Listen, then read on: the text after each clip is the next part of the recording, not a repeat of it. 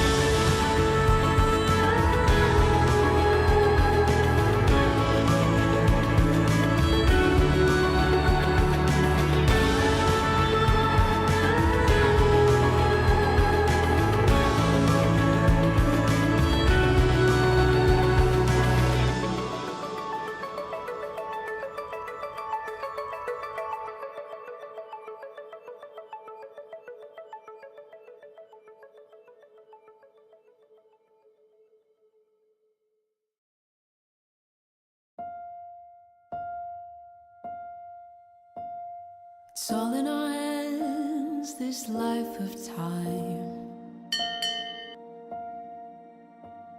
that's given to us all. It gathers round each night, each morn. We watch it pass and grow. It is all in our hands, it is all in our hands.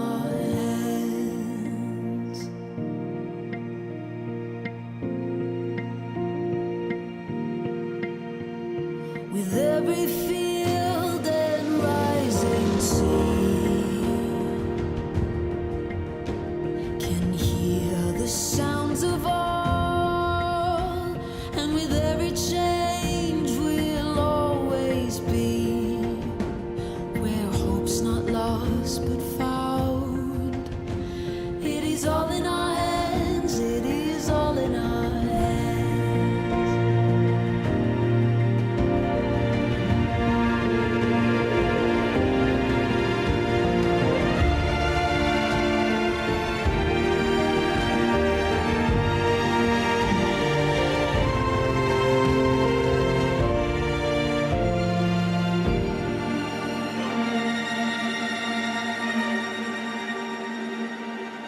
It is all in our hands, it is all in our hands.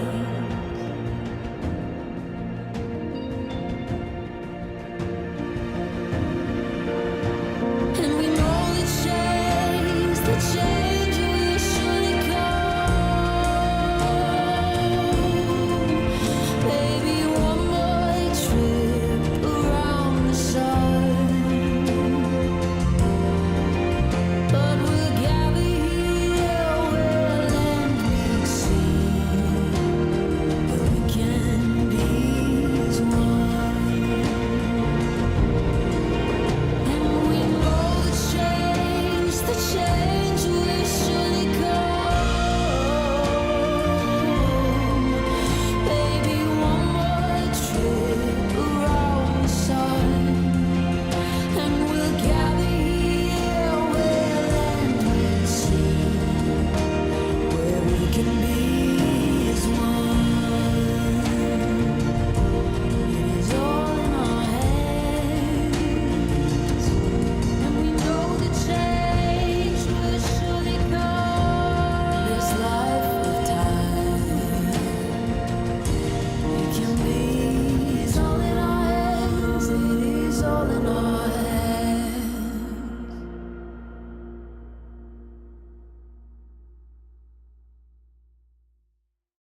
Are you thinking with your big or small head there? Huh? You thinking with your pecker? Hurt.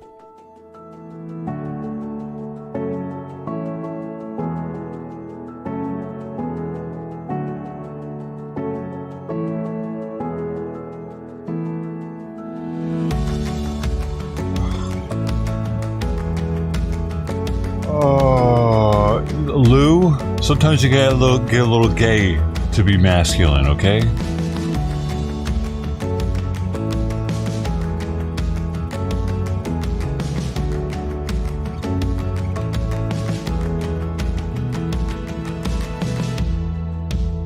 The gayness shows you the way.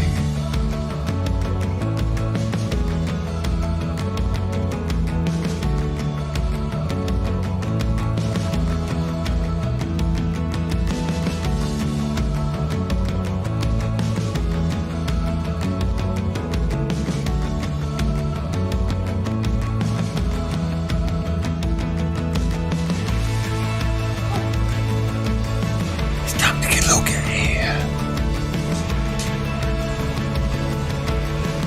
Dude, Outlaw should really pay for this, though, actually. So we could use it on streams.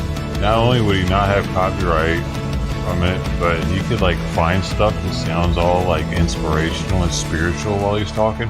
He could, dude, I'm tired of giving Outlaw ideas. I've given him too many good ideas. You know, by now, he could have been on international TV as a televangelist with all the ideas I've given him. Starting with the teeth.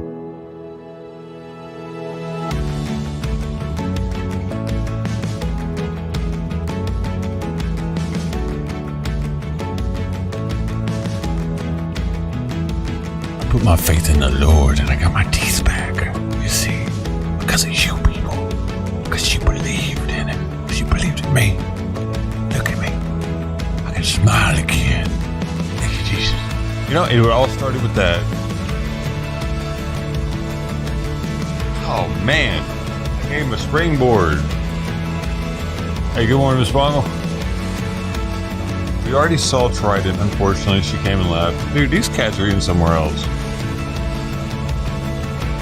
I know I say it every day, but it's because I feel kind of like I'm being cheated on. I saw Pepe like an eighth of a mile down the alley just now. Somebody down there is feeding big old piles of dry food, apparently.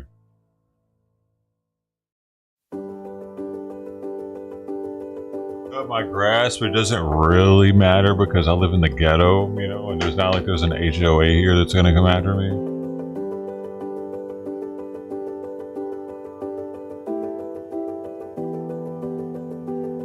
If anything, maybe one of these fucking migrants will come by and be like, "Hey, gringo, yeah, $10, man, I do that for you." Yes, hey. I'll be like, "Hey, you got it, man. I appreciate you."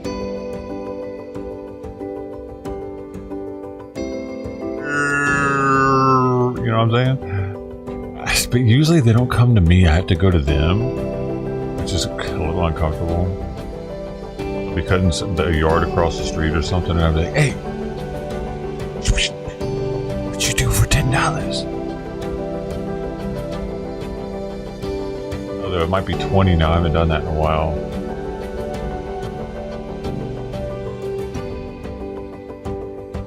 I need one that's an arborist and everything. I need an arborist migrant, like a landscaper to come out and help me out.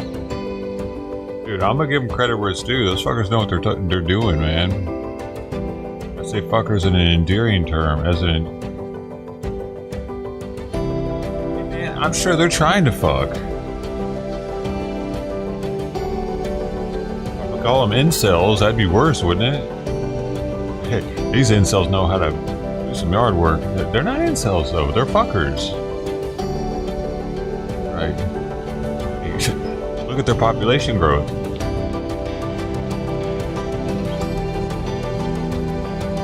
They're undeniably fuckers.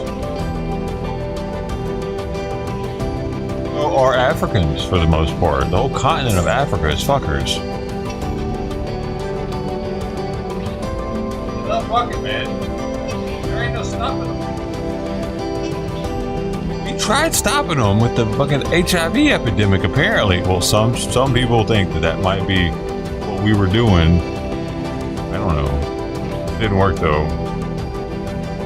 If that is what we were doing. Whatever. You would think that they would, like, not want to die. China, though, man, you know? I mean, the girls are just as guilty, probably. The women. There's a lot of prostitution out there.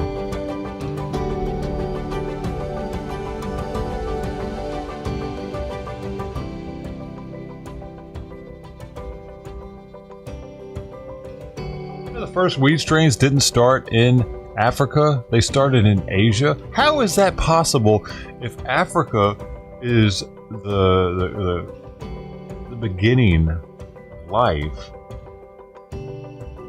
Why did it just happen so much afterwards? After life did cannabis happen? I mean, like, order of plants. I wonder if it was one of the first plants or one of the last new plants. Interesting. Let's look into that, because like almost every mammal on the planet, I should say, even some, didn't it say even some invertebrates have endocannabinoid system, or some exoskeleton, some reptiles or something? To do some lopping? Yeah. It's worth $20 to do some lopping. No, dude, I'm gonna need them to do way more than that. They probably want $40. Grass cut, trim the shit out here. sugar cane. Just cut all that out. Get the fucking sugar cane out of here, and then make the tree so it doesn't produce a shit ton of fruit, but at the same time, don't get rid of all my shade. You do that for me, mi amigo. About that. You do $30, huh?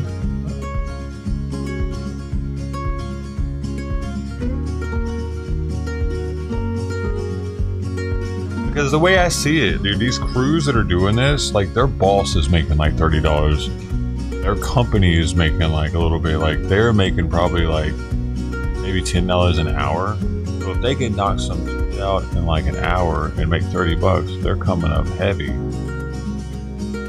That's like, it's actually kind of the best way to catch somebody to get a really good deal on something when it comes to house maintenance or something. Like if you, for instance, you see your neighbor getting a garage door installed, go over there and talk to the installer. Ask him what he'll do it for it on his off time.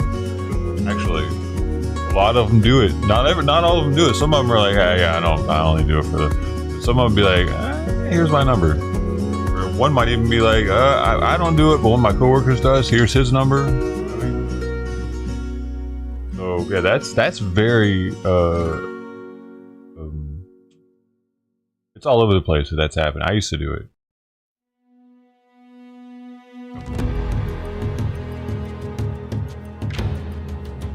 I've done it for two different blue collar jobs.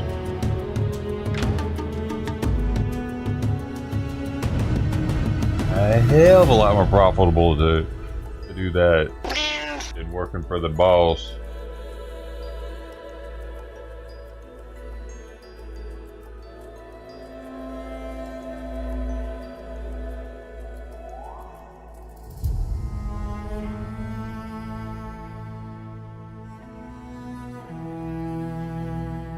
And then that it worked out really good for stuff like spring jobs.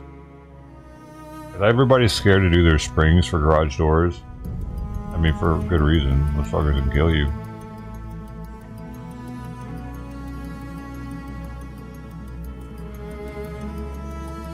You just gotta trust yourself, though, and not let go of the rod. And you need to know how many turns it needs for the door weight, but you can just kind of figure that out, though. If you really had to, you could just figure that out by keeping on going until it doesn't make the gourd go up on its own, or does it not heavy as fuck to pick it up. It's like common sense.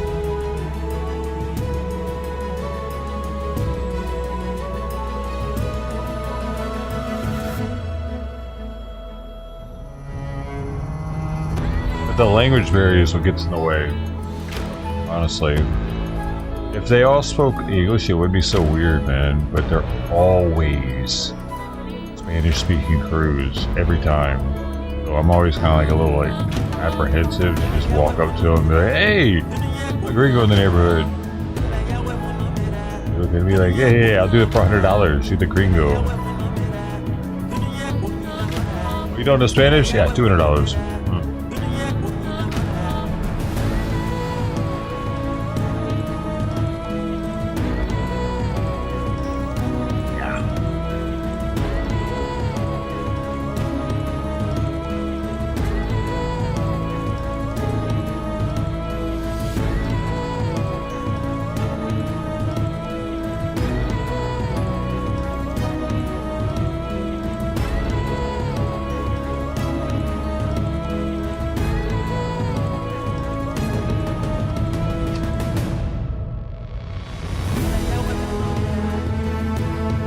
Like I was gonna be the Long Beach Lopper with, there she is. Oh look, she left her song. I was gonna be the Long Beach Lopper. But not yet, I'm not ready. I'm not ready to be the Long Beach Lopper. I don't think I've put forth the trading.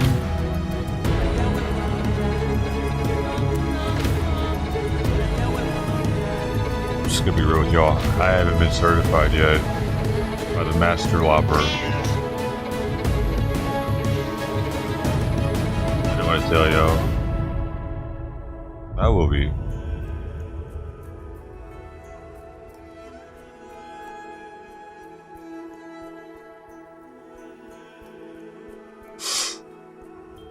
Gotta get on the list.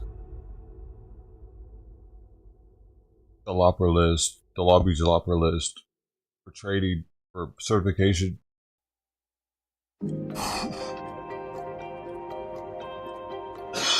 For hard. If anybody walks up to me while I'm loppering, yo, I got my lopper license, buddy. I got my Long Beach lopper license. See, I told y'all he done gotten her pregnant. That's a definite he done gotten her pregnant sign right there, all up in her ass.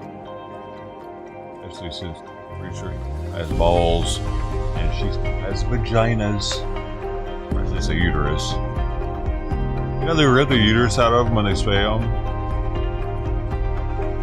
Yeah, these two are definitely a couple. And they've been a couple for a while. And Pepe and Penelope also, for sure.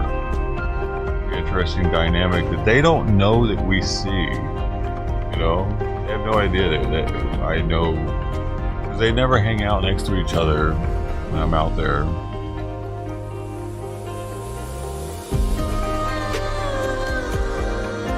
I do wish I could put a camera outside so we could get audio and I wouldn't get this ugly ass reflection in the window.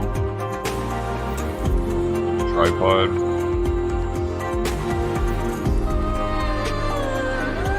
I could probably do something. I'd have to stake it, man. No, I'd have to like mount it to the house actually so it didn't get stolen. Then I could do night vision, maybe like raccoons washing their shit out at night. But that opens up a whole nother like 24-hour stream craziness. So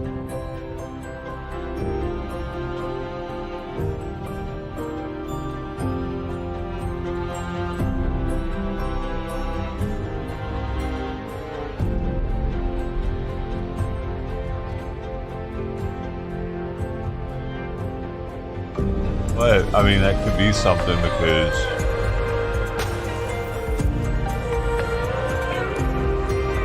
I don't know if I could get doxxed though. I could get fucking doxxed on stream with that if someone's like talking about it. Because like just yesterday I had some chick in the alley smoking a joint talking about where she was at. Somebody on the phone. There's that too though. And she was literally right on the other side of the wall from the camera, dude, where the food bowls were. So, yeah, that'd be something.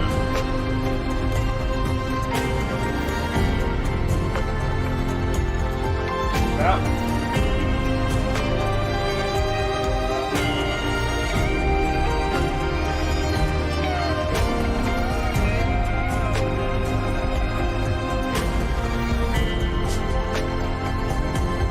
Like 4 different kinds of tea leaves in this right now. Got 2 different tea bags. Earl Grey and some Lipton. Do a second steep with the Lord Bergamot. Authentic Earl Grey. I'm running out of that.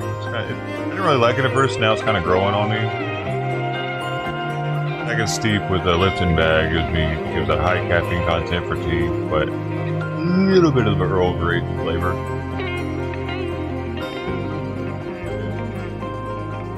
Gone after the first steep. Why change it? I mean, just because it would be higher quality.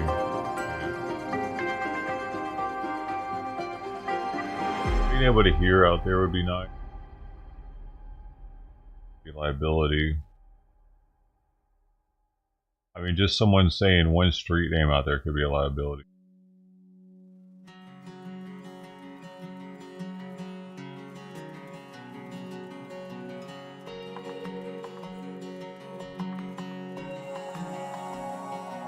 Primarily because, and it's not because of you guys so much as like a local that could be in here staking me out, seeing when I might be leaving the house or some shit. If they can figure out where I live, whatever.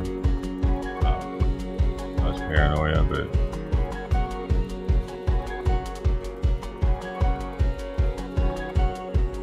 we got migrants out here setting up cameras outside people's houses. People are willing to do weird stuff to get stuff.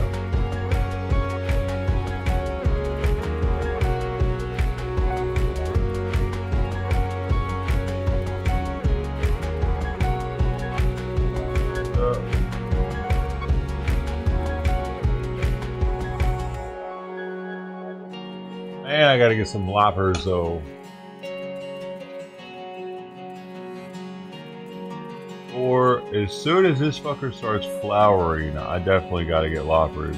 If nothing else, cut all the buds off.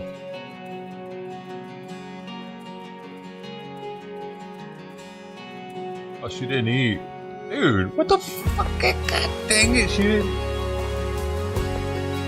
Whatever, they're not that hungry if they're not eating Simon's food from last night.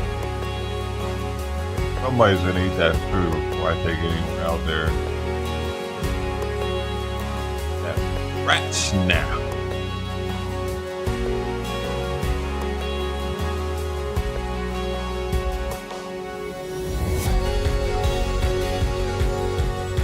The yard? Oh, dude, that guy, I can't ask him to do the grass. That guy's like 90 years old. He does do.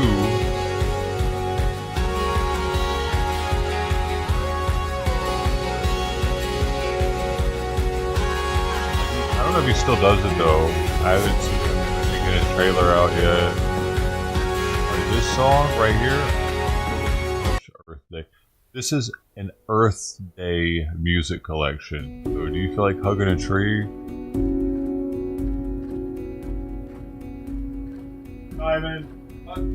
Simon. He just meowed at the door and then ran off. Oh, is that what it was? That's normally the one she eats, though. That was kind of weird.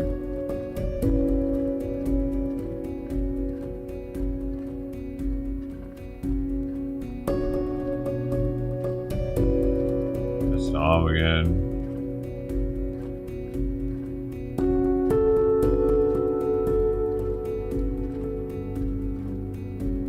That's why we also might need to upgrade something around here. We can't do that reflection.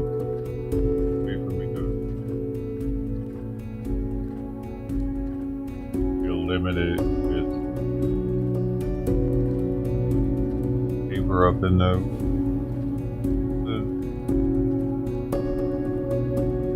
black paper.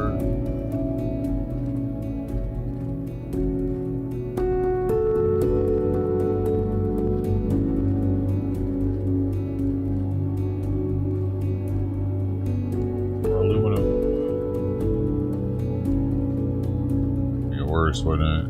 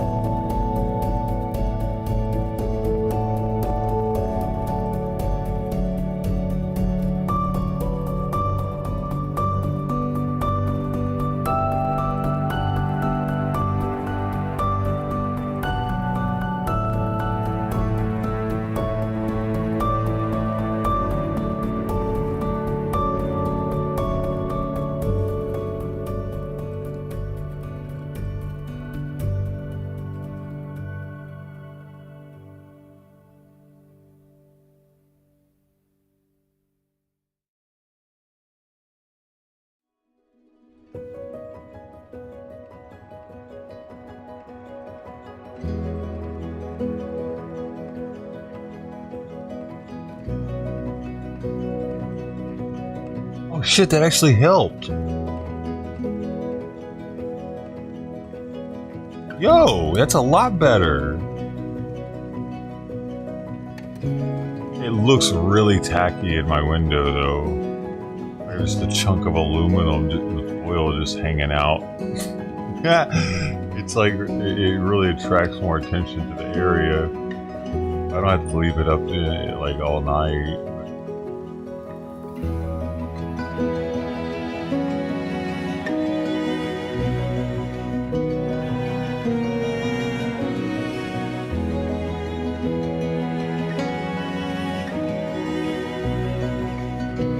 Yeah, that's a huge difference.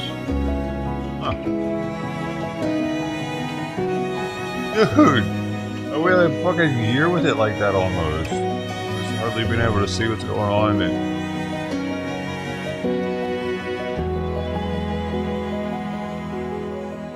Thomas is looking at me though, he got spooked.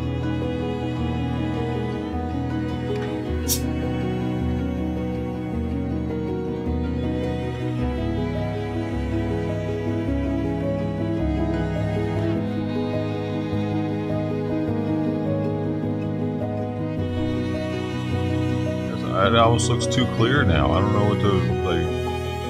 Yeah.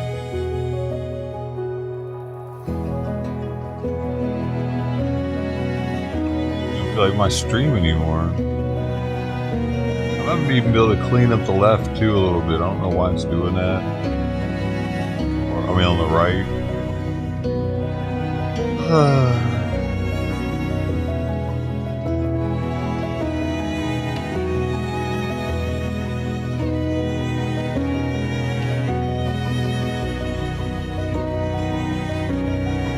Celebration LA. Now we're going to go in on this brand new.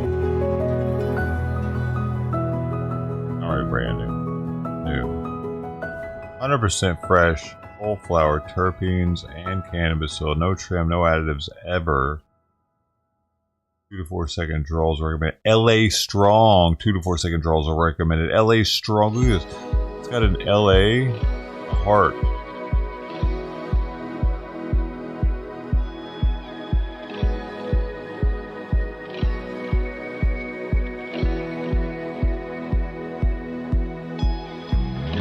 Strong. It's not bad though.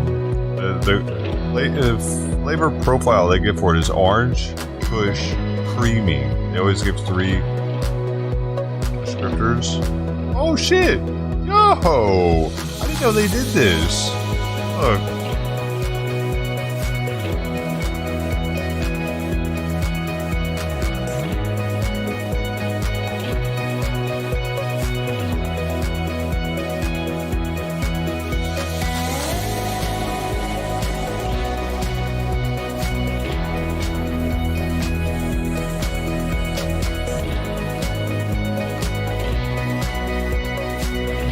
Did you see your eyeball? Lab results. That's kind of neat. You don't see that very often. Actually, I'm not sure if I've ever see how in depth it is though. Give me all the terps.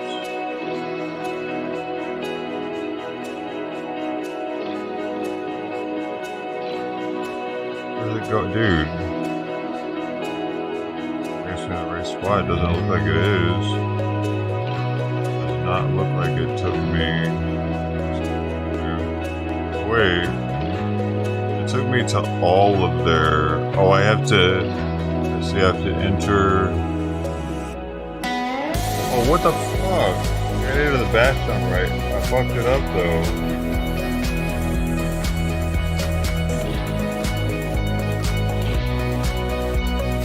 Or the batch number where it says it.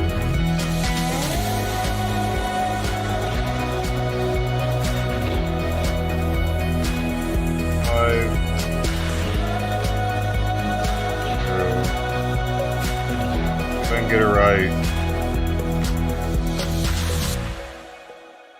2, 5, 5, 5. Now y'all know my batch number. Y'all, come on now. Don't be using that all against me.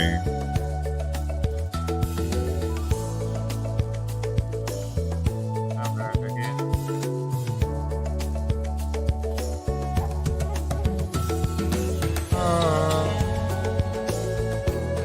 The batch number.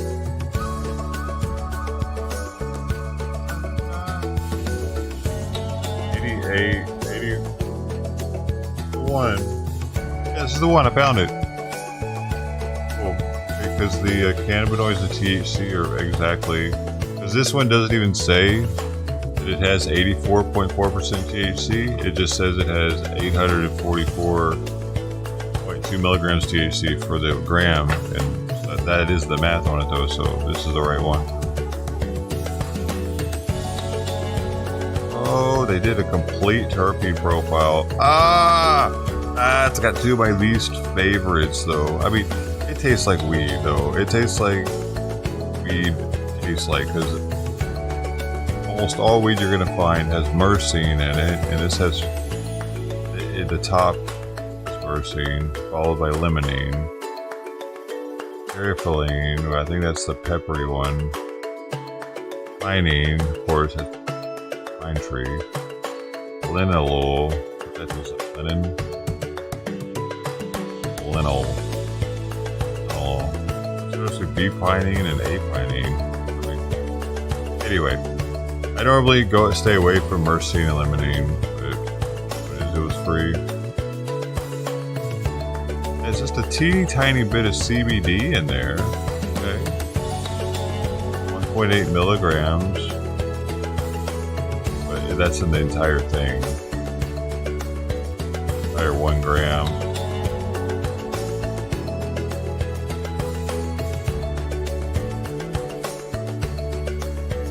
Oh, a little CBG. A little CBN, CBT. Oh, I never heard of CBT before. I think CBN is what it degrades into, oxidizes into, maybe. I'm not 100% on that though.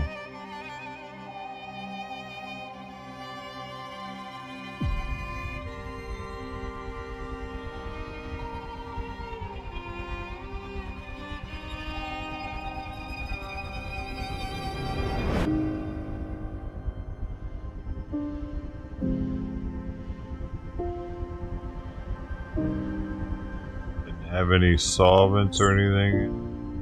Cadmium, arsenic, lead, mercury. They test for everything.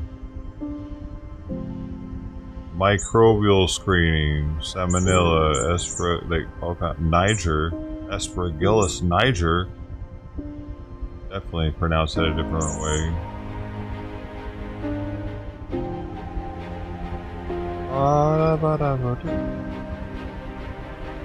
Looking at my weed certificate of analysis.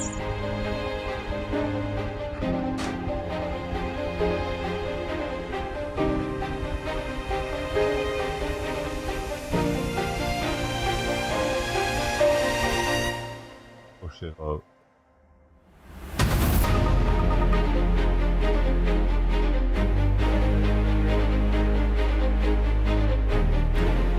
Heat. A viewer, dude, Night Owl TV from back in the day sent me this 5 or 6 years ago, and I'm just now using it. Just started using it really. I got these cartridges. Shout out to him, dude. Shout out to Night Owl TV. Different Night Owl. I thought Night Owl Glass was him for a while because he worked in a glass shop / porn shop. They sold pipes and porn. That's why that's why I said this is one of the things they had in their shop. I don't know if it was his shop or not, but he worked there like graveyard shift. And shout out to Night Owl, man. That's why I thought Night Owl Glass was him, but just with a different name, different moniker, because they also sold glass there. For a while, I was like, I think I even asked him once, "Are you Night Owl TV?" Remembers me asking him. If you look up Night Owl TV and I think John Doe 1980, you'll probably find us playing Call of Duty together because he used to stream too.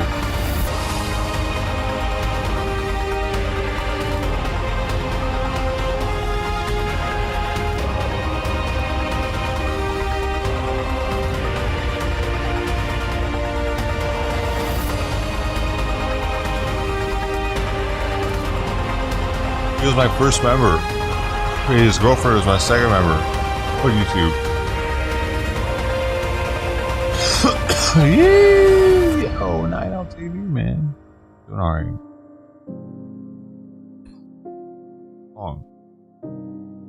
Had so much stronger than I hit a joint.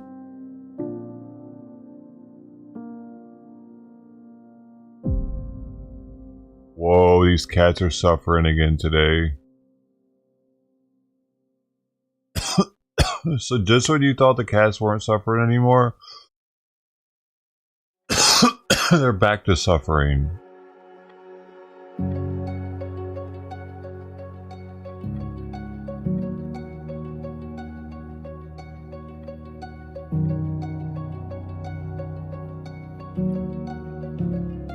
Yeah, I just if only it didn't look so bad out there. I gotta figure it out. Looks so bad from the outside. I just got this like a folded aluminum foil just sticking up on the other side of my very broken blinds. Like those blinds have needed to be replaced for years. Okay. They're all, dude. Looks like I'm a squatter living in here. Dude, he doesn't want to do that. He doesn't want to build it. Dude, he's had people in his chat offer to pay for shelters. He doesn't want them. Oh, and he complains that he's 60-something years old and he's unable to do anything anymore.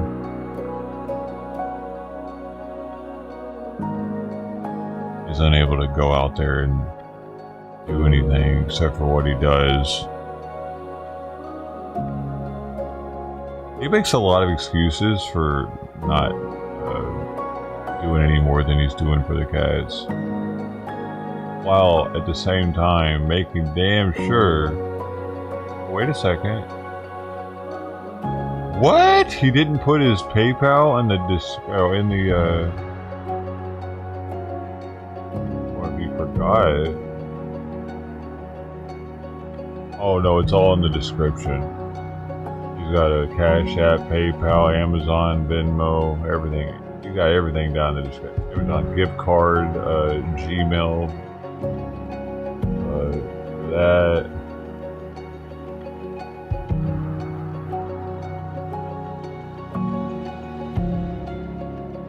Oh, Fluffy.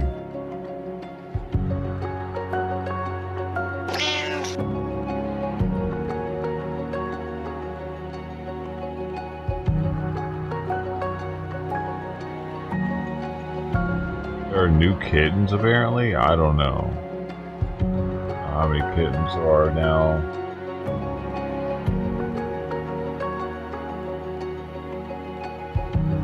And why he thinks he knows how many males and how many females there are? That's kind of beyond me. Actually, when they're young like that, it's even harder to tell. These adult cats, I can't even fucking tell half the time. He thinks he knows when he can't go up to them.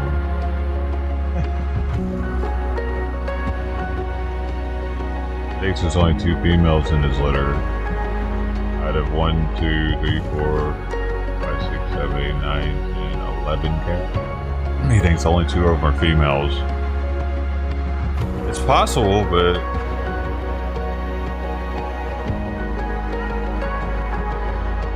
like a low number of them. I bet at least 4 of them are females.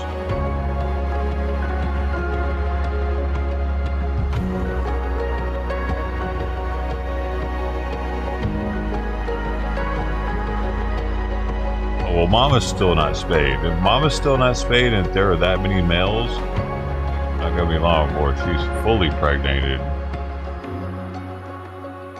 Oh my god. Retarded kittens. Retarded incest kittens.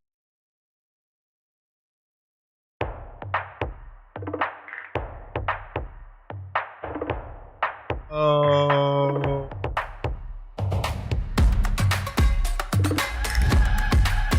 Oh, what the hell? She's looking at the camera.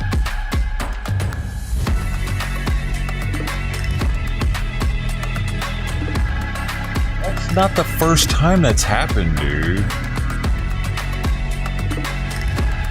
Where the camera went off and come back on and they were staring at it.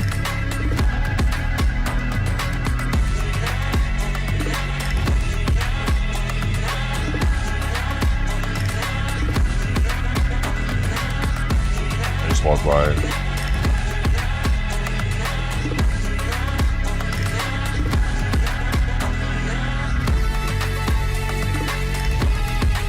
Seems to be having issues with the Wi-Fi also.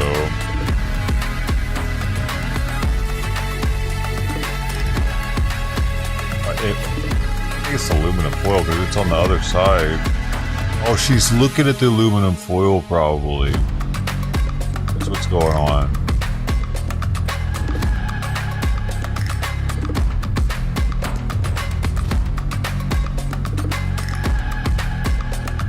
I don't know what was on the first time. Evan. Dave.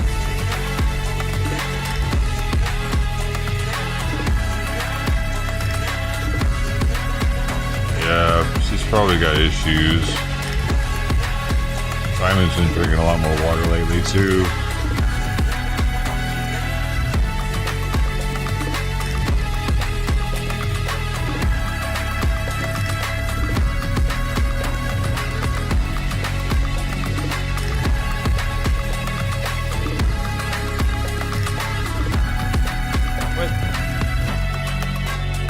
Someone in his chat says that they don't seem to mind.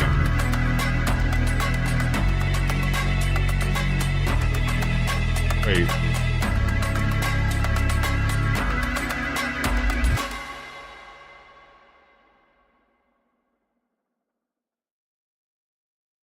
They deleted someone's comment or what? But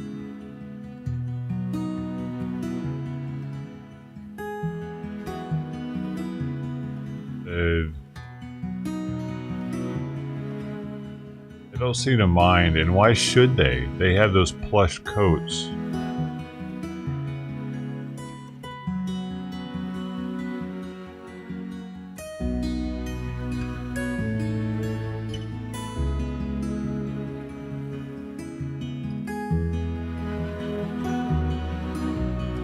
That's not correct, though.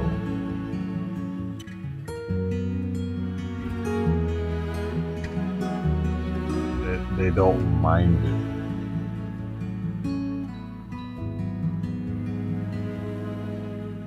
it. Like, look at this one with this paw up. It's not putting its paw down. One in the back, the gray one. Yeah. Why is that putting its paw down? Observation about paws.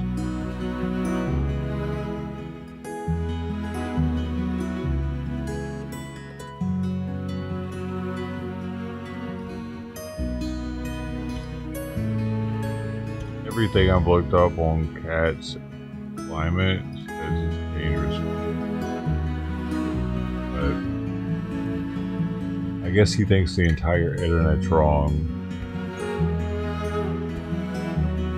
And only him and his chat.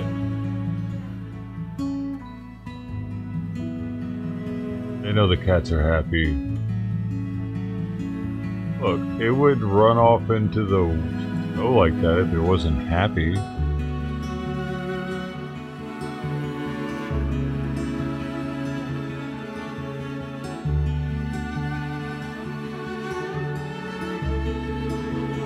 It's cold to me, dude. It's probably like 20 degrees out there. 30.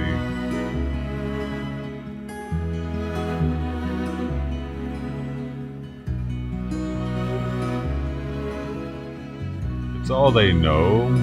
I think if it wasn't, say they were indoor cats and they were put into this, they would be much more vocal about it. But since they don't know any better, they just think that this is what the world is. This is their first winter.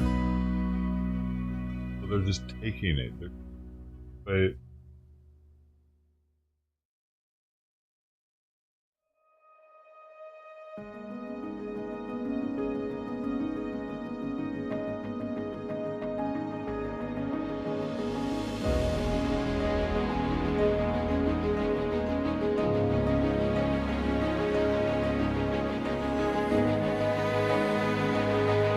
growing fast.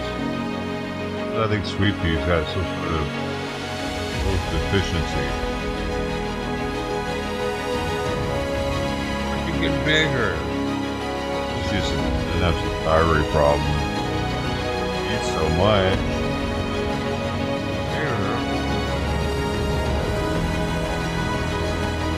You.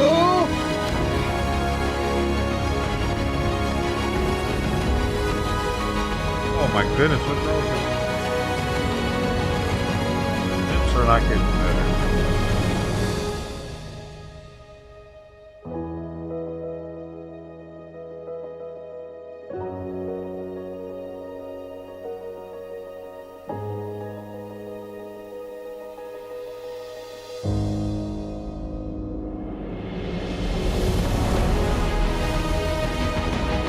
I don't get why they think that they don't seem to mind. How would a cat that looks like it minded act?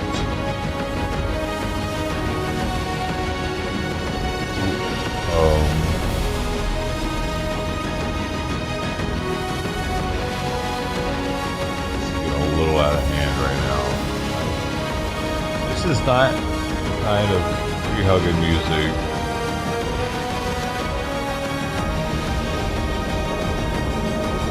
Like we're gonna go fight with the trees.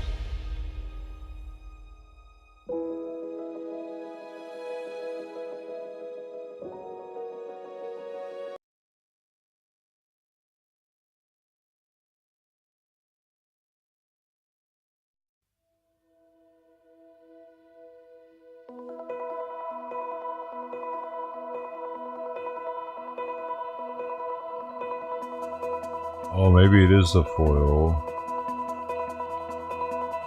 I'm warm.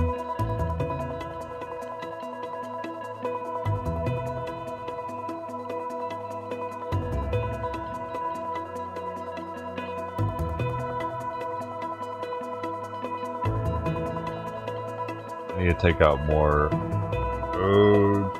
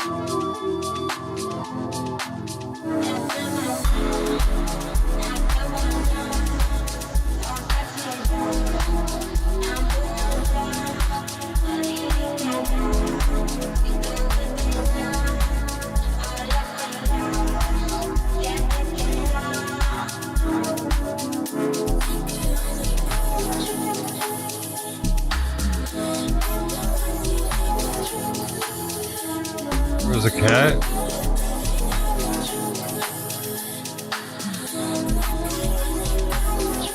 El Parto. I'm taking that and turning that off. There's gonna be no more meowing for you guys. The original sound commands, El Barto's then gotten us to turn it off. keeps doing the cat sound. Hey man, do a different meow.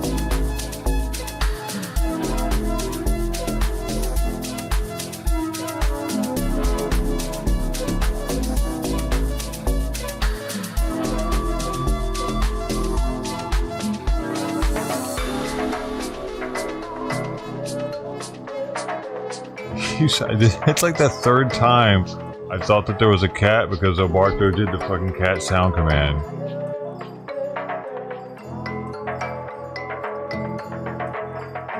I should have never made it that one, apparently. Nobody used it, and then all of a sudden I make it for that. Now, regular. Like the way it sounds, or what?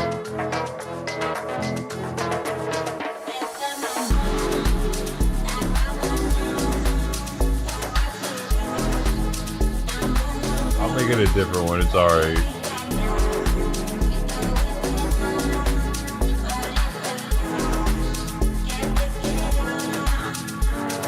Oh,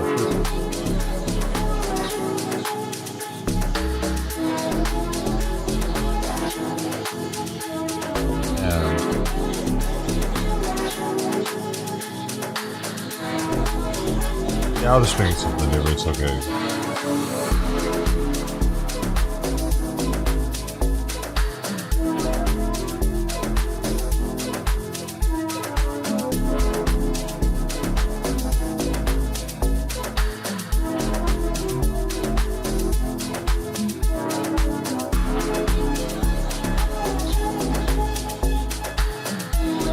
He doesn't hear any of the sound commands ever. I'm the only one to hear. This room is completely silent to Sweet Pea at all times. All she hears is me and what's coming out of the headphones. What am I looking at?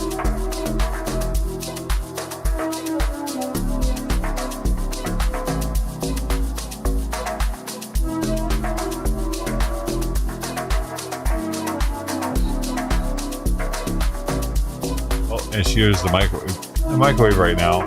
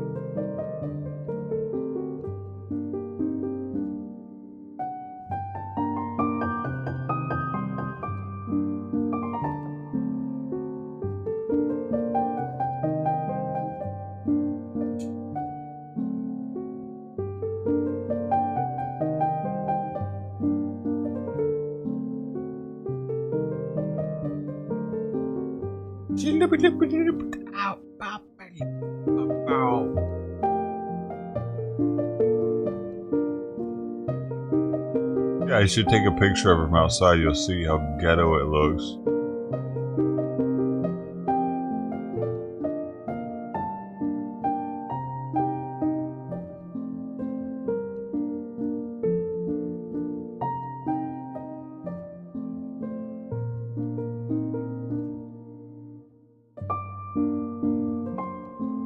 It's a trip how it's working though.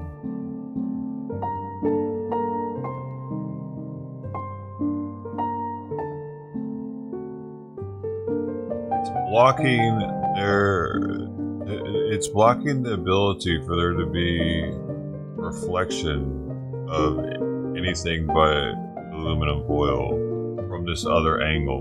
And it's catching the glass from this angle over here, but the reflection is coming from over here, and I have the aluminum foil like this, which is blocking this reflection from bouncing off the window to over here where cameras. That makes sense. Can't actually see the foil because it's foil. I guess it helps to be aluminum foil. It reflects back. I don't know. I think if it were a white piece of paper, you'd be able to see. It would wash everything out a little bit. If for a black piece of paper, it might work also. Because black would also. Black would absorb, so it. I don't know if that'd work or not. Also, I don't have any black paper though to try it. Probably would though.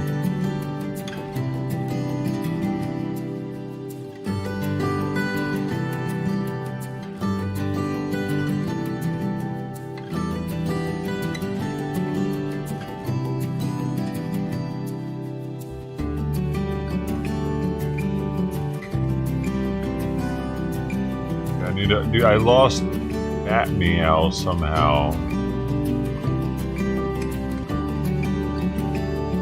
I deleted a... Oh man, I can't even find Bat Meow now.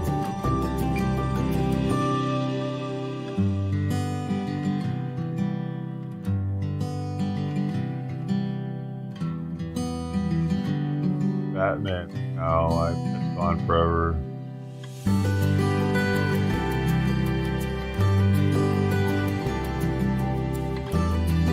Deleted a folder at one point.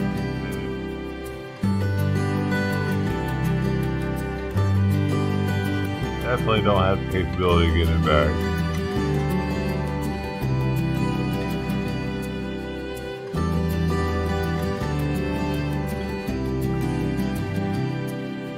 I don't know how many sound commands are in it, but I'm finding them slowly.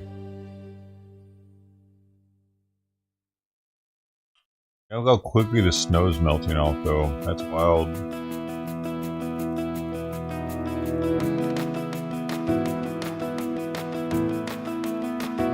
Brand new day.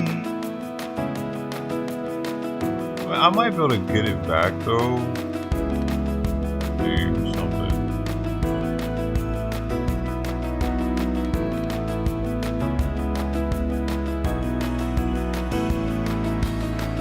On if it was put in Discord by y'all. Could have been.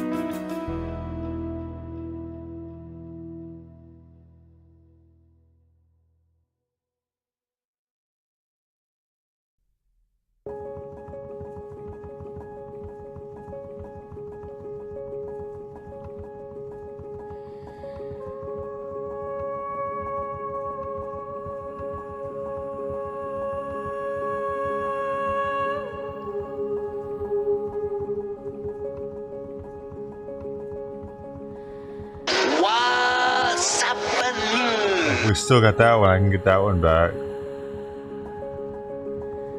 Oh, and this one's in here too. And I think I lost that too.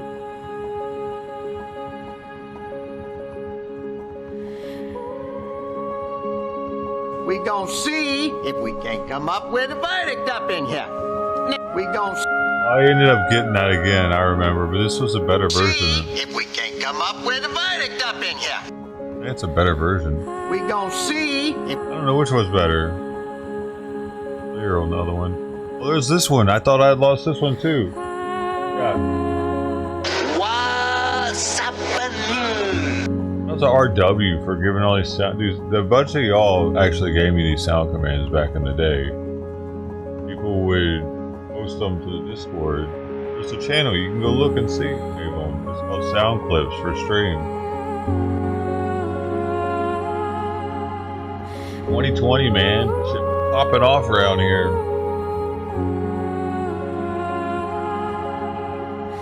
Woo. Give it another 3 years, boy.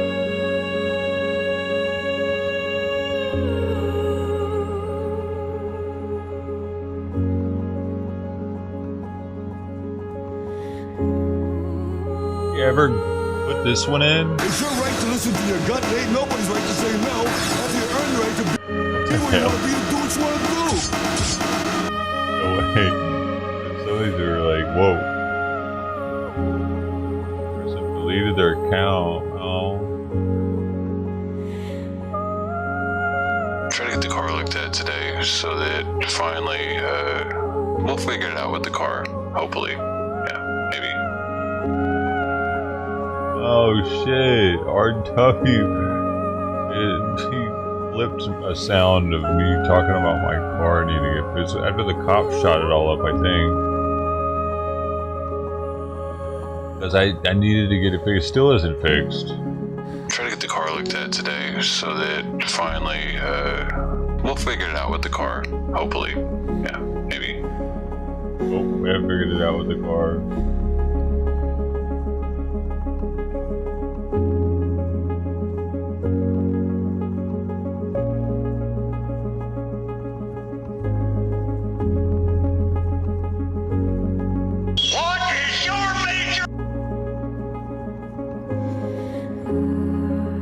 Voted in by Bubba. Bubba wanted that one in. This one. And they call me Rubberneck. That's the one. Did we ever put that one in? I think so. And they call me Rubberneck. It was voted in and I didn't put it in.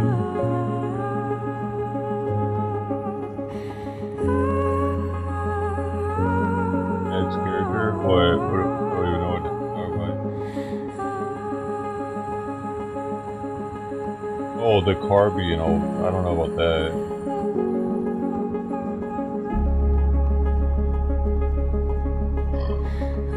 Wow. God bless those.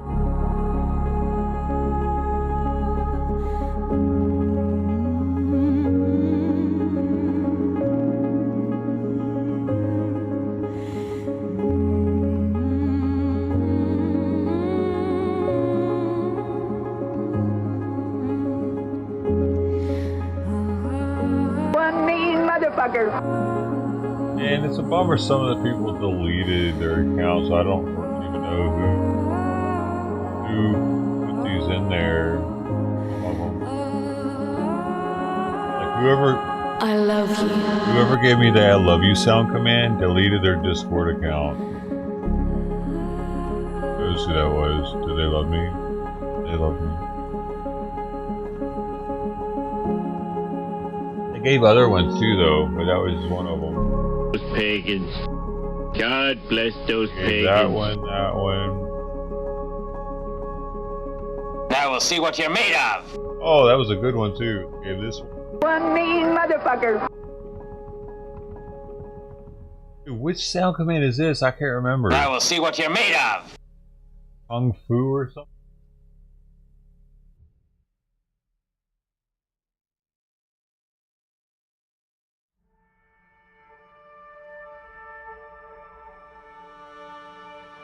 Now we'll see what you're made of. Kung Fu. Yeah.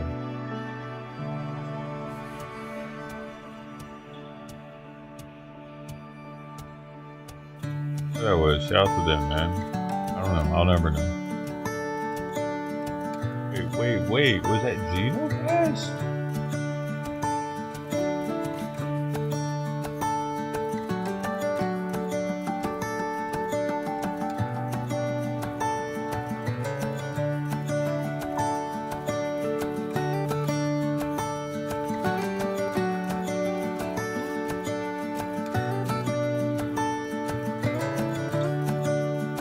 Oh man, it might have been Genofast because yeah, they are a deleted user. Interesting. I don't know why they did that. Delete their account. I think they went to rehab or something. Because I remember they disappeared for a while. He disappeared for a while, and then she sent me some tea. Disappeared again.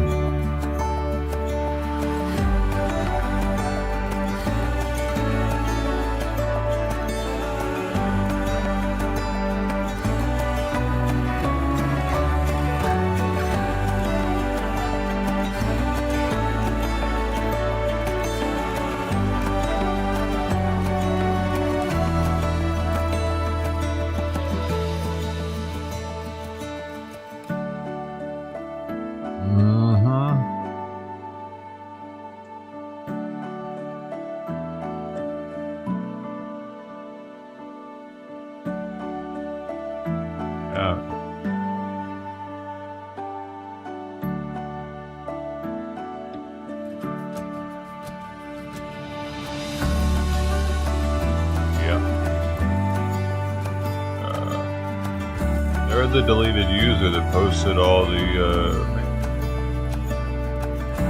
on it, didn't they?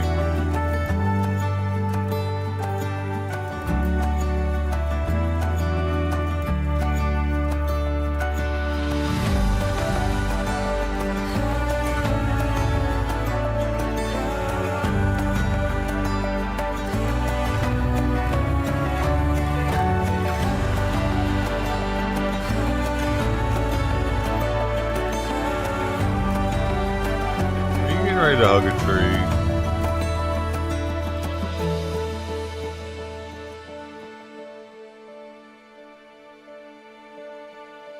Oh, good fight.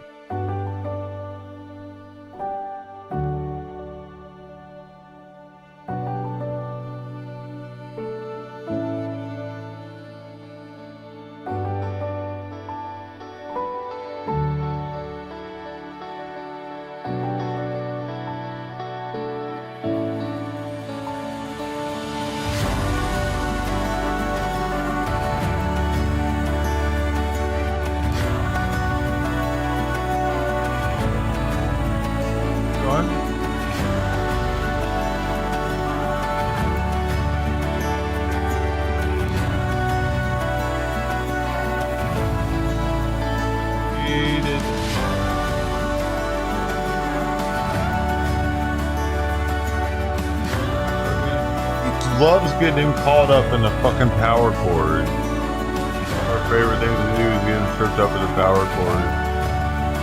She deleted all of her fucking timestamp comments that she did on these streams back in the day. I'm just now seeing really go back and delete all her timestamps.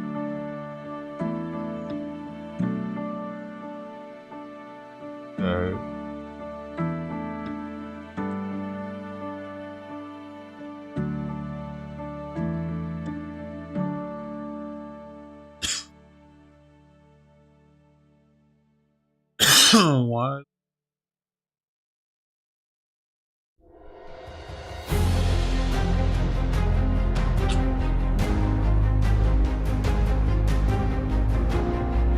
If I to go through after some of the streams and timestamp a bunch of stuff for me, I really appreciate it. It looks like she deleted all of them for the fuck of it.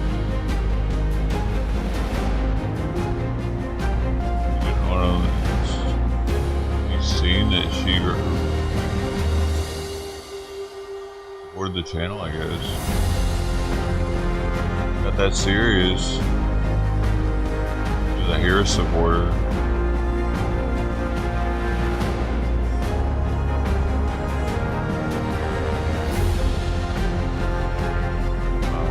I've not seen any of her old comments that used to be on these streams. She timestamped so much stuff, dude. It was awesome.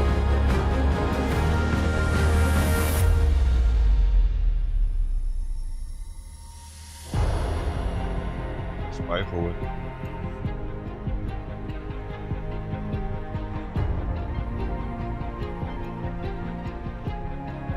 Happens, man. Everybody's watching.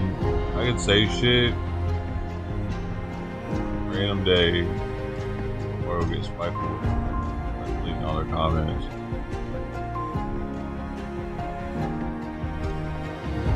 Oh my god. Oh yeah, that belief. Out of here. I'll never hear him.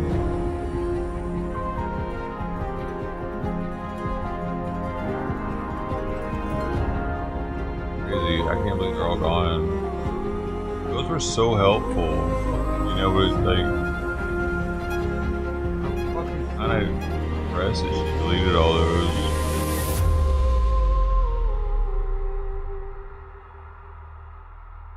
I was gonna one day make these streams public. Put in the time and effort to do it.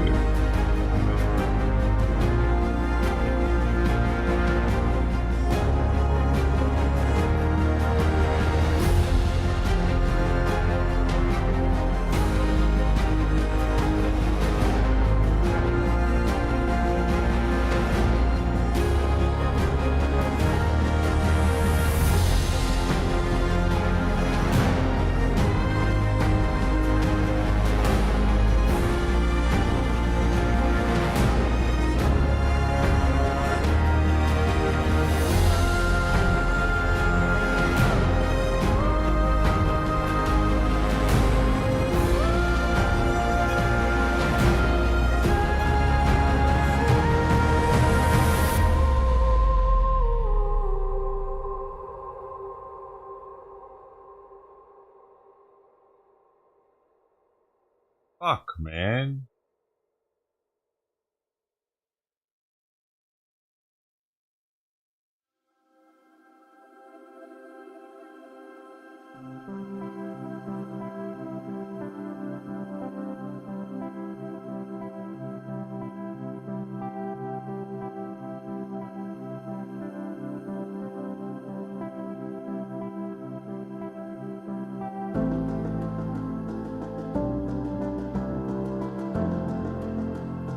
There's a way for them to do that, so it just deletes all the comments they've ever made on anything.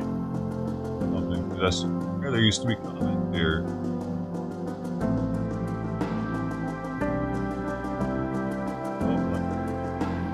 There's like 10 different timestamps of random stuff that happened during the stream.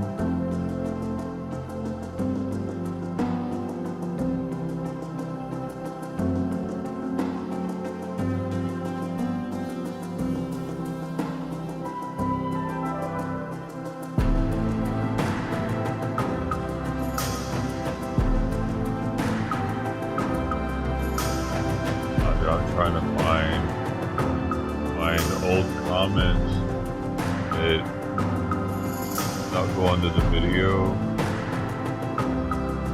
first.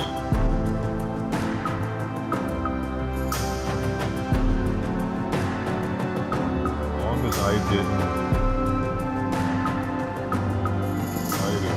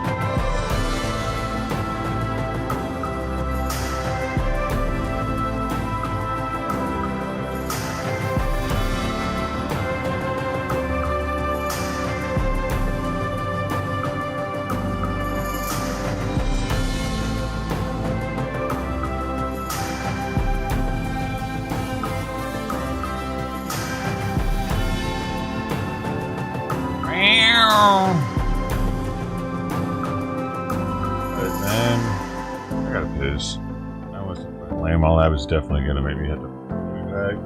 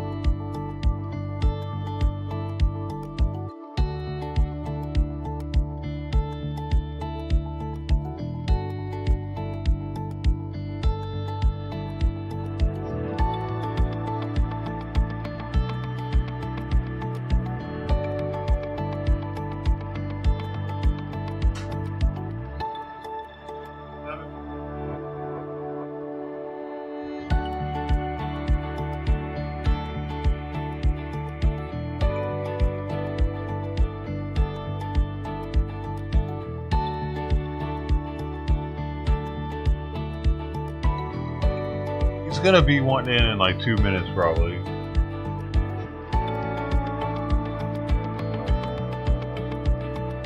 Long Beach Lopper classes starting this Saturday. Are you ready to be the Lopper you always knew you could be? Well, now you can. With the Long Beach Lopper courses. Long Beach Lopper lessons. Learn to lop with the best Long Beach Loppers have to offer.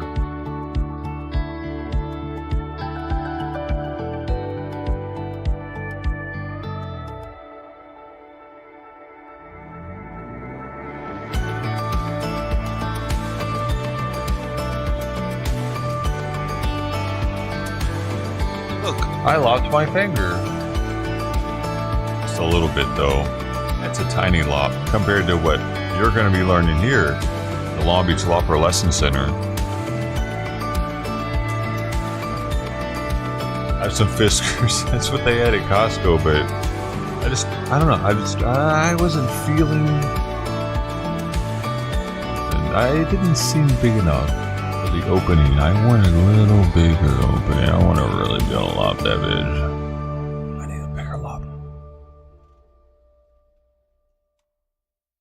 How many minutes was that?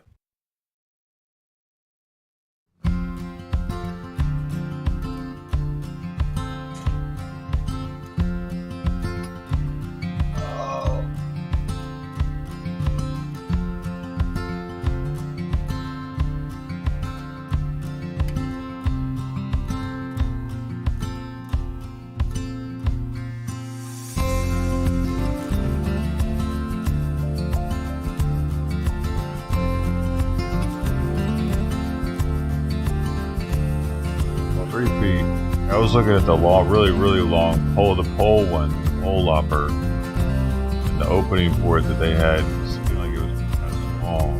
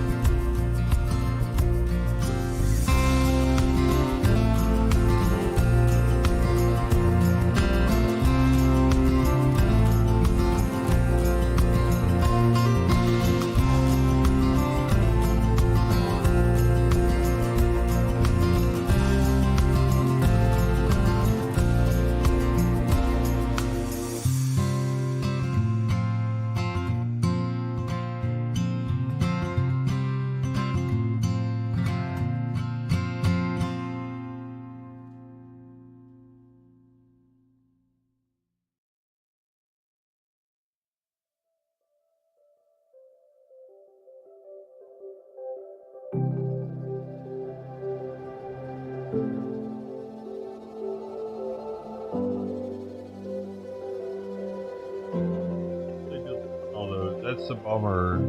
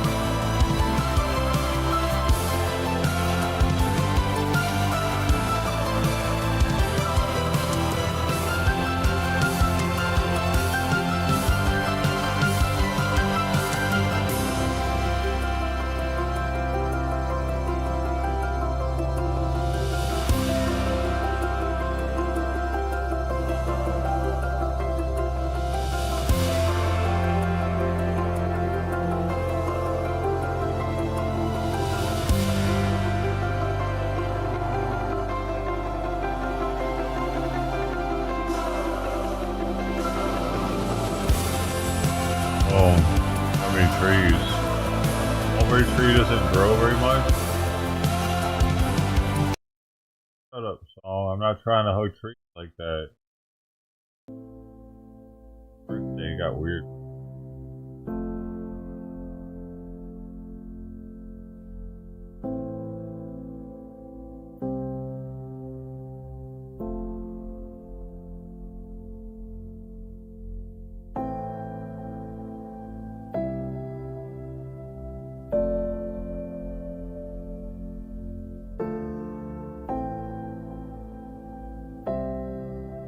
Really fucking.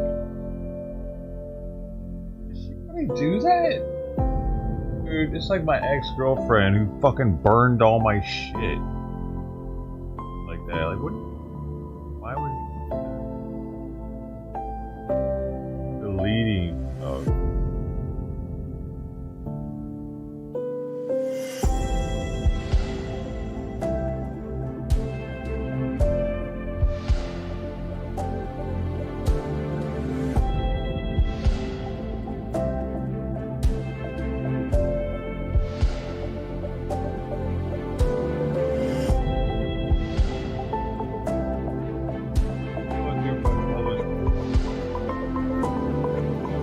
Hey! Damn it, man. She did it for so many videos, dude. There was no way for me to, like, catalog it. I would have had, man, damn it. God fucking, you guys are assholes sometimes.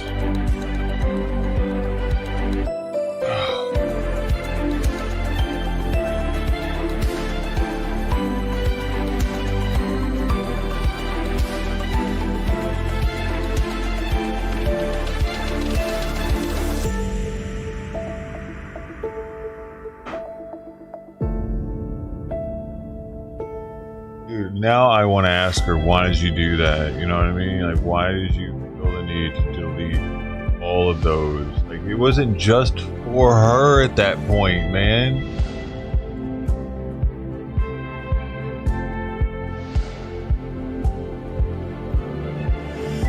You already put in the work, why delete it?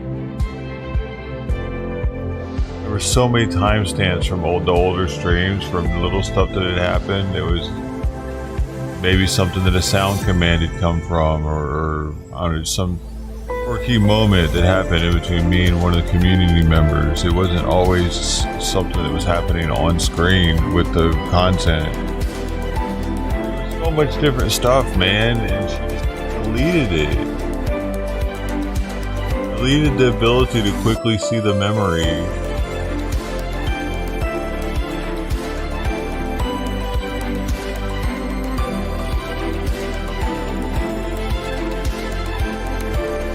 What if there's I'm looking, is there a way to delete all the comments you've made on people's channels instantly and see if she might have done it to just everybody?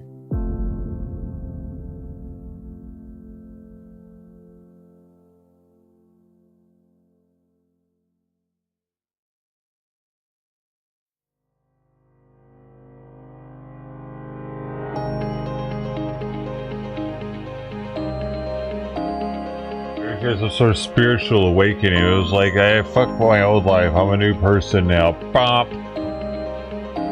YouTube doesn't offer a feature to bulk delete your comments. Well, no, so I guess there isn't that.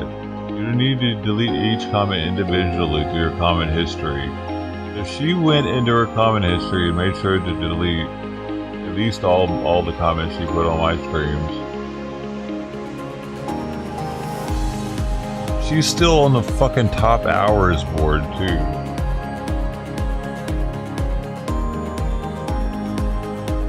It's blue.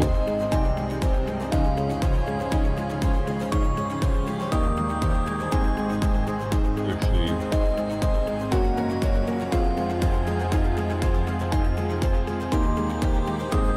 Oh, is she not on anymore?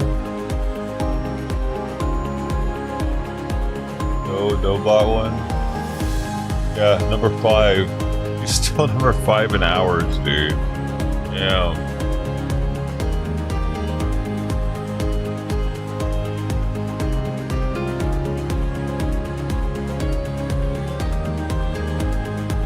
Hell no wrath like a lover scorned. But we weren't lovers. Apparently she loved me though. If you delete the YouTube account, didn't know. Didn't change the name of it to blue.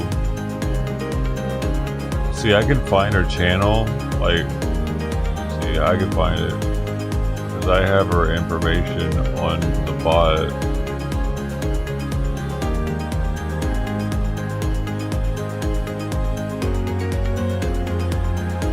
I have her just like user ID that YouTube gives each channel.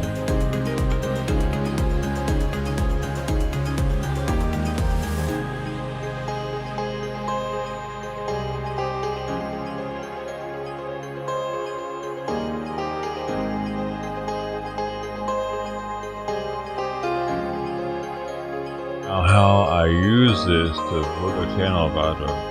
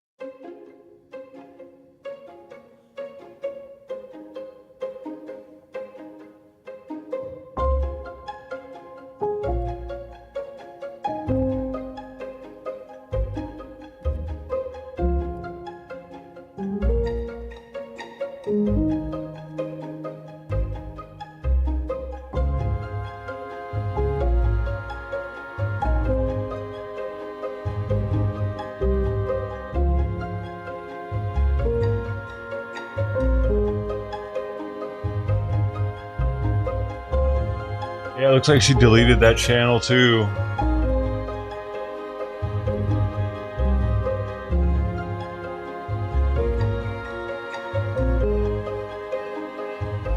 Fucking fortunate. Maybe you're right. Looks like. God, that's heavy.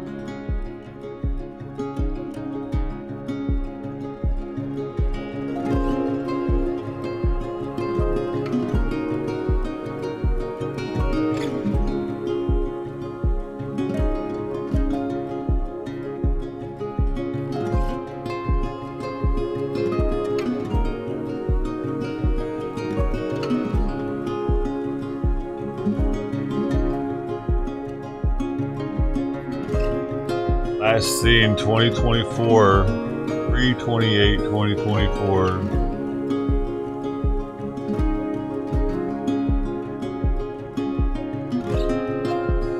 Other blues. That's the only one that's a regular. It's got to be that one. The blues aren't regulars, and were last seen in 2021. I wouldn't have been her. She was Geno Pass back then. Damn, man, see, this is what I'm looking at.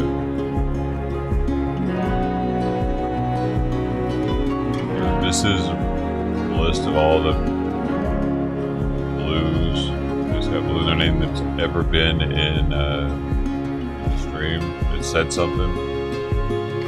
Like they not only had to be in the stream, but they had to actually comment in the stream for them to make this list. These are all the blues of a streamer. And, well, since I've had the bot, these two are not regular. They don't have the hours. The only blue that has the hours on that one. And when I go to that, it tells me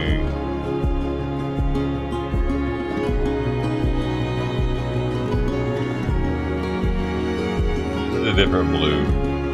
I'll put in the one, and it says this channel does not exist now for that one.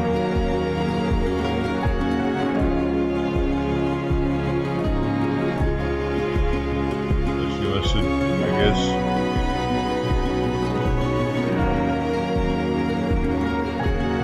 I don't.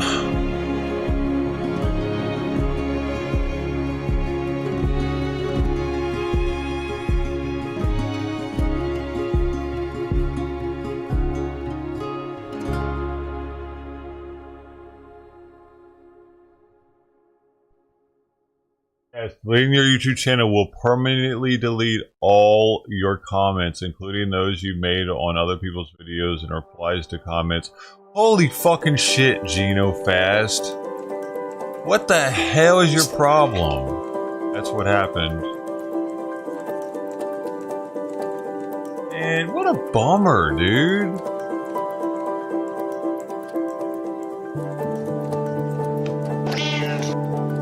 What a fucking bummer. She put in so much like effort doing that, man. I really appreciated that. I genuinely, like, at the time knew that it's like, hey, right now it's not that big of a deal, but later this is really gonna be neat to look back on and reminisce and shit. These moments that she pointed out. Fuck, man.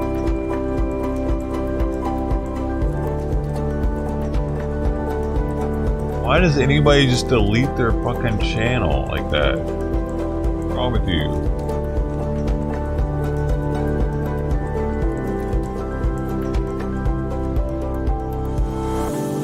Get you to start a new life without deleting shit?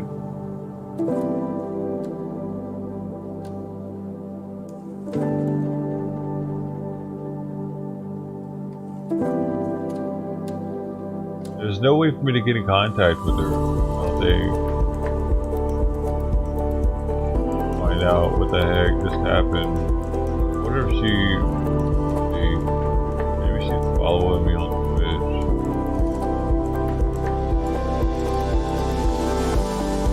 Okay, I think I can.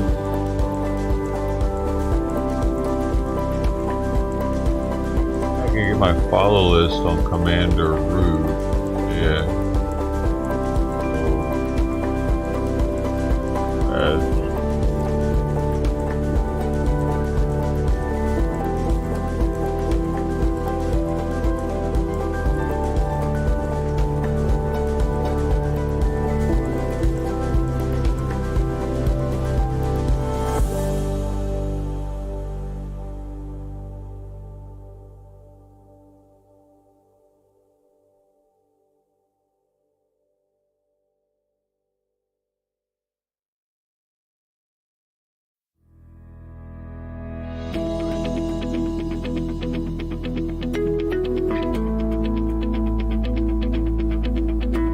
Fast follower. Oh, maybe she's.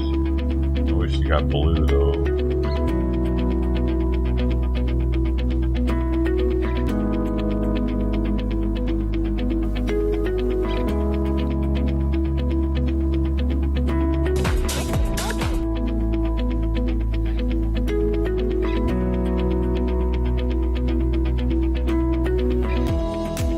Fast on which either. They had that one.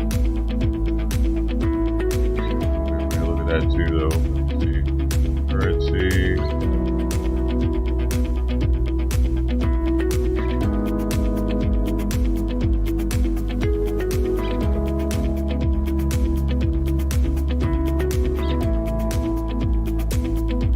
You know, underscore fast.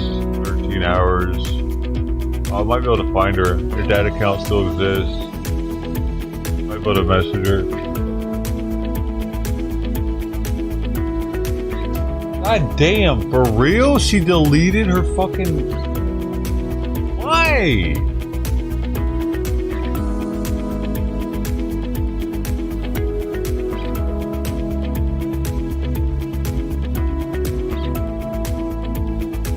Fuck, man. Dude, this is why I don't get close to you people. And... shit can happen any moment. I was completely vanished.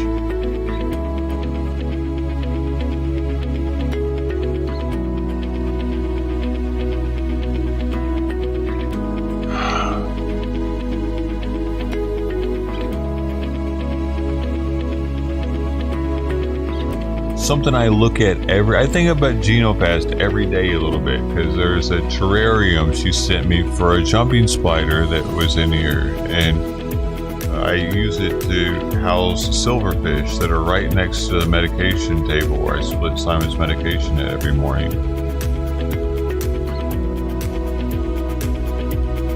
He's the one that named the spider Tassos because the olive jar, there were Tassos olives. Lived in an olive jar at first before she sent me the terrarium.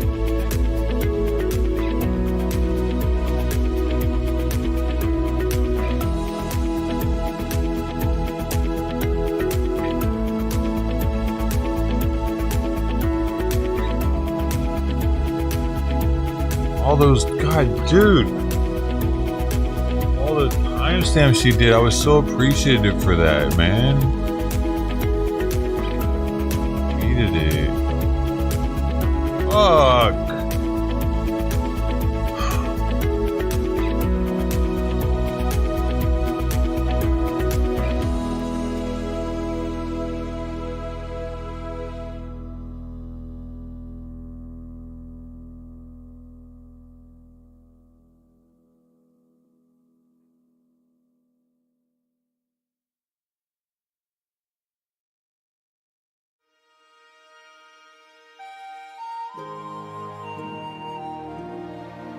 I'm really in fucking shock that those are all gone right now already, because people don't know because those streams were unlisted, but she did it to a lot of them, and there would sometimes be like 10 I don't know, more timestamps sometimes, like different things that happen through the entire day, like 12-hour stream.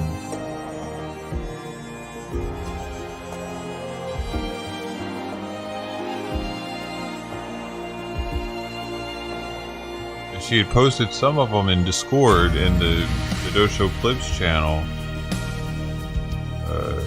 That's a deleted user in that channel that was posting stuff. And all of those, I know had timestamps that she had done, and that's how I knew. She didn't post all of them though that she did timestamps for.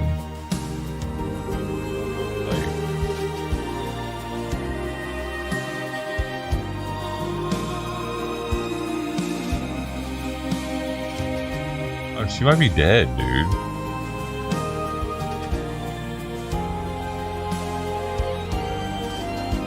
It always seemed like she was going through some shit.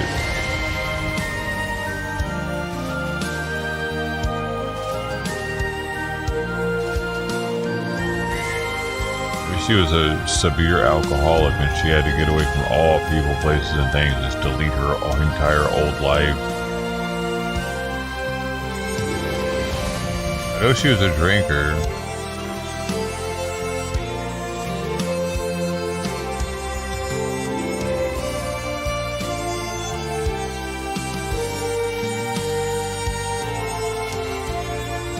$1,000 hours, man. How many days is that? You would have just been hanging at her 24/7.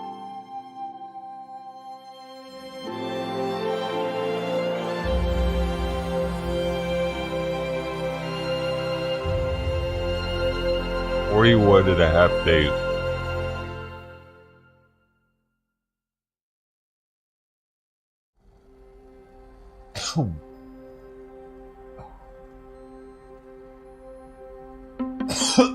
So, like 80 days of like daytime days. Camera's coming back. How long's it been down?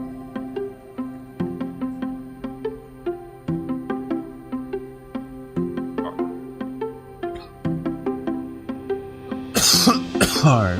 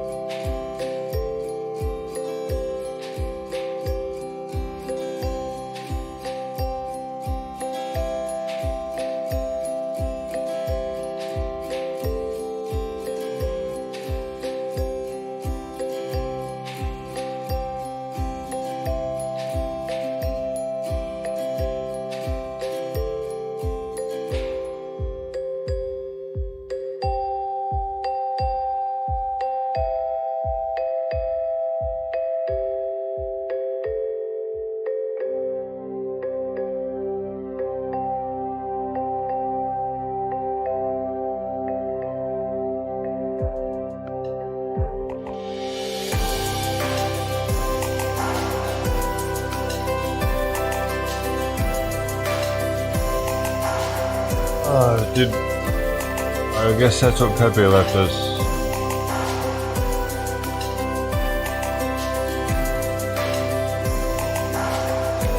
Did it go up before he left?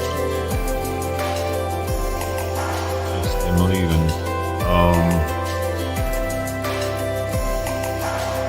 Man, I'm about to give me some loppers, boy. Not to give me.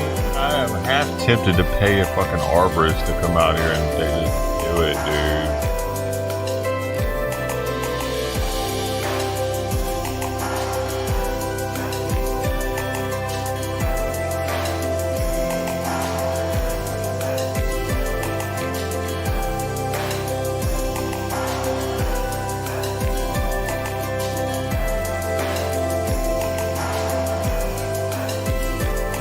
I don't know what I'm doing, man.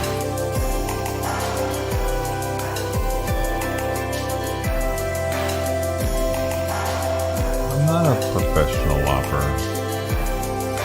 I haven't went to the academy yet. Dude, why did they have to delete everything and make it impossible to reach out to them, dude? Alright, is there a way? Let me think here. Is there any kind of mail that I've held on to? I don't even know if they live in the same place, so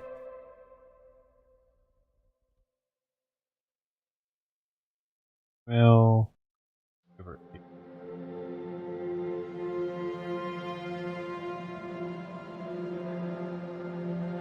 oh, I got.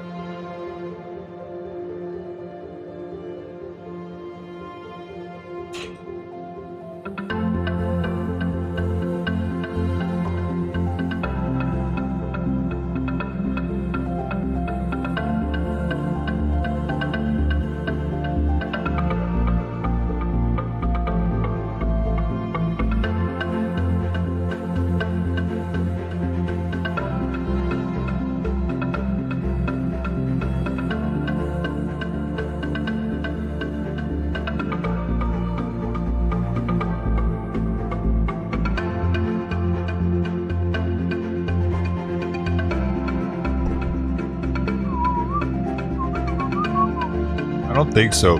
They were always very like, they didn't even like for me to recognize that they were a female for the longest. They wanted me to stop like blowing their cover pretty much.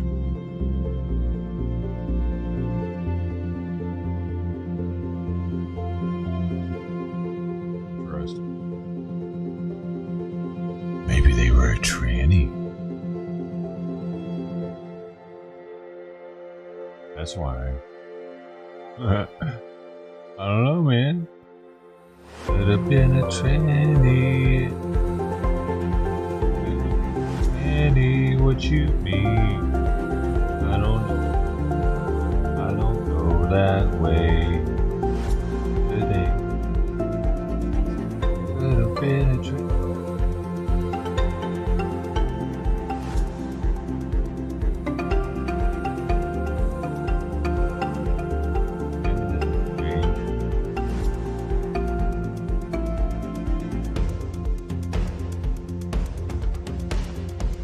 To think if there's another way. I don't think so though, because they deleted everything.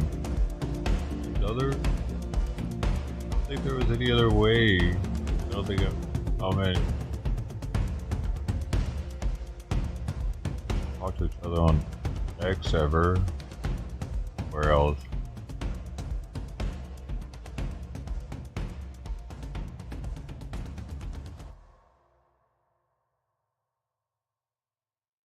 Genopass is really gone. I didn't realize they, dude, all this time I just thought they changed their name to Blue. And that they were just still around just with a different name. The same account was still out there. The fact that they even deleted the Twitch account is pretty wild too. Like that's the next level.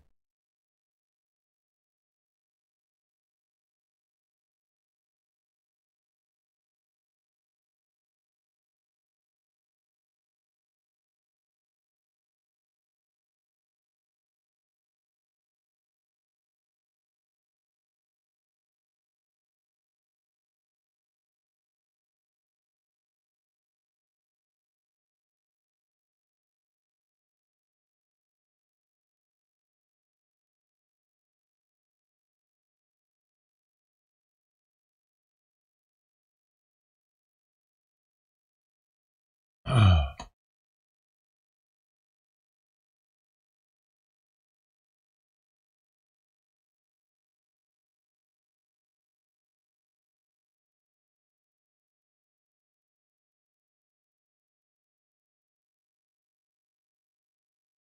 was wondering if there's a way to check and an account was deleted on Twitch.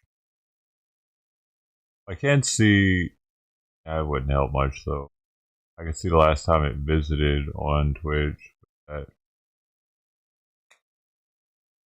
won't quite get me there. That won't tell me. 2023.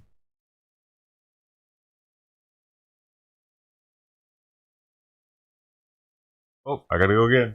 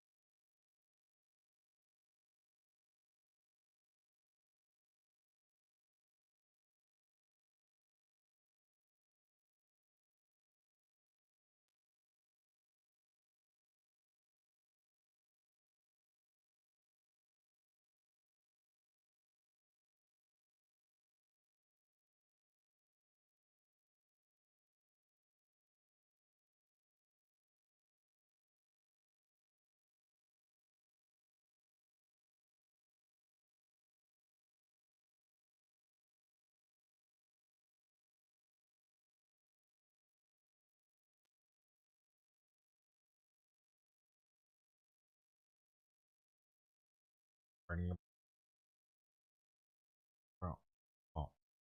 Wonder Blue was, yeah. What was media? I don't know. I don't think they would be that odd. The randomness.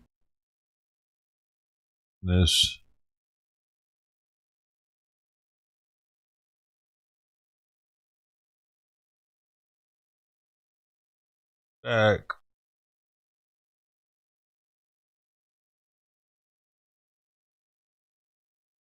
Ah. Oh.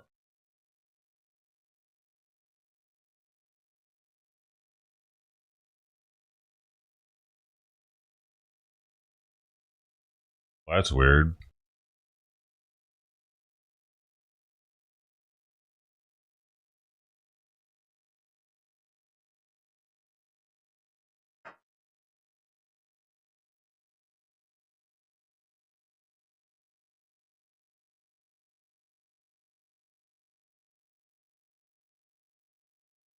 The thing was like, bro, like, where's the fresh one?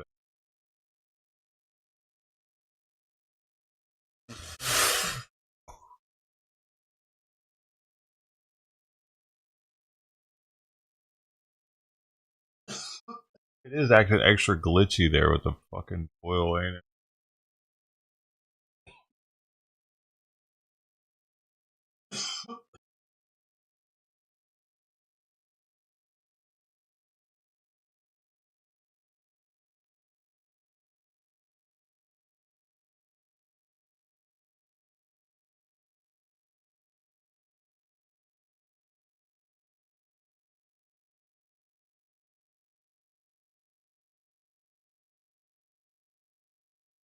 What, you like Penelope more than Trident now? Hey.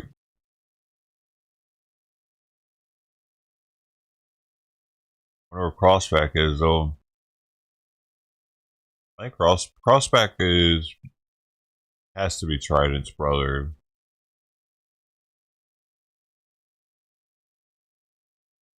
Ooh, this blue situation though, man.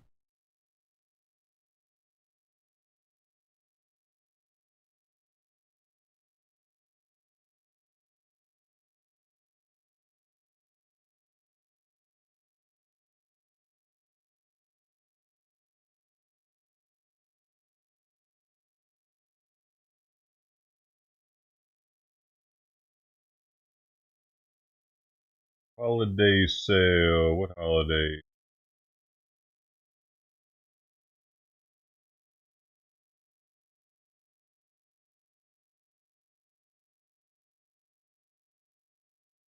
Puffco though, in case y'all want to get a Puffco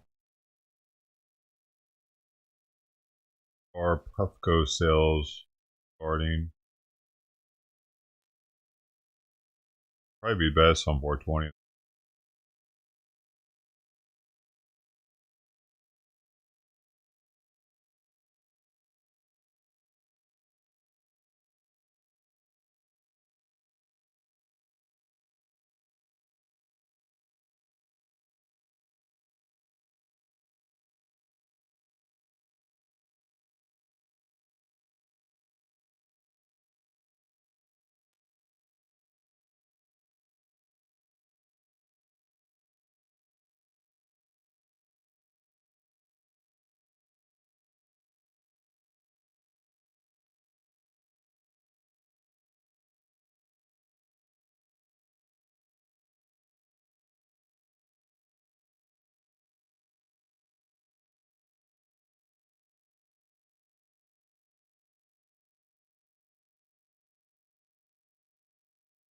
Damn, I'm bummed that she did that though. Can't get it again. Can't do anything about it though. Gotta move on. They're not coming back. She's not coming back. The comments aren't coming back. Timestamps aren't coming back. Time isn't coming back. No. I don't think there's any way for me to find her.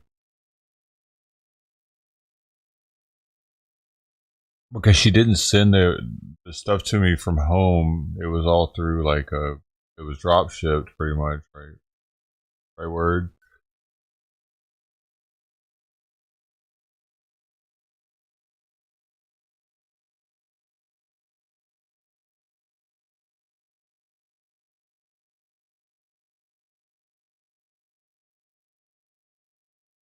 She goes, alright, I'm gonna go put another plate out.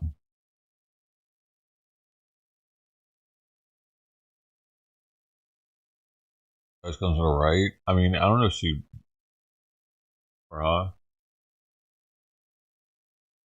maybe I mean she just seemed a little more hungry and the way that Trident leaves more on the plate every time, for sure. Trident leaves more on the plate. And the way she just sat there, like, where's a fresh plate at? I think I might be her supplementary feeder.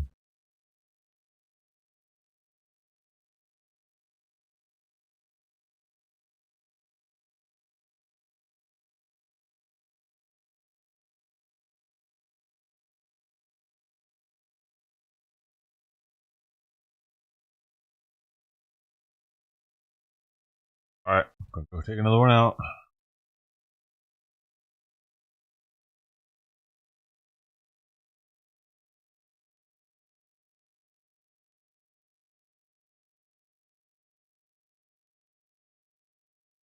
Time for some medicine. What's happening?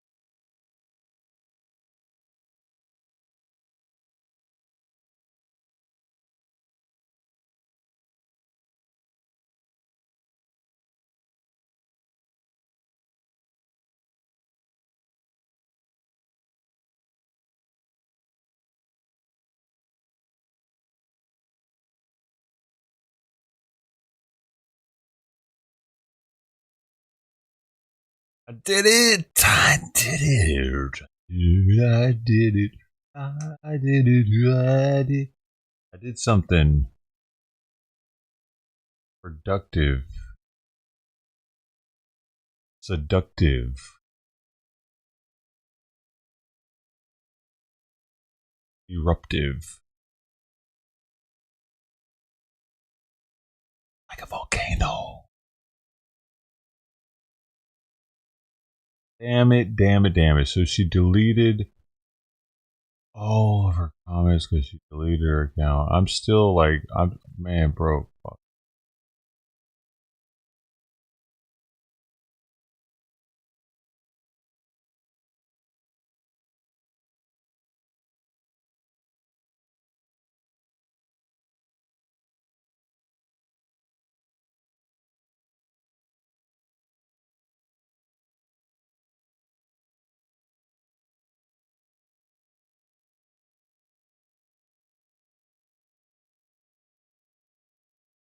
Lick. Dude,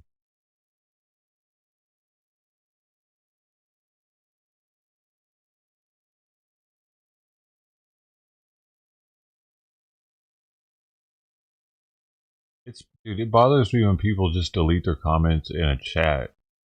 Like, dude, what do you do? Don't delete your comments, man.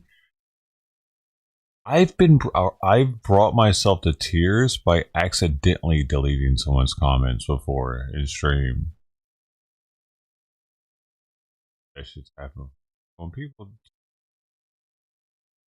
oh my god, dude, I'm like, I can't get over it right now because I big, no fast.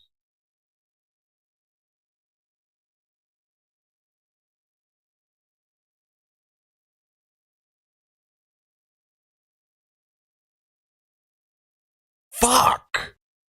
That means all of her comments possibly are also deleted in the side scroll of the live streams. I think so. I don't know, man. So though. Crazy. Why does YouTube do that? What a fucking, why do they do that? Why do they do? Why doesn't it just say deleted user like Reddit? Or like Discord? Why delete the conversation piece? That was part of the content. That was part of the conversation. Fuck you, YouTube. Motherfuckers.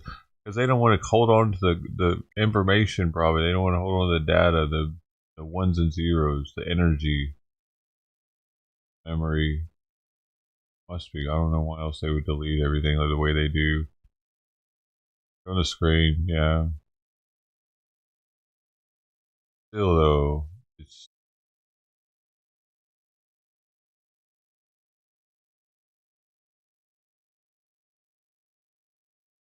who else has done that?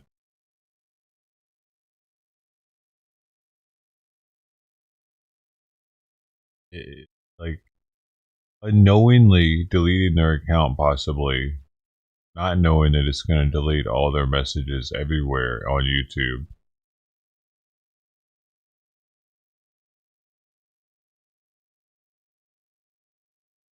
I wonder how many people have done that past few years.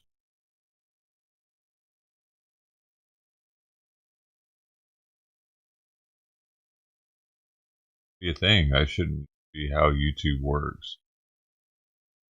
Is it? I doubt that it says it as you're deleting your account. I doubt it says, by the way, you're going to be deleting everything you've ever said on our platform. I don't think it tells you that. I don't think there's a warning. There should be. I bet less people would delete their account.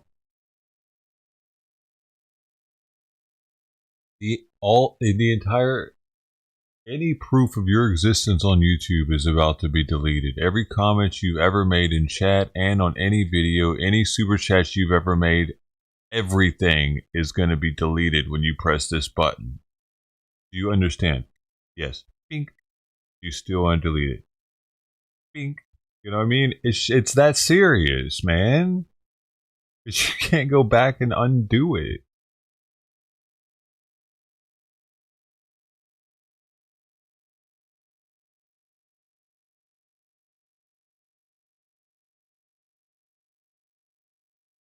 It used to be like that for hiding people. When I first started streaming, if you hit somebody, I guess banning somebody, their words would start deleting. It didn't happen instantly. Gradually, their words would be deleted off of all previous streams. Might take like a day or something. Maybe it took, how long it took actually. It took ending that live stream, or maybe it took a couple days, but they stopped doing that now. Now if you ban somebody or hide them, it only deletes their comments from that stream. Which, that's stupid too. Usually when I ban somebody, I don't ever want to delete their comments because I want the people to see why I banned them. Fuck. Like, I might want to delete the last thing they said or whatever, and you can have it on the screen, but you can at least see the up lead to it on the side scroll. Why not? Or at least have the option to delete all their comments or not. Like Discord gives the option to, you can delete comments going back like a certain amount of time. I can, for the past hour, past 30 minutes, past whatever different amount of time I put. Can't do any of that on YouTube. You ban somebody, all their comments just get deleted from that stream. Stupid. And no one could even tell. Used to, you'd be able to tell. It would say message deleted.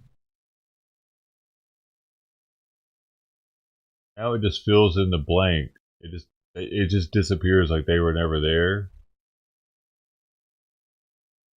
You don't even have to refresh the page. You just have to refresh the page. Now they upgraded it, so they'll just disappear, right?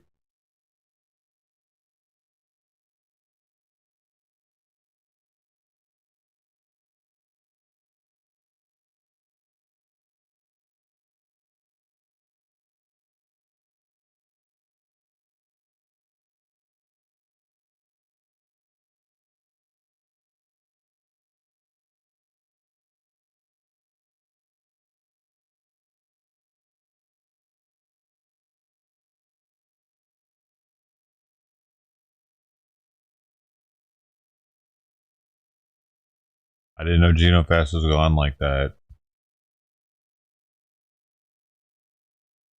Out. No. Forever. I didn't know they were gone forever. I even keep saying, hey, that's GenoFast. Blue's GenoFast. Blue's nobody now. Blue's a deleted account.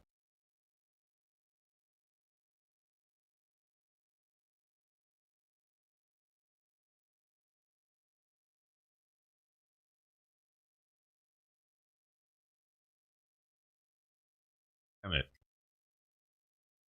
And who the fuck is Don Q Paul? I don't know that one either. What number are they?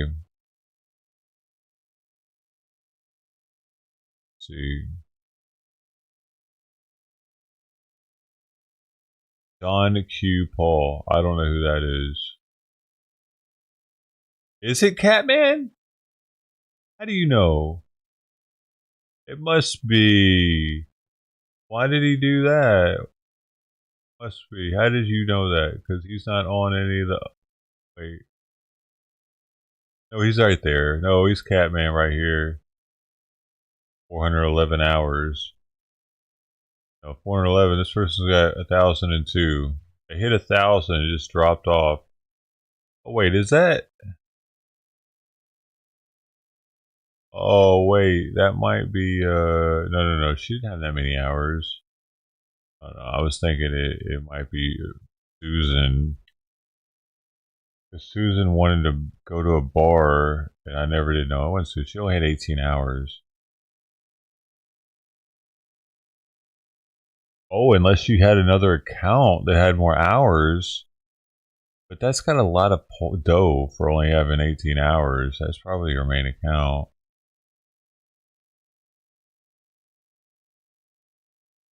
Yeah, I don't know who that was. They changed their name, whoever that is. It wasn't always Don Q.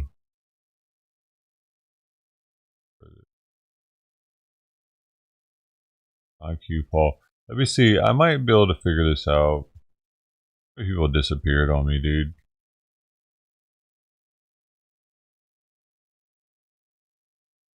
Pushed them all away. I'm a good pusher.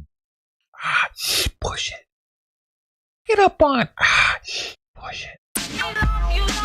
Get up on this. I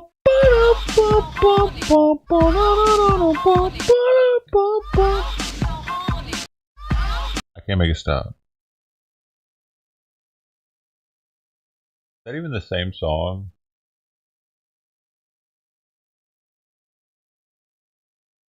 Don. Don Q Paul right here.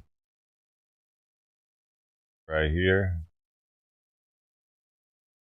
This is a much better way to find people on ID.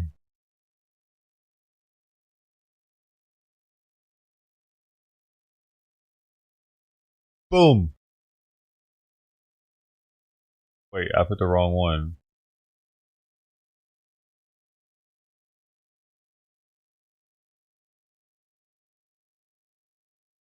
Wait a second. Their name is user ID now? Can't be right. I did something wrong. Oh no, I see what I did wrong. I forgot how to put it.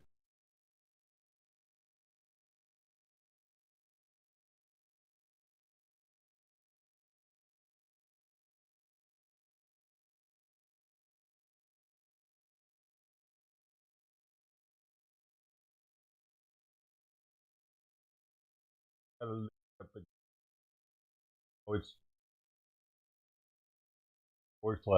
/channel. I see.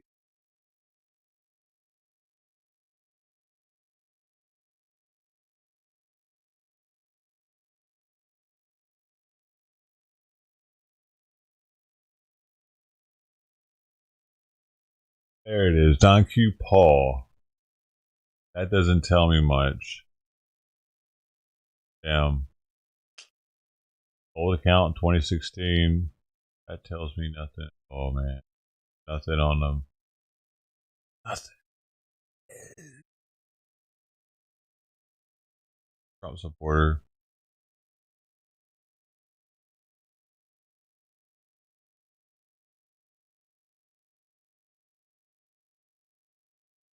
Thing is, I don't know if YouTube goes back and retroactively changes their name on the chat scroll on the side scroll to their new name, or they keep it to the old name. They should keep it, put it to the new name, but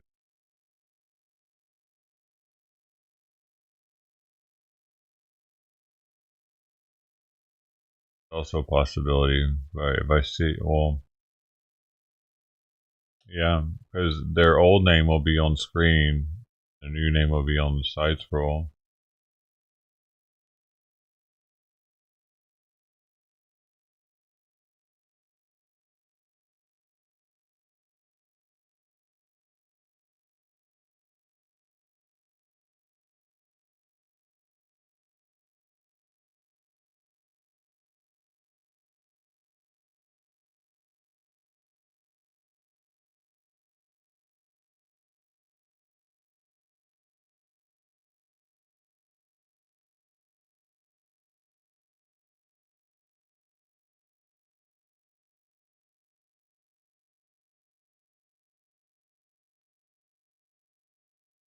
The trial started.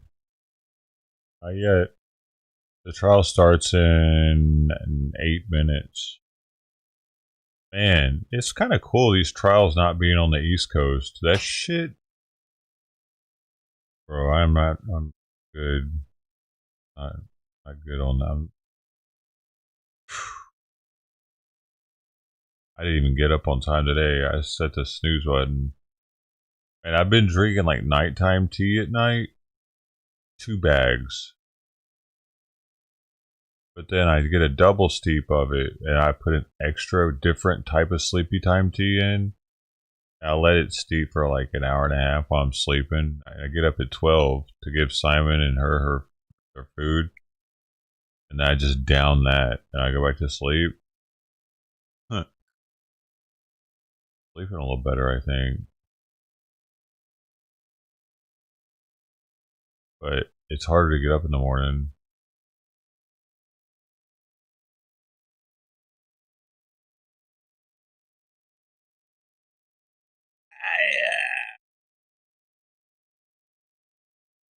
Have you thought about trying that, Sister T? Sleepy time tea?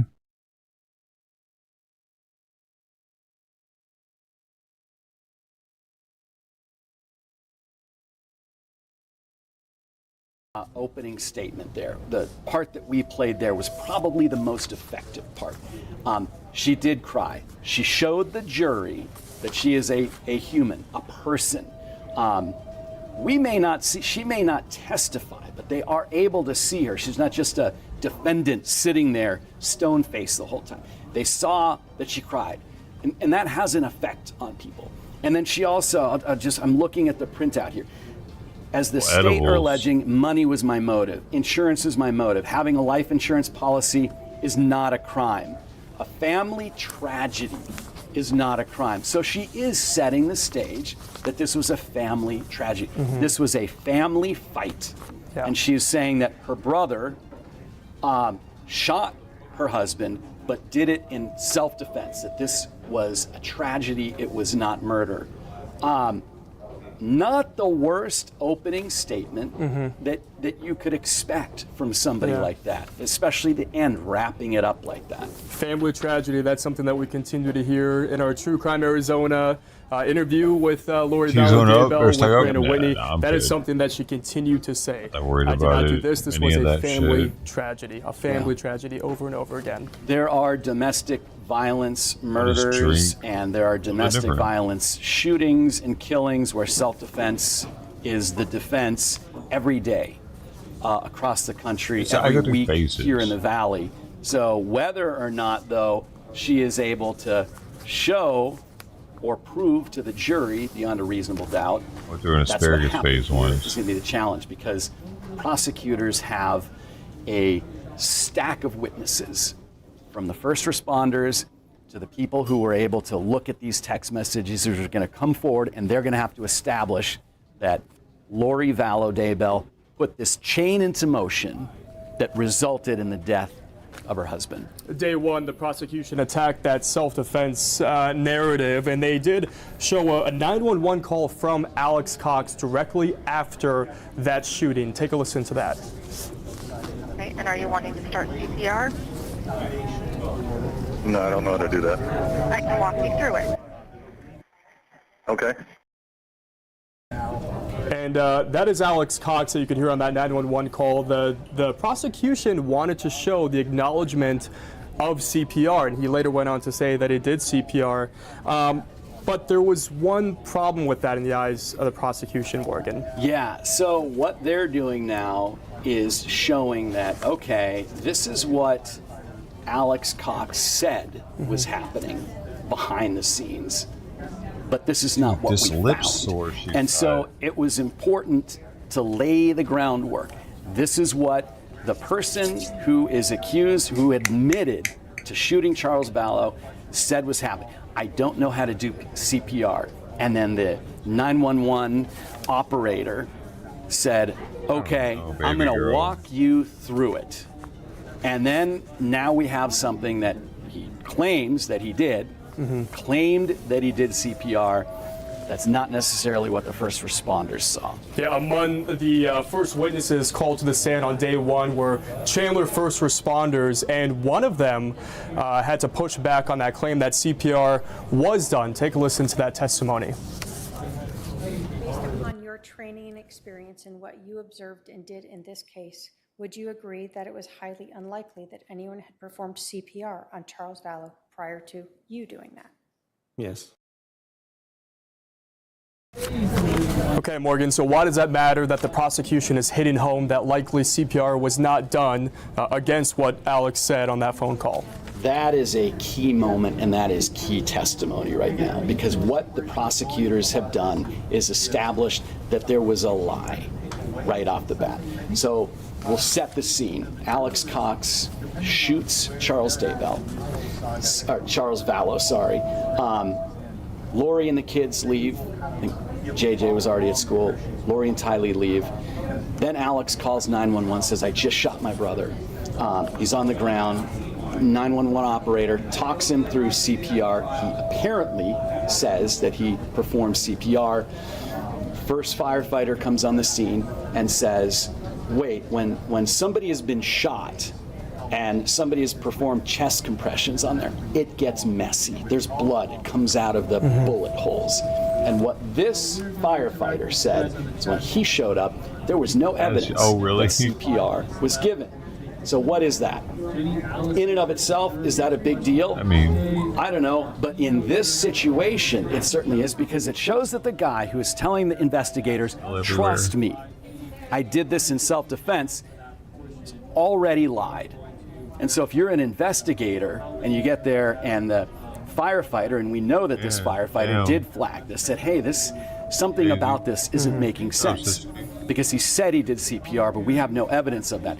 That should have been a immediate red flag to the investigators. But here, in building the case to the jury, it shows that this person who claims self-defense already lied. And that is a big problem for the defense. And during that conversation as well with those first responders, a huge topic of conversation was just the demeanor from Lori Vallow Daybell. How calm she seemed to be on the scene of where her husband was killed by her own brother. Yeah, we see, I remember when we got that police body cam video.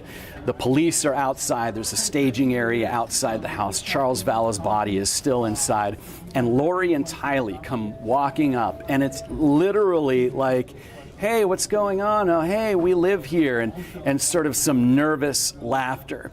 It is not what you would imagine the reaction would be of a woman whose husband was just shot and killed, and she acknowledged that she was there when that happened. So she can't say that she just showed up and she didn't know what happened.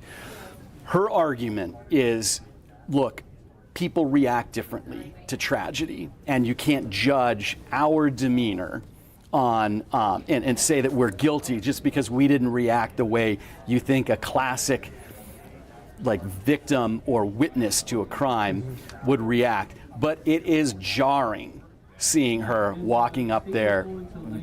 Visually, it looks like there's not a care in the world there. Right. We were keeping an eye on when day two is going to start, less than 20 seconds away. Sometimes, there's some delay with getting started on time, so we'll definitely keep you updated. We saw yesterday Lori Vallow Daybell really try to cross-examine yesterday, and we do have a clip of that we also want to show you. Take a look at this. Did you have a conversation with Alex on the way to the police station? Objection asked and answered. And did he express... Hold on. When there's an objection. I'm sorry. Wait for the ruling.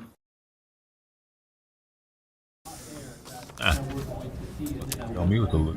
All right. All right. Well, Morgan, with that, it looks like we've run out of time, but we will have continuing coverage of day two of the Lori Vallow Daybell trial, which is starting momentarily.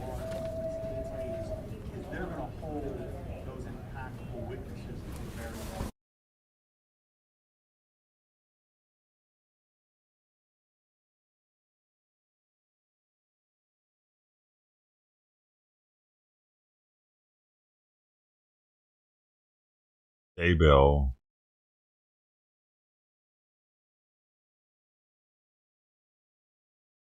What if her lineage, the ancestry or whatever of the dude's family was a Daybeller. He rang the bell during the walked into the house, the village, proceeded forward, 12 o'clock. Saw Boom. the patient on the floor to the right, proceeded to the patient to start an assessment and evaluation. And then Captain Keller had already come in. I'm pretty confident, yes, he would have been quicker getting off the truck and inside. You're proud day And beller. so you did your assessment, and then what? My assessment revealed that he was unresponsive, no pulse, no breathing, so I would have started CPR, started chest compressions. Did you do that with his shirt on? I would have lifted that out of the way so I could find the proper landmarks. So you had said that you saw that there was, let's see, 2 gunshot wounds, is that correct? Yes. And then you saw that through the shirt? Or how did you assess that when you first entered? That's my question. Once I'm doing CPR, I can see 2 bullet holes in the shirt. I can see that on the chest and on the abdomen. I can see the wounds as I'm looking at the chest and doing chest compressions. Okay. And then he had on what color shirt? I wouldn't have recalled other than, I guess, the video yesterday. I think it was a dark colored shirt I think we saw on the screen. And so you had talked yesterday about the blood being more blood on chest, not pooled around your knees, right? Is that correct? Correct. And so with the dark shirt, was it hard to see the blood? I'm kind of trying to see what you saw when you entered. I remember seeing blood on the chest. It wasn't, I remember not seeing blood on the abdomen. And there were holes in the shirt, 2 holes in the front side? I would, best of my recall, yes. Okay. And when did you cut off the shirt, and how does that procedure work? I continued doing CPR, chest compressions. One of my other colleagues would have cut that off, and knowing that the shirt maybe is potentially evidence, that's why I said to her, don't cut through where the holes are. So she could have cut down the side instead of on the top of the body. And do you use like a special scissors or something for that? Yeah, we have some trauma shears in our equipment. Okay. And who was that? Was that Phelps or? I believe that was firefighter Kaczynski. Okay. Kaczynski, that's one I didn't have. So who all was sitting there with you that was on scene at that time? Firefighter Fife would have been there. Mm-hmm. Firefighter Kaczynski, the 3 of us, kind of like we saw in the video or like the picture yesterday. All 3 of us around the patient, while Captain Keller was standing back a little bit, like you saw in the picture. Okay. You said that you had been a CPR instructor for 12 years. Is that correct? Yes. Okay.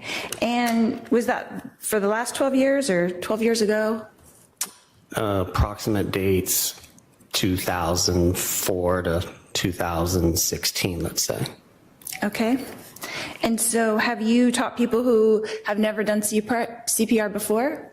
Have I taught those individuals? Yes. Right. And not just like people renewing their certification, but both? Correct. Okay. How many people would you say that you've taught that have never done CPR before? Never done CPR. It's probably in the hundreds over that long of doing that. So you'd be familiar with how a first-timer would react? Yeah, you try to forewarn them what to expect. Okay. So these first-timers, they have to be taught the appropriate place to place their hands. Would that be fair? That is part of the course, yes. And so do you show them, or do you just tell them in class where to put their hands? It's a video-based system through American Heart. There's a curriculum that we would have been following. Okay. So if you could only tell them, like over the phone, that might be difficult for them to know the correct placement of their hands if they've never done it before. I guess it depends on the instructions that the dispatcher gave. Ultimately, if I was telling somebody over the phone, you want to put your hands on their chest, on the lower part of the chest. It's that kind of simple, so to speak. Okay. But without the video, if you were teaching a class and you didn't have the video, it might be difficult, right? for a bunch of first timers? Objection, speculation. Overruled. You can answer. Did me answer? Oh, okay. Sorry. Can you repeat the question then? Yeah, so it might be difficult. If you didn't have the video, it might be difficult, you know, for a bunch of first timers to know exactly what to do if you just had to tell them middle of the chest, lower chest. I mean, you could obviously show on a person. You could show on yourself. If you couldn't show them and you could only tell them, could it be difficult? I suppose it's possible depending on the person. Okay, that's fair. So do you think that your CPR class would be fairly successful if you had no visuals? Objection, relevance, speculation. Next question. I got it, Your Honor. So if a person had never done it before and was just told how to do it, is it possible that they might not be acquainted with where to put their hands? It's possible. And it would also be possible that they might not do it properly. That could be possible too. And right now when you're teaching CPR, and I didn't say you are teaching right now, but if you're teaching a class, are they just doing percussions now? There's no breathing in the mouth, is that correct? It's going to depend on the level of the class. As far as the lay rescuer, people that have never done it before that just want to have the training, it's evolved and we're teaching compression only. That is a form of CPR now also, just doing chest compressions. And how long do you teach to do that for? How long of a period before you take a rest or? Well, it varies depending on if the patient is an adult or a child. There are different guidelines that American Heart offers. So in those courses, they're getting to learn information for adults and children and infants also. Correct, right. So for an adult, how long, like 30, 100, 150? It's been a while, so just wondering. With an adult, they're also taught they need to call for help right away also. So that's a factor. Are they alone? Is somebody else able to call? Can they call, put the phone on speaker, start, while talking to 911? And then they would just keep going until help arrives. So there's no timing, like you take a 10-second break, you just do compressions? Not for that type of level of CPR, there wasn't. Okay. So it's helpful if you had someone there that you could take turns, like I do 100 and then you do 100, because it's kind of exhausting, right? Objection, compound question, relevance. I'll sustain it as the compound question. You can re-ask the question. Ask it in a different way. Go ahead. So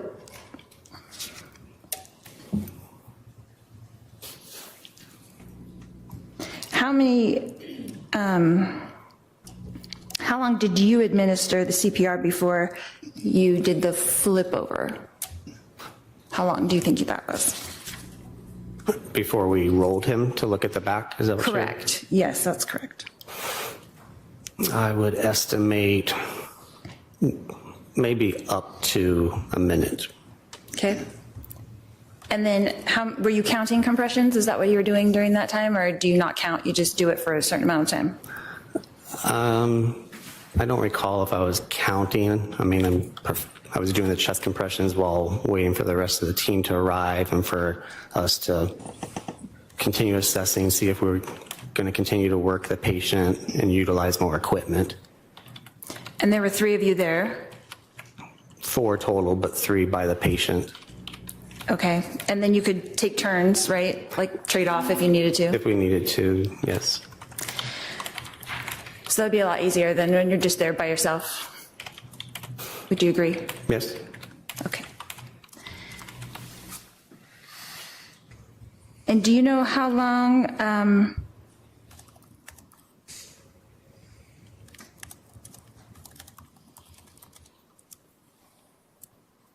after the rolling over you started doing compressions again? Is that correct?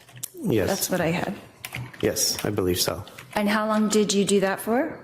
I would estimate maybe upwards of another minute. So maybe 2 minutes total? During that sequence, yes. And was there another sequence? At some point, we would have stopped doing chest compressions so we could evaluate the heart rhythm. That's on the heart monitor. With the heart monitor? And you can't be doing compressions to evaluate that. Okay. And then you didn't continue compressions after the heart monitor at all? From what I recall, I resumed again in brief discussion as far as what direction we were going to go. And what were the results of the heart monitor? There was no electrical activity.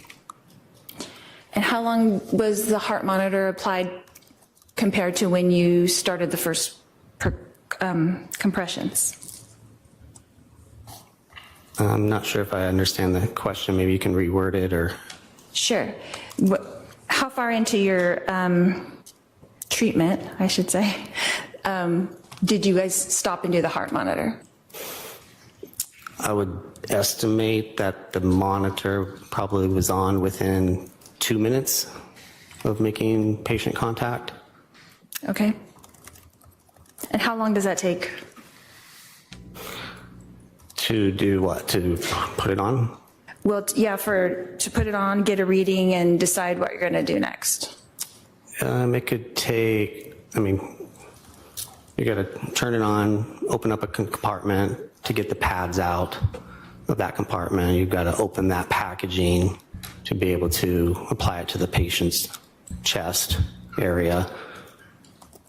If the chest is wet, which there's some blood, you need to dry that so it's going to adhere more properly, read more properly.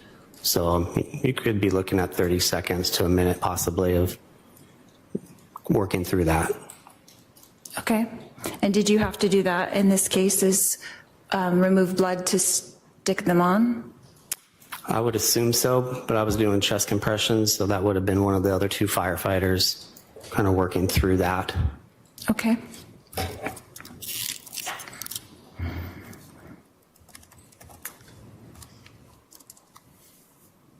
So I understand correctly, you said when you rolled him over, did you cut the shirt in the back also to see the exit wounds? Is that? No, we only had to cut the shirt one time. That was when he was still laying on his back. You cut it down the side and that opens it up to where then you can remove it from the body, pull it off. So you did pull it off completely at some point? More than likely, I would say yes. That's typically what we would do. Okay. But you don't remember if you did that in this case? I know that I didn't do that because I was doing chest compressions, so I would assume one of my colleagues did that completely. That's typically what we do. Okay. And so you're back to doing the compressions for the third time, and then you stopped that at some point. Was there another procedure after that? No, at that point in time is when we would have called the patient. And who announces that? Ultimately, I remember our captain, since he's in charge It's of the crew. the rhythm of the night. He's the lead medic. He has the most experience. He's also charting the call, kind of running it. It's the rhythm of the night. And that would be Captain Keller. I'm sorry, I don't want to interrupt you. Yes, correct. Okay. And then he did call it at, do you know what time? Out, man. It would have, I don't have it memorized, no. It would have been like in the charting that he was doing. Rhythm. And who documents that? Rhythm. He would have documented He would have that. done it?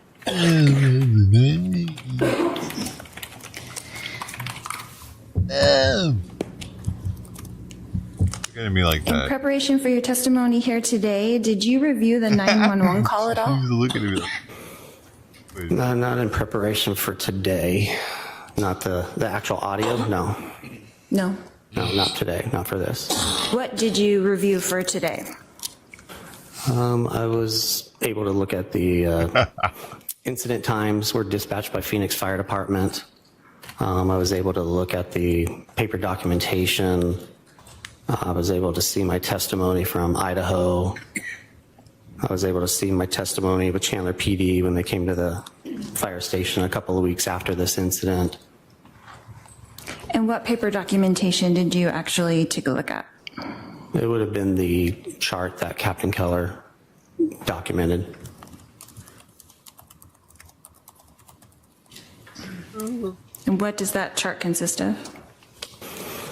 There would be scene times, date, time, address, patient information, name, address, maybe medical history, things that we, a narrative of what we discovered, what we've done, treatments that we've done. The heart rhythm from the monitor gets attached to it.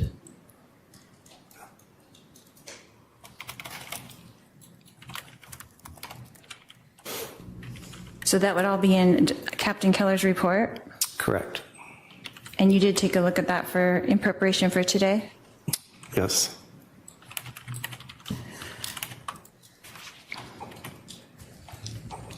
And did you write a report regarding this incident? No. You don't have to document anything? Just one person documents the call. So for all the people that were there from fire? Correct. Okay. So that's the total report, is you just give your input to him and he puts it into the report? Correct. And that's the same for the other two firefighters that were along with you? That's correct. Okay. So they don't have their own individual reports as well? No. Okay. And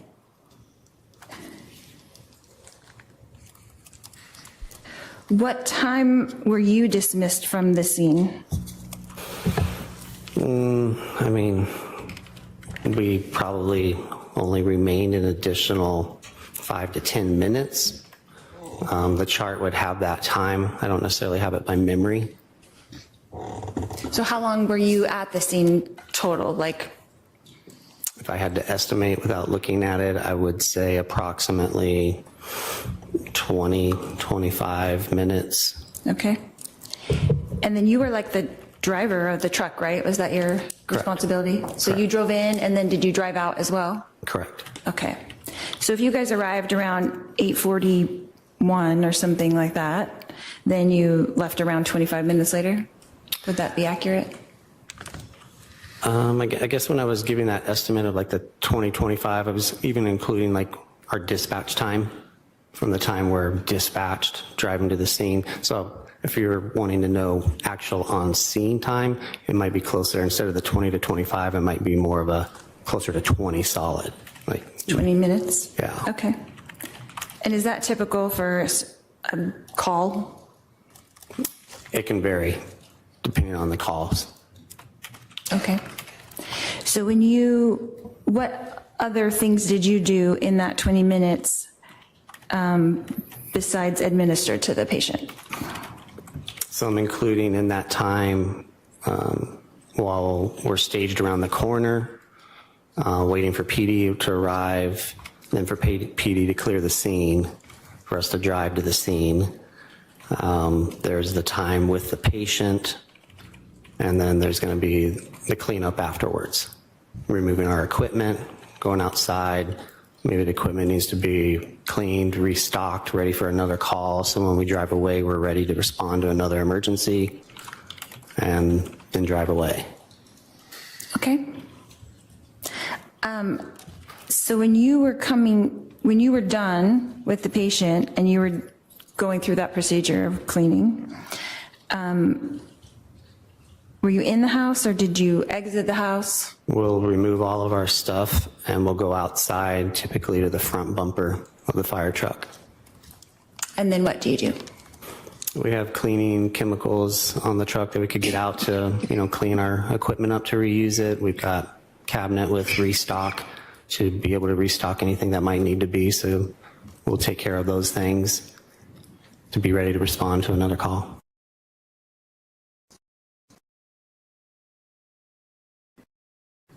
Okay. And while you were out front, did you see Alex on the curb?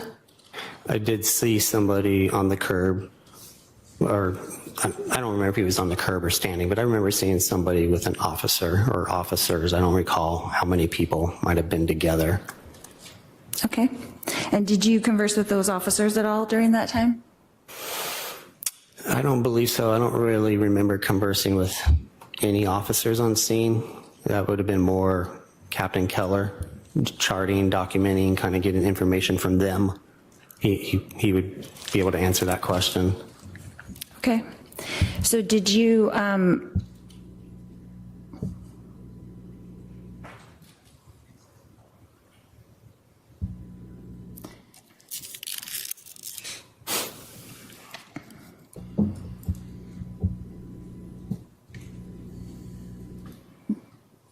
was anybody in firefighting on your team, the four of you that were there, was anyone asked to take a look at Alex?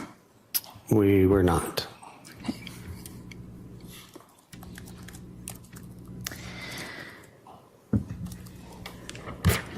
Let's see. Have you spoken to the media about this case? I'm going to object. Relevance. What's the relevance? What is the relevance, Your Honor? Yeah. Just to know how many times he's given testimony? Your Honor, I'm All right, going to, maybe we can hold on. sidebar. Yeah, I don't want to. All right, let's go on a sidebar.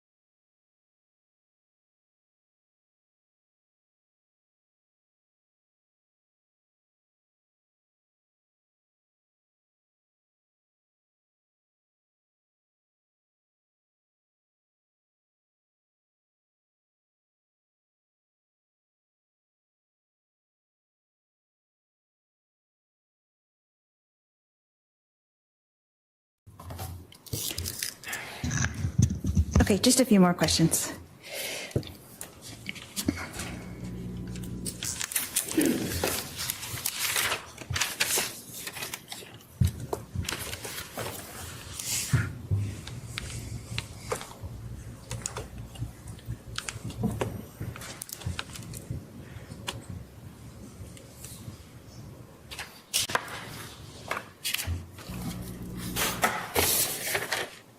Mr. Cowden,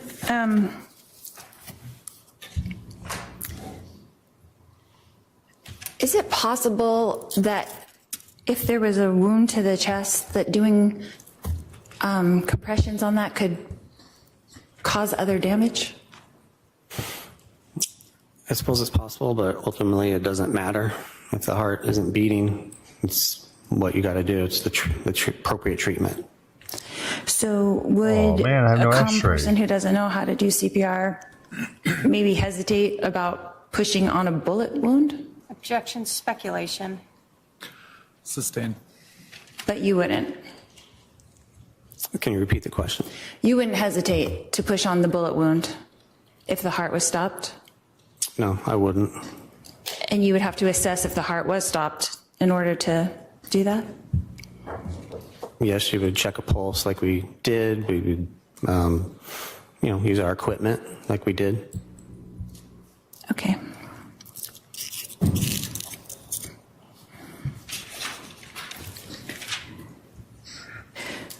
So the two wounds that you saw when you first got there, one was in the chest and one was where?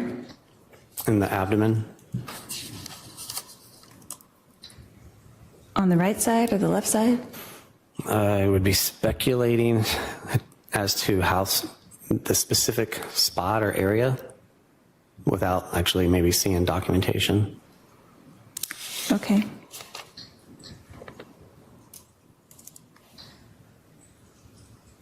And can you tell me about I think there's a word for it, but I'm sorry, I can't remember what it was. The crunch. When doing the chest compressions? Correct. I don't know if there was necessarily a certain word that I used, but you feel the sternum crack. I compare it to, like I said before, cracking your knuckles. And how much pressure would you have to apply to get the crack? That could vary, like depending on who you're doing CPR on. Like on an adult male? I mean, it could still vary depending on, the strength of the person doing CPR also. It could vary depending on the size of that adult male also. So I've never seen like any science that might say you got to deliver this much pounds of force or anything. Right, so, like 400 pounds of pressure or something? Yeah, I don't know. Right. Okay. You're just going to push hard. Hold on. Sorry. Can't have you talk over one another. So he's finished his answer. Go ahead and answer your next question. So there's no determined amount of pressure, correct? Just hard and fast. When it comes to people doing CPR, for us, we're working as a team. We have equipment that can tell us if we're pushing hard enough. For a person without that equipment, just hard and fast. Okay, that's fair. And then they don't always get the crack, right? It's not always going to happen. If they're doing it forcefully enough, they would. So if they didn't do it forcefully enough, it wouldn't. That is possible, yes. But then when you come in, the professionals, and you apply the correct amount of force, then you would hear the crack. Yes. And is that possible that that happened in this case? It is possible. Okay, no more questions. All right, redirect.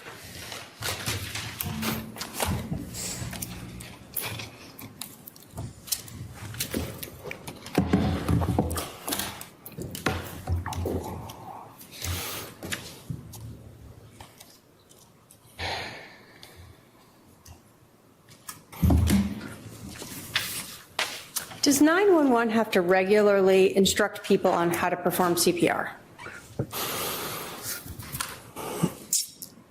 I don't know if I can answer that since I don't, do that since I'm not 911. Have you regularly heard while listening to a radio 911 instructing people on how to do CPR? We have had PTI information when we're responding to a call that will tell us that they are either performing CPR or being instructed to. So you've seen in the past that 911 is prepared to handle individuals who may not know how to perform CPR. Yes. And that's to help try to keep the patient's blood moving while you're en route. Correct. You were asked a lot about trading off and other people doing compressions. At this scene with this patient, Charles Vallow, did you ever trade off and have someone else do the CPR compressions? Thank you. You were the only one doing the CPR compressions. Yes. Were you doing CPR while another paramedic or EMT was getting the heart monitor ready? Yes. So this timeline of however long it took them is in conjunction with you still performing CPR? Yes. We talked about Charles's shirt being cut. If photographs from the scene show his shirt still around his neck, would that indicate that it wasn't removed from him? After the cutting? Yeah, so if police, let me ask you this. When you guys are done and he's called deceased, do you put his clothing back on or modify him in any way? No, we would just take our equipment that's necessary to take. So if his shirt was still around his neck, then that's how it would have been left? Correct.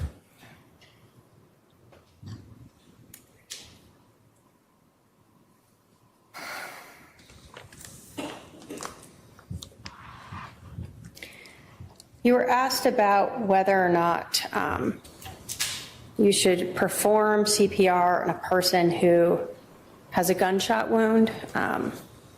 Is there any reason why a person with a gunshot wound would not need to have blood circulating through their body to bring oxygen versus some other type of injury? No. Is the whole point of CPR to make sure that blood is circulating to get oxygen to their brain? Yes. So that they don't go brain dead?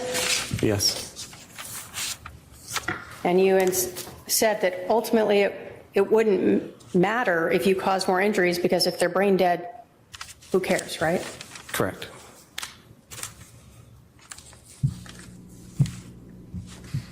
In your assessment, did you feel that no one had performed CPR on Charles Vallow before you arrived?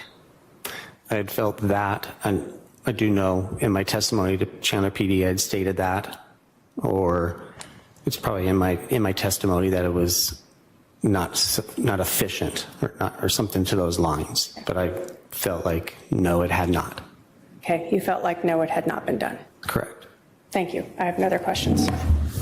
All right, I see at least one juror question. We'll go on a sidebar. Please, if you're a juror and you have any additional questions, pass down your question to the basket.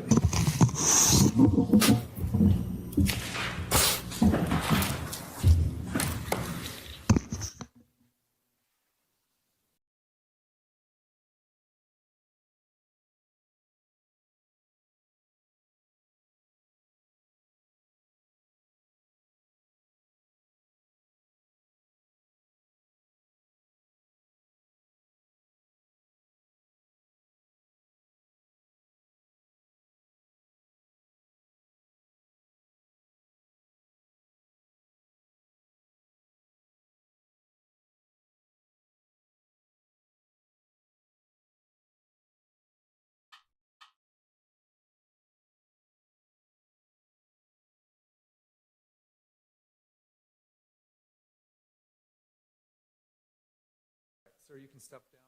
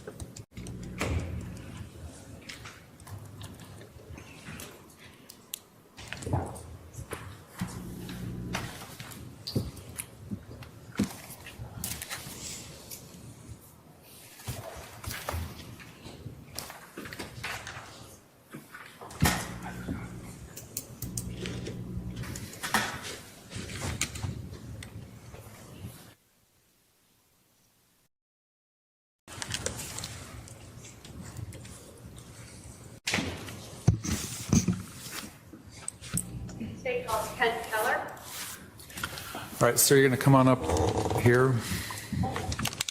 You're going to stand right here and be sworn in. K-E-N-T-K-E-L-L-E-R. Thank you. Please raise your right hand. You do solemnly swear the testimony you're about to give will be the truth, the whole truth, and nothing but the truth, so help you God. I do. All right, you're going to come up this ramp over here and have a seat to my left.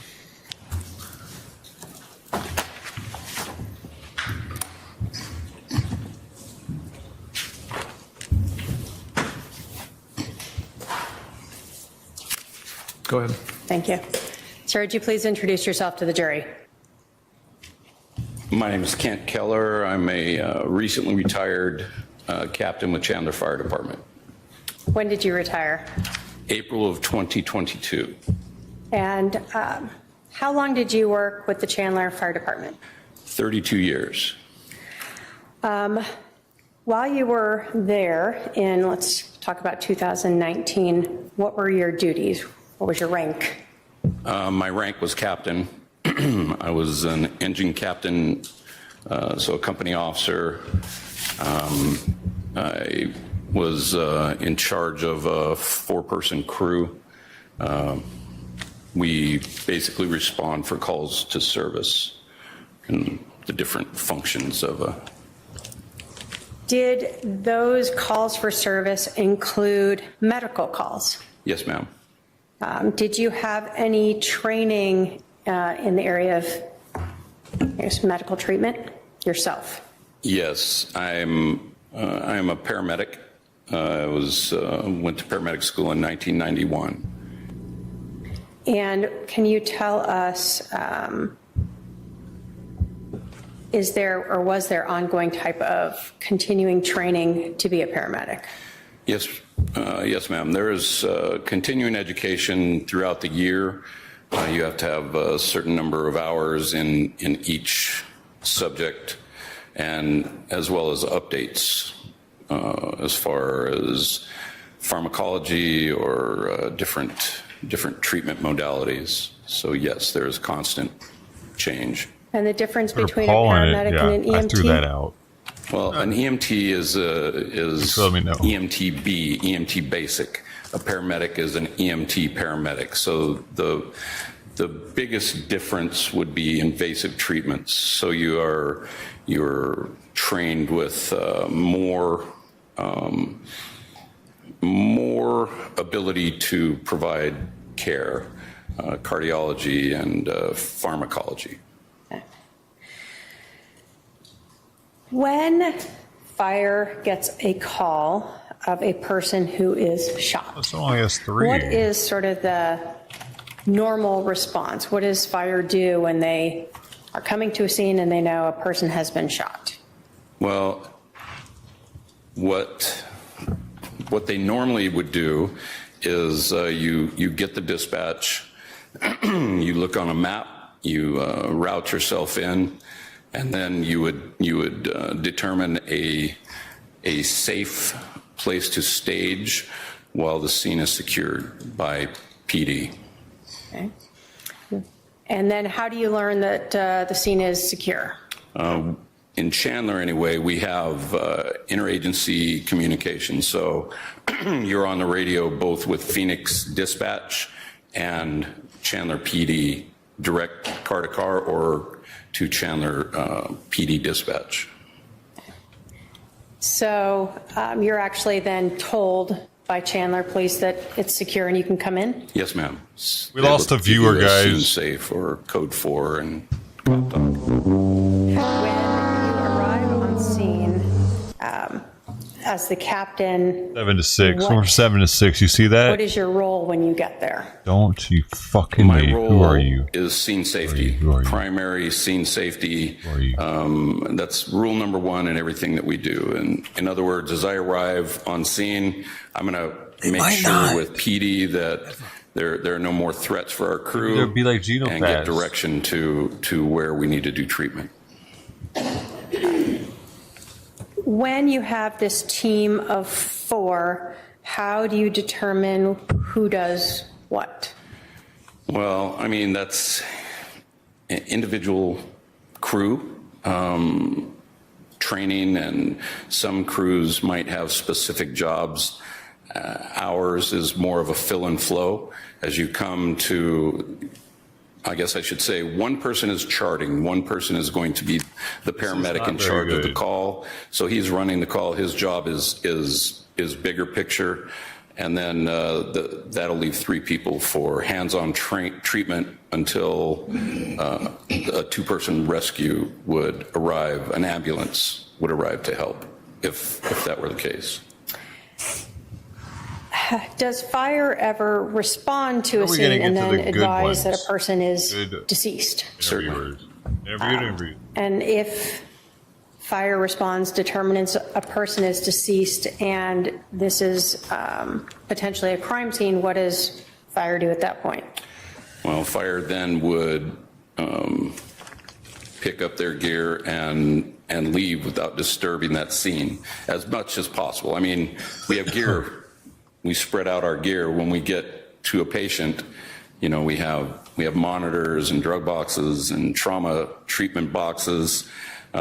So as soon as it's determined that the patient is not viable, then you would pick up that gear and leave the scene. You know, what you don't want to do is interfere with.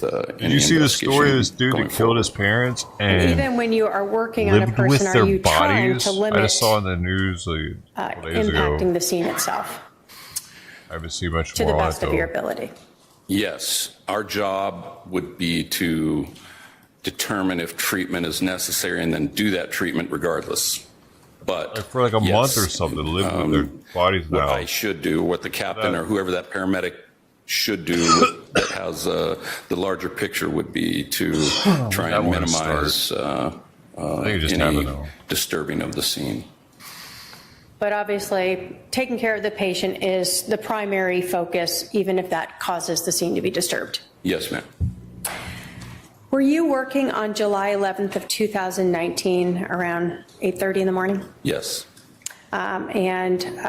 Do you recall responding to a shooting at 5531 South Four Peaks in Chandler? It's taken forever for that stabbing trial to start, too.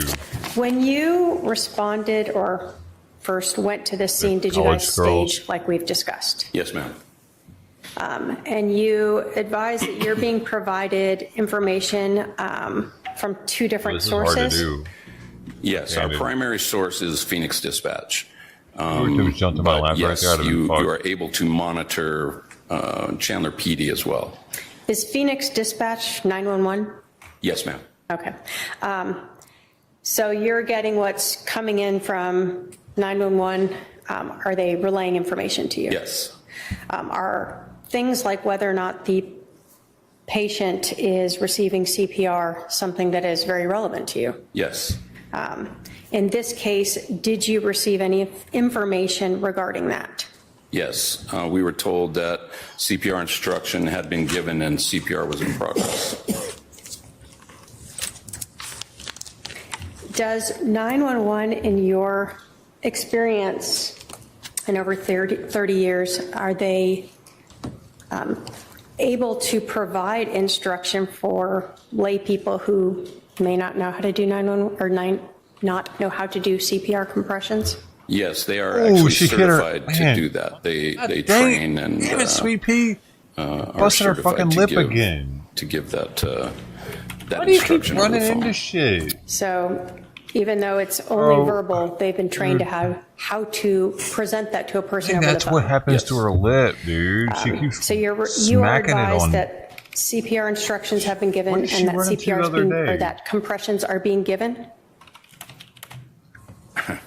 He's just so hyper. Been a little while, but yes, I believe that I was told. I do know that saw it, right? instruction. She smacked I do remember specifically right into hearing this, that. like she didn't see it or something. CPR in progress. I believe I remember. I would have to, but definitely the CPR instructions had been given. Does knowing that a person has been receiving CPR impact the way you view a patient when you enter a scene? Yes. How? She's ready to do shit. I think that's what's it would make the patient more viable. If adequate CPR were given prior to our arrival, then you would hope that good CPR was given and that oxygenated blood was being pushed around the body, which would mean that make the patient more viable at that point. When you go to a scene where you believe CPR is given,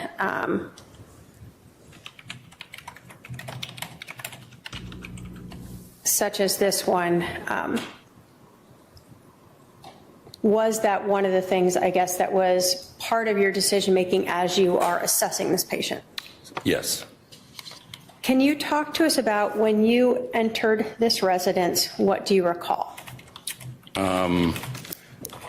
When I entered the residence, I recall thinking that the house seemed empty, like it was either being moved into or moved out of. So there was no furniture or anything. We had a clear path to where the patient was. And I remember thinking that there's very little in this room other than the patient. Okay.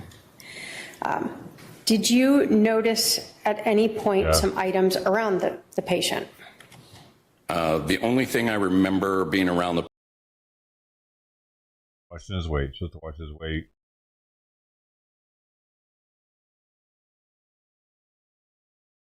And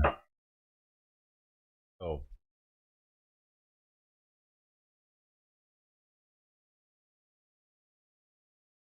let's say around the patient.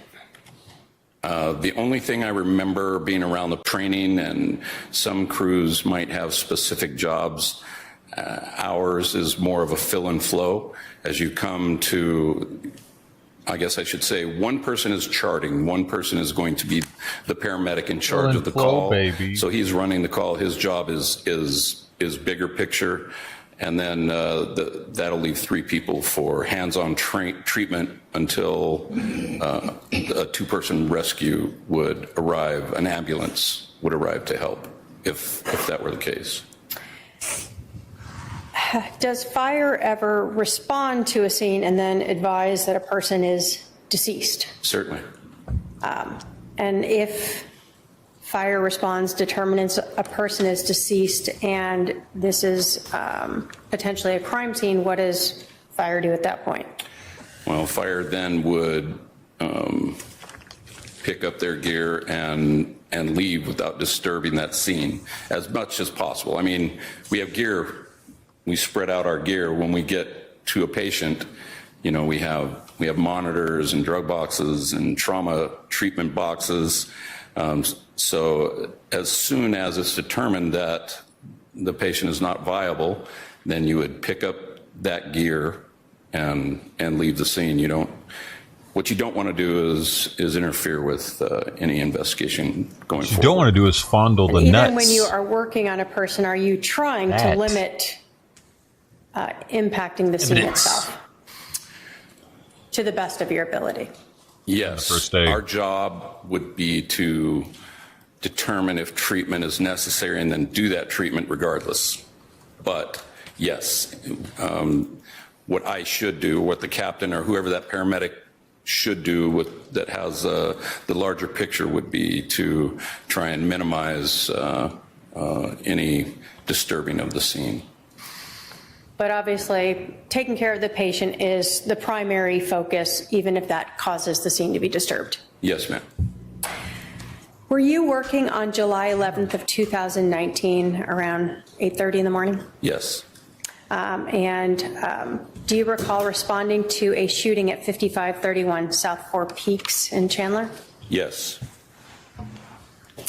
When you responded or first went to this scene, did you guys stage like we've discussed? Yes, ma'am. And you advised that you're being provided information from 2 different sources? Yes, our primary source is Phoenix Dispatch. But yes, you are able to monitor Chandler PD as well. Is Phoenix Dispatch 911? Yes, ma'am. Okay. So you're getting what's coming in from 911.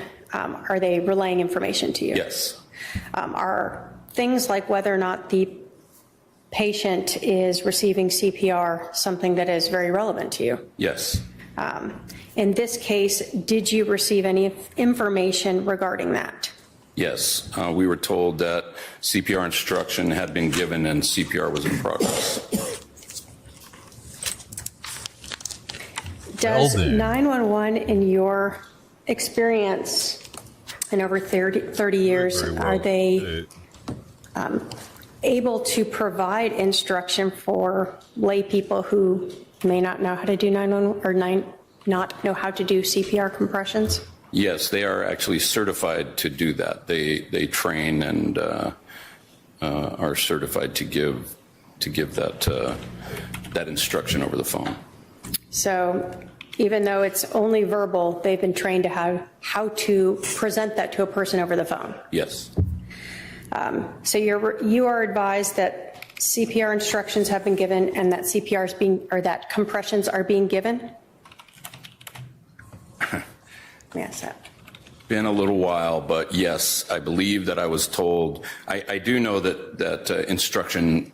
I do remember specifically hearing that. CPR in progress. I believe I remember. I would have to, but definitely the CPR instructions had been given. Does knowing that a person has been receiving CPR impact the way you view a patient when you enter a scene? Yes. How?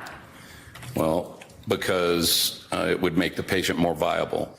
If adequate CPR were given prior to our arrival, then you would hope that good CPR was given and that oxygenated blood was being pushed around the body, which would mean that make the patient more viable at that point. When you go to a scene where you believe CPR is given, viable. I don't know, it's weird hearing about humans as viable. Issues such as this one. Issues are still viable for organ was donation. That one of the things, I guess, that was that's part of your decision making as you are assessing this patient? If people don't do. Can you talk to us CPR, about when you entered this residence? What do you recall? When I entered the residence, I recall thinking that the house seemed empty, like it was either being moved into or moved out of. So there was no furniture or anything. We had a clear path to where the patient was. And I remember thinking that there's very little. Only we all had like a clone out there. Like the movie The Island. With Ian McGregor. The preface or the plot or whatever. I forget what word you use, but the movie is about these people in this room other than the patient. World you're looking at his back? In the ground. Back. Right, from the back of the head to the back of the feet. Okay, so he's looking at his back. The world is polluted except for one island. Right, from the back of the head to the back of the feet. They're all in a lottery. So he's completely rolled over so that you can see his back. And they do this mundane work every day. Did you notice anything about Mr. Vallow's back? But the thing is, when they win the lottery, they're not actually winning to go to the island. They're going to die because their clone needs a body part. He did have lividity. It's a trippy so movie. there was modeling, skin modeling, and lividity. I just gave a shit ton of it away, by the way, but you find out like within the first like 30 minutes. Can you tell us what modeling means? Something ain't right. I believe it's been a long time since I've seen sort of a patchy looking skin. Most of the movie, I think you know that what's going on. Hypoxia or not enough oxygen getting to the skin. I mean, you can have mottled skin for different reasons, but in this case, they don't know. Of course, they don't from know. His heart not going to beating. This island. Okay, and then you said lividity. What does that mean? So lividity is the pooling of blood, and that takes longer, much longer. So the blood will begin to What if we all had our own leave the clone like tissues that, and gravity drain to the lowest part of the body. So when the blood isn't being circulated by either CPR or the heart, the blood just starts to pool there. Yes. And so you noticed that as well when he was rolled? Yes. Did you notice any exit wounds? I did notice at least one exit wound, yes. After you looked at his back, do you recall, I guess, when in this process you checked his heart monitor, when that was done? I do not. This all happens simultaneously. You asked what these different people are doing. They're doing all of those things simultaneously. So your patient is exposed, CPR has begun, and the evaluation, the rest of the evaluation is happening. So timeline, it's on the heart monitor, I'm sure, but a lot of it happens simultaneously. That answer the question you asked that again? I'm sorry. I believe so. Do you recall what the heart monitor results were? Asystole. No electrical rhythm in the heart. Flatline. Rhythm of the night. Do you ever look at a patient's pupils? Yes, ma'am. Always. What's that for? Because if it's just a brain function. If you shine light on pupils, they react. When the brain stops to function, hypoxia sets in. The pupils will dilate and remain fixed, so they won't change. They're non-reactive to light. What did you see with Mr. Vallow? They were fixed and non-reactive.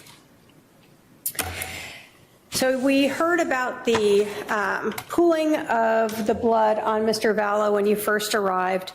As CPR was being done, did you notice any blood being pushed out of his body? A little bit more. Again, he is on his back. Exit wound was in his back, but yes, we increased the amount of blood under the patient by doing CPR. When you first arrived, did you notice any active bleeding? No, ma'am. Back Mountain was What's one of the the top relevance of movies. no active bleeding? No heartbeat. That's what year that movie came out. And the top movie of the year supposedly was Munich, followed by Crash. And I don't know. Were you advised of Scott Cowden's flow, though. information Damn. about Oh. when he started CPR, hearing the crunch, or feeling, I guess, the crunch of him performing CPR? Was I advised of it? Yeah, did he let you know that? No, but that would be expected. And is that expected if CPR hadn't been Lord of performed? War No. was 40s? Not adequately. Again, big guy, so that the sternum will, He's really the cartilage trying holding to the get sternum to them the on that. ribs breaks. It gives way, so, and that actually makes CPR much easier. In this case, you came in, he wasn't breathing, he was pulseless, his pupils were dilated, the heart monitor said there was no activity, correct?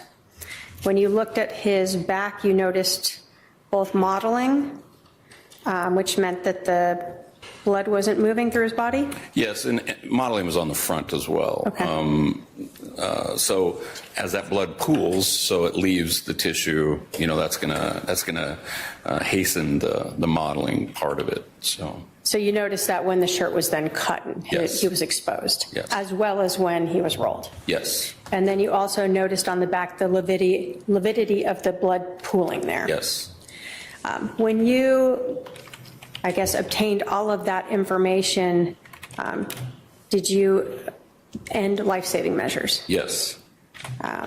Who decides to end life-saving measures? I do.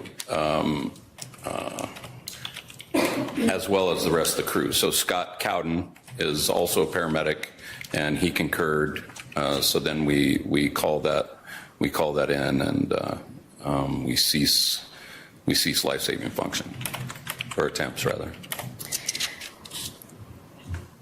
When you cease life-saving measures at a scene where someone has been shot and is now deceased at the scene, do you leave sort of any attached medical devices with him? Well, as little as possible. So what would have been left on him would have been defibrillator pads, probably EKG electrodes, and probably a CPR puck. Okay. Now, when you arrived on scene or when you were exiting, did you ever notice any male outside that might have been with some police officers? Oh, a person? Yeah. Yes. One person, one male. And did you notice him when you arrived or when you left? When I arrived, my job in particular is to kind of get a larger overview of the scene. So I did notice a person talking with PD. And when you observed this person, did you notice anything that he appeared to be injured in any way? No. So no obvious injuries to you? No. If you had been asked to treat him, right when would you Simon have? wants to lay on my lap. Did you see that same person outside when you left? Yes. And when you left, did you observe anything about him again that he appeared to be injured in any way? No. Did you ever see a female and a female teenager at the scene? Yes.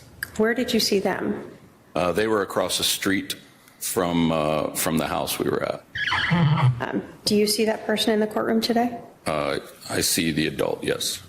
Can you point her out and let us know what she's wearing?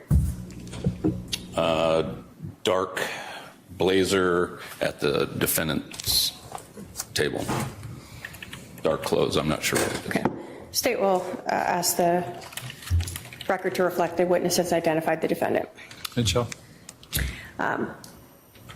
Did you overhear her talking or saying anything?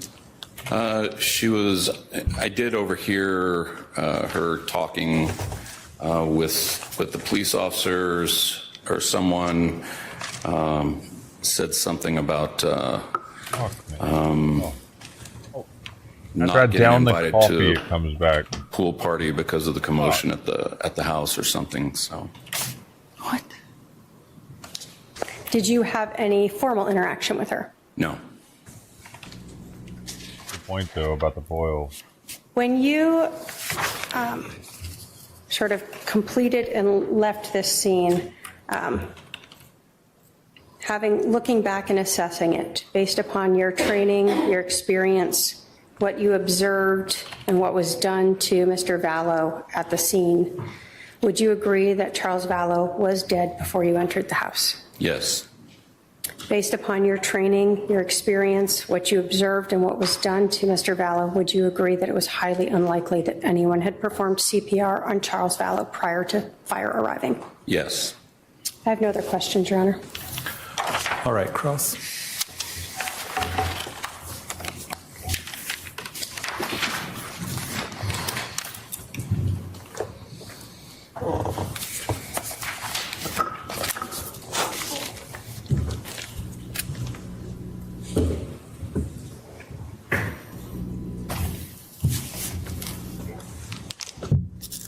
Captain Keller. Yes.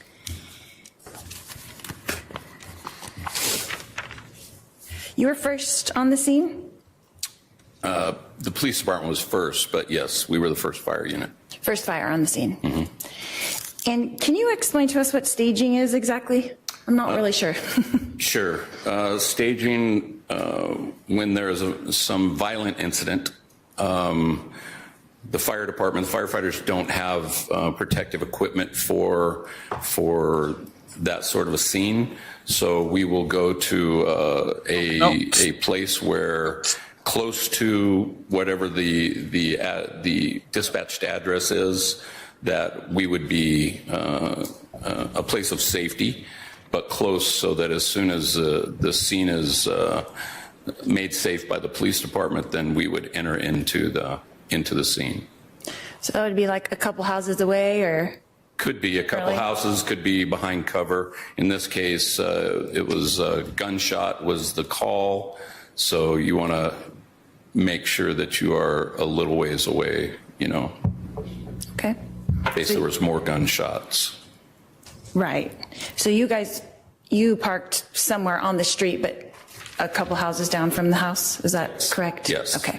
And then part of that staging is you stay there until you get the all clear? Yes, until the police department says that it's safe to enter the scene. Okay. And you were wearing body cam that day? No, we don't wear body cam. Oh, you don't wear body cam? Okay. You were just that was a picture from you on the body cam? On someone else's body cam? Yes. Okay. Okay. Do you use any instruments to obtain current body temperature? Do you guys have an instrument for that? No. No?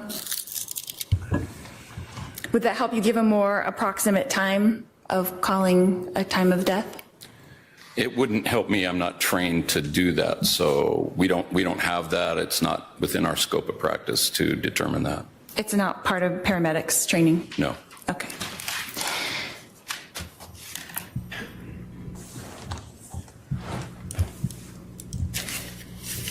You explained the modeling being patchy looking skin? Yes. Because of no oxygen to the skin. Is that correct? Decreased, yes. And so will that continue to increase? I don't really understand. Would you say modeling is complete or in progress? How does that work? I would say in progress. As less and less tissue had oxygenation, I would say it continues to model. So would you say it was in early progress or late progress? How would you estimate that? I could not say early or late, just modeling. That modeling was present? Yes, yes. At that point. So how long would it take for modeling to become present? That's kind of my question. I don't know how long. So it could be different for different people, I suppose. So it could be a minute? 5 minutes? Yeah, he's already indicated. Hold on. Rephrase the question. I'll allow it, but make sure you let him answer before you ask your next question. Okay. So it could be just a few minutes, possibly? Possibly. I don't know. Okay. And then lividity you explained as a pooling of blood. The blood leaves the tissues and goes to the bottom. Is that correct? Yes. Okay. And you saw that as well? Yes. And in your estimation, would that have happened soon? You know what that's not a good question. In your estimation, that had begun? Yes. And was it advancing how far? He had lividity on the back of his torso. So does lividity... Backs of his arms. Does lividity start immediately after the heart stops? Is that what you were saying? I suppose it does. Okay. And if you were on any kind of medication, would that affect that as well? I couldn't say.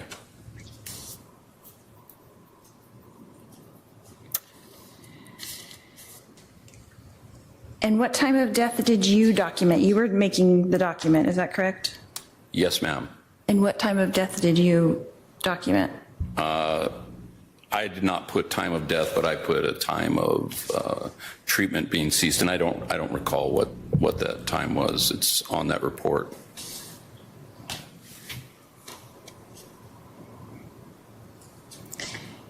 And you had stated that you were listening to dispatch on the radio, is that correct? Yes. So were you listening to the actual 911 operator speaking? No.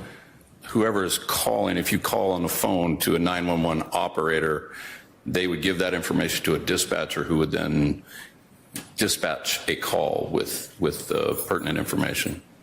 Okay, so you were getting kind of updates as it went along? No, you get the initial call, and then if it were pertinent for us, like the scene is secure, PD says the scene is secure, go in, then we would get that. PD would call dispatch, and dispatch would then call us. Okay, so were you aware at all that they had asked him to come outside? No. Okay.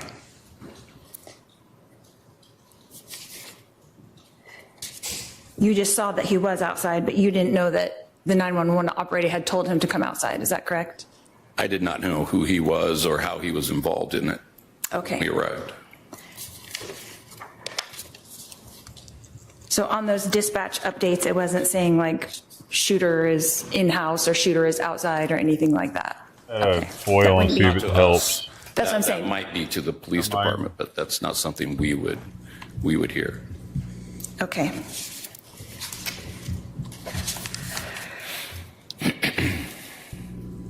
In this case, Captain Keller, do you know for a fact that CPR had not been given? I do not know for a fact. Take it off now. All right. And do you know for a fact that CPR had been given? I know for a fact that we gave CPR. Prior to your coming in? No. No further questions? All right, redirect. Take it off now.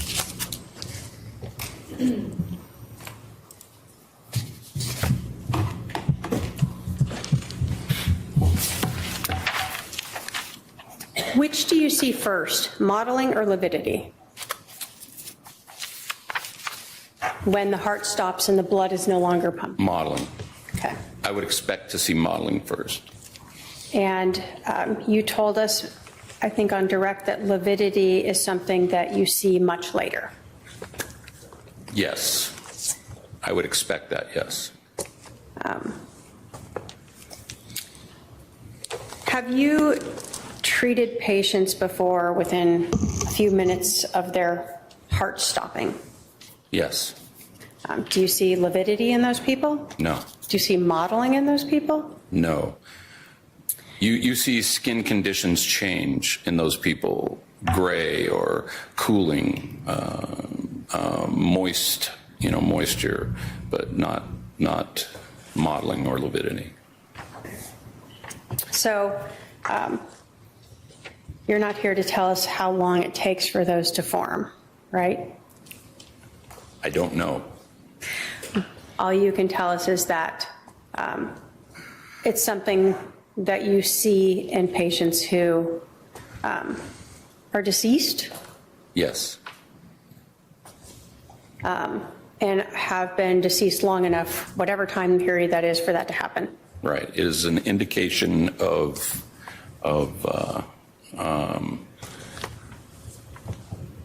the patient no longer being a viable patient. And that was one of the things that you noted and used in determining to end any life-saving measures? Yes.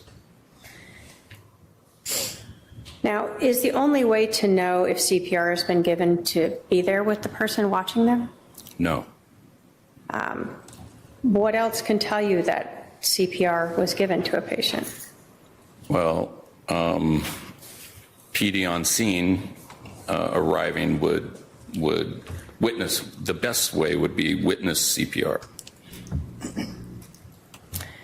That's the best way. Is there any other ways? Well, yes. Again, you would have an indentation in the chest. The sternum would likely have been cracked loose from the rib cage.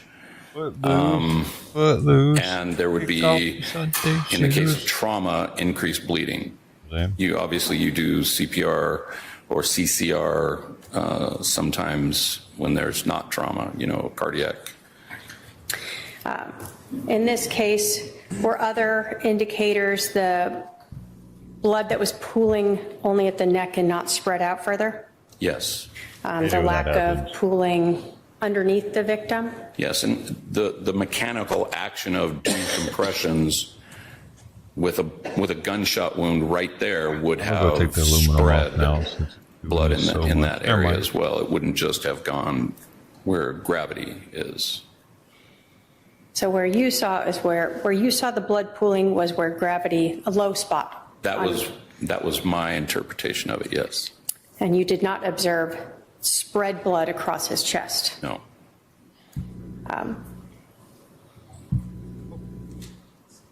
Would ongoing CPR movement of the blood through the body have also limited the modeling you may have seen? Perhaps.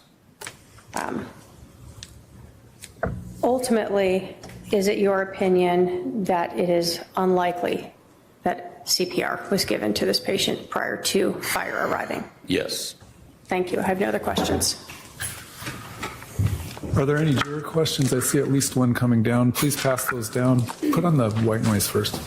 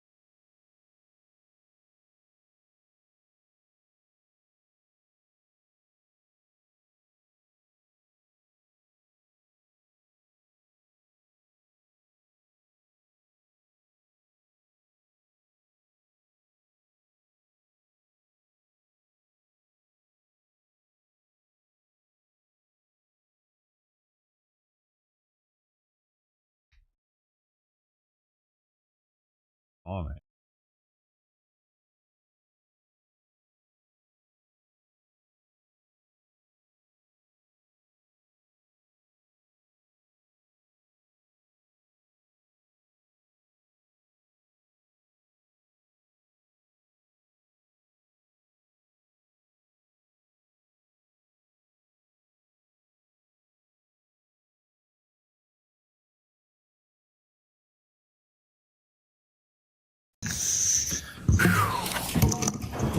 All right, we have some juror questions for you. Was there any attempt to gain venous access to administer medications to aid the heart and functioning, i.e. ephedrine? If no, why not? It's not indicated for trauma. It doesn't, if there's no blood to pump or the heart has stopped pumping, increasing how fast the heart pumps with ephedrine would do nothing. So in trauma, it is not indicated. Was ACLS protocol followed? Yes. Was there a physician patched in? No, there's no patch required for cessation of treatment. It is part of our ability and part of our training to determine non-viability. Are fire department personnel allowed to call a patient's death? Yes. However, time of death is a different thing if that's what you're asking. In other words, we are allowed to stop attempting to do life-saving treatment if it's merely a recovery. So does that answer? Well, what I'm going to do is I'm going to have if the defense, first of all, let me check. Are there any other juror questions for this witness? I don't see any. The defense can follow up based on those questions if you want. No questions, Your Honor. All right, how about the state? Just a couple. Sir, when would you use ephedrine? Well, if you had just asystole, but it was a cardiac-based code. If the heart had stopped due to some disease state, electric shock, for instance, you would use epi.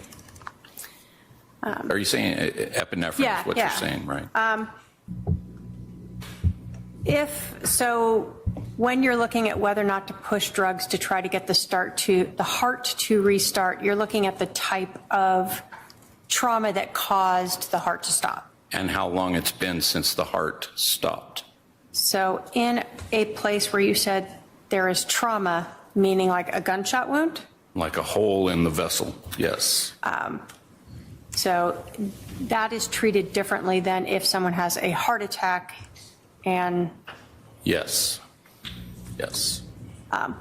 You were asked about... These are all algorithms, protocols that are given for us to operate on scenes under medical control to whoever asked about the patch. What is then the ACLS protocol? Advanced cardiac life support. And it's just, again, it's a flow chart. Are there obvious signs of death? Yes. Stop CPR. So here, you followed that protocol and stopped CPR. Yes, ma'am. CCR technically, but yes. You were asked about contacting a physician, a patch or something for a cessation of treatment. Right. Are there times where you do patch in with a physician? Sure. You would patch en route, not for a code. You would patch en route and give a doctor or actually it would be a nurse answering the phone, but you would let them know what you have and what treatment you have given and what treatment you are going to give en route to their facility to continue care. We are primarily to stabilize and turn over the patient, making it more viable for a rescue. So when you terminate treatment because a patient is not viable, you cannot revive them, you don't need to talk to a doctor about that. No, you need to call in that you did it. So there would have been a patch after that, but you don't have to call in to cease treatment. So you don't need a blessing by a doctor to stop life-saving treatment. Well, no, we have the blessing through our certifications and through our training. So we are operating under a doctor's license anytime we are operating. So that doctor or this group of doctors usually understands our training level and agrees to trains us to make that decision, yes. And so ultimately, as a paramedic, you have the authority to use that protocol to determine when you are no longer able to revive or save the life of a patient. Cease life-saving functions, yes. And that's what you did here. Yes, ma'am. Thank you. I have no other questions. All right, you can step down. We're going to take our lunch recess. I'll remind the jury of the admonition. We will resume at 1:30 p.m. All rise to the jury. Liberty Trump goes on right now.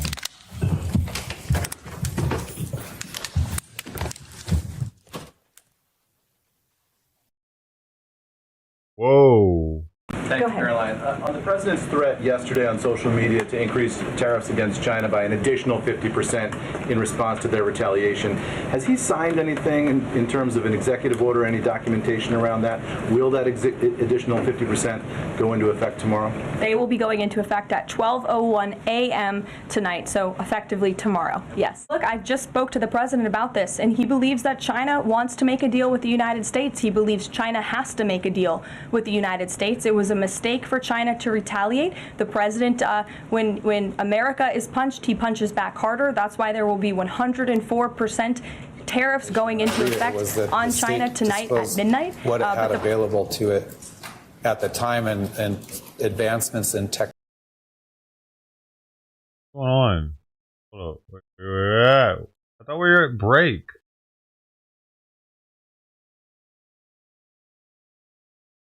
Technology may change what was able to be extracted, Why is but he talking?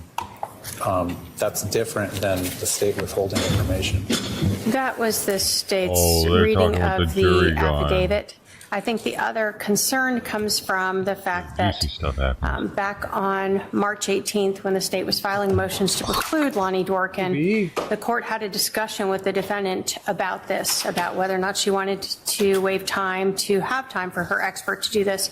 And at that time, the court asked her if there was any one device that she wanted to review, which was, from the defendant's own mouth, Charles Vallow's phone.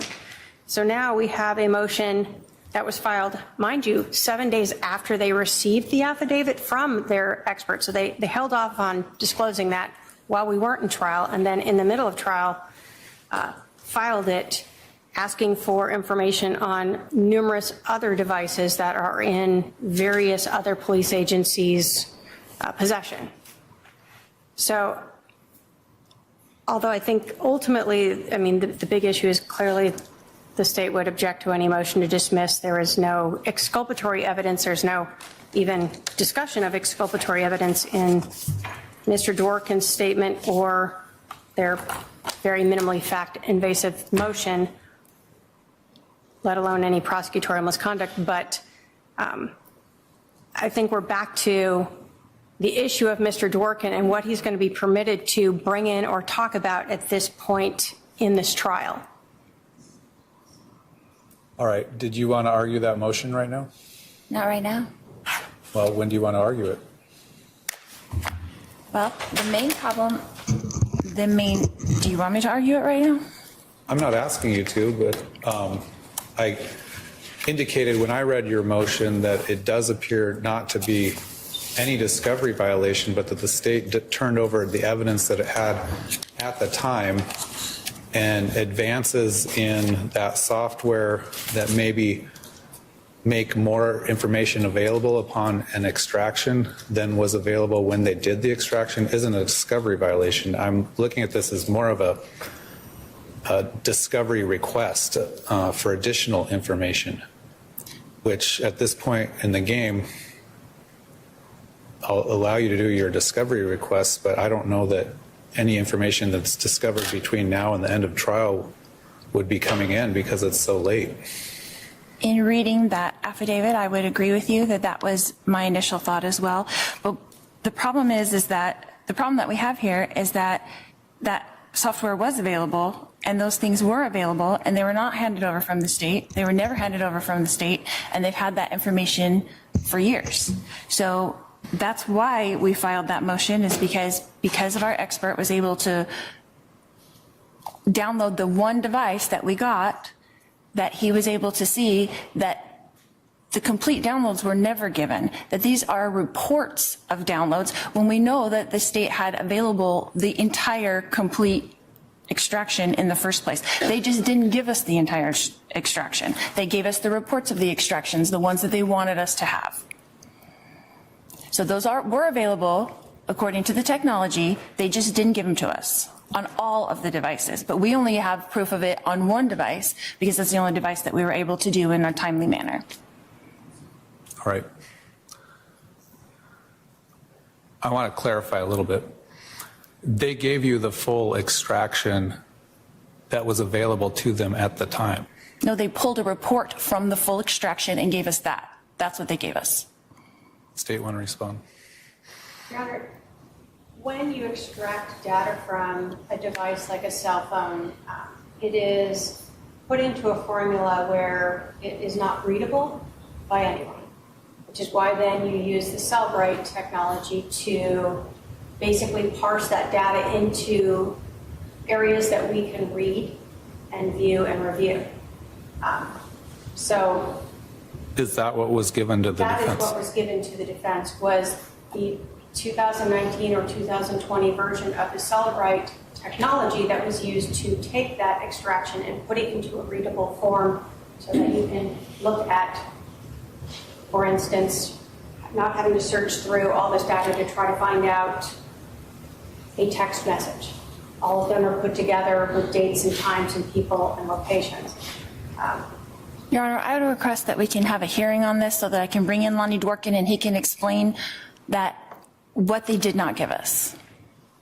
Well, just reading his affidavit is what they gave you is what they had available to them at the time. There's no affirmative duty for them to, every time a new software version comes out that makes maybe more data available, to rerun all the information. We're not claiming that it is. We're claiming that they had a full extraction and they gave us a report of that full extraction instead of the full extraction on all the devices.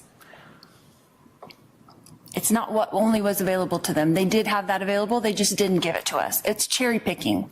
It's Okay. cherry picking is what we got. I don't read your own expert's affidavit the same way you're reading it, but That's why I'd like him to be able to come in and explain it. Can we set that up? well, we can set that up at some point, but again, this is all late and it's unlikely that anything that's happening would lead to him being allowed to testify, but maybe we'll do that this Friday or something. I don't know. We'll have to squeeze it in, but I'm not going to make the jury wait to do that.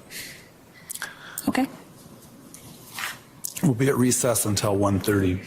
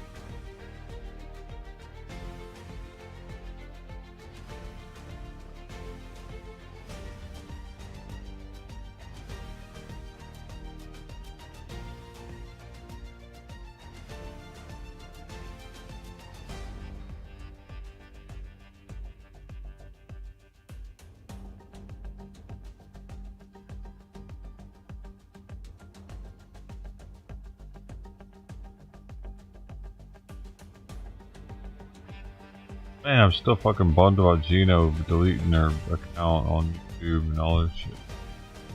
Thinking about it. About that. It's alright though. I'll never know that too. That's like, fuck, man.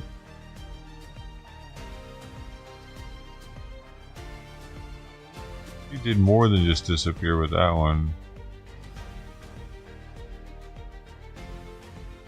Weird and history.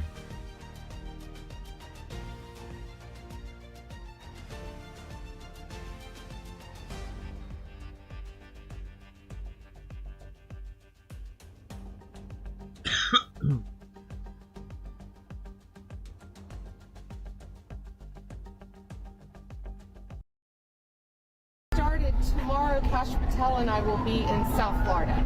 I don't know if you're tracking that, but it's something that you should want to try. Can you give us a sense of the topic and anything more specific? Off camera. Yeah, it's something you would want to attend. So I wanted to ask, the Trump administration has said that Puerto Garcia was mistakenly deported to El Salvador. I know the Supreme Court just issued that stay. Anything. Deciding whether he should be sent back to the United States. Why does the Justice Department believe that he should? Well, first of all, it was an administrative error as to why he was deported. And he is a known gang member. ICE testified he was a gang member. And we believe he should stay where he is. You know, the defense had argued that he was a journeyman, that he was training to be an electrician. Well, the last gang member we arrested, who was a violent murderer, was also hanging wallpaper in a place called the Villages in Florida, one of the biggest retirement places in our country. So these people are living among us. One of the big cases we had, I think you're very aware of, half an hour from where we're standing, was another violent gang member living right among us in a very, very nice residential neighborhood. Wreaths on the door next door to him, children's bicycles.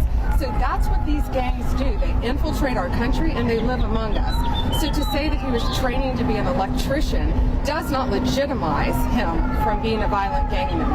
And we will continue to fight for the safety of Americans. They'll say that he was changing his life around. He was only a gangster in his country because he had to be, because of his situation, his circumstance. He was able to get out of the ghetto. He was finally working his way up the ladder. He was a journeyman. He was getting his life changed. And y'all, now he's got to go back there and be a gangster again. That's exactly what they'll say. And get these people out of our country to make America safe. Every victim of crime deserves to be safe. And these families who have lost loved ones to these, they are foreign adversaries, they are terrorists, and they are living among us no longer. And especially after that ruling yesterday.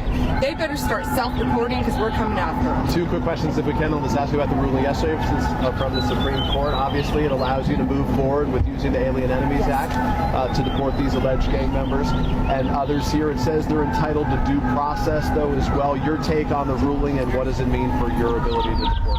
Yeah, sure, Peter. What the ruling says is, as from yesterday forward, what we can do is we can still deport, but they are entitled to habeas in the court of confinement, which means all of these cases will go through Texas. There will be no more class actions. It will be two questions asked. Do you qualify under Alien Enemies, and are you a violent gang member? Are you a member of TDA? That's what will be asked. Let me ask you about the DHS. The administration broadly has revoked the legal status of those individuals who came in from south of the border through the CBP app that was produced by the former administration. So should those individuals who follow the rules as they existed at the time be forced to leave the country now? Well, Peter, the rules at the time weren't fair. The rules were dangerous to Americans. I went to the border in September. I was in Yuma, Arizona, and I saw piles and piles of driver's license, IDs, passports, from every country you can imagine, thrown at the gate. They were handed cell phones, the CBP app, what you were discussing. They could come in, get on a phone, enter the country. If they didn't have ID, then they could identify that they were from any country they chose to be from. A Border Patrol agent told me Venezuelan men were coming in saying they were from China. Chinese people were coming in saying they were from... We were talking about this years ago. We were talking about this years ago, dude. People were like, yeah, whatever. Like a lot of people in the country are like, yeah, whatever. Most people in the country were like, yeah, whatever, actually. It seemed like 2 years, 3 years ago when we were talking about watching Anthony look at the passports and everybody else that was out there looking at the passports on the ground, we were like, dude, they're claiming they're from other places and shit. They're just coming here with new lives and everything. We don't know who the fuck is in our country right now. The Democrats are like, yeah, whatever. That is... No, it's not. It's not happening. Any country Ireland, any country they wanted to identify that they were from, and they were walking right into our country. So we have to look at all those cases because that's the safety and concern for our citizens. One other thing at the border is if you were a family, it made it much easier to come into the country. I learned a new term while I was at that border, and that was called a disposable child. Border Patrol agents were seeing children, the same child, coming in time and time again, a little boy they recognized over and over coming into our country, and they couldn't figure out why. Dude, that child had been trafficked, and he was posing as a family member. They had kidnapped a child, and when they recognized him multiple times, they realized he wasn't part of that family. So what was happening at that border was dangerous. I went to a rape crisis center. Nothing at that border was humane, and nothing protected American citizens, nor many of the people coming through it, because I firmly believe many of those women and children were trafficked. Attorney General, 60 Minutes found that 75% of the immigrants who were sent to El Salvador do not have public criminal records. Is that true? Do you mean in our country?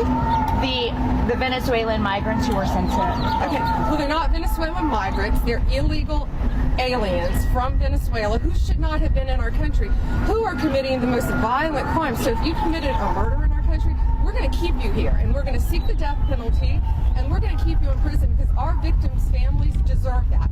But we don't have to charge them with every crime. We can deport them and get them out of our country and save room in our prisons because they should have never been in our country to begin with. So you confirm they didn't commit a crime, right? Is that what you're confirming? Thanks, Joe Bondi. And Attorney General, how many people have never been in our country to begin with? So you confirm they didn't commit a crime, right? They committed a crime as soon as they came here illegally. What do you mean, lady? Why do they keep saying that? Thanks, Joe Bondi. And Attorney General, how many cases of fraud? How many cases of fraud are you investigating? Those facts, how many cases of fraud they made? How many are you investigating?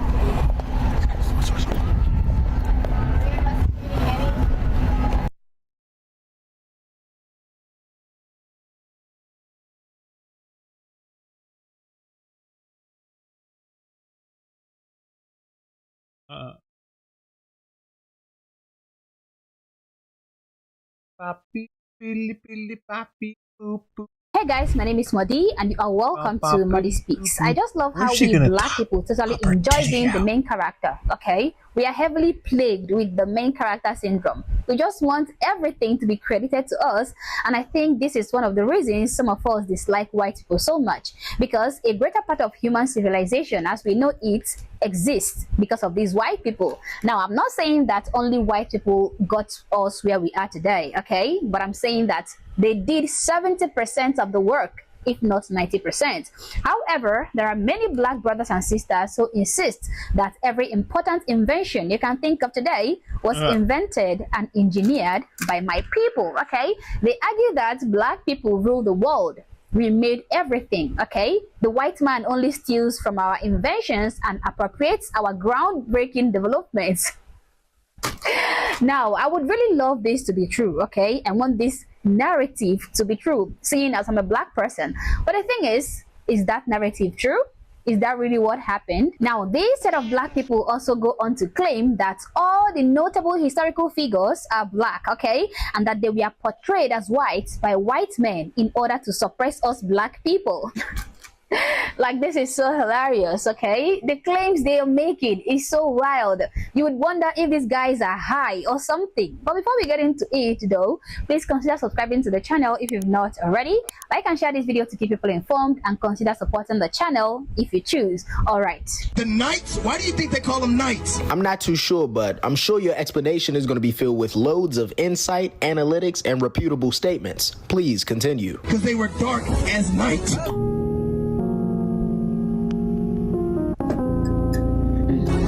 They were dark. Beethoven was a black man. King James was a black man. Mozart was a black man. They paint over our images like Christ, like Moses. I think I'm gonna start making a list of everybody that was apparently black. The kings, the pharaohs, the mermaids, the Vikings, the samurai, the Jews, the Native Americans, the Aztecs, the Mayans, the Melanesians, Mozart, Shakespeare, Beethoven, Frank Sinatra, Elvis Presley. Hell, Eminem might just be doing whiteface at this point. Now, why is it that these people never claim that historical figures who committed atrocities were black? For example, the German guy. Why don't we claim him? Why don't we say he is black? Why do we only go after the ones who performed exceptionally good, who made groundbreaking discoveries? Why do we there was like a the best guy? If there was a Hitler was black movement by black people. This is both pathetic and disgusting at the same time, okay? We are stealing people's identity nowadays. The same people whining and crying about culture appropriation are the ones stealing a whole identity of individuals and claiming that these individuals were from their race. Despite the fact that these individuals whose background they are trying to claim and appropriate can actually be traced. They have a known history, family members, photos. They have recorded evidence or documents that clearly point their origin. But somehow, these crazy black folks claims that these guys are black. Like, are we that desperate? Has it gotten to that? Why not look for notable black people who invented important stuff in history? Why not mention bona fide black people? But maybe they can't because there aren't many, okay? Maybe because there isn't enough to go around, and that is why they steal other people's origin. Let us forcefully claim that these non-black dudes who contributed immensely to human civilization were black just to give our race credit. This is pathetic. Baby, see, when you know real facts, it's no need to argue with fiction, baby. Black people created every motherfucking thing on this planet, baby. Don't I look like one of the ancestors? Let me pause.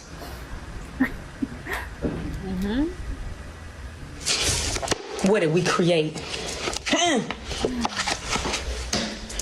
Agriculture, animal breeding, architecture, art, astronomy, business and trade, cash and currency, ceramics, clothing, dance, economics, healthcare, housing, jewelry, mail, mathematics, medicine, metalworking, mining, music, pottery, science, shoes, spoken language, sports, technology. I love my people. I definitely love my race, okay? But did we really create everything in the world? Did we really engineer all these inventions? Oh man, these people are putting me in a tight spot. They are making me call out my own race. Now, Google is your friend. If you don't trust Google, then you can use a public library. So go and find out for yourself if we actually invented agriculture, astronomy, mathematics, science, whatever you can think of, just like everything this lady and people like her mentioned in this video. But look at me, okay? I'm an African, and as an African who was born and raised in Africa, a black person through and through, I can tell you that if we really did invent all of this, then I would feel it in everything around me back in Africa, and I will explain.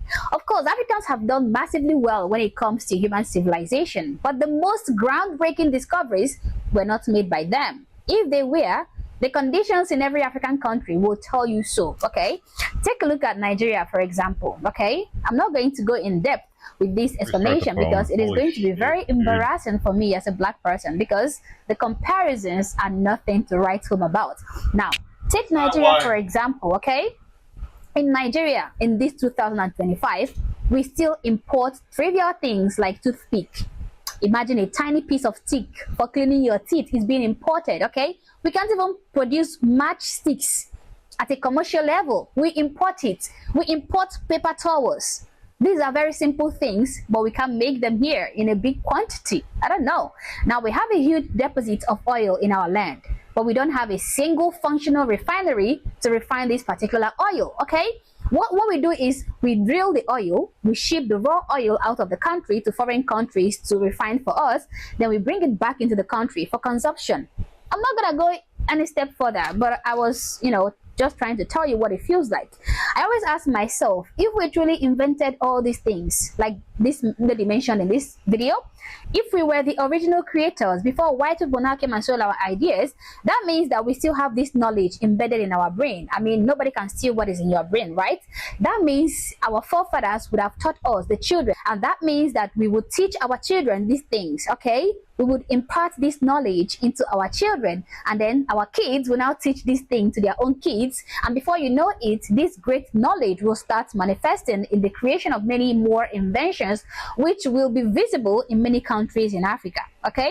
Like the best airplanes will come from Africa or from African countries, the best cars, the most awesome buildings, the most durable cell phones, the best computers and things like that.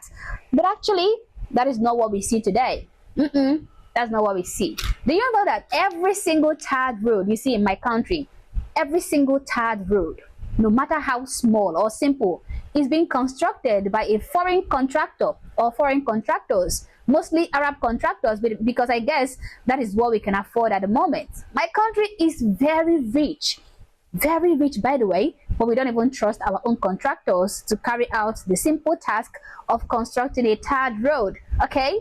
Imagine that. Yet, we make these claims of being the inventors of everything, and it is not as though these claims are backed by facts, rather they are created out of thin air and shoved down people's throats. Yeah, these inventions happened back in the days when none of us were even alive, so it is easy to blur the details and claim that this race invented this and then that race came and stole it from them. But one thing I understand is that even though history is a collection of past events, it inevitably paves way for future occurrences, meaning that if we were the original inventors of these things we claim to have invented, it will be very evident in the creations we are making in these current times and in the condition of the black society when you look at African countries and things like that.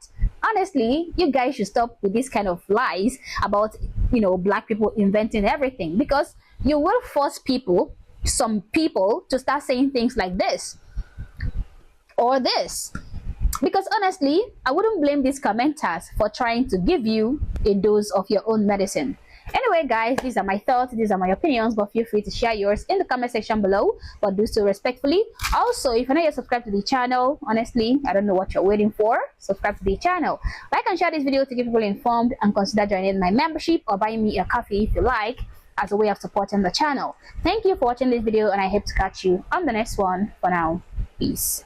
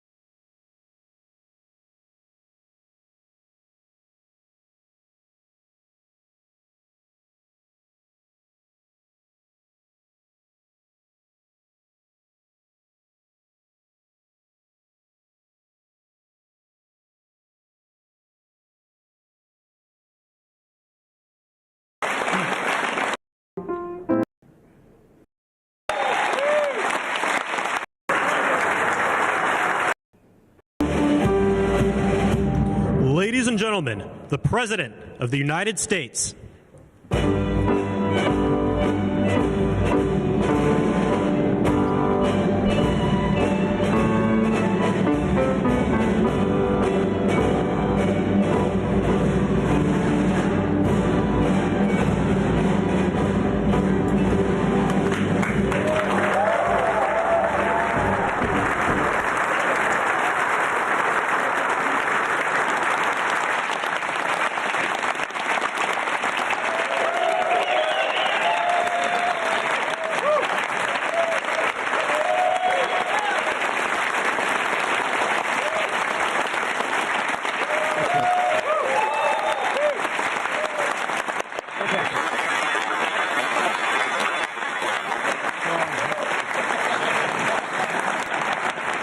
They're strong, and they're great. These are great people, and thank you very much. This is a very important day to me because we're bringing back an industry that was abandoned, despite the fact that it was just about the best, certainly the best in terms of power, real power. And I'm very honored to be doing this. The countries went to beautiful clean coal, and they've stayed there for many years, like China. China's opening 2 plants every week. Germany went to green, very green. They went so green they almost went out of business. Germany was finished. They went to wind. The wind wasn't blowing too much. And they went to all sorts of other things. You know, the Green New Scam hit Germany too. And guess what? Now they're back to coal. They're opening up coal plants all over Germany. We're the ones that aren't doing it. I call it beautiful clean coal. I tell my people never use the word coal unless you put beautiful clean before it. Right? So we call it beautiful clean coal. Beautiful clean coal. So today, thank you. Today we're taking historic action to help American workers, miners, families, and consumers. We're ending Joe Biden's war on beautiful clean coal once and for all. And it wasn't just Biden, it was Obama, and there were others. But we're doing the exact opposite. And all those plants that have been closed are going to be opened. If they're modern enough, or they'll be ripped down and brand new ones will be built. And we're going to put the miners back to work. And I said I was going to do this. And I've said it loud and clear. And it's time to do it. Now we need it. And I look at these people behind me. I don't want to have any arm wrestling contests with any of them. But they've had a little more practice with the lifting things, I will say. But they are great people. And I know them indirectly for a long time. That includes you guys for a long time. And they're great people and with great families and come from areas of the country that we love and we really respect. And I want to thank Secretary Doug Burgum for doing such an incredible job. From the day I met him, I knew I wanted to have him in my cabinet. He took a shot at running. And he was so good and so solid that he made no news. And that was good. But I saw him and I saw his beautiful wife, Catherine, and I said that they're going to be a team. They're a great team, and they're going to be working for this country someday. And one of the first people I called after I won. So thank you very much. And along with the Energy Secretary, Chris Wright, and I was going to make Doug actually the Energy Secretary. And he said, sir, you have one person who's much better than me at this, Chris Wright. I said, who the hell is Chris Wright? I have no idea who he is. And then I learned that he's the most respected person in the energy business by far, far away. For Doug to say that Doug's got a big ego, it was very tough for him to say that. Catherine was there, right? Catherine, you said, wow, I've never heard that before. But Chris, you guys are fantastic. Stand up. All three of you, please stand up.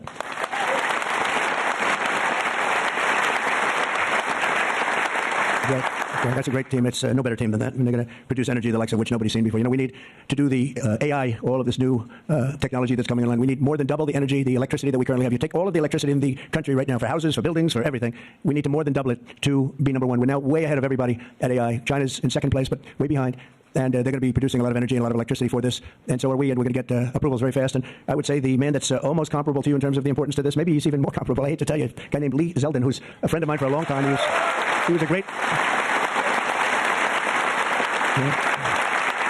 Lee was a great lawyer, and he ran for office, and he won immediately. I gave him a very important endorsement. He won for Congress in an area that was unwinnable. He couldn't have, they were all saying, why is he wasting his time? That's Democrat territory. And I liked Lee and knew Lee, and he ended up winning a seat in a massive upset. Nobody knew what happened, actually, and then he was there for a long time. How many years were you there? Eight years. Was very popular, and then he almost won the governorship of New York, which is very lost by a few points, which was an amazing run. And I said, we got to get you in with us in some form, and we did. Then he's head of the Environmental Agency, EPA, and doing a great job. And I said, if we have a nuclear power plant, Lee, can you get it approved in less than a month? He said, I'll do it faster. And by the way, he'll do a fast job, but he's going to do also a great job. It's going to be an important job. We don't even smile about it, but you know, I've been involved in the approval process for a long time, having been in real estate, and you go years and years and years for absolutely nothing. And even in those days, I used to say, this whole thing could have been approved in a week or 2 weeks or 3 weeks, and it would have been just as good. But they'd take you down the path, and you'd spend years waiting, and then sometimes you get rejected. I wasn't rejected too much. I was the king of zoning. I did well, but it was such nonsense. It was so terrible. The process was so terrible. But this is the big leagues now, and he's the head person in the whole country, and I appreciate it, and I appreciate you doing it. And already they're respecting you very greatly. So thank you very much, Lee. Great job. So we have a lot of senators and congressmen and women, and I'm going to just introduce the ones that I see here because it's always a problem when I do this because I leave one or two out, and that's the end. I never get their vote again. I never get their vote. It takes years to recover, but we'll give it a shot because Senator John Barrasso, who's my friend and a great gentleman. Thank you very much, John, for being here. Thank you, John. Cynthia Lummis, fantastic woman who believes like I do. She believes like I do in these people, right? She believes in them maybe even more than I do. That's pretty good from day one. Thank you, Cynthia. You're doing a fantastic job. Kevin Kramer, my friend. Where is Kevin? Because Kevin, I didn't think he was here because he had a problem, and I just will pay my respects. He wanted to be here so badly, but he had a difficult problem that he's working through, and we all love Kevin. John Hogan. John, thank you very much. Thank you very much. Steve Daines. Thank you, Steve. And Steve is a picker of great candidates, like he picked a guy named Tim Sheehy, who's here. Where's Tim? Where's Tim? Thank you, Tim. And Tim Sheehy has turned out to be a wonderful senator, and that was your pick. And we went with it, and you were right. And we have a great one in Tim, so thank you, Tim. And thank you, Steve. Shelley Moore Capito. Shelley, thank you very much. West Virginia, from West Virginia, she has to like. You have no choice. Even if you didn't like it, you have to like coal, right? But they were doing a number on you. They were doing a number on you with the coal stuff, and you have not only coal, but you have among the best coal anywhere in the world. So thank you very much. A friend of mine for a long time. I'm the one that got him to change his religion in a sense. He changed the party. He went from a Democrat. I said, Jim, you're not a Democrat, but he changed to Republican. He's one of the most popular Republicans and one of the most popular political leaders of the country. Jim Justice. I call him Big Jim. Big Jim Justice. But you look good, Jim. And he was in the business, and so am I doing the right thing? You would know better than anybody in this room. Am I doing the right thing, Jim? I think so, right? Thank you very much, Jim. Cindy Hyde Smith. Cindy, thank you, hon. Very good. Good job. People are going to be happy. And all friends of mine. Mike Lee. Mike, thank you very much. We have a lot of people from Congress, congressmen and women, representatives. Morgan Griffith. Morgan, thank you. Thank you very much. Bruce Westerman. Bruce, thank you, Bruce. Bob Latta. Bob Latta. Thank you, Bob. Good job. Troy Balderson. Troy, haven't seen you in a long time. Since that early race, I endorsed him before anyone knew who he was, and he ended up winning. That was another surprise, right? That was a long time ago. Yep, you did a great job. Thank you very much, Troy. Carol Miller. Carol, thank you. Carol, West Virginia. Riley Moore. Riley. Hi, Riley. Thanks. Mike Bost. Mike, thank you very much. Troy Downing. Troy, thank you. Oh, he has something. What is it, coal? Is there coal in that bag? I like it. I'll take it right now. Thank you very much. Hal Rogers. Hal, thank you. Thank you, Hal. Andy Barr. Thank you, Andy. Good luck with everything. I hear good things. Troy Downing. Troy, thank you. Thank you. Thank you. Thank you very much, Troy. Hal Rogers. Whoops. Harriet Hageman. Harriet. Hi. How are you, Harriet? We just left Harriet. This is one of the finest attorneys you will ever see. I have seen her in action, and she is brutal. I'd never want her against me, that I can tell you. Dan Muser. Dan. Thank you, Dan. Thanks, Dan. Good job you're doing. Wesley Hunt, my friend, too. Wesley, great. I love your commercial. Pete Stauber. Pete, thank you, Pete. Great hockey player he was, right? Great hockey player. And a great gentleman just broke the record of Wayne Gretzky. The great one is Wayne Gretzky, but we have another great one, too, huh? Just broke the record. It was great. Governor Greg Gianforte. Greg, nice seeing you. Good, Greg. Thank you very much, Greg. Bill Lee. Bill, thank you very much. Patrick Morrissey, West Virginia, just got elected. Mark Gordon. Mark, thank you. Thank you very much. And we have a lot of others, and I'm in trouble because I don't know. I got 5 or 6 others that I see quickly, but I'm just not going to do it. Don't hold it against me because we have to get back to the most important people in the room, these people. You know that, right?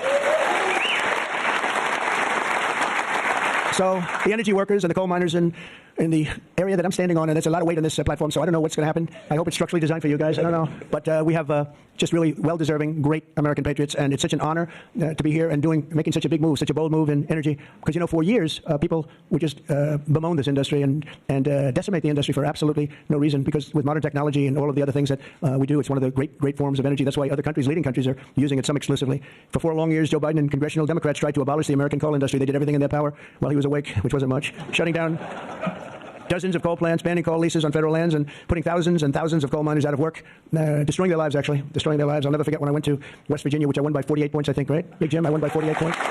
But in the first campaign where Hillary Clinton was about 4 states too early, and she was talking about how bad coal was and how they were going to teach coal miners how to make widgets and gadgets and technology, which they didn't want to do. They want to mine. One thing I learned about the coal miners, that's what they want to do. You could give them a penthouse on Fifth Avenue and a different kind of a job, and they'd be unhappy. They want to mine coal. That's what they love to do. And she was going to put them in a high-tech industry where you make little cell phones and things. I don't know. Do you think you'd be good at that? I don't know. You don't want to be. And she was brutal about 3 weeks before, but then she had a problem. She went to West Virginia looking for votes, and that was a bad situation. You remember that. And there was a coal miner around the table with his family, and he was in tears because of what they had done to him and his family. And I hope he's still around, but that man made quite an impression on the world and the public. And we ended up winning in a great election, but we ended up winning by a lot. The Democrats' Green New Scam killed jobs and sent prices soaring here in America, but meanwhile, China opened 2 coal plants every single week, and other countries likewise went very strongly back into coal. Some of them never got off. Those are the ones that didn't have the problems. The Biden energy policy was to put America last. We want to be last. We got to be last. Not a good policy. Under my administration, we're putting America first. It's very simple. America's always going to be first. On my first day in office, I terminated the Green New Scam. I declared the national energy emergency and withdrew from the unfair, one-sided, and extremely costly to the United States only Paris Climate Accord. He's from Canada, Brody. Under the Paris Climate Accord, we had a terrible situation. We would have paid over $1 trillion. Think of it, over $1 trillion. And Russia was paying almost nothing. Russia had a 1992 standard. China was paying nothing. China didn't kick in until 2035. This was 5 years ago. So they didn't kick in for many years. India had no standard whatsoever. But we had the highest standard you could imagine. We had to start paying from day one. And we had to pay lots of money. We paid for everything. So I was not a big fan of the Paris Accord. Then I let it be known, and I got out of it early. Then they went back into it. And now we get back out of it. And hopefully we could be there for a long time. Okay? A long time, because it was a scam to take money away from the United States and actually hurt us very badly with coal and with other things. Now under the executive order that I will sign in a few moments, we're slashing unnecessary regulations that targeted expedited the beautiful clean coal. We will rapidly expedite leases for coal mining on federal lands, and these two gentlemen are going to do a real job of it. You've already started. And we'll streamline permitting. We will end the government bias against coal, and we're going to unlock the sweeping authorities of Defense Production Act, the Defense Production Act, to turbocharge coal mining in America. They made it impossible. You actually, I know a friend of mine has a plant. He said, it's a shame. I'm ripping it down and I'm replacing it with another form of energy. I won't tell you because it's also very good, but it's not as powerful as this. He said, the plant I'm building, the new plant, is literally half as good. It's no less, it's not probably even as good environmentally, but he said it produced half the power for more money, much more money. It'll never compete with that beautiful plant I have down the road, which was really a modernized coal plant. Well, he'll be happy to know that he can open that plant up very quickly and it's going to produce a lot. But he was complaining. He said, this is so much better. He wasn't doing that as politicking me. He was doing that because that's what he felt. And he knew every form of energy. We talked about that. He knew every form of energy. But our government is going to do something that's very different. And I don't think even you two know about this. This was my idea from about 15 minutes before I got up here. We're going to guarantee that we have a strong business for many years to come, that your coal companies and your miners don't get all excited about their jobs, and then should a radical left liberal become president, they end the business right away, and somebody's built a plant and spent hundreds of millions of dollars in building a plant, and the plant is going to be closed because a Democrat got in or a liberal got in. They're opposed to coal, and Republicans are very much for it. Clean coal. And we're going to give a guarantee that the business will not be terminated by the ups and downs of the world of politics. So should somebody come into this very important office and say, oh, well, you spent hundreds of millions of dollars and you guys have given up your life because you want to be in coal, and then all of a sudden you don't have a life anymore because it's what you know the best, that's not going to happen. We're going to give a guarantee that it's not going to happen, so that if somebody comes in, they cannot change it at a whim. They cannot just they're going to have to go through hell to close you up. All right, so that's pretty good. We're going to give that in the form of a guarantee that we're writing on right now structurally and from a legal standpoint.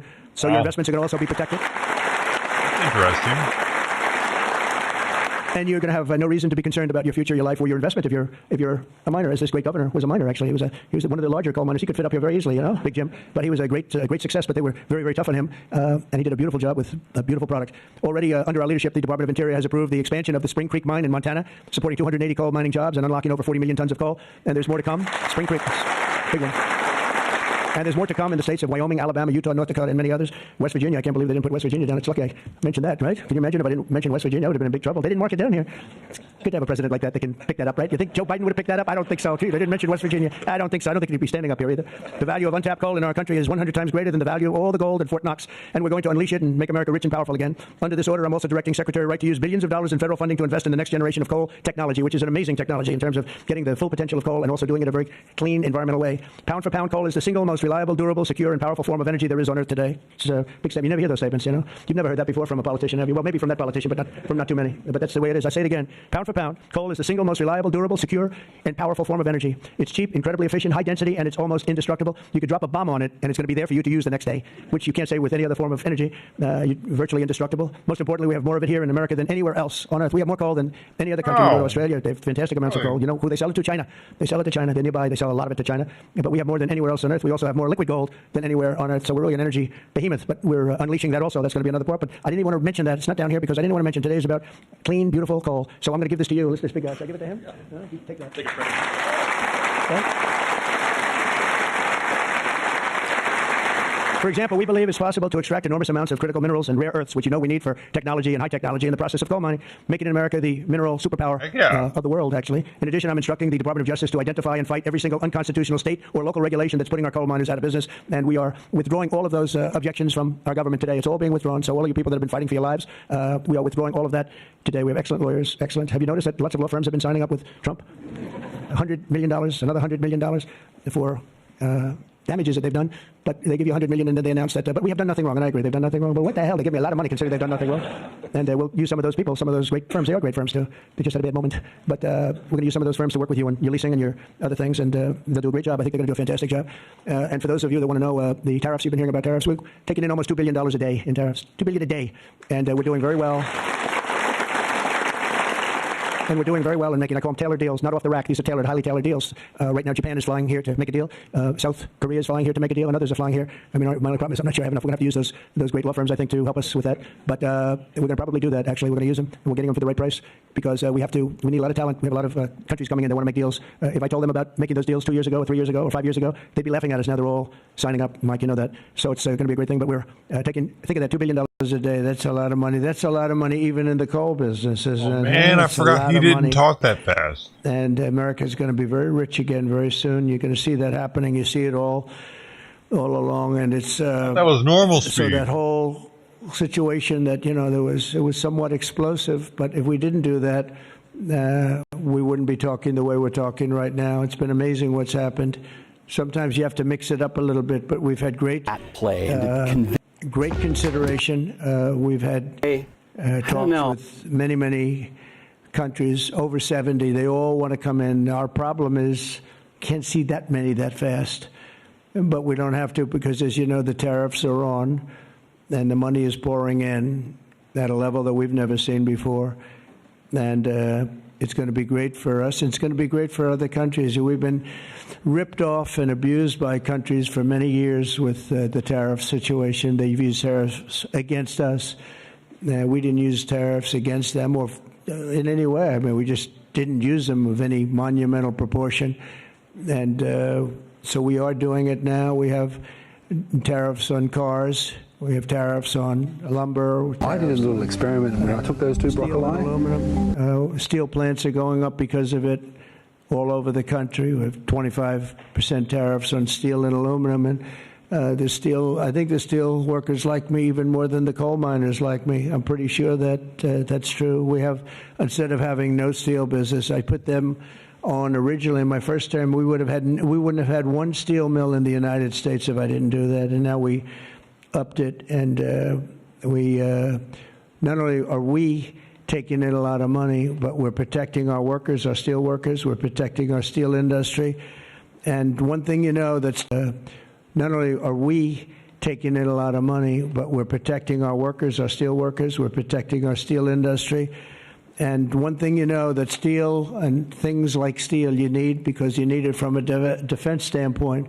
You need steel for your tanks and your planes and your everything. And certain industries you can get away with not having, but others you need, and steel is one you need. So I want to let you know that's in full force and effect.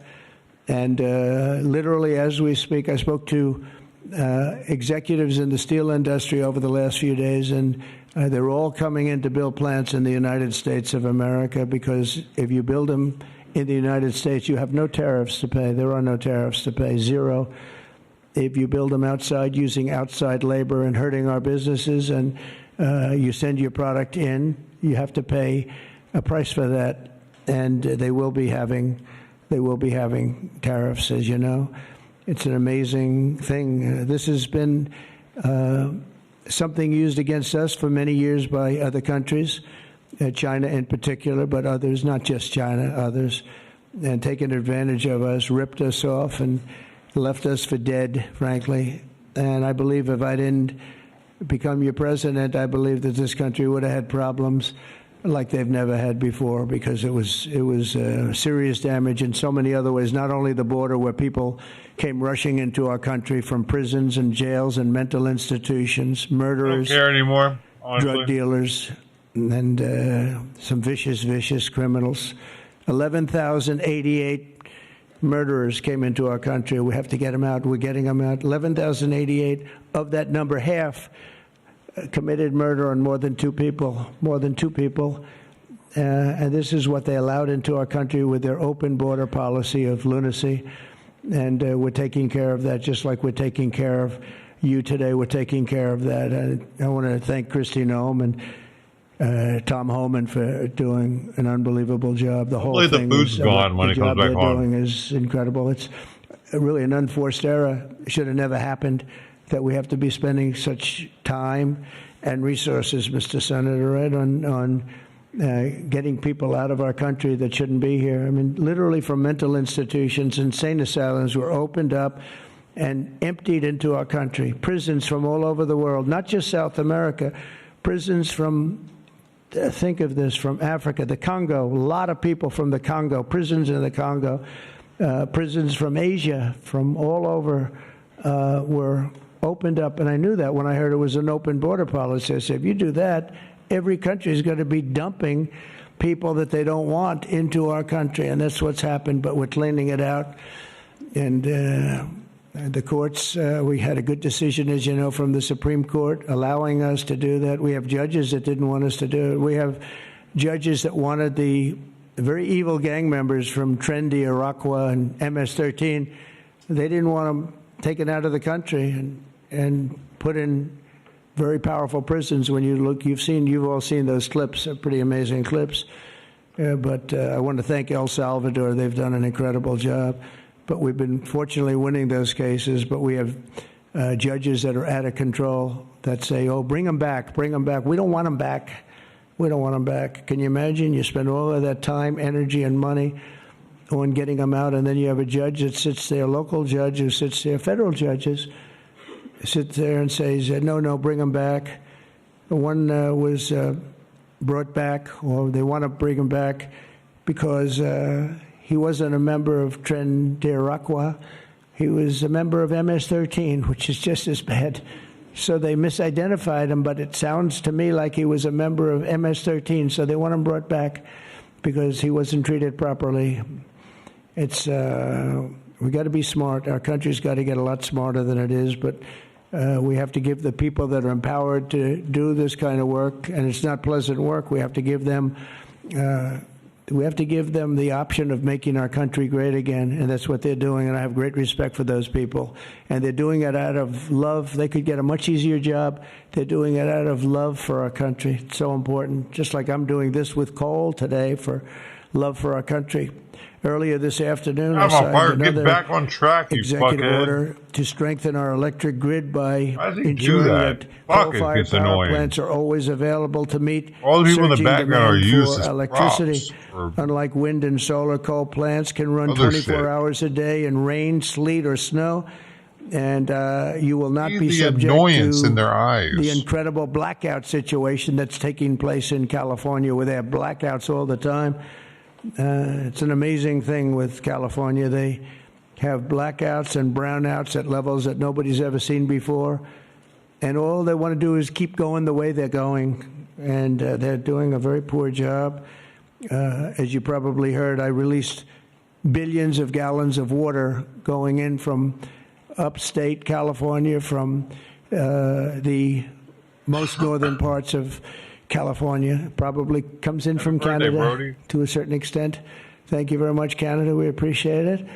And I released it. It was being sent out to the Pacific Ocean. I've been working on Gavin and some of the politicians for years, and they didn't want to do that because they were protecting a smelt, a fish that was perhaps in trouble, but it's not unique to that area. And because of that, you had numbers, you had fires. Nobody's ever seen anything like what happened. Think of what it would have been like if you had fire hydrants that had water in them, if you had sprinkler systems in houses. A lot of these luxury houses where they had beautiful sprinkler systems, there was no water. They had no water to put out the fires. Water is very good for putting out fires. You know, they just didn't learn it.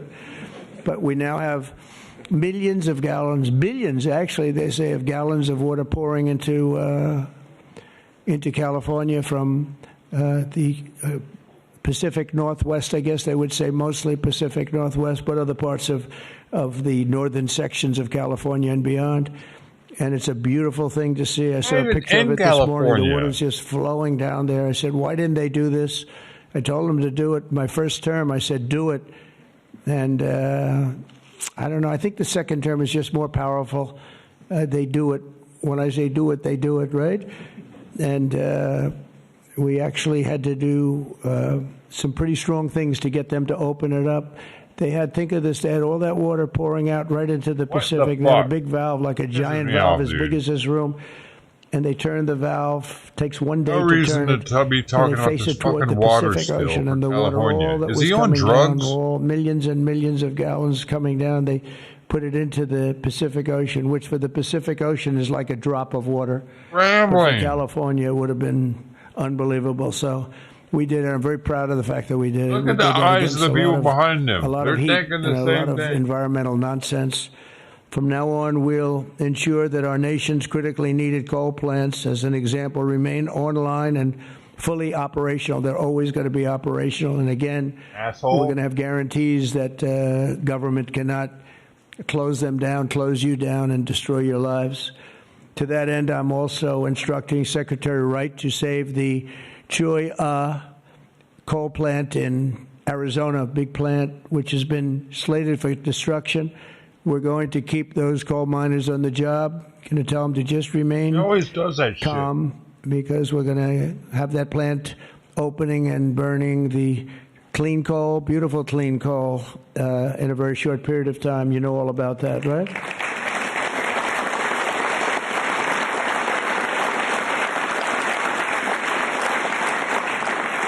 That's a big one. As part of our historic deregulatory efforts this afternoon, I'm also granting immediate relief to 47 companies operating 66 coal plants, very big ones all over the country, recusing and making them available for coal production almost in the immediate future, but we're going to be crushing Biden-era environmental restrictions. These are restrictions that made it impossible to do anything having to do, frankly, with energy, even beyond coal. It's really beyond even coal. We have clean air, we have clean water, and now we have clean coal.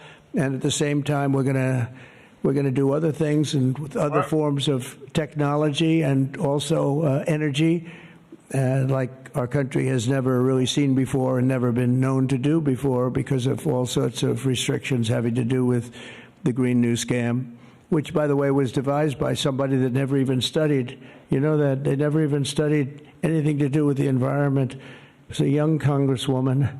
She came up with the idea.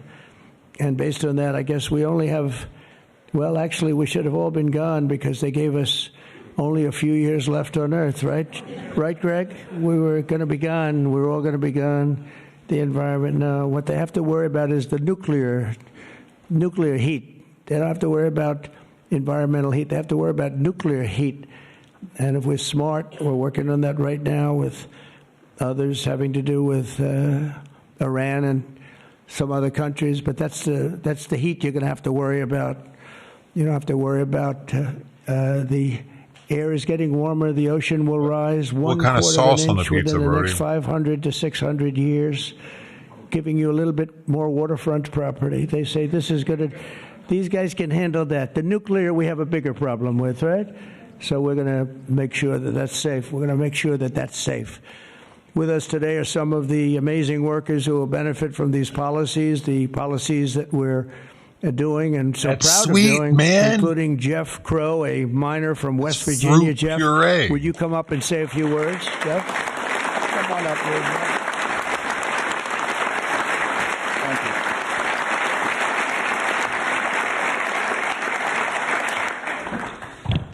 Good afternoon, Mr. President. I want to first thank you for having me and my fellow miners here. It is an honor and a privilege to be a part of today's events. I believe this past November that America clearly spoke about what we wanted for our country. It is reassuring for Americans to have a president in office who will truly put the United States of America above all else.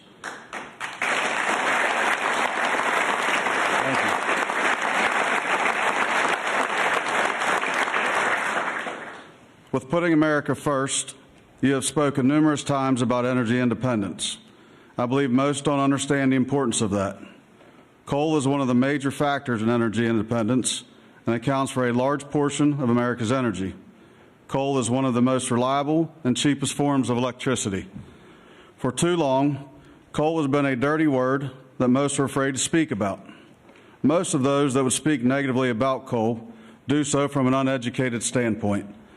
Many are unaware of the engineering and technology that are used in today's mining to create a clean, energy-efficient product. All of this is done while using the safest practices in the industry. Speaking for West Virginia, coal provides approximately 50,000 jobs for those that work in the mines and the businesses that support them. It also accounts for over 50% of West Virginia's export product. To name a few, we employ engineers, teachers, physical therapists, accountants, truck drivers, high school and college graduates. All of these occupations and graduates have turned to the coal industry to provide a better way of life for them and their families. Everyone in our industry works long hours and days to provide a reliable energy product, and too many times it goes unnoticed. I've personally worked in the industry for 23 years.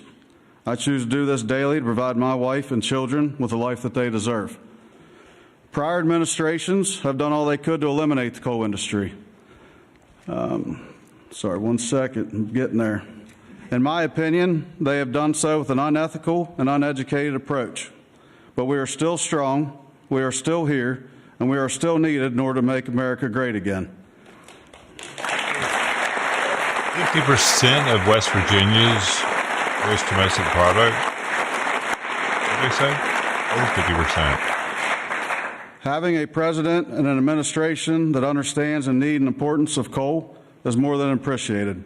It gives the industry a form of reassurance to know that we have a president in place that supports us. From my family to the over 3,000 employees of ACNR, and for the coal companies, miners, and businesses throughout our great country that rely on the coal industry, we say thank you for your continued support.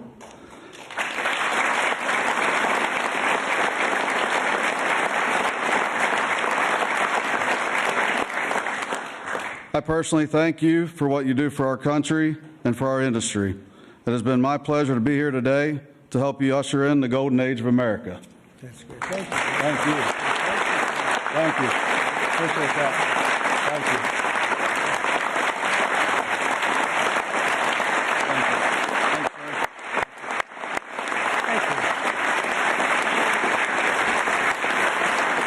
It all depends on whether they're in like glycemic index, right? For tomatoes or for sugar. You did a good job. Let me have that speech. I want to have that. Yes, sir. I had a couple of good lines in there when I came up. No, actually, what I want to do, I'm going to sign it for you because I mean, he worked hard. Look at it, and look how good his eyes must be to read that. I lost it once. And hopefully you can sell it tonight for a lot of money. No, sir, I'll keep that one.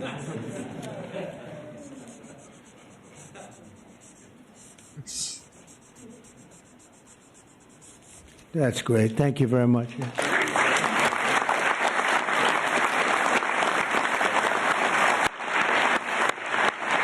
Pretty cool, though.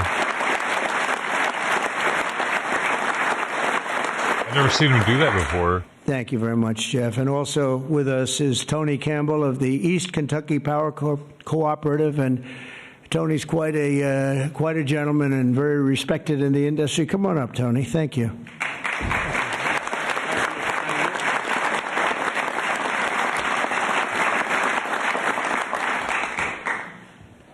Mr. President, on behalf of East Kentucky Power Cooperative, the National Rural Electric Cooperative Association, and electric cooperatives across this America, thank you for your leadership to restore American energy dominance. Electric co-ops keep the lights on for 42 million Americans across 56% of the land mass.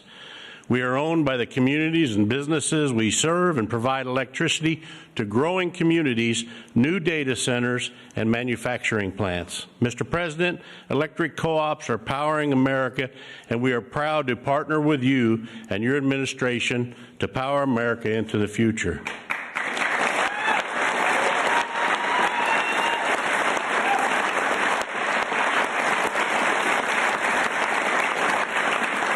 Electric cooperatives in Kentucky understands the importance of reliable, affordable, and American-made energy, especially coal and natural gas. Coal fuels most of the electricity generated by our cooperative. America must keep coal plants open and running to ensure reliable electricity when we need it most. To meet growing demand over the next decade and ensure fuel security, America will need more always available electric generation power, such as coal. And we want to recognize the hardworking American men, women that support our mission. To all America's line workers, our coal miners, thank you for your dedicated service to our country.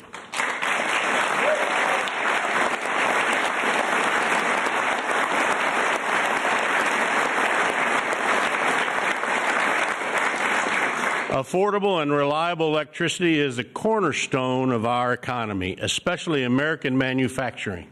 However, too many government leaders have pushed policies that have made our electric grid significantly less reliable and our energy too expensive.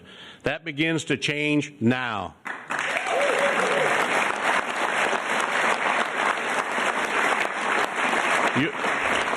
Your actions today will prevent the premature closing of essential power plants and help us meet tomorrow's energy needs. And they will help us continue to deliver reliable, safe, and affordable electricity. Mr. President, thank you in particular for providing immediate, much-needed relief from the Biden EPA regulations that would force the shutdown of critical coal units.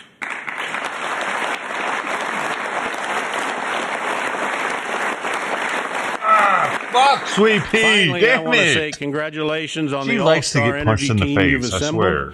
Electric co-ops have already been working with Secretaries Bergrum. Instant. I moved to my leg because I was like, oh, she's about to jump up here. I need to go get to the kitchen and throw this out.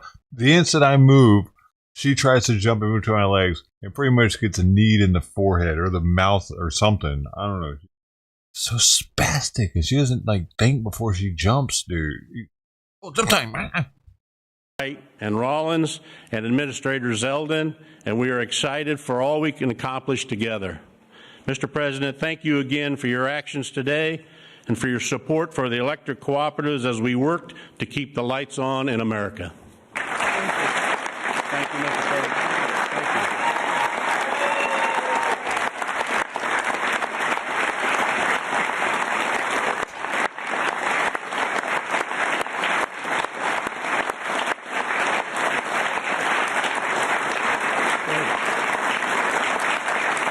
Thank you, Tony. Thank you very much, Tony. Appreciate it. Every day under the Trump administration, we will continue to lower costs for American families, create jobs for American workers, and very importantly, unlock unlimited amounts of affordable American energy, including, as I said, and I'll say for the last time, beautiful, clean coal. Our country is blessed.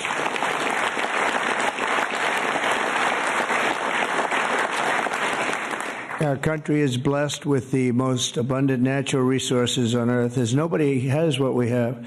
And we're going to use it, too. We're going to use it in a very responsible way. Together, we're going to tap that magnificent potential to give our people the glorious future that they deserve, better than they've ever had in the past. I mean, they had a good future. A little, if you look 20 years ago, they thought they had a good future, and it was ripped away from them, torn away from them with nonsense.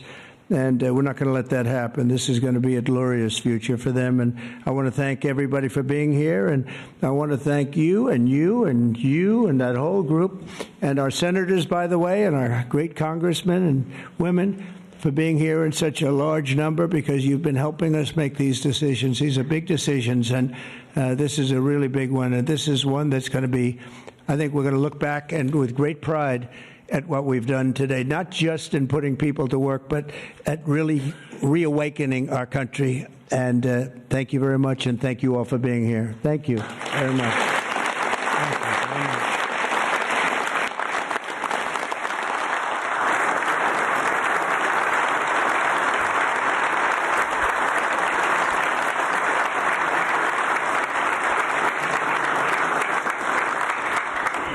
Come on up. Mr. President? Yes, is first one. We have 4 items prepared for your signature this afternoon, sir. The first of these executive orders is it may be one of the most significant executive orders of your administration thus far. This directs all departments and agencies of the federal government to end all discriminatory policies against the coal industry. This ends the leasing moratorium that prevents new coal projects on federal land, and it's going to accelerate all permitting and funding for new coal projects to allow the coal industry to flourish under your leadership, sir. That's great. Thank you.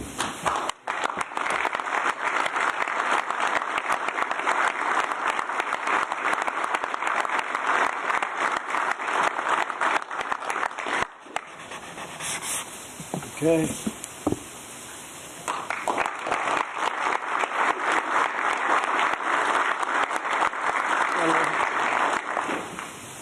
Sir, there are currently dozens of coal plants in America that are in imminent danger of being forced to close based on unscientific and unrealistic policies enacted by the Biden administration.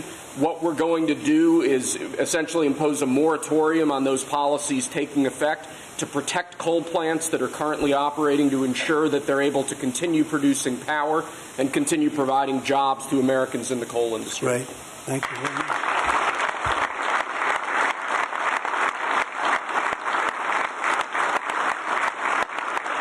How many people have already gotten laid off because of it, though?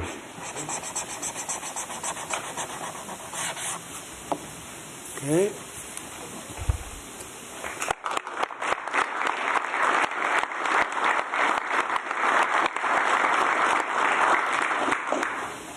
Sir, you've made grid reliability and security a key focus of this administration.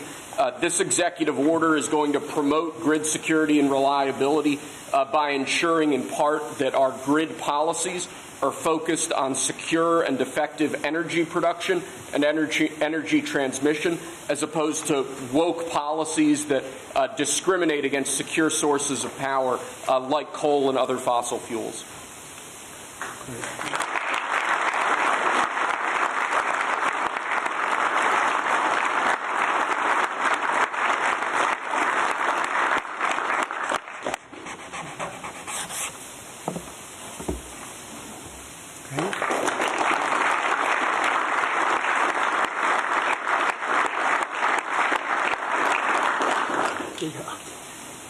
Lastly, sir, one of the biggest problems we have in this space doesn't do it is right. Democrat states, radical leftist states enacting. Let's use a different pin for each one. That way they get to keep a pin that was used for that specific one. That's why he has a shit ton of pins here. He does it every time like this, though.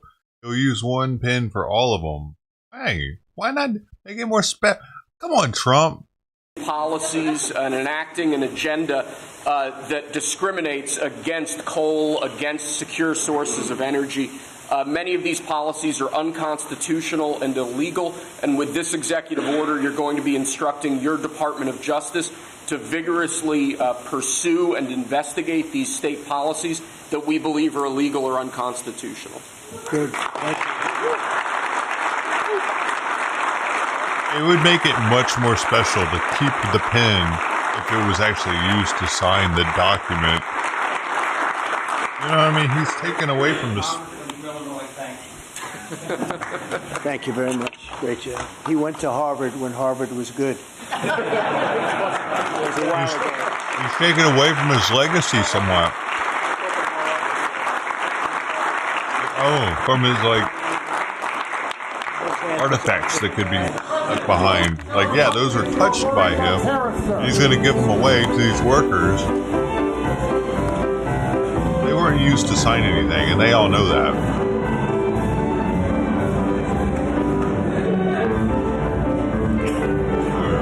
And he held it in his hand for a second.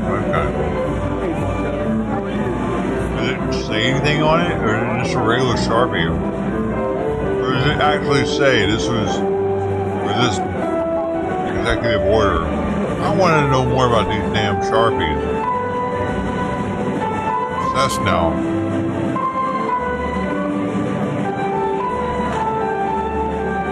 Presidential executive order Sharpie. You have writing on them, or they just say Sharpie.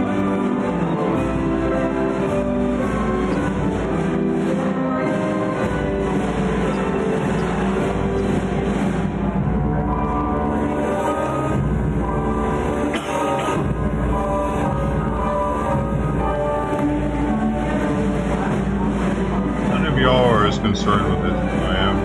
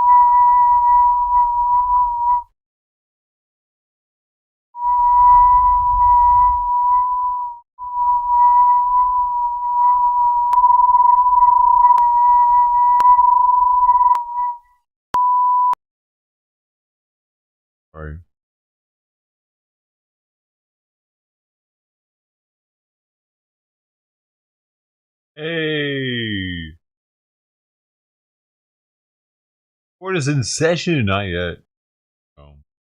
Hey, you. Hey.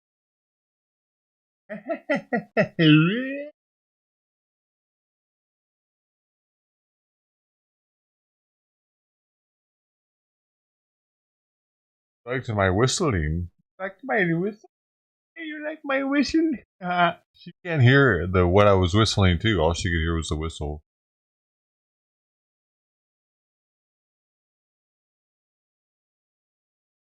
Power's been out. Oh man.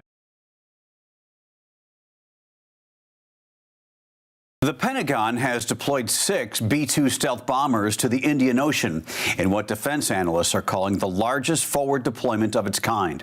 The move places America's most advanced long-range bombers within striking distance of Iran as tensions escalate over Tehran's nuclear program. Commercial satellite imagery confirmed by Hans Christensen, director of the Nuclear Information Project of the Federation of American Scientists, shows the bombers parked in plain view on the tarmac at Naval Support Facility Diego Garcia. Independent journalist Ken Klippenstein shared the new imagery and details of the deployment, which also includes support aircraft and refueling tankers. At this time, none of these movements have been acknowledged by U.S. officials, but defense experts say the visibility is deliberate, a strategic message. The B-2s are capable of carrying both nuclear and bunker-busting weapons. Their range and stealth allow them to bypass air defenses and strike fortified targets, including Iran's underground missile sites. From Diego Garcia, the bombers can reach Tehran and return without refueling. 6 B-2s represent about 30% of the U.S. stealth bomber fleet. The Pentagon has also kept a second aircraft carrier strike group in the region and deployed A-10 ground attack aircraft and missile defense systems to Israel. President Trump confirmed that direct nuclear talks between the U.S. and Iran will begin Saturday in Oman. He warned that if negotiations fail, it will be a very bad day for Iran. Despite the threats, President Trump says diplomacy remains his preferred path. Iran has rejected direct talks, but signaled a willingness to negotiate indirectly. Meantime, European allies face a deadline. By late July, Britain, France, and Germany must decide whether to reimpose UN sanctions suspended under the 2015 Iran nuclear deal. That decision becomes more urgent as Russia prepares to take over the presidency of the UN Security Council in October. Iran has warned it may withdraw from the Nuclear Non-Proliferation Treaty if sanctions return. The treaty allows international inspectors to monitor Iran's nuclear program and restricts efforts to build nuclear weapons. According to UN inspectors, Tehran already holds enough enriched uranium to build several nuclear weapons. Western officials caution that reduced transparency or inspection limits could increase the risk of conflict in the region. Israel continues to signal it may act alone if diplomacy fails. Iranian leaders insist their nuclear program is peaceful. For more unbiased why doesn't updates, Israel download just the Straight smack Arrow the News shit app out or of go to them? We'll give SAN. me like, sorry, oops, we didn't know they were going to do that. We didn't know. Isn't that what that's pretty much what happens every time, isn't it? We know. You fucking really think we don't know? You don't think? Dude, anytime Israel does something, they're okaying it with us first. 100,000,000% that's happened. Anytime we said we didn't know some shit Israel did was going to happen, it's like crazy Iran shit. Remember when they went in Iran? Yeah, no, we knew. I'm convinced that we always know because they don't want to fuck up. They don't bite the hand that feeds you. We feed them way more than they feed us. They can't risk doing something that would mess with diplomacy or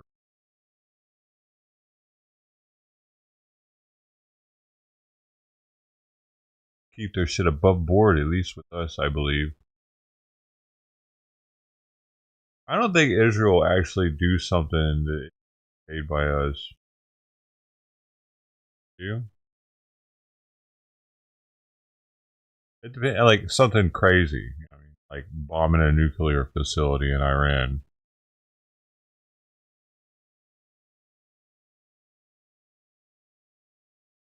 Eric's throne. Go.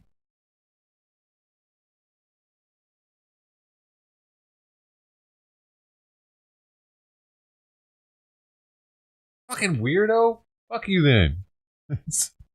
The Department of Homeland Security is reportedly ending legal status for migrants who used a Biden-era system to enter the U.S. The CBP One app, now called CBP Home, temporarily allowed more than 900,000 people to live in the U.S. starting in January 2023, with permission to work under parole for 2 years. Now, many of them are being told their paroles are being revoked, and they'll face prosecution if they stay in the U.S. CBS News obtained the message stating if you do not depart the United States immediately, you will be subject to potential law enforcement actions that will result in your removal from the United States unless you have otherwise obtained a lawful basis to remain here. It's not clear exactly how many people received termination notices, but according to CBS, the message tells migrants to sign up for self-deportation through the app. A nonprofit organization that provides legal aid to migrants told the Associated Press some people who received the letters are from Honduras, El Salvador, and Mexico. In a statement to multiple news outlets, DHS said canceling these paroles is a promise kept to the American people to secure our borders and protect national security. Trump suspended the CBP app the first day of his second term, canceling appointments for thousands of migrants at the U.S.-Mexico border. The administration also gave more than 500,000 Cubans, Haitians, Nicaraguans, and Venezuelans who arrived under Biden's CHNV program until April 24th to self-deport, although DHS Secretary Kristi Noem says some migrants could be allowed to stay on a case-by-case basis. For Straight Arrow News, I'm Kara Rucker. For all your latest news headlines, download the Straight Arrow News mobile app today.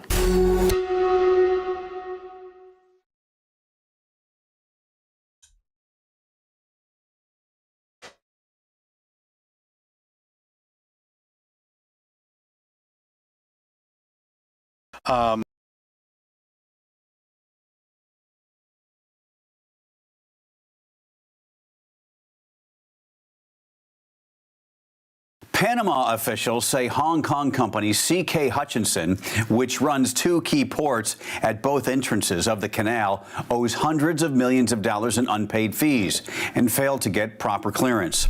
The nation's top auditor announcing Monday Panama Ports, the Hutchinson subsidiary operating the ports, did not obtain required clearances after it extended its 25-year contract with the Panama Maritime Authority in 2021. The auditor also noting the company used tax-exempt subcontractors to slash the amount it paid Panama and did not share the required 10% of profits with the government.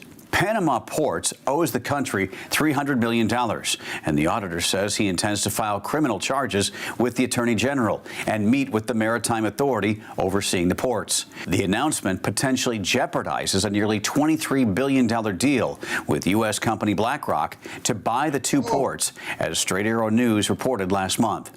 As noted in the recent Straight Arrow News report, BlackRock's purchase of the ports is also another point of contention between the United States and China amid a growing trade war between the nations. A group of buyers led by BlackRock recently announced the port deal with Hutchinson's billionaire founder as President Donald Trump continues to accuse China of exerting too much authority over the Panama Canal, an assertion denied by Panama and Beijing. Secretary of State Marco Rubio also previously expressed concerns China could use the ports as a choke point to cut off U.S. trade. President Trump vowed to take back control of the key shipping route and lauded BlackRock's deal, arguing it shows his policies are working. Beijing is reportedly unhappy with the potential agreement, and Chinese antitrust officials say they're reviewing it. China's State Administration for Market Regulations also opened a probe last month into whether the purchase violates Beijing's anti-monopoly laws. According to the Wall Street Journal, China is also trying to find other potential buyers should the deal between BlackRock and Hutchinson fail to materialize. For more on this story, download the Straight Arrow News app or go to san.com.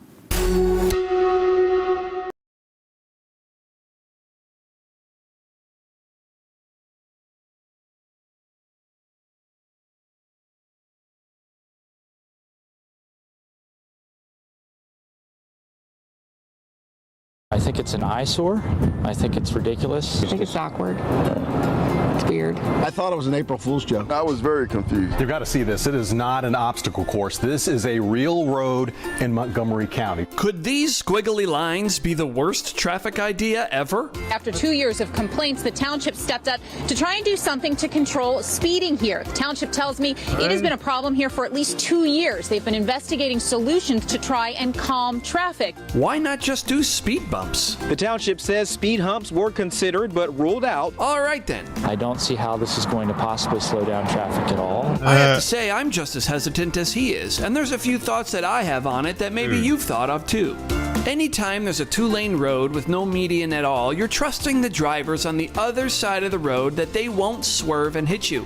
On a high-speed two-lane road, it can be a bit nerve-wracking. But with this, that trust you have in a stranger on the other side can't really exist, can it? We watched as cars slowed down and others who just drove straight through.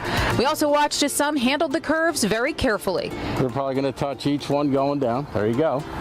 Looks like he's going straight. Right, he touched the tips going down. So, like you said, if you weren't here, he would have went straight down the street, and they painted that for nothing. Now imagine, someone is driving drunk.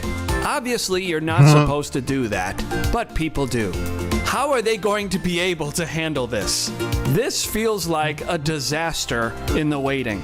But not everyone there is a hater. Traffic comes way too fast, and with all the school stops and people walking and animals crossing, it's always very dangerous. Township leaders hope the conversation leads to a safer street. That's our #1 priority. It makes sense to me. And so, I guess time will tell if this serves its intended purpose or if it's another idea with good intentions that doesn't quite meet the muster of real-world practicality.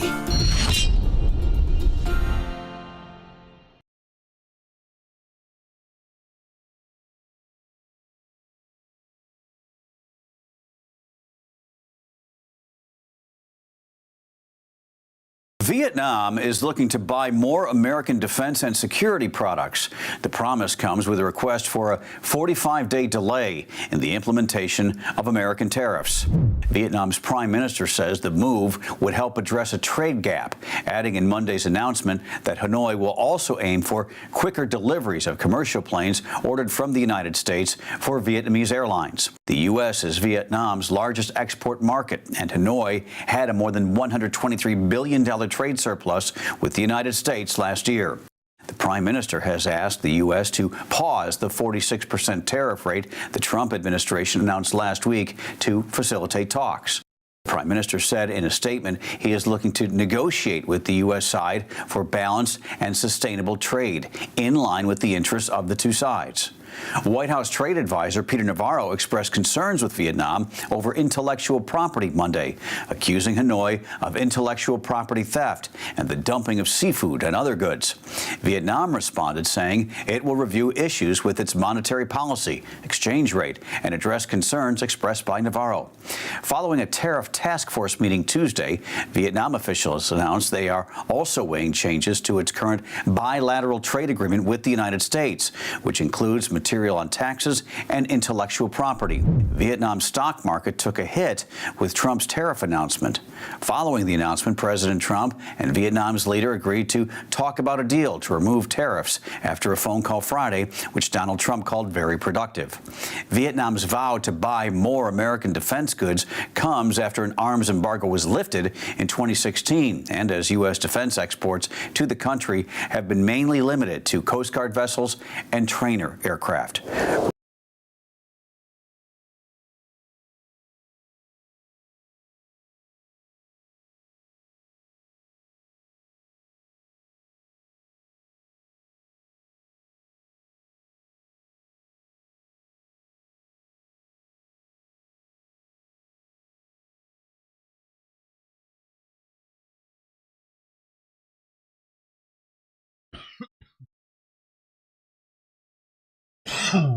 Still not on. They're still not back.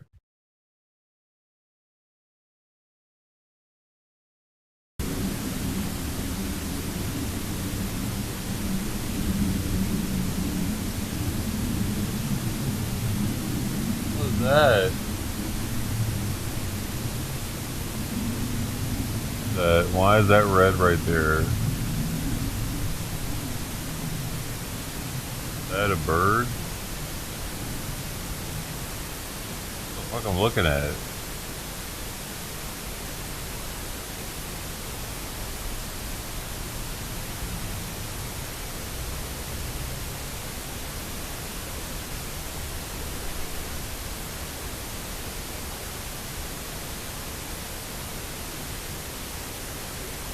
It is, it's not moving.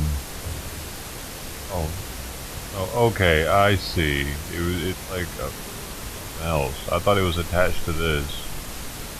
It looks like it's a wound, man. I was also.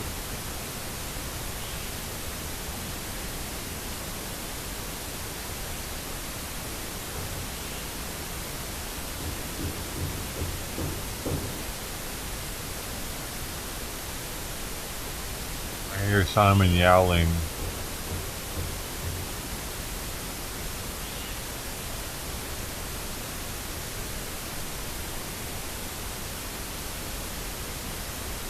Part is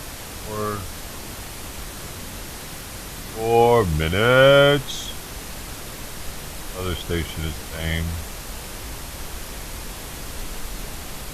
All reformed ministry.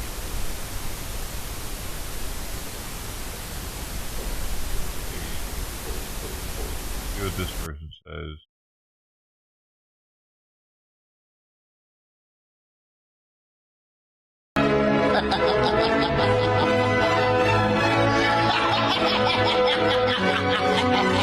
When I go to the store and I see fat people with their guts spilling over their jeans talk about how they did some recycling today, I think it's a great analogy for how boomers think about the stock market. It's kind of like astrology. It's this pattern they look at that makes them feel good about their lives, but it's not real. It's completely simulated. People made it up and they use it to manipulate you. Now, most of my audience are true intellectuals and lurkers who know what's been going on, but just in case you weren't aware, Trump finally introduced those tariffs he's been talking about for decades. They are beating the hell out of this country. Kuwait, they live like kings. The poorest person in Kuwait, they live like kings. And yet they're not paying. We make it possible for them to sell their oil. Why aren't they paying us 25% of what they're making? It's a joke. To me, the most beautiful word in the dictionary is tariff. These are reciprocal tariffs, and they're calculated as the trade deficit we have with the country divided by their exports, and they're estimated to bring in $3 trillion by 2035. It's a high-stakes gamble to use tariffs, both as a stick to punish non-reciprocal trade and a carrot to lure manufacturing back to America. Government spending is like bankrupting the country. Our interest payments on the national debt now exceed the Defense Department budget. The Defense Department budget is like $1 trillion a year. Interest payments on the national debt are now higher than the Defense Department budget, and growing like every month. We're on a path to bankruptcy. A 4chan post from last month described a strategic 5-dimensional 360 no-scope chess move, which is corroborated by a video posted by Trump's media team on Truth Social a few days ago. I'm gonna pause so you can hear what they said in the video. Trump is crashing the stock market by 20% this month, but he's doing it on purpose. So why is he doing this? To push cash into treasuries, which forces the Fed to slash interest rates in May, and those lower rates give the Fed the ability to refinance trillions of debt very inexpensively. Sounds pretty cool, right? Well, the NPCs are not having it. 1 million boomers and NPC lemmings swarmed major cities on Saturday protesting. And listen, if you have nothing else to do on a Saturday morning and this is how you have fun on the weekends, that's fine. But don't expect me to take you seriously, because the economy is not collapsing. So the stock market is dipping, and a bunch of fake Twitter accounts and MSM talking heads need you to believe that your interests are their interests. Roughly 8% of Americans own about 96% of the stocks, and the ratio is similar for wealth as well. And if you want to pause here and read all this, you're welcome to do so. But what I'm saying is that it's bad. These numbers suck. Today, what's the #1 thing to be anti-Elon for? Stop the oligarchy. You want Americans? He's not elected, and he has no business doing what he's doing. We don't want the billionaires taking over our country. Are you trying to? Oh, let me get you on Facebook. Hold on. Stop the oligarchy. Numbers This was suck. blurry a second ago because I didn't have it on very good resolution. Now it's so crisp. So, but what I'm saying is that it's bad. These numbers suck. Testing today. What's the number one thing to be anti-Elon for? Stop the oligarchy. We want Americans. He's not elected, and he has no business doing what he's doing. We don't want the billionaires taking over our country. Are you trying it? Oh, let me get you on Facebook. Hold on. Yeah, we're stopping the oligarchy. That's what it's all about. Tough shit, boomers. You've been riding this wave for long enough. It's a bunch of fake, gay money that just got printed out of thin air. And I didn't see you protesting when the Fed turned on the money printer in 2020. I didn't see you protesting when the subprime mortgage crisis caused the bank money that just got printed out. I didn't see you protesting when the subprime mortgage crisis on the money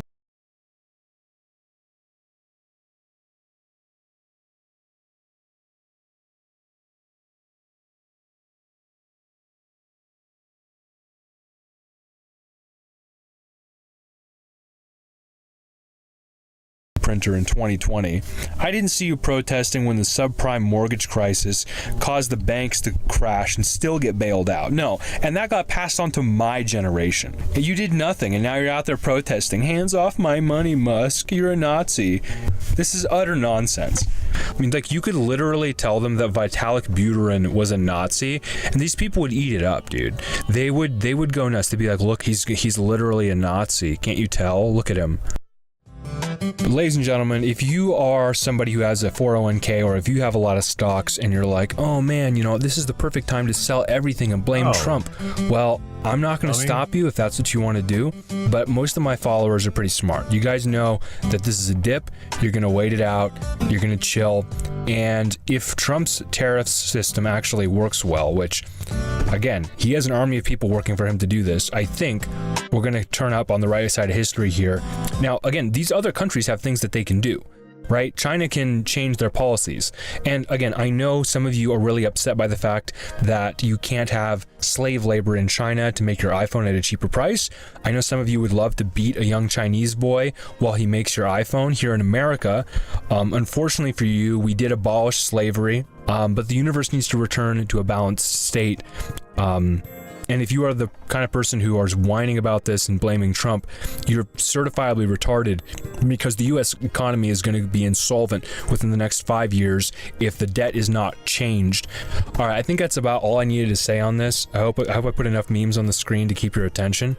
Please like and subscribe. Thank you for joining me again. It's been a long time since we've done this. Again, if you want to join me and make some memes like the ones that I did that went super viral, you can click on the link in the description or go to memewizards.com/meme/vault, and you can pick up a free meme pack. Just enter your email and we'll send you a link.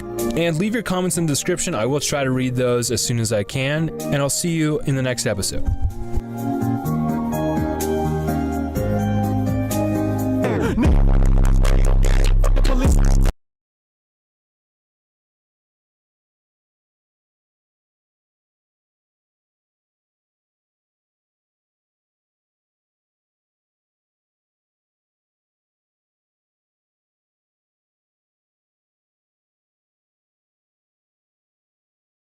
Start up, back.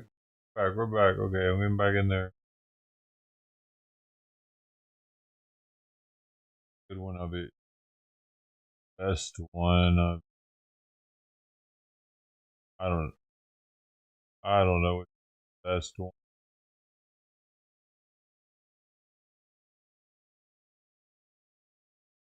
Way there, so other detectives.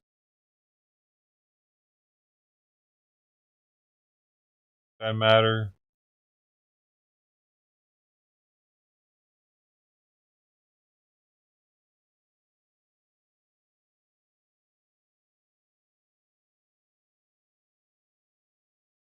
With her. Yeah, and before we went to recess, you know, I believe you had asked Rachel about. This is estimated. You know, even though it's entail. Instruction mean. How to do the. Oh, okay.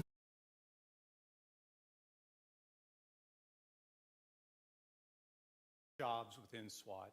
There's regular officers that typically will do entry. There's some that specialize in breaching, some specialize in grenadiers, and then we also have the snipers. So I was cross-trained to do the regular basic entry officer stuff, as well as I became a sniper, and eventually I became a sniper instructor. Okay, so what kind of training did you have to go through to become a sniper and sniper instructor? So the man, audio now is fucking. And have you utilized those skills that you learned in that shooting reconstruction course as a detective since then? Yes, many times. I assume you passed the certification test? I did. Okay. So on July 11th of 2019... shall I rewind? This one only has them up there for like... So there are many jobs within SWAT. So there are many who will do entry. There's some that specialize in breaching, some specialize in grenadiers, and then we also have the snipers. So I was cross-trained to do the regular basic entry officer stuff, as well as I became a sniper, and eventually I became a sniper instructor. Okay, so what kind of training did you have to go through to become a sniper and sniper instructor? So the sniper training was a basic 40-hour course. I attended that with the FBI.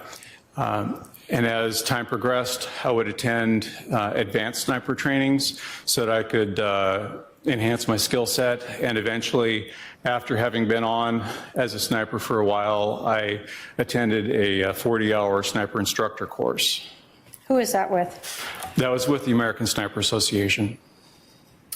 As a trainer for snipers, what did that entail? It entailed having to have a good working knowledge of the actual job, the ballistics that the rifles need to perform, knowing how to train new snipers, knowing how to keep snipers that have achieved certification to keep their skill sets up, and to keep meeting the mandates of what would be expected of a police sniper. Did you ever become a shooting reconstruction expert? I did. Can you tell us, what does that mean?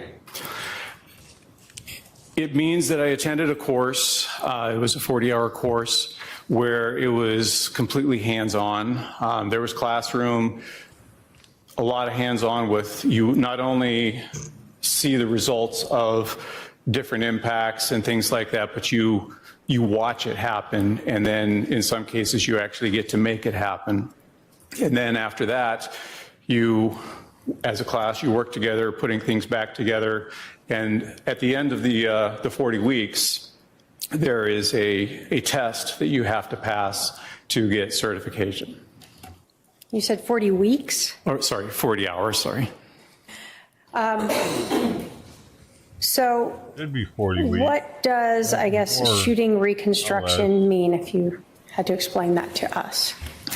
It means being able to take information from a scene and being able to put it together to reconstruct as best as possible or humanly possible what happened. For instance, you have bullet strikes. In some cases, you can actually get a good angle or ballistics information so that you can backtrack it and get an approximate area where the shooter had to have been. In many cases, you can help articulate whether information given to you was factual or if the information given to you was not.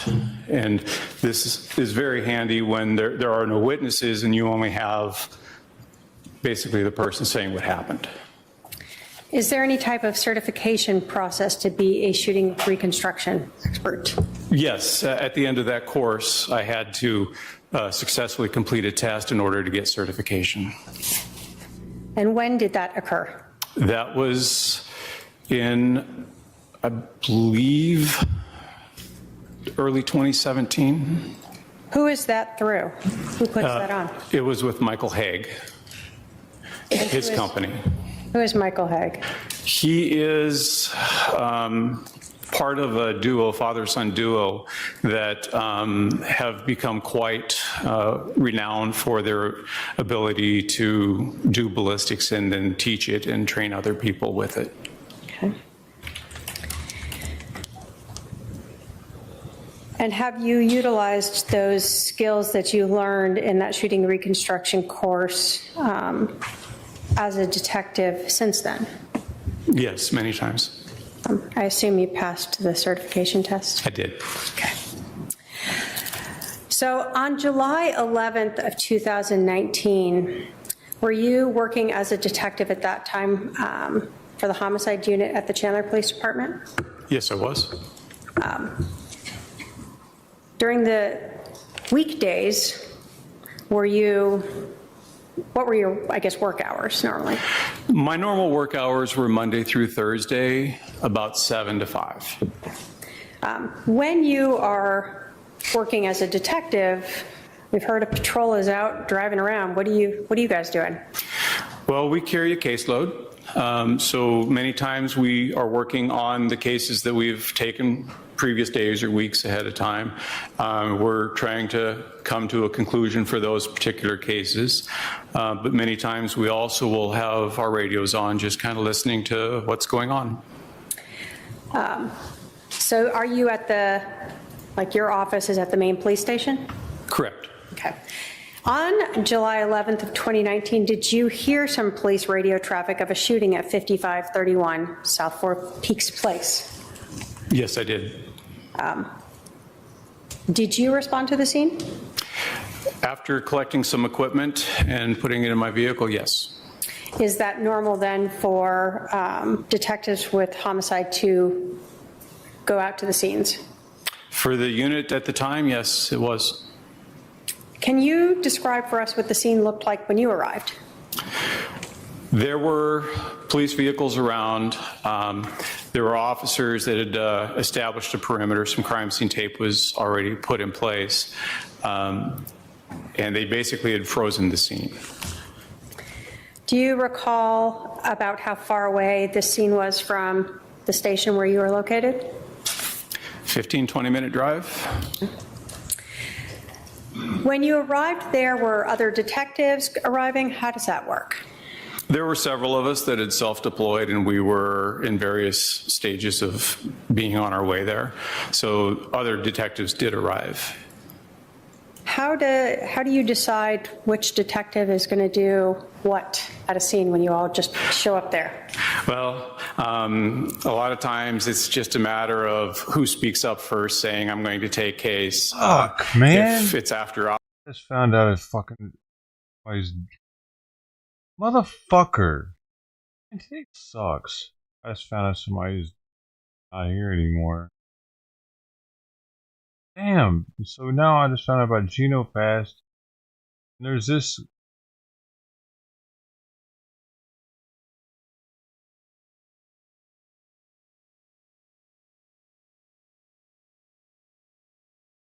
Saw this video. I knew that he was in the hospital. He was better. Rising up, back on the street. Fuck. That to working out because day one of many. Apparently, he's in the hospital. That was from a year ago. Damn.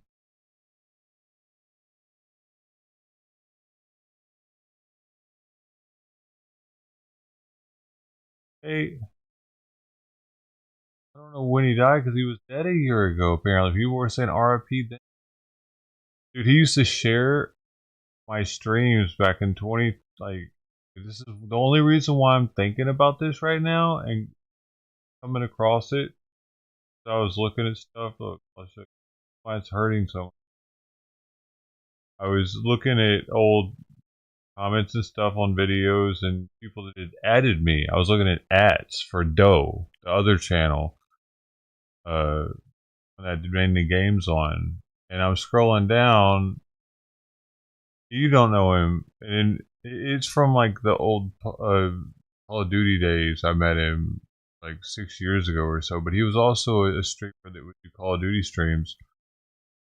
And even after that, he was really cool about sharing more.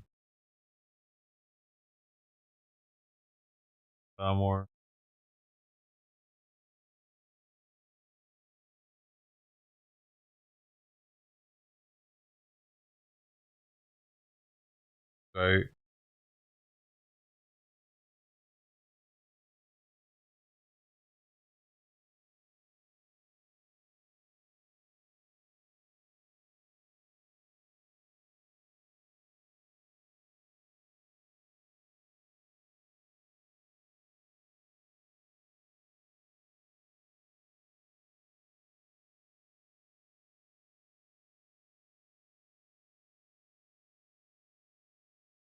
I was going to show this disappeared. I don't know.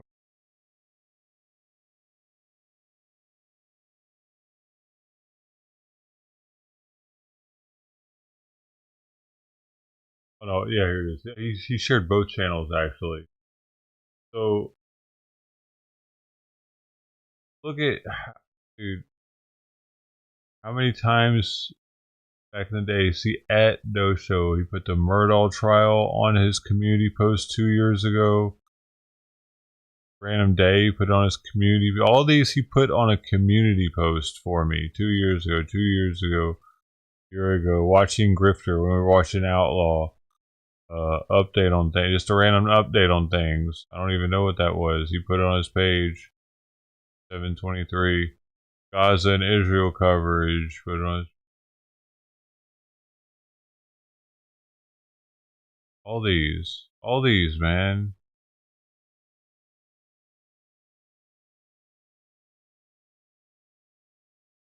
At 1.34K subs. Every now and then he would go live from the hospital. Those are the last streams I remember. Did he? Yeah, it was like these. These are the last streams I remember seeing. 2 more procedures, then home. Fuck, man.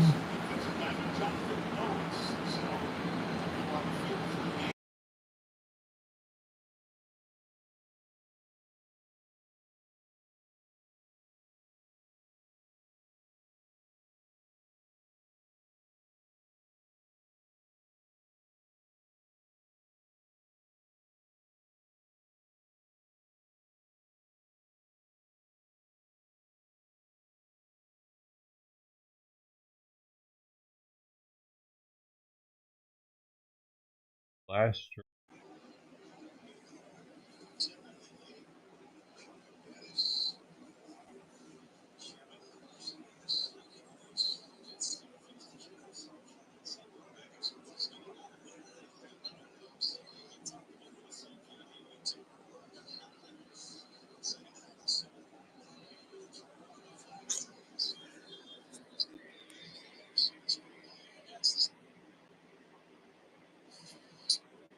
The VA too. He's a Navy veteran.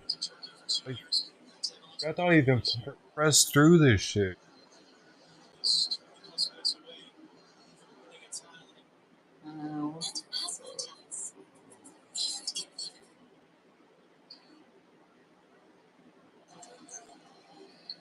I hear good on asses. What's up, Grant? Praise Yoda, what up? What's up, Hefe? No, I'm not home yet, man. I got Tuesday. I gotta have them remove this bag out of my liver, and then I should be on my way. I should be on my way home like Wednesday. Hopefully before Wednesday though. I like your new setup, man. Your intro and your new logo and shit. That shit go hard, bro. Grant Mika.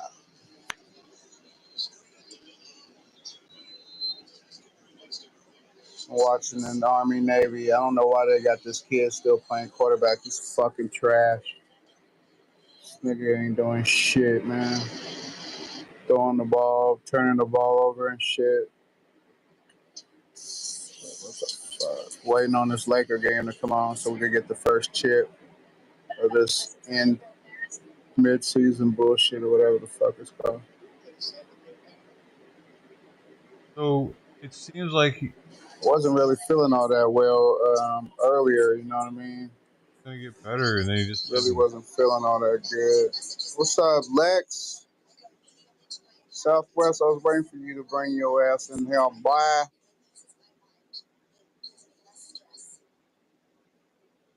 My niggas up in this motherfucker. What's good? Grant, Lex, Southwest, Hefe. Appreciate you, OG.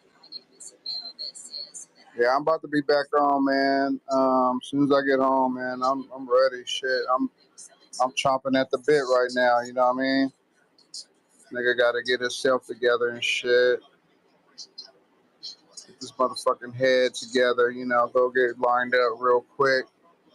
Look pretty for the motherfuckers. You know what I'm saying? Then I'll be back on. Missouri and who else? Kansas. Missouri out here whooping Kansas ass right now. Oh, this is just all college basketball shit today, huh? So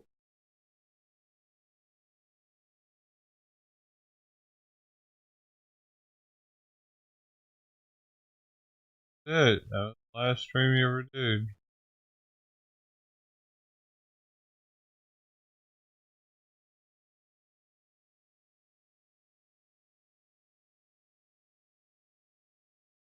What the fuck, man? Is there a video or anything?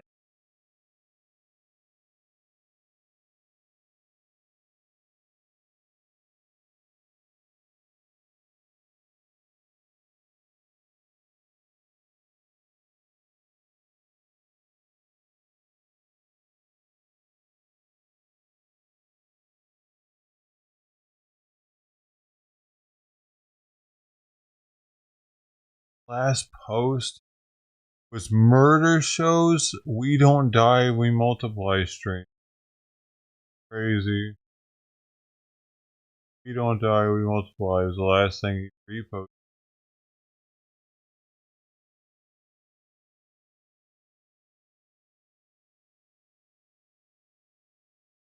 Nine-year Gulf War veteran. I wonder if he was burn pit, and that's why. That's fucking why. 9-year Gulf War veteran. Survivor.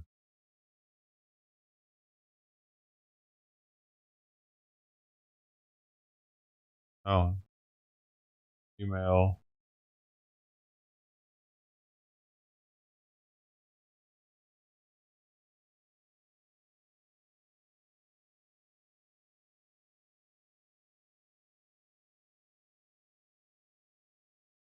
Oh, look at no IG, Discord, Facebook, TikTok, Snapchat, fuck Twitch or Kick, YouTube boy only. No DMs. I only have Twitter, so don't I no DMs. I only have Twitter.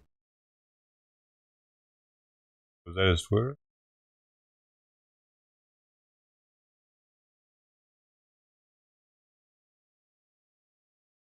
Oh, it is him.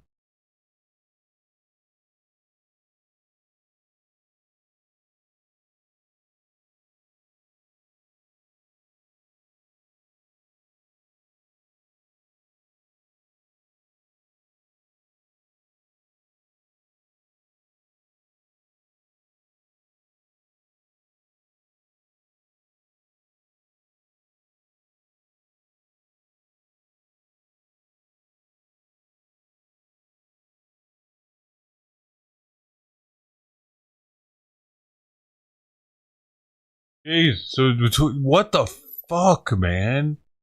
Between December 30th and January 6th, he was dead of 2024. What did he do? What happened?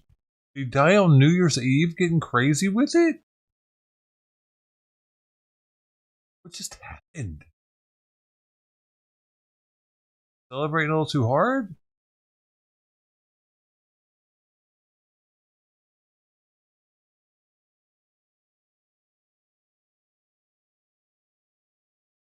Nobody's gonna probably say,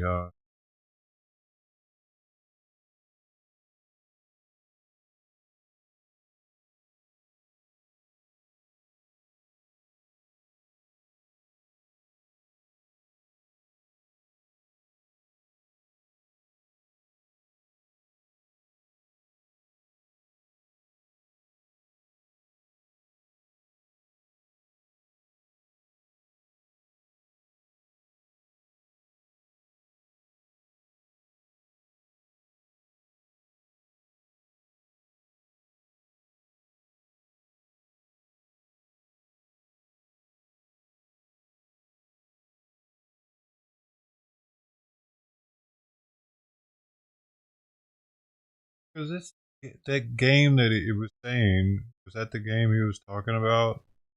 That live stream?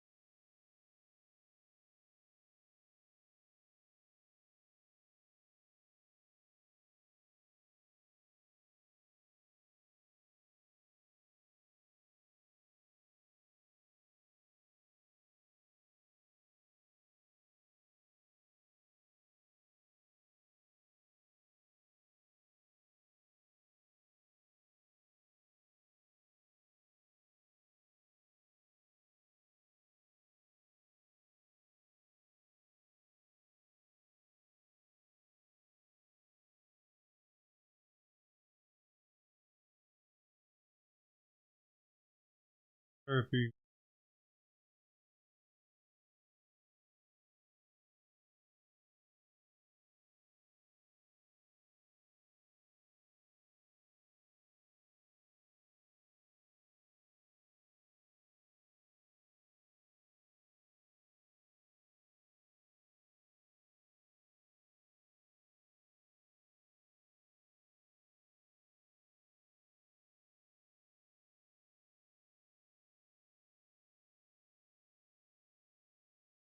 all like all stuff.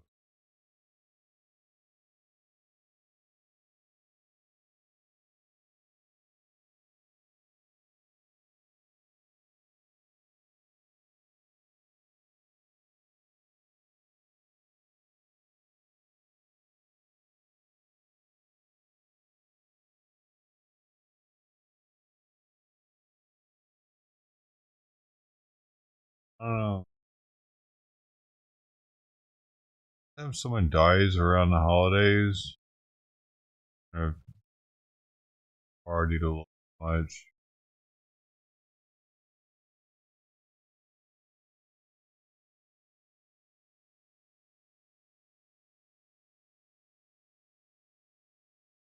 Oh, she does? You seen it? Redhead. You know that.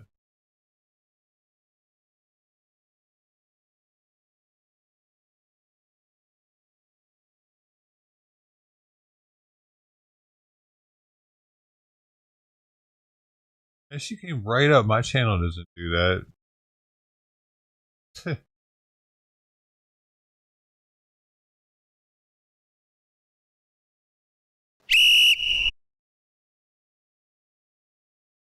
Oh, is this it?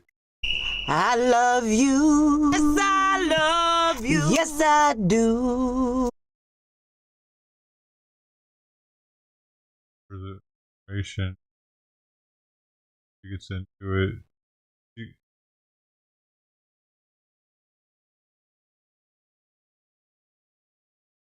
else.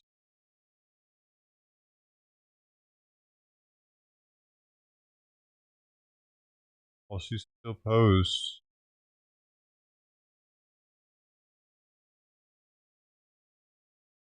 Dang, interesting. Anybody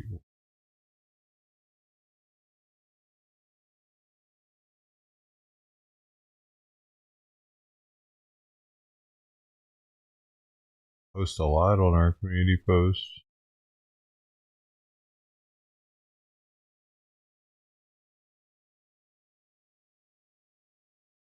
Nerdist community post about it.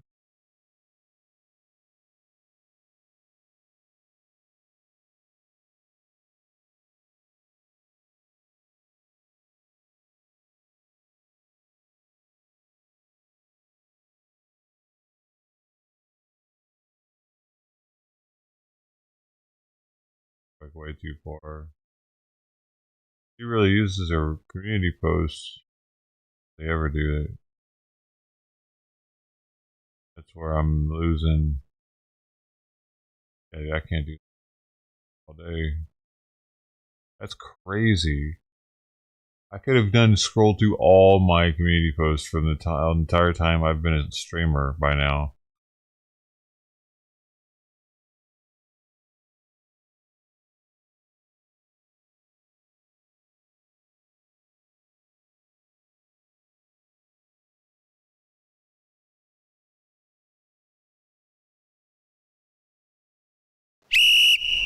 I love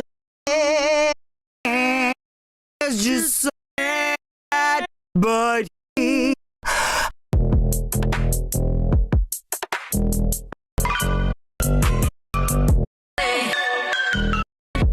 you know what?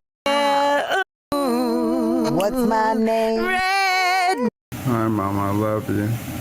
Thank you for everything and all the prayers she sent. The light's bright on my phone. That's why he looked like that. Well, and they just gave him morphine, so he probably looks like that because of the morphine.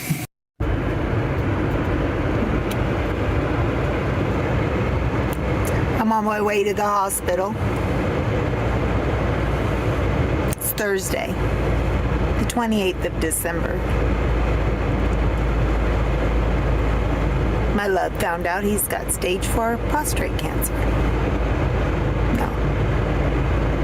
Pancreatic. He's a survivor. He's already beat cancer once. And let me tell you something right now. Your boy's a fighter. Your boy's a fighter. Procedures, they're scared of him. He ain't scared of those procedures. I don't get it. Is this before or after? Damn it.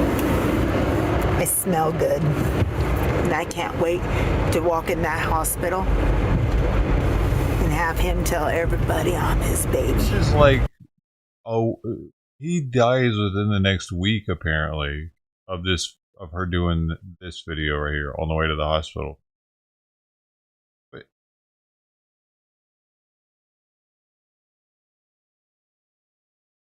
Did he go back to the hospital? Because his last video, he was going to go home that day. I'm still confused. What the hell is happening? I guess. She said that he only beat it once. Just there. In his profile, he's beat it twice.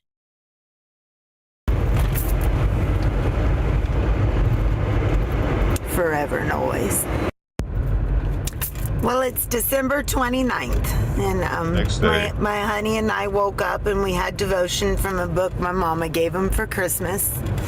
And after that, we had doctors come in, and we had a horrible nurse the night before, and then I had to come home and prepare for my baby to come home. That's all he wants to do is come home. So that's a lot. It's a lot. And I signed up for it. I'm not complaining by any means at all. I'm fortunate I get to be the lot girl. It's a lot, and I got in line and said I want to be first in line. So I got pretty. I look banging, and I'm gonna walk in that bitch and make him proud. Now I could have chose to delete that because I said bitch, but I'm not gonna because I don't rehearse stuff, and this was the real deal. But I do want to say I'm working on a lot of things in my own life from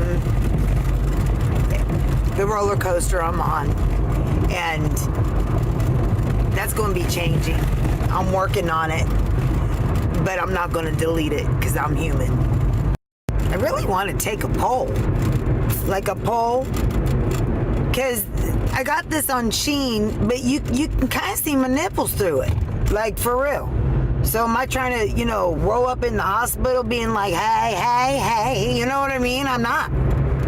So I got them little patchies, the little Apache thingies, and like you can't, but you can't see my nipple, But you still can see the patch where my nipples are. Is that still being a hey, hey, hey? I mean, is that the same thing? Maybe you're just one hey.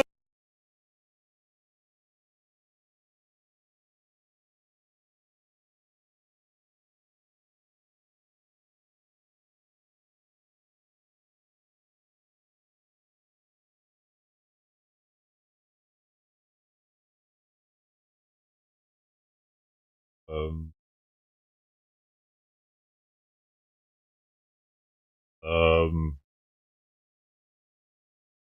what in the hell am I looking at right now?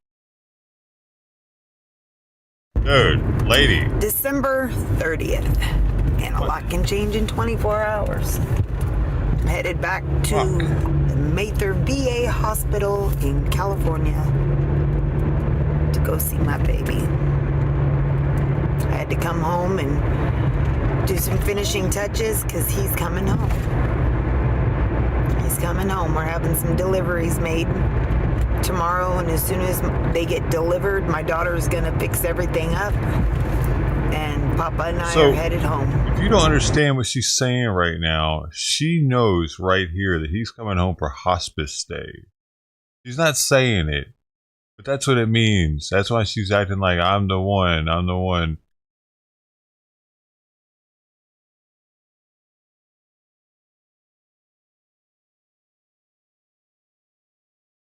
Man,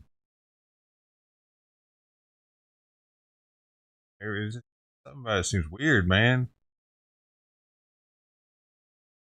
That is unexpected. Home.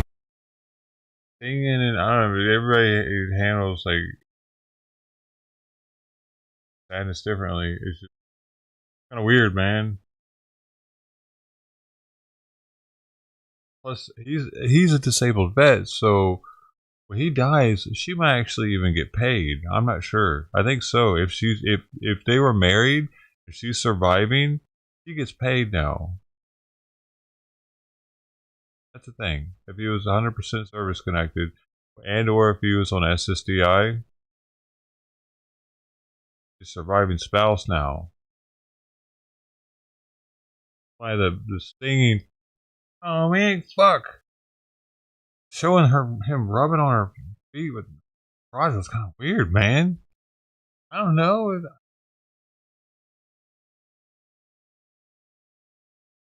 want everybody to see that. Home, home, home.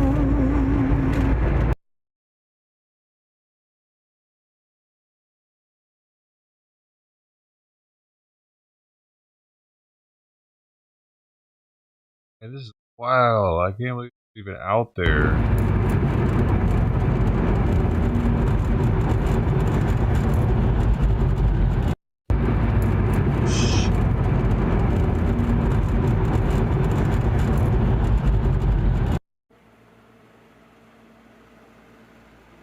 Oh my gosh, this is depressing.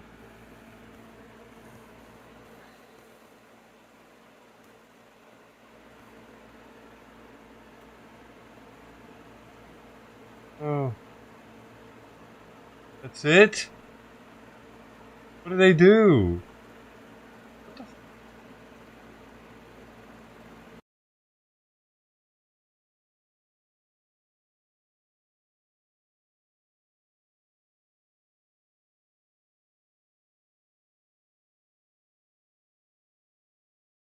Oh. How did he go so fast? 2 days later, he's gone?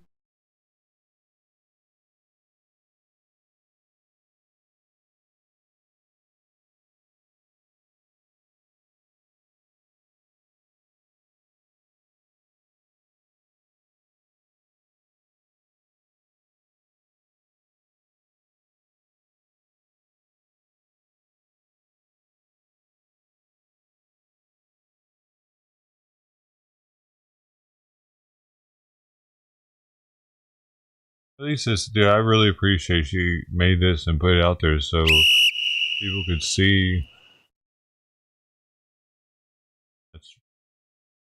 Here for that.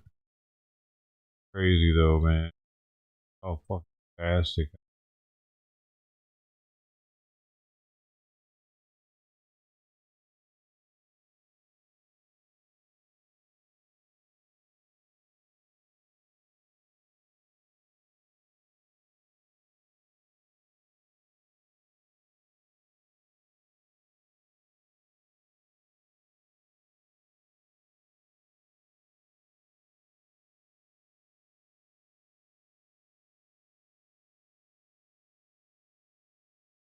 He just started doing live streams. Like, oh wait, no. He was doing Fortnite live streams 3 years ago. Where she didn't have a face cam on. I wonder if that's how they met. There's no way. They knew each other before that, probably. Because I knew him 5 years ago. Hello.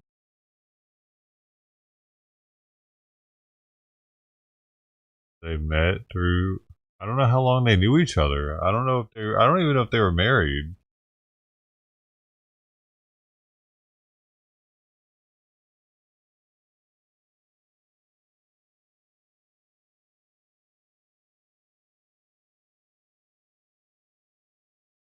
It's interesting that they don't have any games together on here. Also, kind of weird. Actually, very weird. Why don't they have any games together? Like his name next to hers. What do they do? I'm just not seeing the name. Oh, there we go. Duo OG Raider.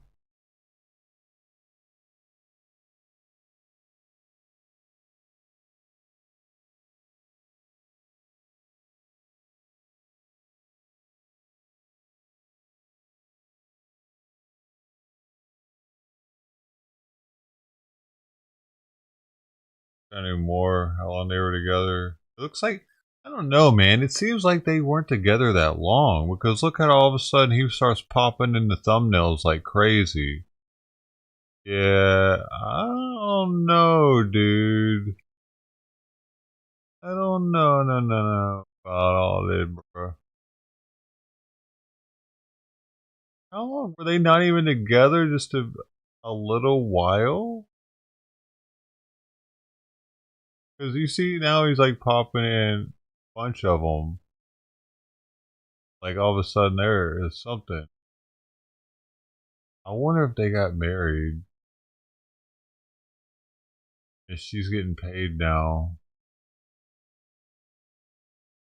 Interesting. I gotta rest my eyes. Reading. Yeah, that's what I was saying earlier. What do you mean? Oh, Burn Pits of the Navy. He could have been. I can't remember what his MOS or his rating was. If he was a CB, yeah.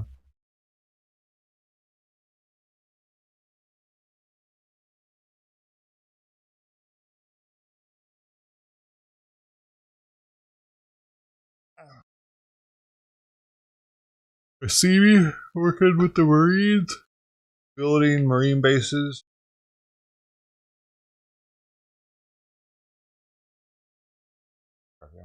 But it seems that they weren't together as long as I don't think they had nearly as much history as I thought. Go just judging on the fact that he is nowhere to be seen in her early titles from 3 years ago. He's in none of them. I think that they met either through Murder Show because she put on one of her thumbnails Murder Gang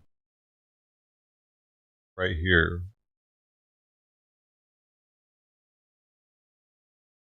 Murder Gang. And I think that's how I met him because I was a Murder Show viewer.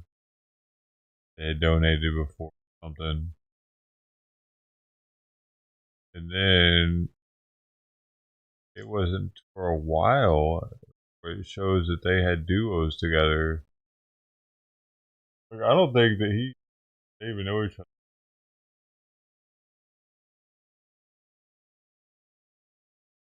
And this isn't that long ago. This is from 1 to 2 years ago. Probably about a year and a half. And he's been gone since December of 2023 or January 2024. So you're like, were they only together for like a couple months? What just happened?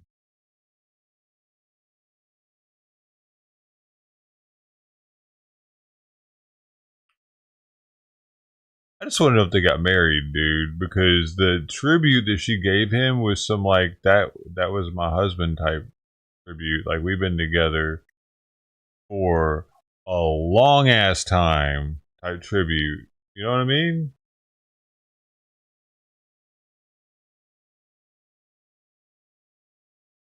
And Taylor, you're a genius.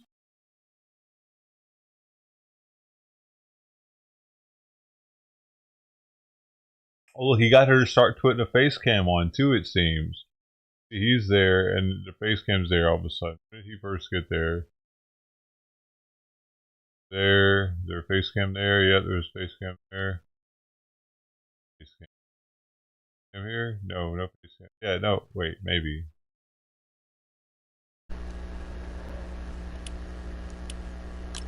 We got her to start using a face cam apparently. And she's, guys,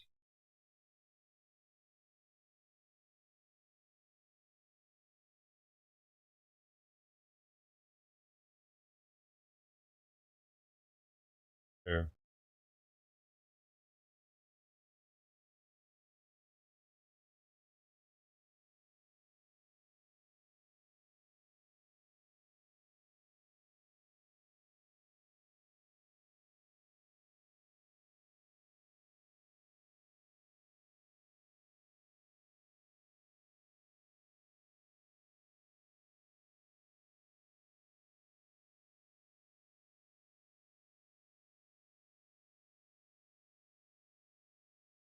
Isn't it kind of weird? Like, if you go to the oldest videos, he's nowhere to be seen.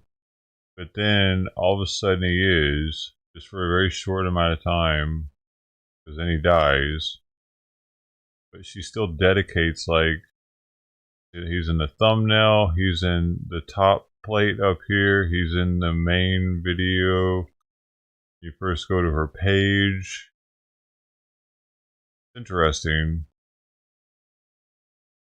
I mean, sure, he could have just had a major influence on her life, but like this has the feel like she was there back then almost.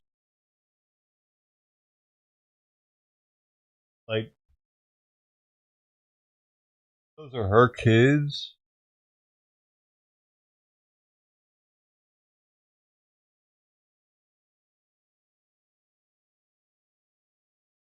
Oh no, I don't think so. The video game video. He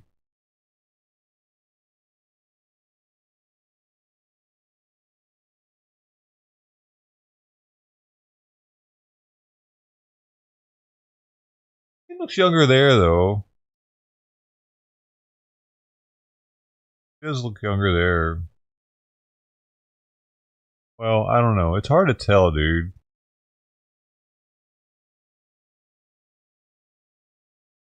Because when he got the cancer, he got, like, started looking different pretty fast.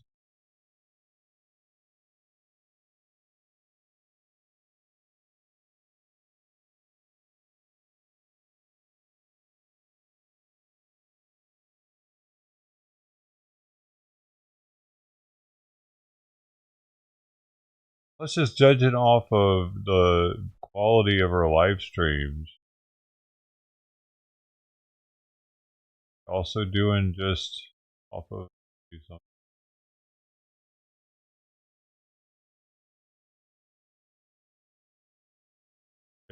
Wait.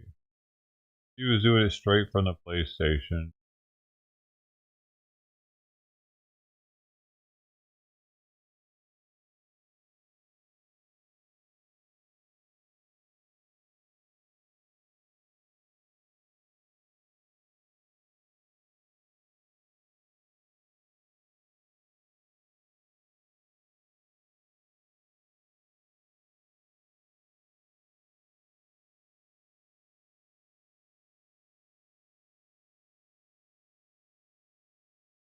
Was 2. Was 2 years ago. Oh, they couldn't do it together. That's why. There she is. 3 years ago. Was there.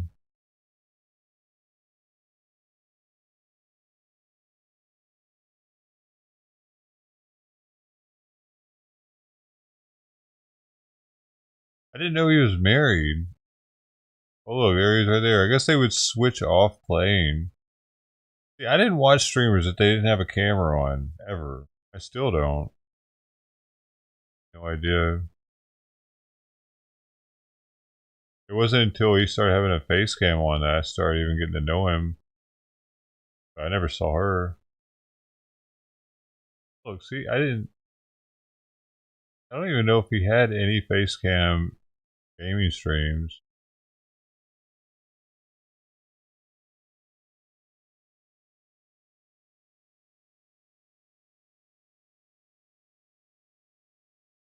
He would just come through every now and then on chat, like, watch. I never really,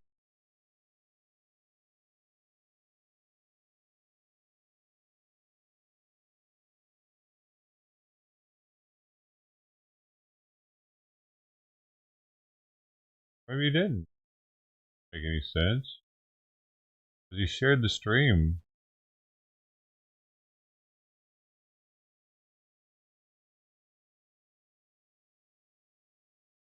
Oh, I had to space it. Yeah, he'd come through every, that's like I said, every now and then. He wouldn't really stick around very long. 2 hours.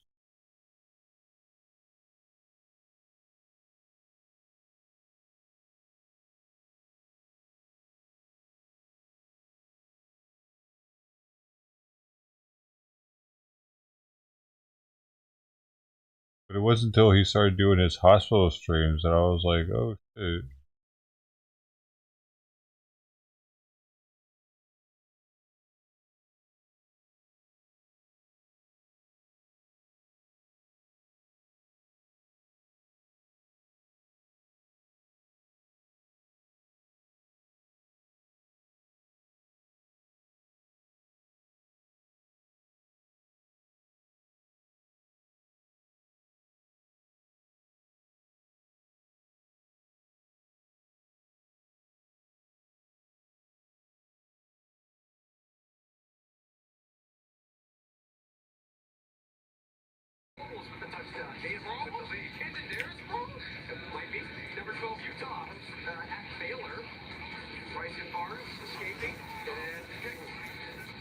I wish it had the dates to videos somewhere, like anywhere. Does it? That's what Nerds does it.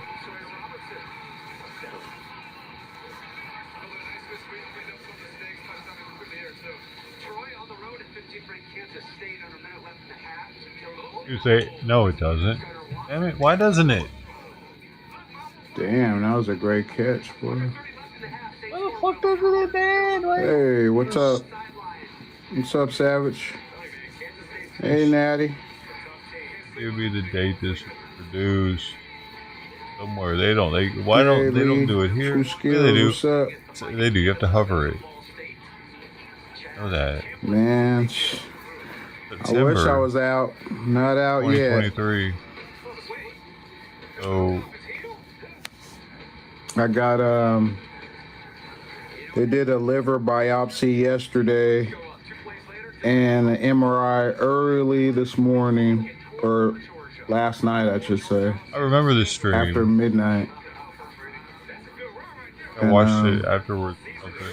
Everything came out. My pancreas looks better. My liver looks normal. Everything's looking normal, but my liver count is still keeps going up. So we're trying to get that under control. The doctor doesn't want to let me go without having my liver numbers stabilized, alkaline, and some other jargon that he's talking about. Hey, Hostile, what's up, brother?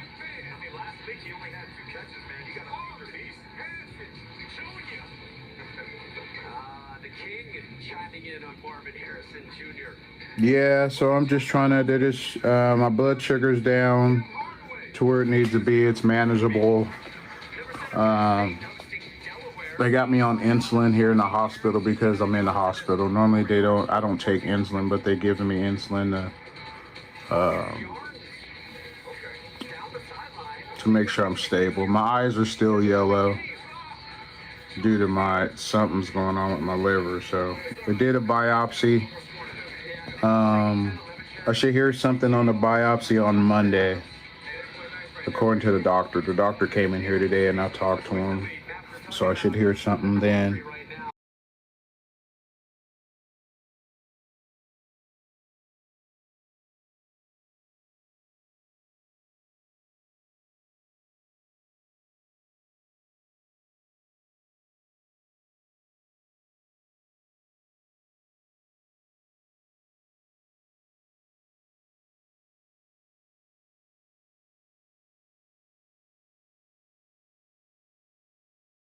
Okay, so this one, what day was this?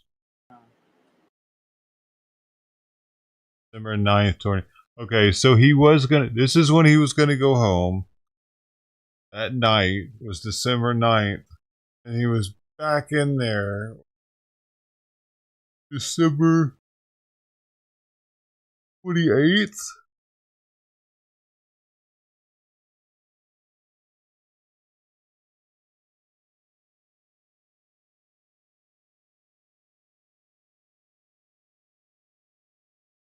What the fuck happened, man? If they celebrated for Christmas or something. Drank alcohol, or I'm just looking for a reason for it to turn so suddenly.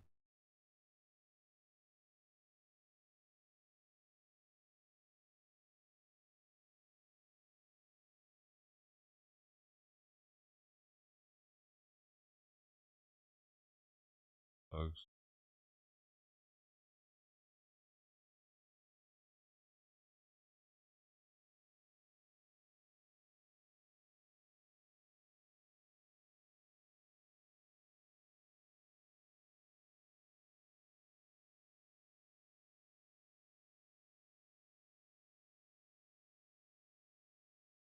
You know, Pass could be dead too. It's like I found out 2 people are dead today.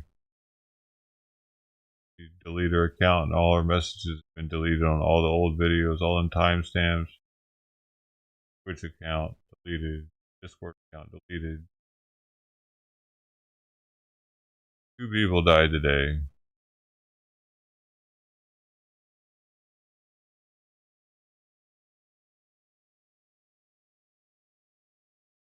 Fuck, man. And I found out by going through old comments on both of them. For both of them. I found.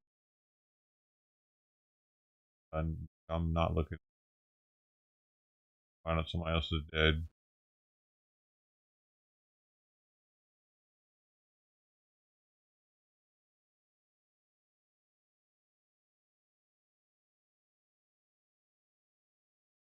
We're all getting better. Pretty boring.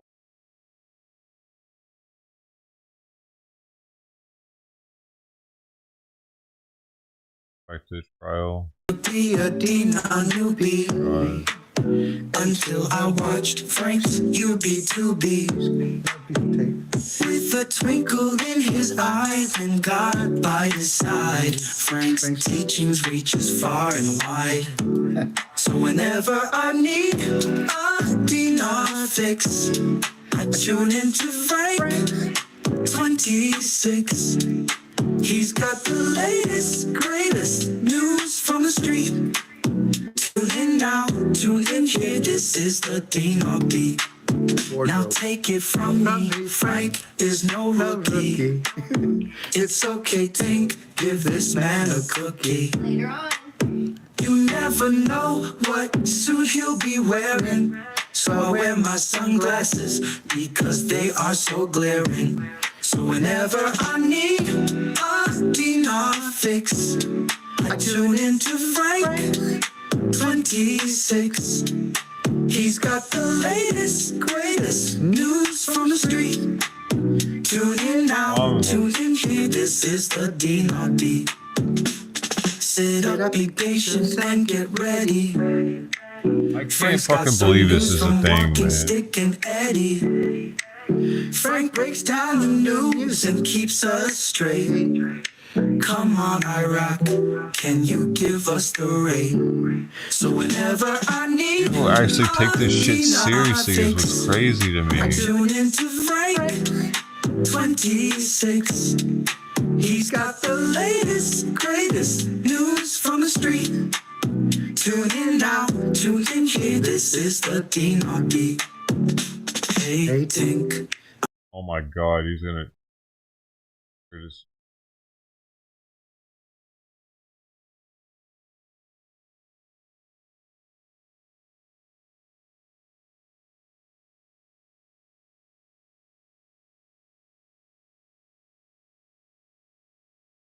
Rare glimpse of feral cats co-parenting their kitten.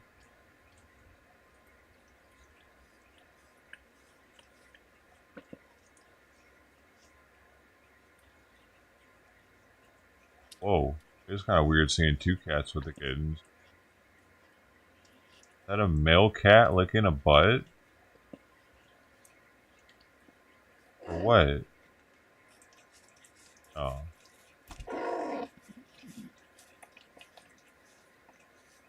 Interesting.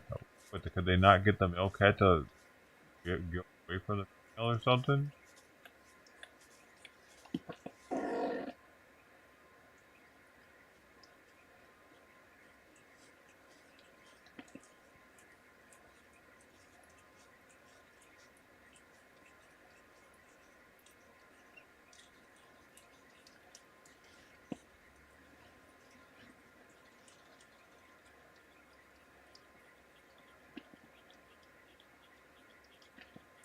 Oh, she's giving birth right now. Maybe. I don't know.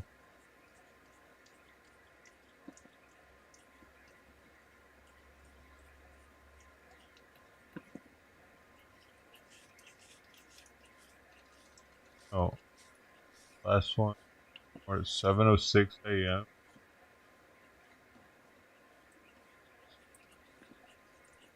Hours ago.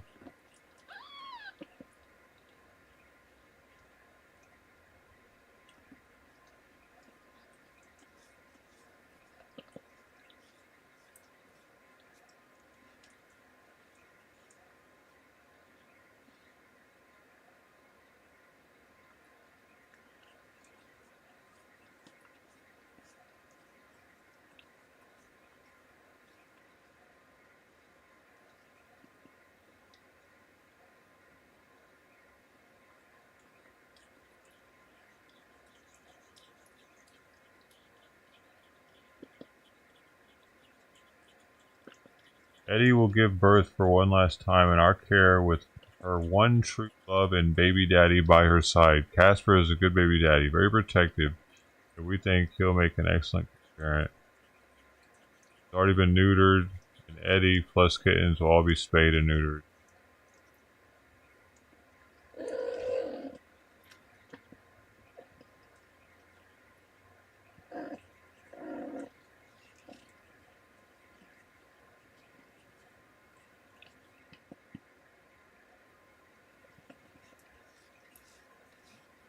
Looking hit.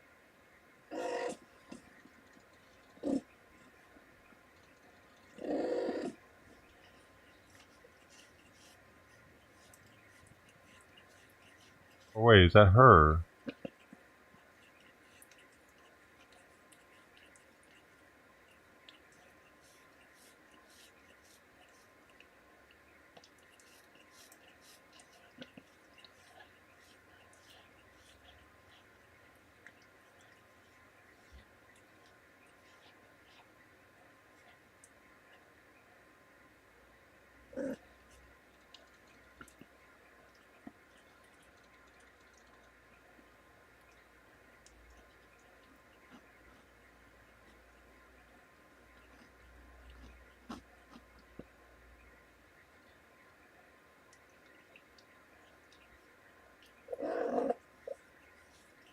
Okay, that is Mama. Mama is the darker one.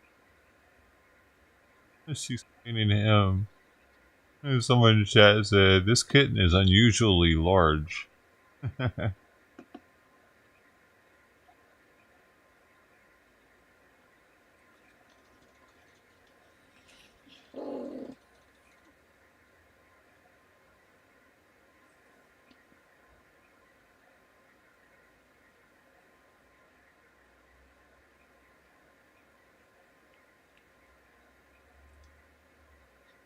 Tsunami.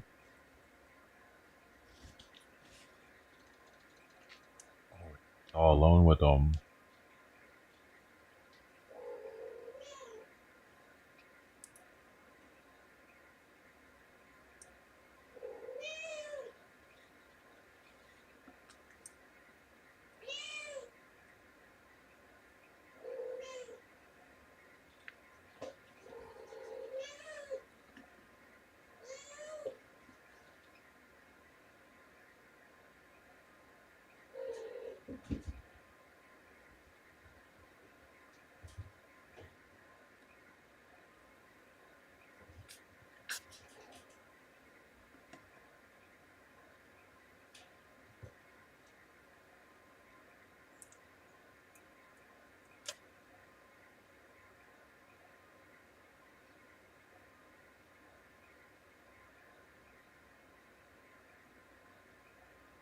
And that's some trust right there.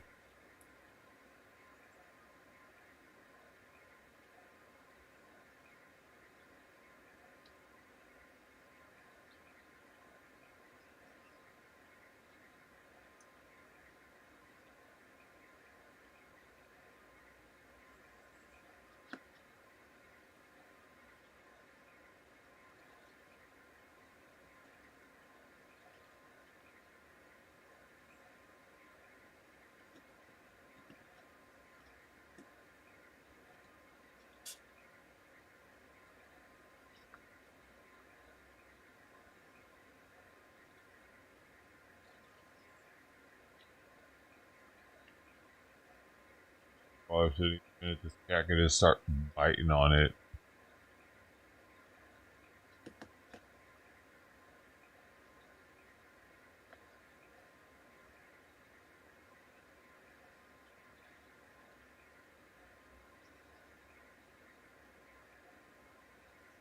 Nose.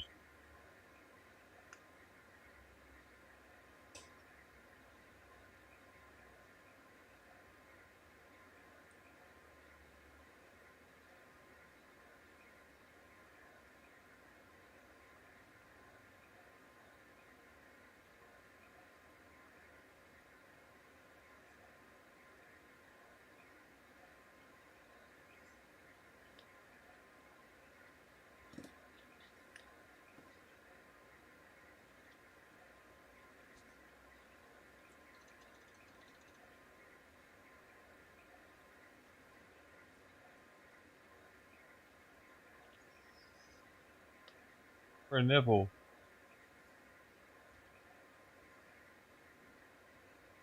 I'll find one. Yeah, these have nipples.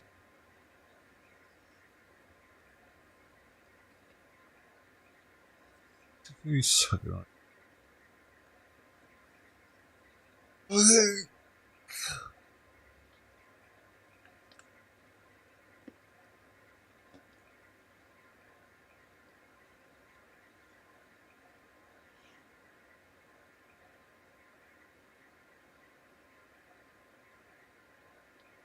What if it knows that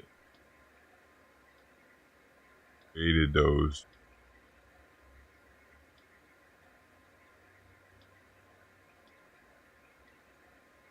They understand any of that, or if they're just super horny all the time, and then they're super caring.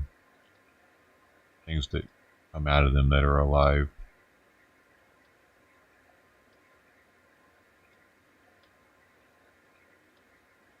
Poop is, you know, I mean, they don't treat poop as cover it.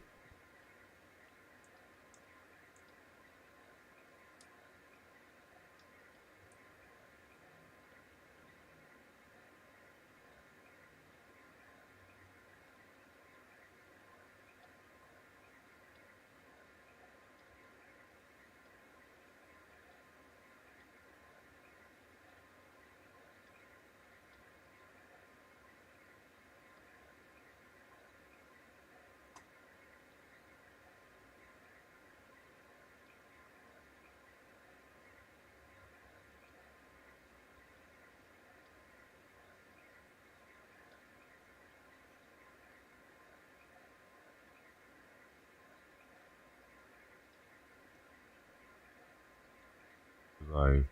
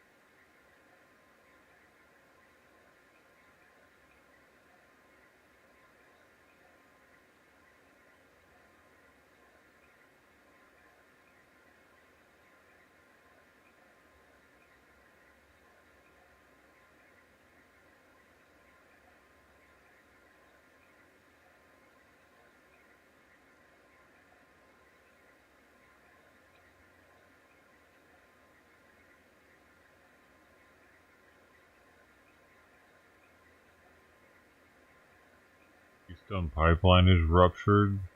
All right. Welcome back, everyone. Here to Live Now from Fox. I'm your host, Mike Page. We come on with some breaking news that we want to bring to you. Massive developments coming out of North Dakota, where officials have shut down the Keystone oil pipeline in North Dakota after a rupture has led to the release of oil. So with the very latest here that we are getting from our partners and team members, the Keystone oil pipeline ruptured this morning in North Dakota, with the spill confined to an agricultural field. An employee working at the site near Fort Ransom heard a mechanical bang and shut down the pipeline with about 2 minutes. Spill investigation programs are underway right now and trying to look at what caused this rupture. Oil was reported surfacing about 300 yards south of the pump station in a field. Emergency personnel responded to the sites.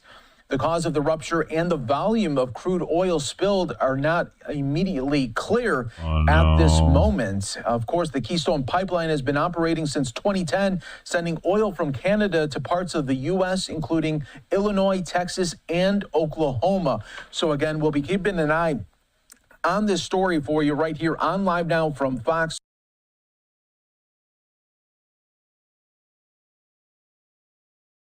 Ruptured or destroyed on purpose is the top comment. Coincides with oil prices falling globally. Someone's upset. Sabotage. Second most liked comment. You can smell the foul play, especially on a day where Trump touts unleashing energy. Third most liked comment. Sabotage at its finest. Fourth.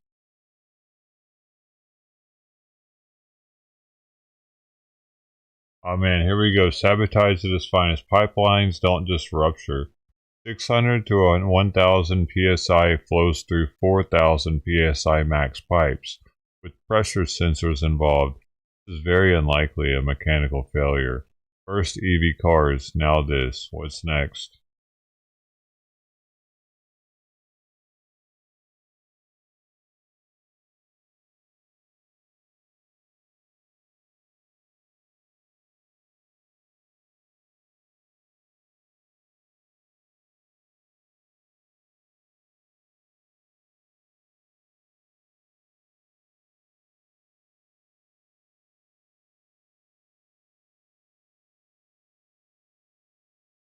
Welds are held to the highest standards. The pipeline is only 15 years old. This may have been deliberate.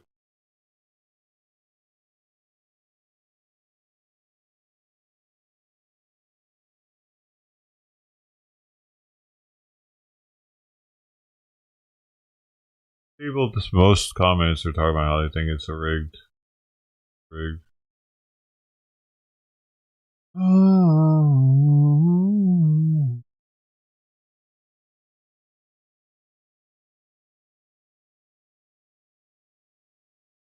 Oh, thanks, Brody.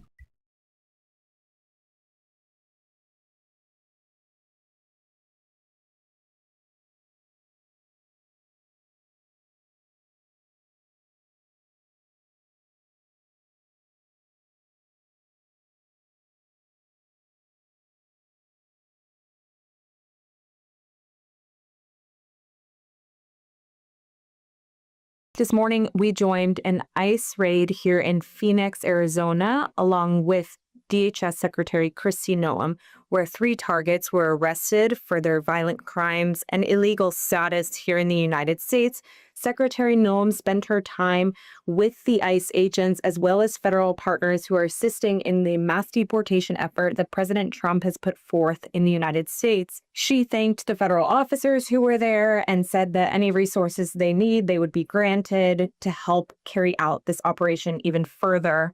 She then spoke directly with the illegal migrants arrested today and delivered the message that they would be deported from the United States. Even at one point, she was dodging kicks from one of these illegal migrants who was very upset with the fact that she was speaking with him and that he was being arrested. Another illegal migrant in 18th Fuck you, Street. New York Post. This has another minute and a half left in it. I don't give a shit. The title of this is Kristi Noem dodges kicks from migrant suspect as she leads ICE deportation raids in Phoenix. Those are the kicks they just made that title for. Fuck out of here. I'm good on that story. Oh, he really tried to kick her, alright.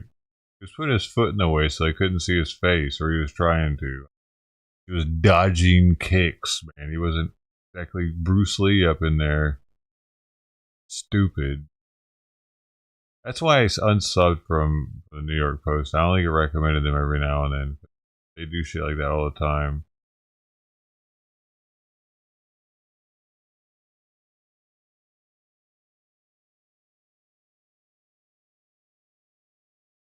This hearing of the Subcommittee on Delivering on Government... Now we'll see what you're made of. Order. Welcome, everyone. Without objection, the chair may declare a recess at any time. I recognize myself for the purpose of making an opening statement.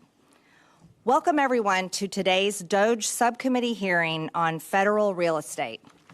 This is an area where the Trump administration is taking long overdue action. The federal government owns a massive real estate portfolio of more than 250,000 buildings. No one knows how much of this real estate is actually being put to use or what it's worth on the open market.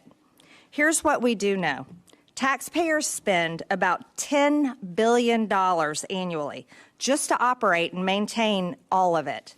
American taxpayers have been drowning in debt, inflation, unaffordable grocery prices, high interest rates, and have been suffering to get by. All while the federal government is pouring billions of dollars into wasteful, empty office buildings and luxurious high-end furniture, which they, the American taxpayers, can't even afford themselves. It's quite a hypocrisy. These buildings sat largely empty during the entire Biden administration, which kept federal office workers at home long after the COVID-19 pandemic ended. By the way, truck drivers, first responders, so many people worked during the pandemic, but federal workers could stay home, and these federal buildings sat empty. Here in D.C., GAO found in 2023 that the vast majority of federal agency headquarter buildings were less than 25% occupied, some much less. Meanwhile, from 2022 to 2024, the backlog of deferred maintenance on the aging buildings the government owns grew from $216 billion to $370 billion. That's more than $1/3 $1 trillion it will cost to restore them if we don't sell them. What's worse, aside from paying for useless leases and allowing federal buildings to decay, the Biden administration spent billions on high-end furniture for empty buildings during the pandemic. No one was sitting in those chairs or at those desks. You're gonna do Our that. witness from Open the Books will testify to that. It is only now, under the Trump administration, that we see a light at the end of the tunnel. This administration is taking historic action on reducing the size of the government, and with it, a significant reduction in the useless office space that is claimed to be essential for the government to operate. GSA has established a goal to reduce the size of the federally owned real estate footprint by 50%. This is a massive real estate auction. The president issued an executive order instructing agencies to update their property inventory and to determine which of their government leased or government-owned spaces they don't need. I'm gonna buy one. In just the few months since Inauguration Day, DOGE and the General Services Administration have sold off several federal properties and worked with agencies to eliminate hundreds of unneeded taxpayer-funded office leases. More specifically, they've canceled nearly 700 federal leases of 7.9 million square feet of space, saving taxpayers around $400 million. One of the canceled leases was a nearly $250 million 15-year lease at a luxury office building on Pennsylvania Avenue to house Voice of America and the United States Agency for Global Media. The Biden administration signed the lease late last year, sticking taxpayers with the tab. It's one of the fanciest office buildings in the city. You can see of the building on this poster board. Wow. Incredible. Furthermore, this beautiful building had zero broadcasting capabilities, a capability one would think would be essential for a broadcasting media agency. The cost to taxpayers to build out the building with broadcasting capabilities, $130 million. The Biden team wanted to move USAGM and Voice of America from this building corn and tuna, Brody, that we're sitting in today into that luxury space. Instead, the president is shutting down the whole state-run media operation, and taxpayers will be spared a $250 million lease and millions more for renovations and security measures. This is just one example of countless egregious abuses of leases and contracts being paid out across the federal government. Another egregious abuse of taxpayer dollars regarding federal property was the $200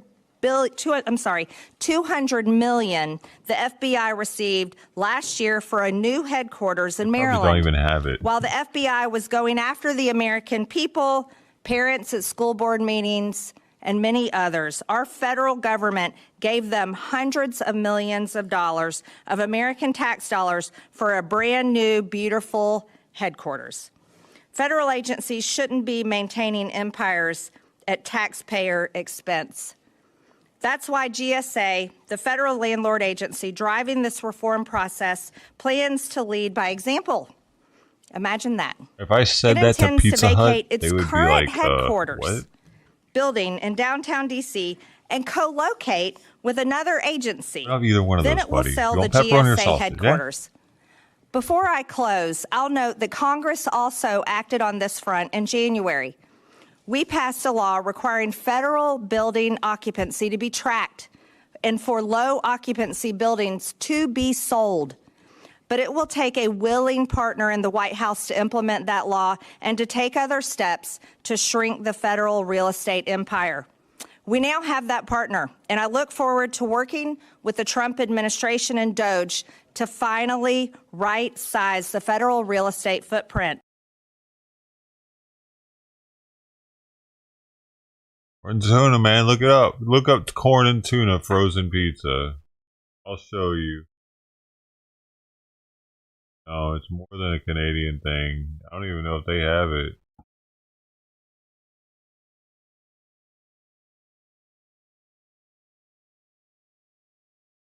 Dr. Moat's brand or something. I had when I was in Indiana, but as you can see, type in tuna and corn, it's all over the place. Tuna and corn pizza, tuna.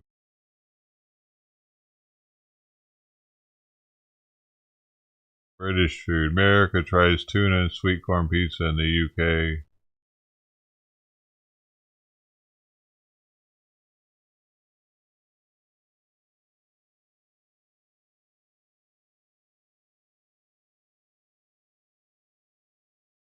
Not seeing the one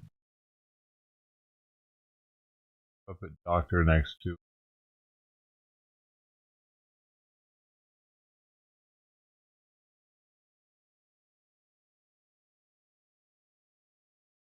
friend.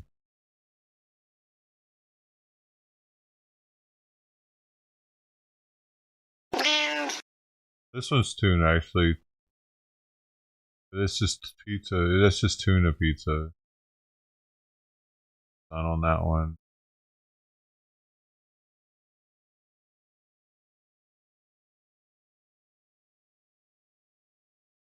Tuna and sweet corn pasta. This is a thing, man. Tuna and corn is a thing. I keep scrolling. I'm gonna end up seeing some titties, I bet. Gotta watch out with Google nowadays. Popping out. Oh, maybe that's X. Oh, y'all can't see what I'm looking at. Fine.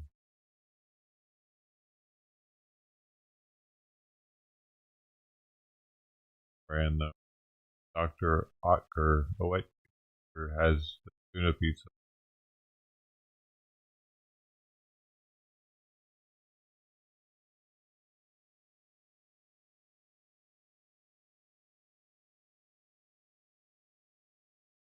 Corn, but never tuna. Get some bratwurst. In your mouth.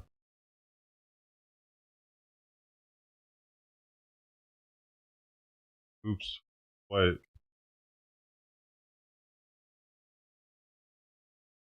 How old are you, man?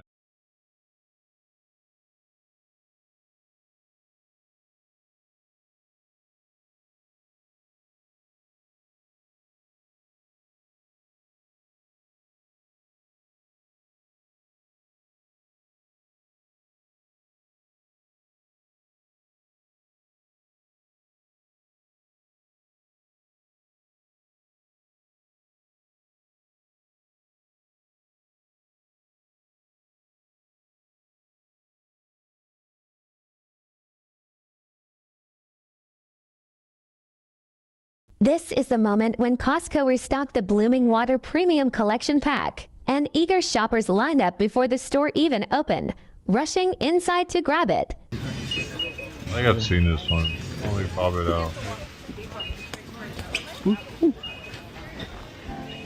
She said against the wall, I think, to the back. Against the wall, she said, against the wall, she said. Ridiculous. This is the moment when they found the pack and chaos erupt, everyone fighting for it. Hey, don't do that, bro. Okay. Oh, sorry, go. Go.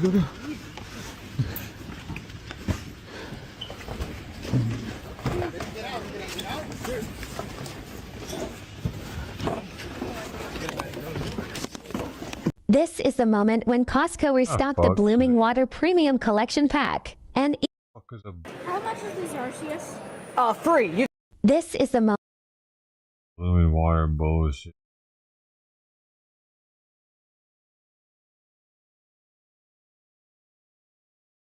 After millions of years of evolution, this is what we have come to.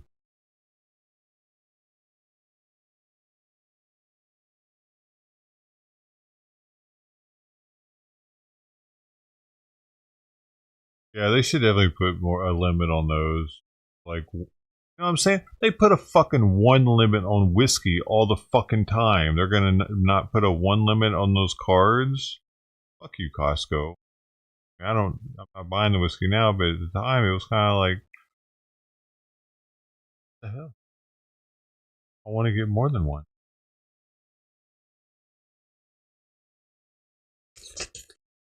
Why do they put more than one on the adult stuff? They don't do it. Put a limit on the adult stuff on the stuff. Kids aren't buying it, so they should put a limit on it too.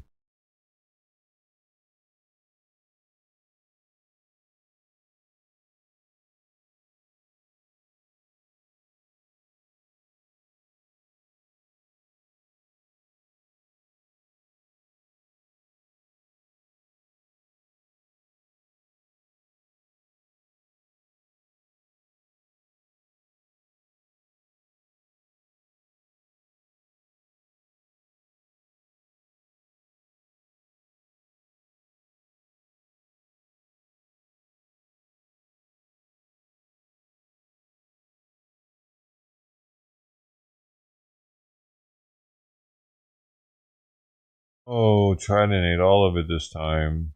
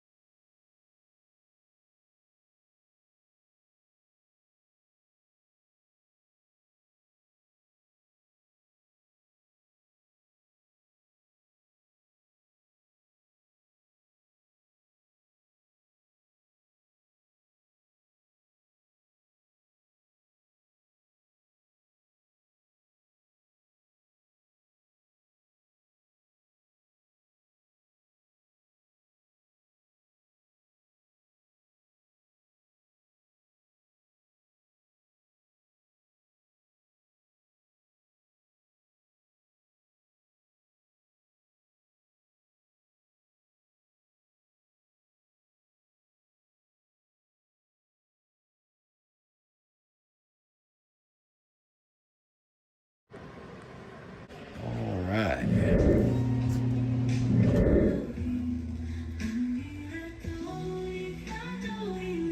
You missed this part. All right. All right. All right.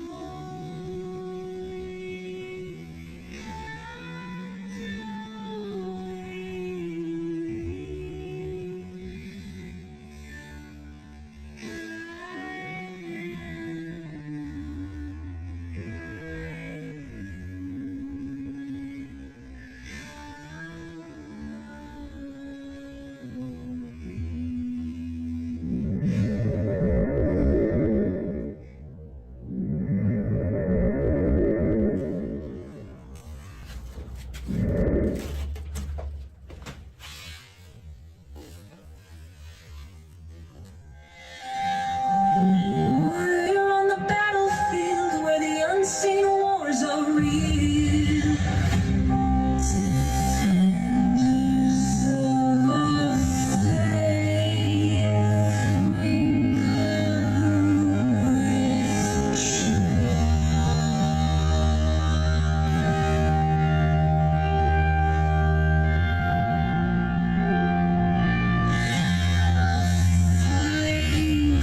I gotta go get another food I bought out there.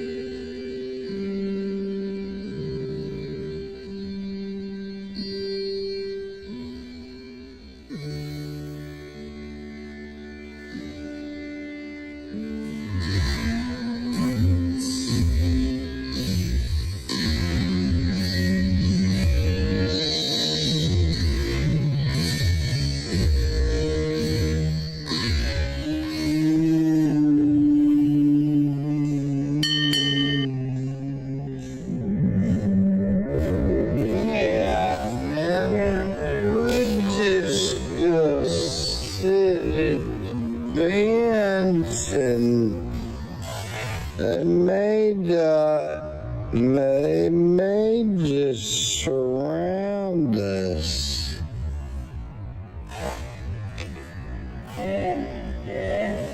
Let's see, there we go.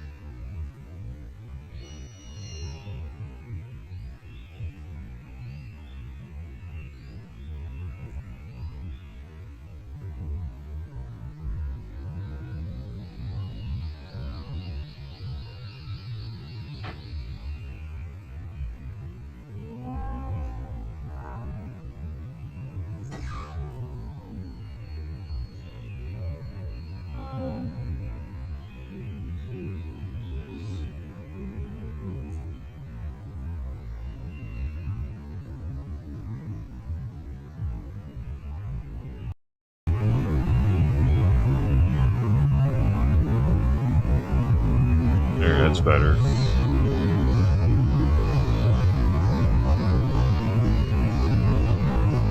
This is a spiritual stream. Can you feel it? Rhythm of the night.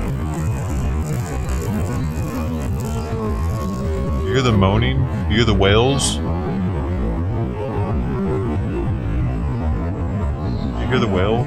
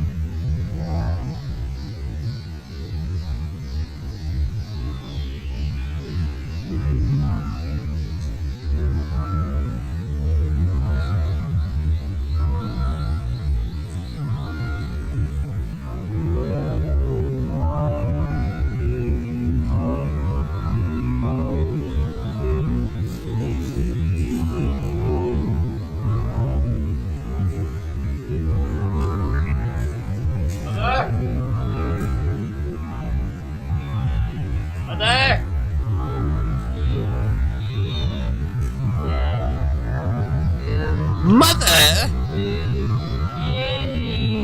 Hi, Mother!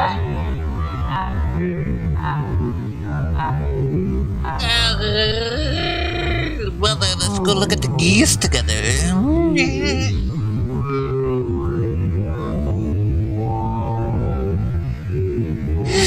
Yes, let's go look at the geese together, son.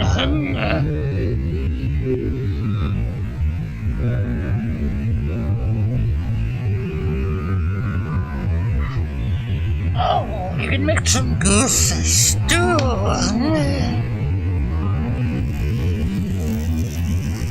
Catch one now.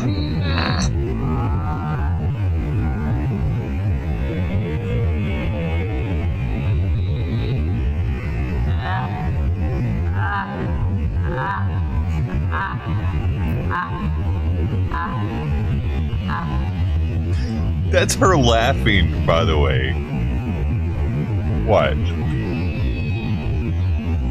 I think it's the duck.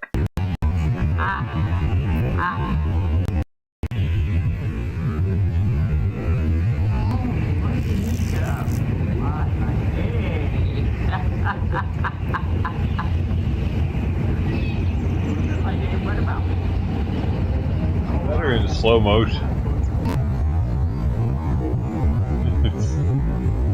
About a double speed.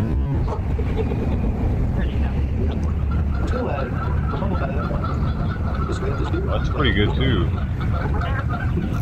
Anything but normal is good.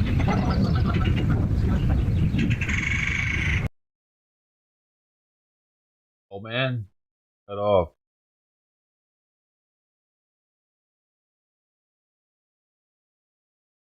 Can't take it. Too much power. Locked up on me. He was like, "You done?"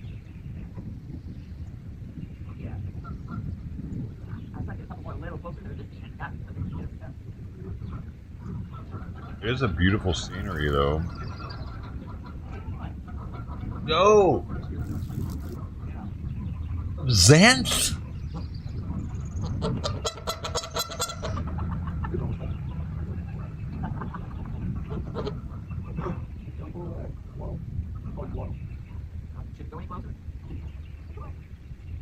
Oh man, sorry you missed out on that one. Look, almost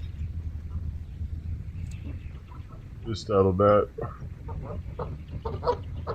But does he not ever come up to the camera and start talking? Oh. He probably threw his sandwich crust. That was always sandwich crust. He doesn't have his kid to give it to anymore. He just collects it throughout the week to bring to the park, probably. Mama, you know I don't like the crust. Let's just... Okay, you know, Mama? Mama, I got a great idea, Mama. You could collect my crusts throughout the week, and we can go give them to the ducks. Give my crust to the ducks. No, I don't like them crusts, Mama. Mother? Yeah. Watch the ducks come up in the pavilion. That's a great idea, Mother. Does he call her Mother or Mama?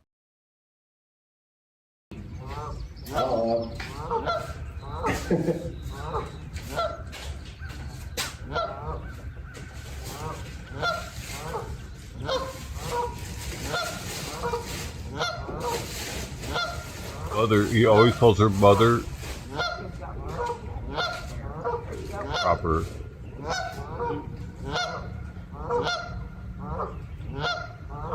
These fucking ducks don't want your... It might be that I didn't cut these pieces up enough either.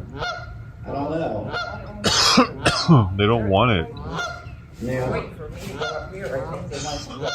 Yeah, I think they're... Yeah, more than likely. They smell like cats. And ducks smell. There'll be nose holes inside of their beak. I mean their bill. Is a duck bill also their beak? I'm gonna say yes. I'm a genius.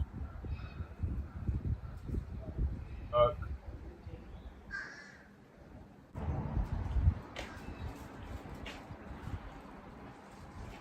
The term beak and bill are generally considered synonymous, referring to the hard pointed structure. Of course it is. I guess I could have brought this back. I don't need that. It's a bill is a type of beak.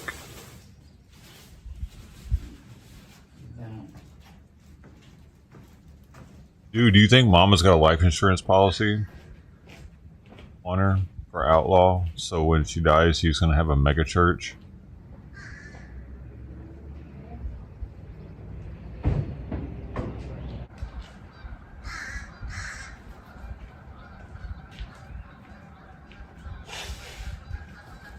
Yeah, there is. Oh, look. The vulture came and picked up a piece of bread when we was both gone. Flew off with it. Oh. I guess it is a vulture. Well, there was a crow I know once I saw. What's that black one there flying? Crow, I think. Okay, well that was the same type that flew off that way with the bread. I don't remember them like I should, but then sometimes they go so fast. It's the second coming of Christ, dude, so she probably does. Yeah. Yeah, if the video picked it up. Seems Outlaw. What? Hopefully it did. One thing, Watch what videos? There's more videos? Listen to the word about. After this one? Apparently something happens on this one, dude. That's what he said on his community post this morning. He was like, it's not a sermon, it's just him hanging out with his mom and then somebody with a bunch of death threats or some shit. It's supposed to be on this stream, apparently. It's a pretty short stream. It's only got 40 minutes left in it. I mean, for Outlaw, that's short. For me, that'd be short too. For some, but is it not? Is it before or after this happened? Those.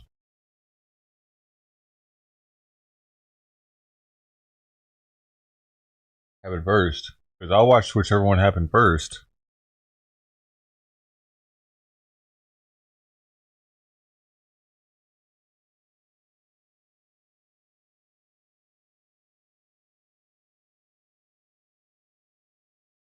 Dude. If it's just a video of him showing pictures and talking in the background like he was doing with, like, I'm not gonna do that. I need to see some actual other person in the video going, hey man, fuck you! Fucking parking on my spot, boy! Come fucking keep doing it, it's your ass! A woman posted a video for, you don't know if it's before or after this happened. I think it might be after this happened, but because, or maybe it's even in this. Maybe he edited it for YouTube, put it on here. On the prayer closet? No, you don't put a limit on it. It's whatever. That is one area you do not put a limit on. Dude, I'll explain it to you. He loves to give his mom preacher advice.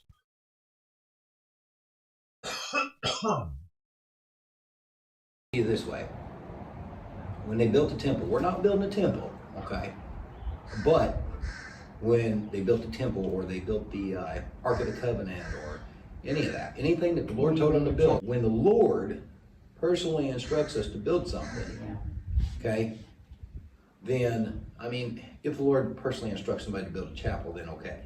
But when the Lord personally instructs somebody to build something like the Ark of the Covenant or the temple or whatever it may be, He always says, use the finest of everything. You want the finest gold, finest this, finest that. Oh my goodness, why did I forget the name of it? The candlestick, the 7 candlestick. Menorah? Menorah. When they rebuilt the menorah here recently, in preparation for the new temple, whenever that may be, it cost them like over $1 million just to build that menorah, because it had to be solid gold, and it had to be like 7 or 9 feet tall. I forget what it was. So you're talking about Old Testament bullshit, though. One thing, just one thing, one item. This is one item out of many, many items to go into this temple. But every item is to be built of without cost in mind. Dude, you know what's funny to me is dude loves to fucking ask for forgiveness and preach the gospel of Jesus when it comes to forgiving him for his past, while at the same time he mostly sermons out of the Old Testament, which isn't so forgiving. Like, you can either be a Christian or you can be a Jew or a Muslim. Muslim and Jew, they're believing more in like Old Testament type shit. Right? Christians, New Testament, after Jesus. He claims to be a Christian, but that's what gets me with churches. Churches that claim to be Christian but teach out of the Old Testament. It's kind of weird. Because God wasn't very forgiving then. He was like, hey, sacrifice your kid now, motherfucker. You fucked up. Like, whoa, oh God, really? Really? I gotta kill my kid now? Come on, man.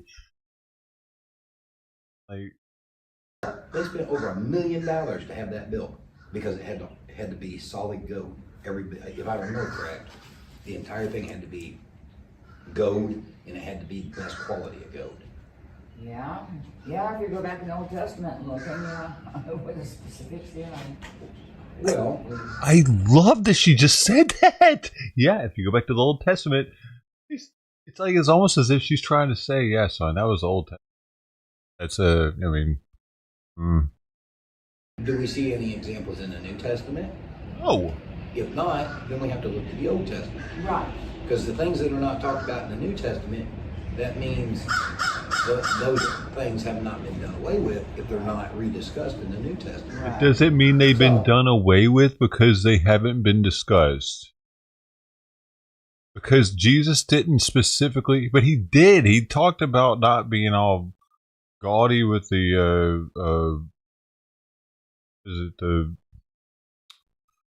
false idols, golden goat and shit was against having a really gaudy, like when I was in Vienna and Eastern Europe, Romania, everywhere where they have cathedrals, like even like Czech Republic, Prague, they're super gaudy and gold and ornate and just ridiculous. You can't even get near it. It's like blocked off, so you can't touch it. It's super, super shiny. But meanwhile, there's like some dude outside starving to death, begging for a roll. Like for Prague, for instance, the homeless people in Prague aren't allowed to beg openly. They're not allowed to go up to you and ask you for money. So all around the city, there would be people, they would just be along the, like up against the wall, like in an alley, on their hands and knees, their head on their forearms with their head like facing, so they're not looking up. Just their hands like that, so that people, as they're walking by, can place something in their hand. Like money or food or something. How that came up? Isn't that a trip? How'd that come up? What was I talking about? Because like inside, right on the other side of the wall, there will be this super opulent church with all this gaudy gold and shit. Like, why aren't they feeding the homeless?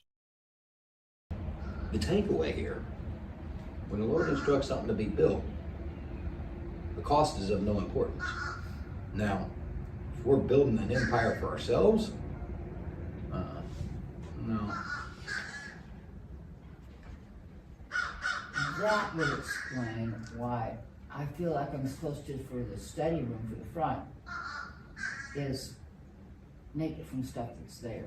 I mean, don't really spend any money on it, Okay. Unless it's material, a few things that'll be used both places, but not specifically buying anything.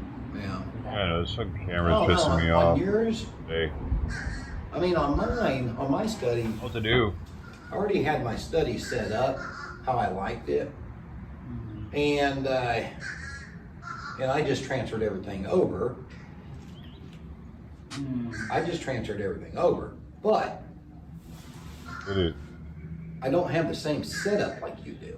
Okay, what you're doing, I really feel like though you shouldn't treat it the same as the prayer room, in as far as no matter the cost, like financial cost, I still don't think that you should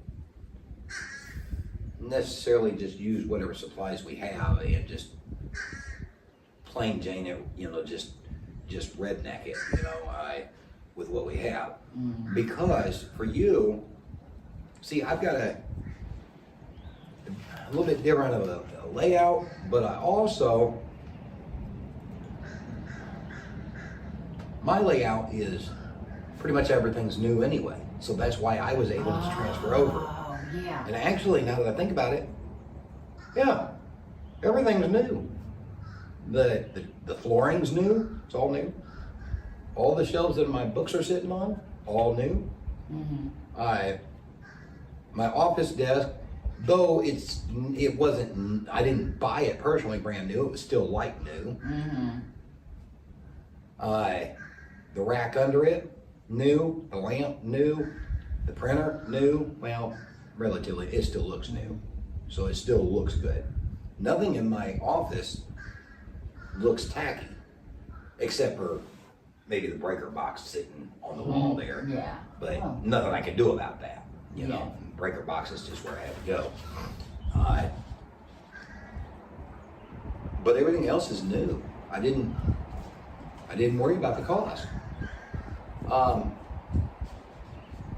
But even at that, even if I had of, I can speed this you up. have a little bit different layout. There's something about your layout because your layout is like almost inviting your even though you got to understanding how to make the railroad completely separated. Yeah. It's still almost one with that study, whereas mine isn't. Mine's a different layout.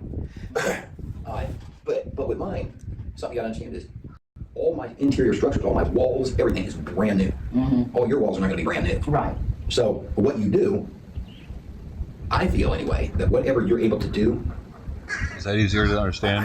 I don't know. I don't even know that. Honestly, your study, I would say don't worry about the cost on it either, but not necessarily to the magnitude of the program. Just absolutely dead set. Right, yeah. No question about it. If the Lord tells you that, I don't care how much money it is. I don't care. I don't care if it breaks me and you, and we have to suffer for the entire month, the rest of the month, or whatever it is. Me personally, this is my bond. Okay. If the Lord tells you to do it, you do it. And if you need my help to do it, tell me. That's one area I'm not going to scuffle about. She's talking about a prayer room that she wants to build. I maybe could have got, I guess that's one place I could quibble about cost because I could probably got $10 cheaper again. But I just saw what the Lord wanted and I just knew that was it. Here's what I want you to do. You remember how when me, you, and Pam would go out to eat, and you go looking at you'd always start to grab it, and me and Pam would both get on you. Stop it! Don't look at the prices. Get what you want. Don't look at the prices.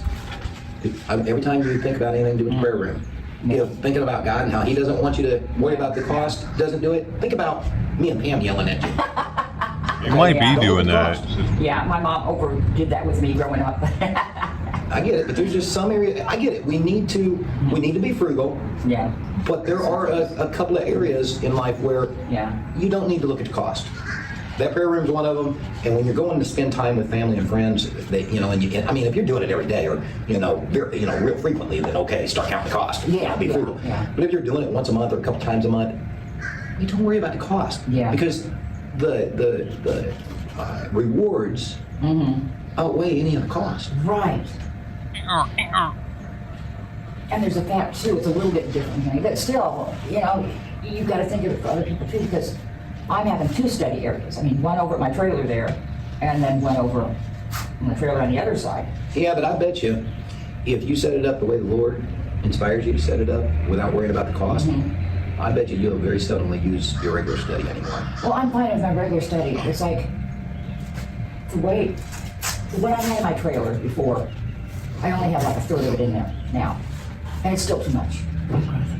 What I'm getting at is, the reason I say that is because if you set things up the way the Lord instructs you to set it up over there at that trailer, okay, with prayer room and study and on that one trailer, when you walk in there, no matter how it's set up, when you walk in there, the presence of the Holy Spirit, this has just been my experience, the presence of the Holy Spirit is going to overflow so much in there, whereas in your regular study, it might be nice, you might feel His presence, But once you're all said and done, the magnitude of how much you feel his presence is going to be so intense in the new study that's set up according to how he wanted it to, instead of how you wanted to, that maybe without even realizing it, you'll end up, a couple weeks into it realizing, I don't even use my other study anymore. And then you'll ask yourself, why is that? And then of course my words today will come back into your ears. That's why. That's the way he wanted. Yeah. And if I do it right, whoever follows me, if when the Lord leads me to the convent, monastery, whatever. There'll be prayerfully 2 areas, there'll be. Well, truth be told, if that day ever comes, I'll let the Lord work on me. But honestly, at least at first, and maybe indefinitely, I don't know, I'll still leave the place set up as if you're coming back. But if I don't, if eventually I do change it, it's just going to be another living quarters. I'm going to do away with whatever study area you put in there. More than likely, if I have it pegged in my head, pictured in my head, the way you described it, it just takes up too much space in there. Okay, which one are you talking about? The one, the good one. The one we just put the door in. Oh. Oh, you got another study somewhere else? No, I was just trying to, okay. I don't know how you got it set up. Oh, you mean hands-on trailer? Yeah. Oh, yeah, well, my study area is where the table is, No, well, as long as it don't extend past that table, then whatever. Yeah. But better not extend past the table. People are living in there. Mother? And they're going to actually want to use the table for eating at. Yeah, most people aren't. Yeah. They're not into that much studying. Yeah. But if they do get into that, well, that's where the other study comes into play. And this fucking camera, dude, at a time wants to have their study room or utilize the study room. Well, that's where, all right, now it's time to expand. It's time to build another study room. It's time to build another prayer room. And that'd be that. And so that makes it all more important to have that study area and make it according to how the Lord wants. So that, well, he may not necessarily. How much longer we're going to have a kitty cam? Exactly like that, but at least there'll be he'll most likely use some of what's in the first one anyway. So, in Quentin, the way because I haven't got the other room set up yet. But if I don't know, I think that's because I'm back and forth not knowing exactly what the Lord wants from me just yet. I don't know I think I'm supposed to make one more of those rooms into a prayer room. Maybe. And then one of the rooms into a devotional room with a bed in it.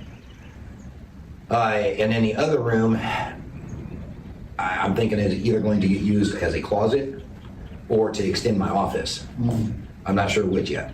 But if the Lord doesn't have me to do any of that, and he does end up instructing me to make the rest of them or more of them into a prayer room, the way I feel at the moment that if that happens, then I'm supposed to do it is, okay, set it up the exact same as the one I have now, but put one difference in each prayer room, each additional prayer room, because the prayer room right now that I'm using, it has to be a communal prayer room. All this without drugs. And they want to use the prayer room, there it is. And it has to be that way because it's the only prayer room there at the moment. Right. But once I get another prayer room there, that prayer room that's there right now, that one is going to be 100% mine. Nobody else uses it. Oh. That way, for those that go into it over time that don't have the right heart, you're not allowed to use that one, they're Mother. not bringing that darkness into that room.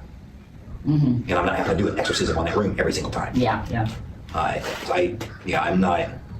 Granted, I'm probably gonna have to do, if I catch it, I'm probably gonna have to do some sort of a form of exorcism anyway.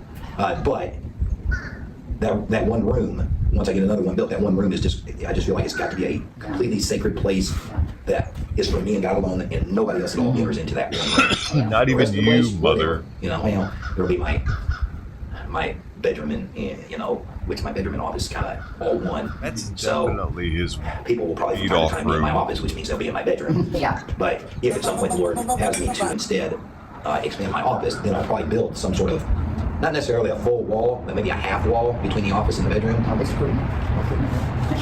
Whatever. Yeah. Whatever the Lord leads. It could be that. I haven't ever thought about it, but it could be.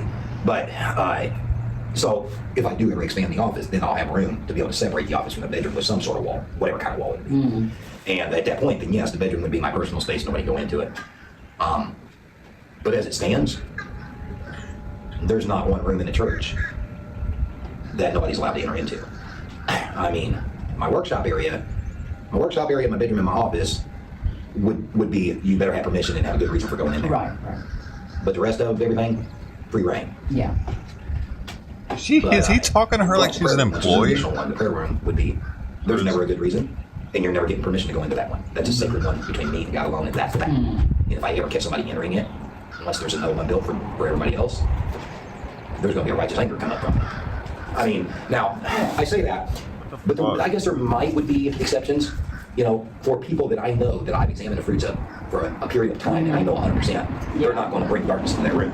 You, Brother Mike, somebody like y'all. But outside of YouTube, there's nobody else that I would trust to go into that room and keep it 100% sacred. And if I do YouTube, and I do, examine somebody's fruits and find them worthy to be able to go ahead and use that particular room, then on top of that, outside of YouTube or YouTube, nobody else that I would. But outside of YouTube, there's nobody else. Somebody like y'all. But outside of YouTube, there's nobody else. Somebody else. So she is allowed in the room. And if I do allow it, and I do, examine somebody's fruits and find them worthy to be able to go ahead and use that particular room. Oh man. Then on top of that, I'm going to tell them the strict instructions that the Lord has given to me and how to operate in that room. And if I find that they so much as if they even kind of wince at the idea, and I see it, I'll shut it down. I won't allow them in there, whether it's you or anybody.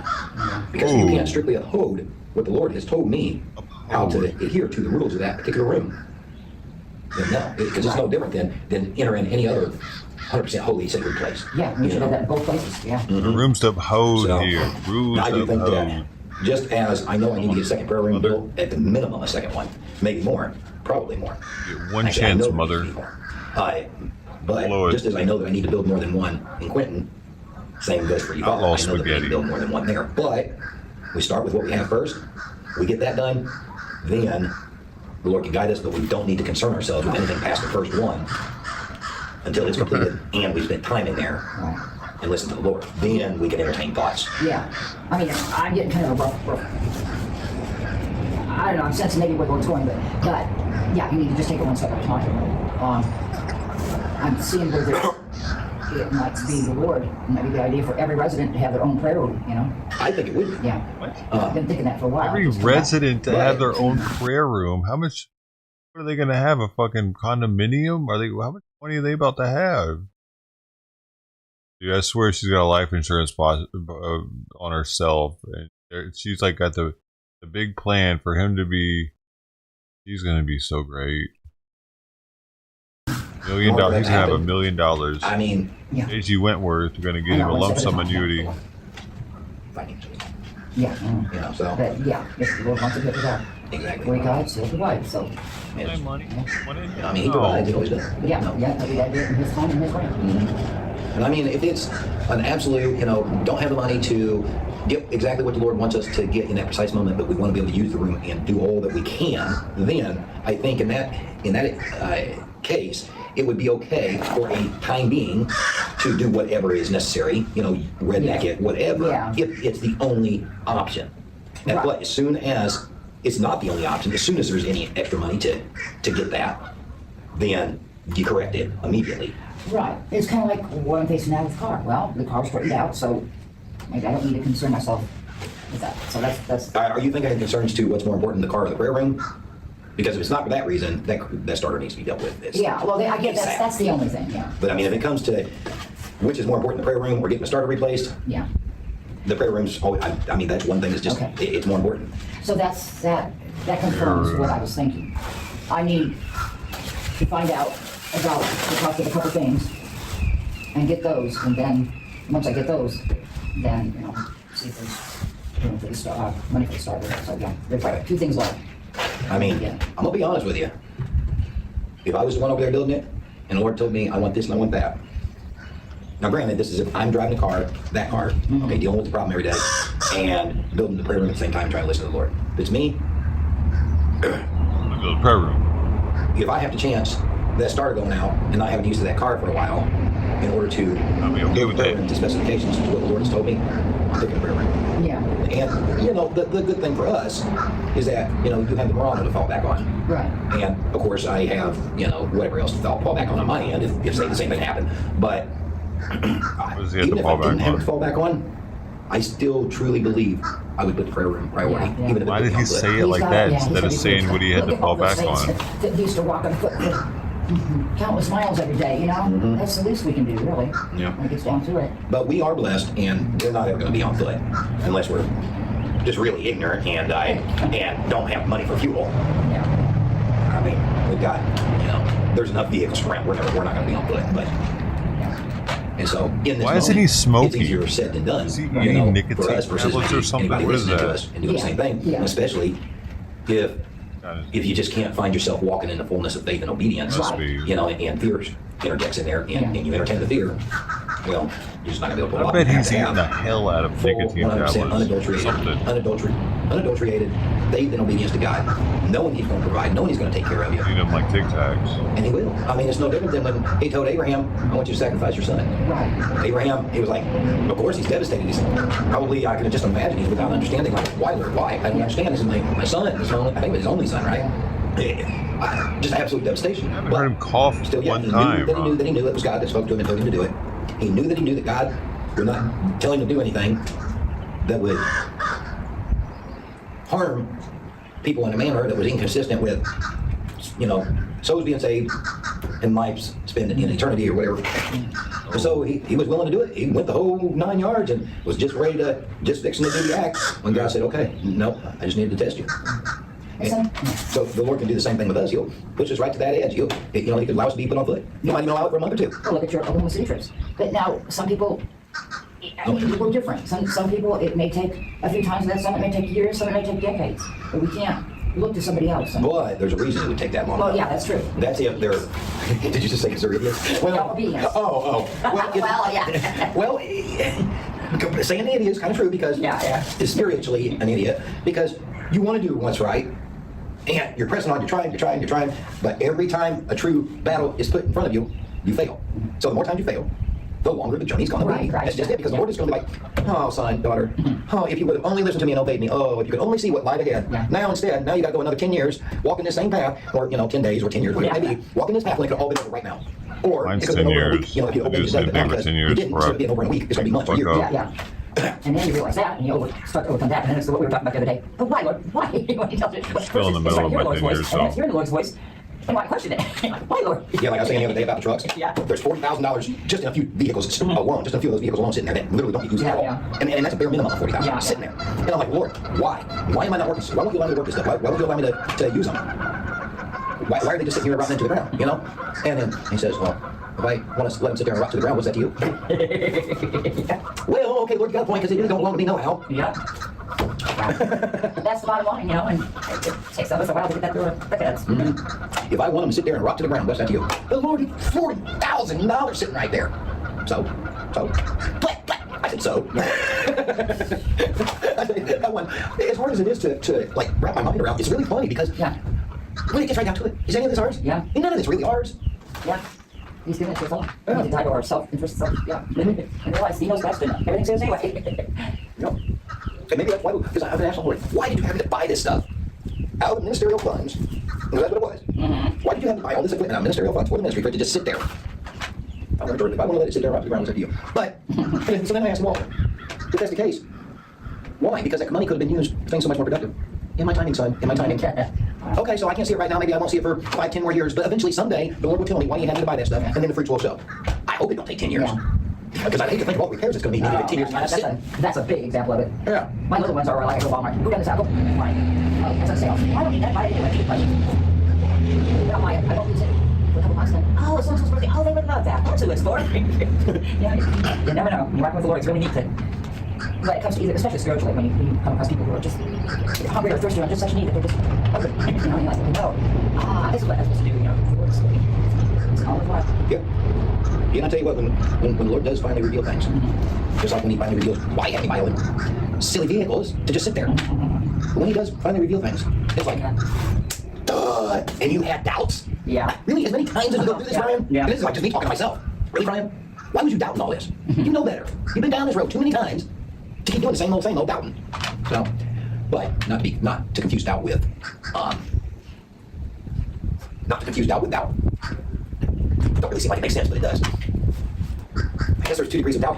1 degree of doubting is doubting with action, meaning the action from the doubt is allowing fear to come in, and so you're not obedient, and you just go off on your own way. But there's a kind of doubt where you can doubt, and that's okay, just so long as you're obedient to what God calls you to do anyway, even though you don't understand it, so you're doubting it.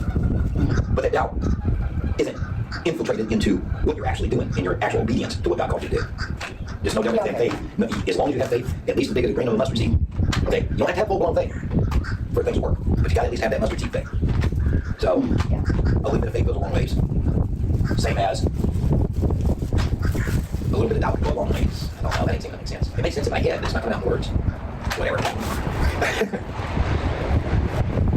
Like, Lord, I know you can do it, but are you really going to do it? For me, that's a wrong question. It should be about me. That's true. He wants us to be willing and obedient, so there's got to be words and actions in order to be fruit, the degree of fruit. That's something like that. You can have a little doubt in there, you can have some fruit, but if you don't have any doubt, any words or actions. Long and short of the whole thing, it's okay to have a little bit of doubt, just as long as that doubt does not interfere with anything at all that you weren't supposed to do. As long as you're obedient. Yeah. Don't let the doubt affect the degree of your obedience. Yeah, there you go. Okay to have doubt, just don't let it affect your obedience. And faith without works is dead. Amen. I'll check with James about that. So as long as your faith outweighs your doubt, we're good. There you go. That's good. That's a solid thing. Are you trying to keep it up? See, we go about that. That's a perfect example of how we create problems. When there's such an easy solution, that it just escapes us. Okay, I don't think we got any trash on the side. Is all right. Take nothing with you. I got plenty of honey at church. I bet you I got more honey than you do. Well, sorry about that. Did I get on your hand? No, I just got to die. I'm not sure what that was, but I don't know. I guess this is the trash over here. I guess. Oh. Well, I guess. Is I think I'm starting to use that, but I know you got to use it by now from what you said when you was first getting here. Okay. I think what we'd do, that duck is still sitting there. That just quacks me up. I can go over there and pet it. Try it. You never know. Yeah, I don't know. You might actually get away with it because you're a sweet old lady. Me now, I'm just kind of, rubbing that guy and it's like, get away from me. Oh, I got bread in my hand. Right? Where's that one? Still some over there, though. But... Oh, you don't want to pick up this part laid out from him. That would set well with him. You want to more with him? Yeah, I go before go. I do a good life.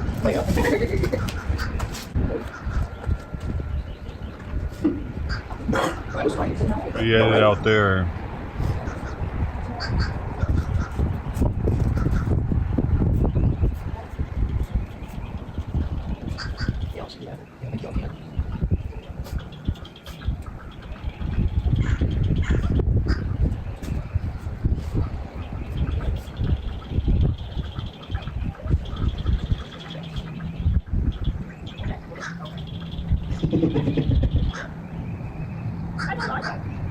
Give away. Yeah, he's telling you that was close enough. Back up before I eat it. Now he's going to sit and face you. I want to make sure you're gone. Right? I've never seen a duck just sit there like that for so long. That is definitely different. Yeah. Sit across the water there. Well, you know, I think what's left, maybe we'll just go get the car and I'll go use the bathroom and then we can go distribute this in other locations. He has eggs there. Can you take some here? Sitting on eggs. Yep, I'll put this in the car, don't forget yours. There when they got there?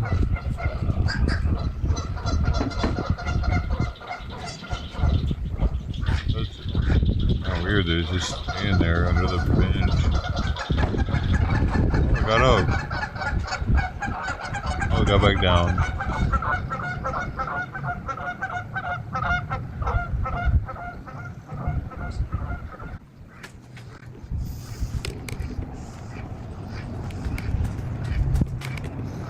This duck right here, I don't know if he gotten it in the rest of the film, so I'll just show you here. But that duck has sat, he's now moving, but he has sat under that bench pretty much the whole time we've been here, for almost 2 hours. It's not now. Oh, it is a limping. Pretty white little duck. All right, I'm moving along, Ducky. You don't have to worry. Let's see here. Hey. Doing that gangster. All right, so.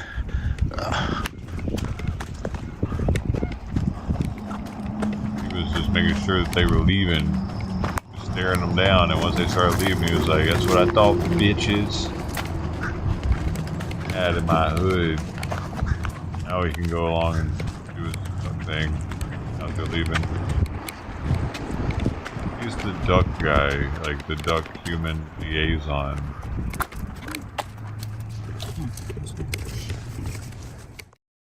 Keeps the peace between the species. We're on the battlefield where the unseen wars are real time. Okay, now it's gonna be juicier. Holy kisses. What? Dude! What the fuck, man? His holy kisses. Everything to do with what his thing said. Look. Thing. On his post says the next premiering episode is going to be a doozy. Not a whole lot in the way of biblical teachings this time, but rather a lunch date with my mother, followed by more death threats. I was here for the death threats, and they weren't anywhere in the video.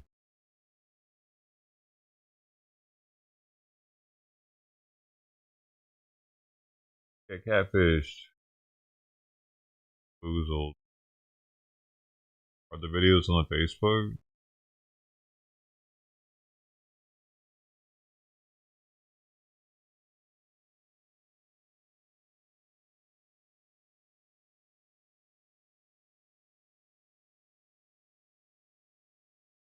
Oh, is this a photo?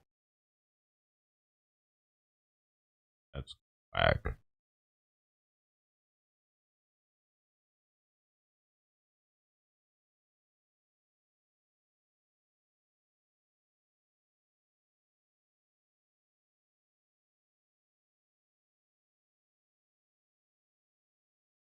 Something.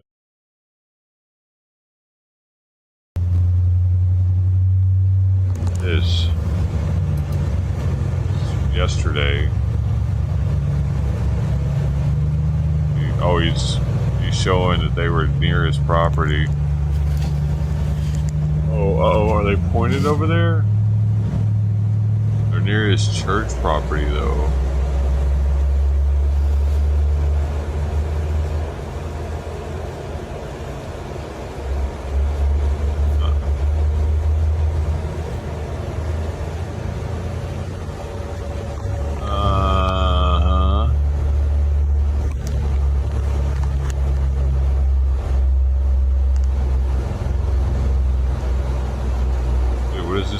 White thing.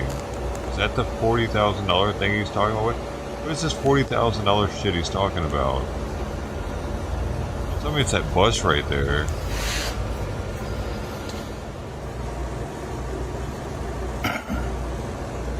I've never seen that before.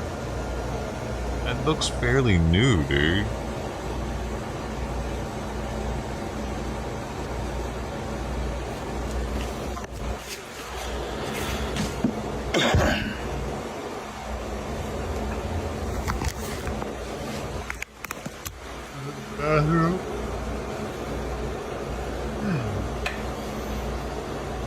What was he doing? Think he was beating it?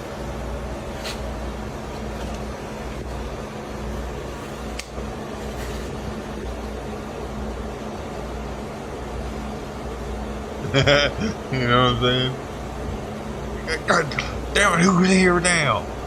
Fucking idiot. Fucking chicken crap, what's he doing out there? Beating time.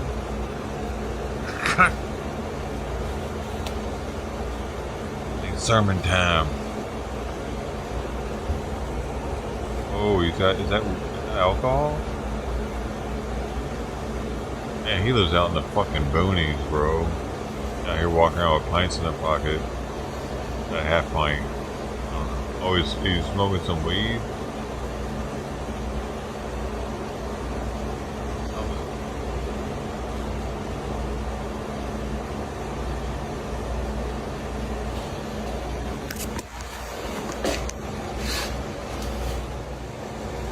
Man, people out there are crazy. They realize they're on private property, right?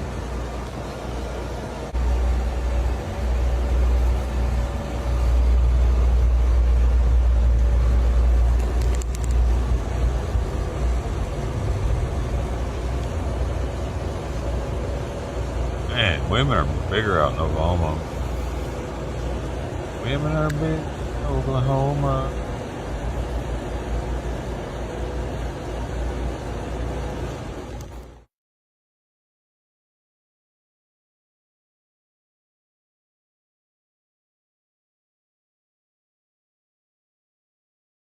What?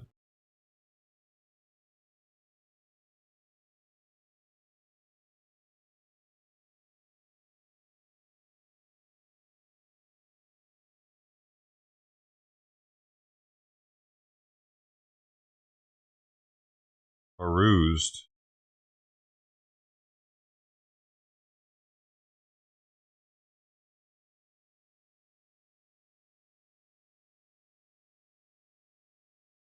That's the end of it.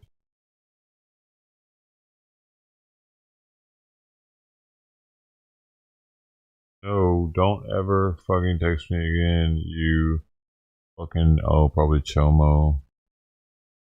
Do what?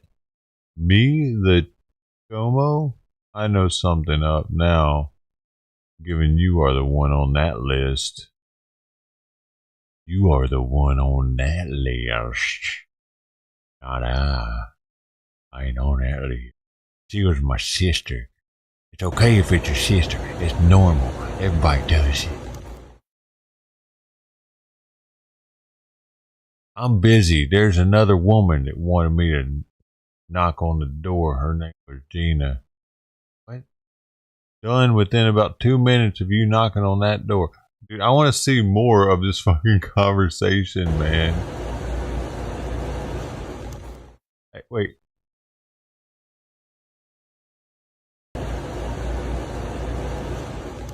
Hey, Michael, I guess you left? Oh, wait. Hey, Michael, I guess you left? I was done within about 2 minutes of you. I was done with about 2 minutes of you knocking on the door. Oh, my zipper step. No, I'm busy. There's another woman that wanted me to knock on the door. Her name was Gina. Did she say what she wanted? No, don't ever fucking text me again, you fucking chomo. Do what? Me the chomo? I know something up now, given you were on that list. And then he called me.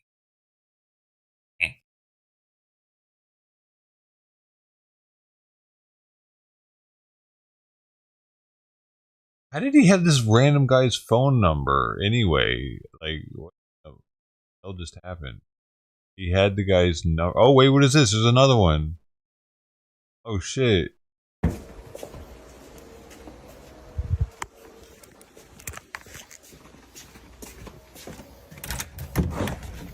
How can I help you? I come up here earlier to simply ask you about moving the trailer house. And I would appreciate it if you get me off that damn internet. Okay. Okay? Well, I mean, that man just... I'm just saying. I come up here to ask about moving a trailer house. And then y'all want to tag Pittsburgh County in it and all this. Hey, I don't even get on the internet, but when I got people bringing it to me and showing it to me... Okay, well, there's a right way and a wrong way to approach things. I know, and I've got MS, and I'm unstable anyways. Well, there's I'm an outlaw, and what is this? Ma'am. Outlaw Reformed Church. Ma'am, can you listen? Can you listen? Broadway? Can you listen to me for a minute? Yeah, I can listen. If you'll be, I ain't got a problem with it. If Was you'll he be on a calm, main street there's a right way and a on wrong Broadway? way to approach things. Being calm and civilized is the right thing. Well, I'm sorry, I'm just a little mad. Oh, I get it. Now, who's coming up here? I don't know. No clue. No, I don't care. Well, till they leave, I'm gonna have to lock the door.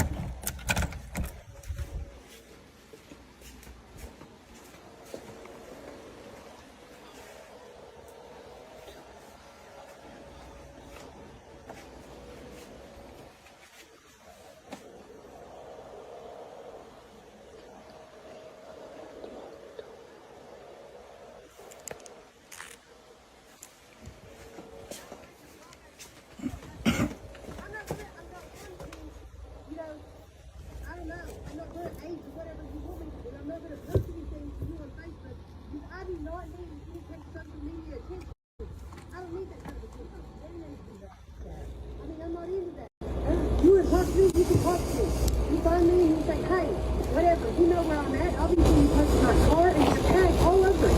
Because you come about my places, you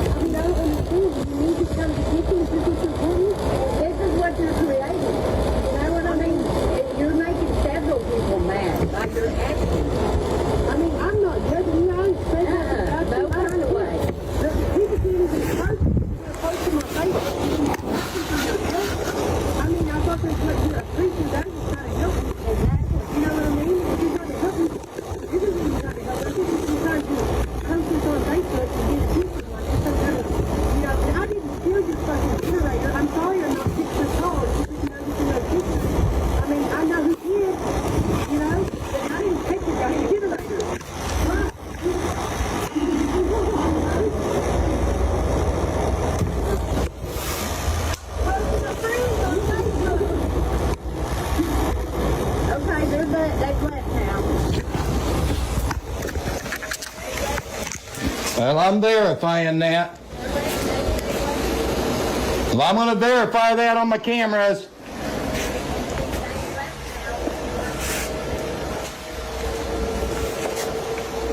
Give me just a minute. I'm waiting for him to disappear.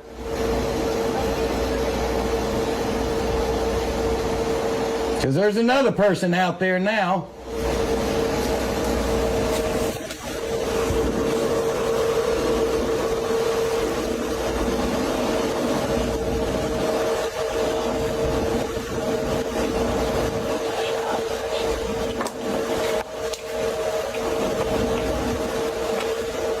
Sweet pea while she was sleeping.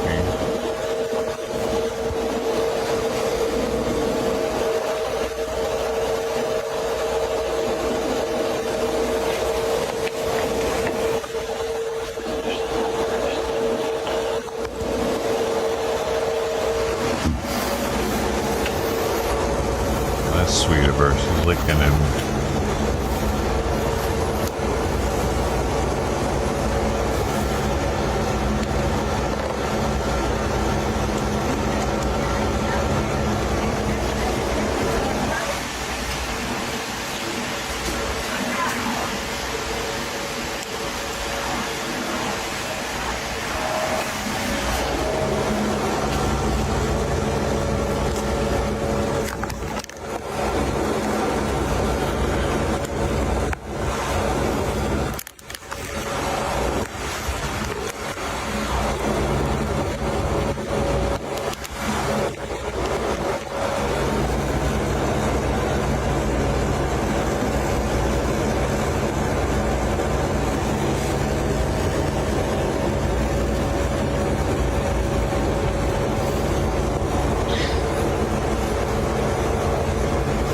He's got to be the most paranoid creatures in town.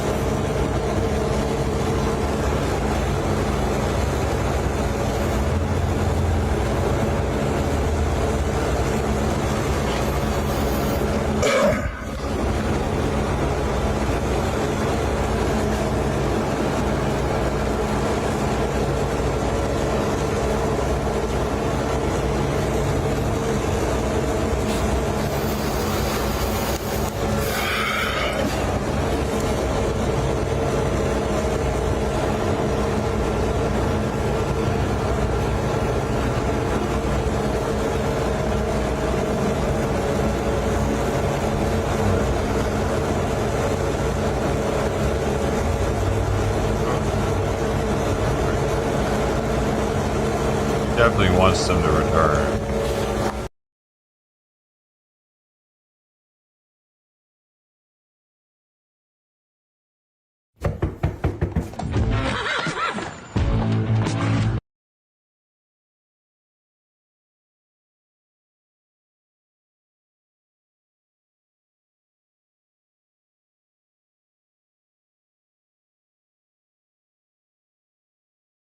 So then he posted this edit of his mom.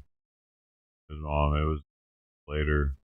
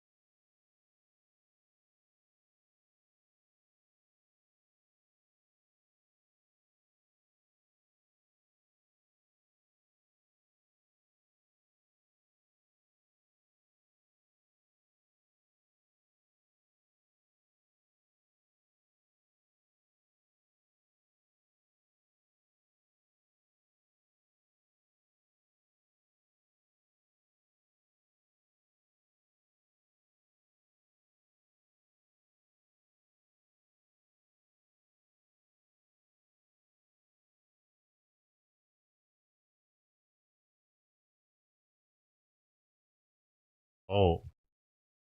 You just posted this. You just posted this an hour ago. I mean, I took you. You don't have to do nothing.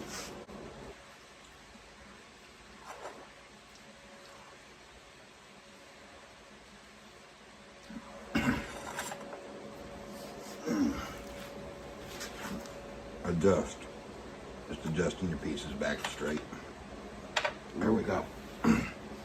All right, 1, 2. There we go. All right. Get it? Yep, just getting them straight. All right, so I do that. And, well, if she gets her,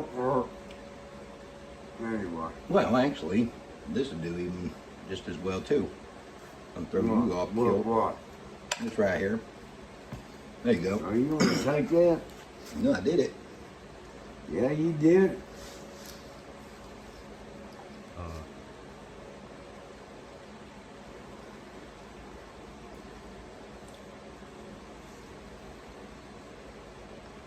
I put this thing on double time.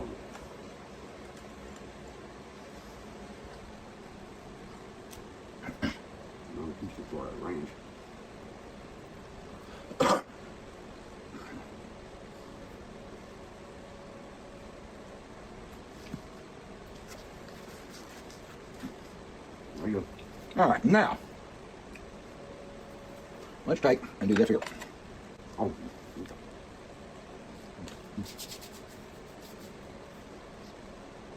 I hope you're getting get a like this. I really do, man. Look up there and tell him hi. Hello. Whoever we're talking to. What is him? Let's see. He drunk?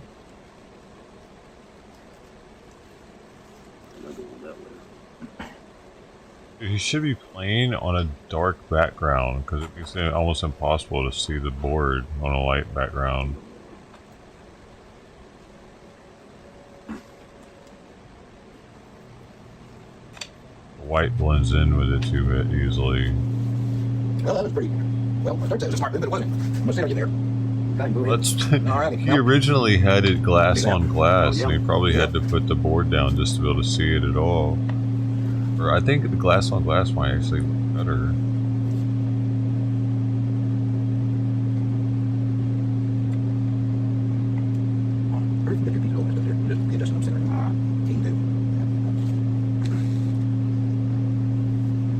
I'm annoyed. What did that say? Barbara, is there what? Help us see the board better. Yo. I was right. I did it. I'm so smart.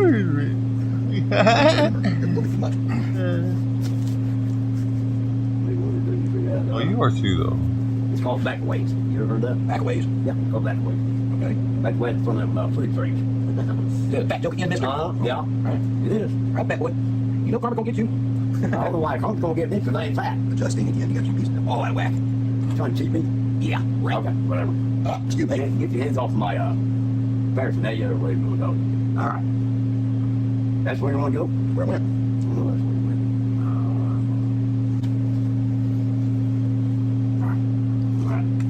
All right. 2, 3. I can get him. But I'm worried about her. Well, she only got like this way or whatever. Mm-hmm. Yeah. And? So I can get him. I just legal. Get him. Definitely. But the thing is I see get that. I don't do that. I'm about to beat him. We can do quadruple speed. Do it. I'll do it right now. But it's pretty fast. I knew I was playing an amateur. Right? Well, you probably don't, but we'll find out. This guy loved to trash talk. Yeah, I do. Dude, say it stopped working. Like the lights. That's what it is. It's not good. It was. That's what it is. I can't do that. What? That one don't burn. But I can't go that way.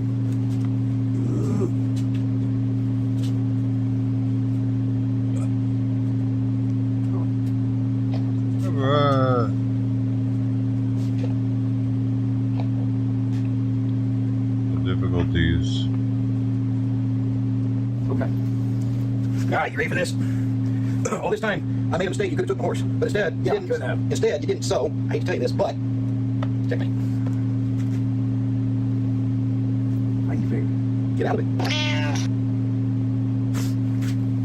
Go let you stare at it for a minute. See if there's anything on this.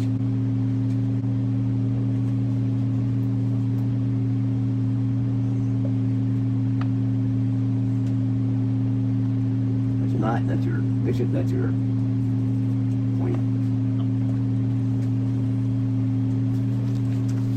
Checkmate, huh? That's right. That's Blaine, and that's, yeah, if I was playing somebody else, they would have got that night, and that would never happen because I made a mistake by not moving that pawn up first.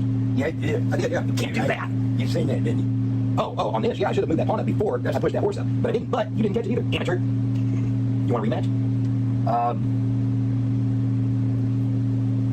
I'm going to checkmate. Yes, you're in checkmate. Well, aside from you just moving that king out there like you're silly, checkmate's right there. I mean, if this was a fluke and it was an accident, I mean, I'll give you another chance. Look here, I'm not no chess player. I love to play it. I understand the game. I know the moves and all that. You know what this is? It's called backpedaling. You call it what you want to. I mean, you can. I love you, brother. Well, I mean, you know, I care about you too. I love you too. Thing is I never said I was. You said you beat me. You said you whooped my tail. Do you know why I say that? No, but you're gonna tell me. Yeah. Because I will. Well, then here's your next chance. Here's your rematch. All right, come on. Here's your rematch. Come on. All right. So, like I said, my first move's always that right there. I gotta go check the dog and do my. You already know. Tell you what. Once you play this rematch, beat my butt, then you can go do everything you want to do. I'm gonna do it before. Because I'm gonna have to have that. What do they call it? Victory with courage. Oh. Okay. You got me. You didn't get enough when you went over there the first time. No, I probably didn't, man. But I'm sorry. Yeah, notice your trash talking is a little weak this time. Yeah, it is, man. I've got a lot of things on my mind, dude, and I really do want to play this. I don't think I'm going to be able to. All right. I got you, man. I ain't heard nothing from it. My little brother.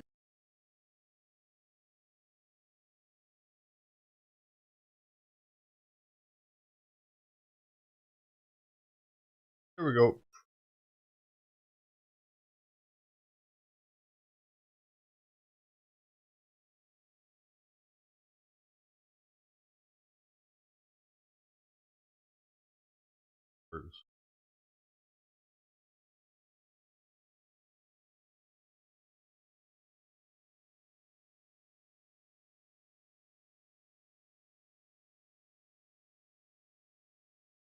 Okay, there it is.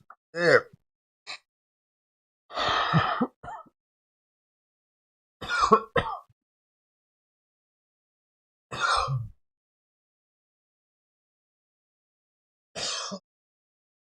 Ow. Ow, ow, ow. It works now.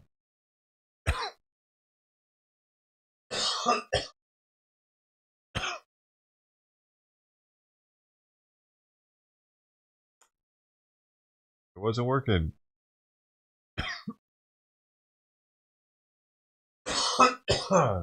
It worked. Oh, he did do the one with death threats. So there was an extended version of.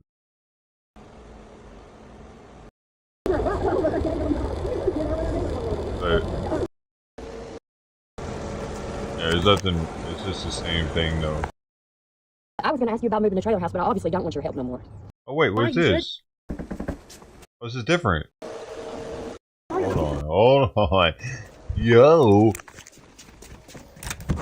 How can I help you? I come up here earlier to simply ask you about moving the trailer house. It's a different one. And I would appreciate it if you get me off that This darn is internet. the same one. Okay. Okay? Well, I mean, that man just... I'm just saying. There's I come up here to another ask about one. moving the trailer house, and then y'all want to tag Pittsburgh County in it and all this. Hey, I don't even get on the internet, but when I got people bringing it to me and showing it to me... Okay, well, there's a right way and a wrong way to approach Exactly. things. I know, and I've got MS, and I'm unstable anyways. Well, there's I'm a an right... outlaw. And what is this? Ma'am, Outlaw Reformed Church. Ma'am, can you And listen? Why Can you Why listen? Broadway? Can you listen? I'm to an me first? outlaw. If you'll I ain't got a problem with it. If you'll be calm, there's a right way and a wrong way to approach things. Being calm and civilized is the right thing. Well, I'm sorry, I'm just a little mad. Oh, I get it. Now, who's coming up here? I don't know.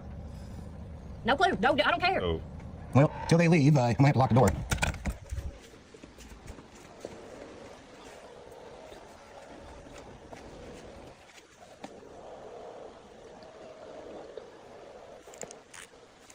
And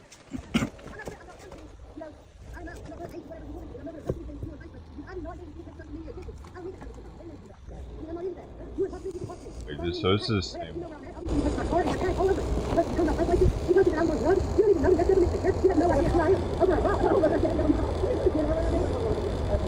What? Vandalizing something. Vandalizing a retaining wall.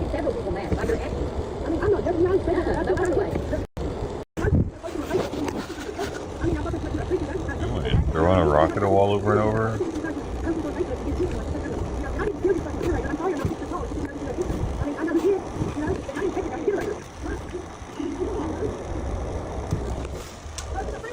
Apparently comes back though.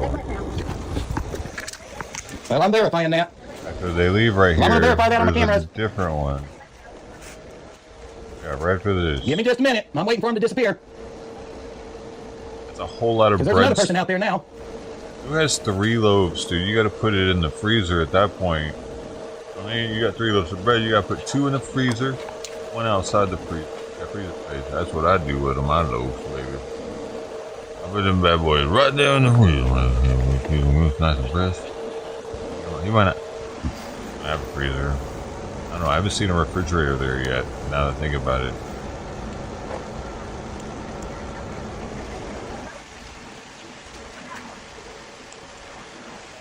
He does have a bedroom there now, though. And a bathroom. He's turning this... Is that even legal, to turn a church into a domicile? He's just turning this fucker into a house. He's gonna be living on Broadway.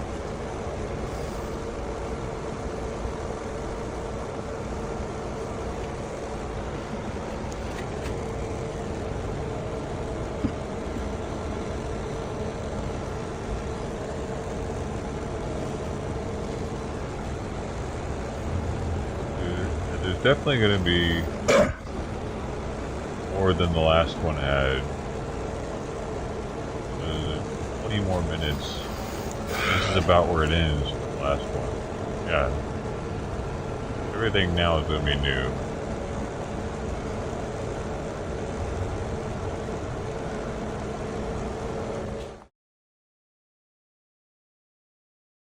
What? Wait. What the heck was that?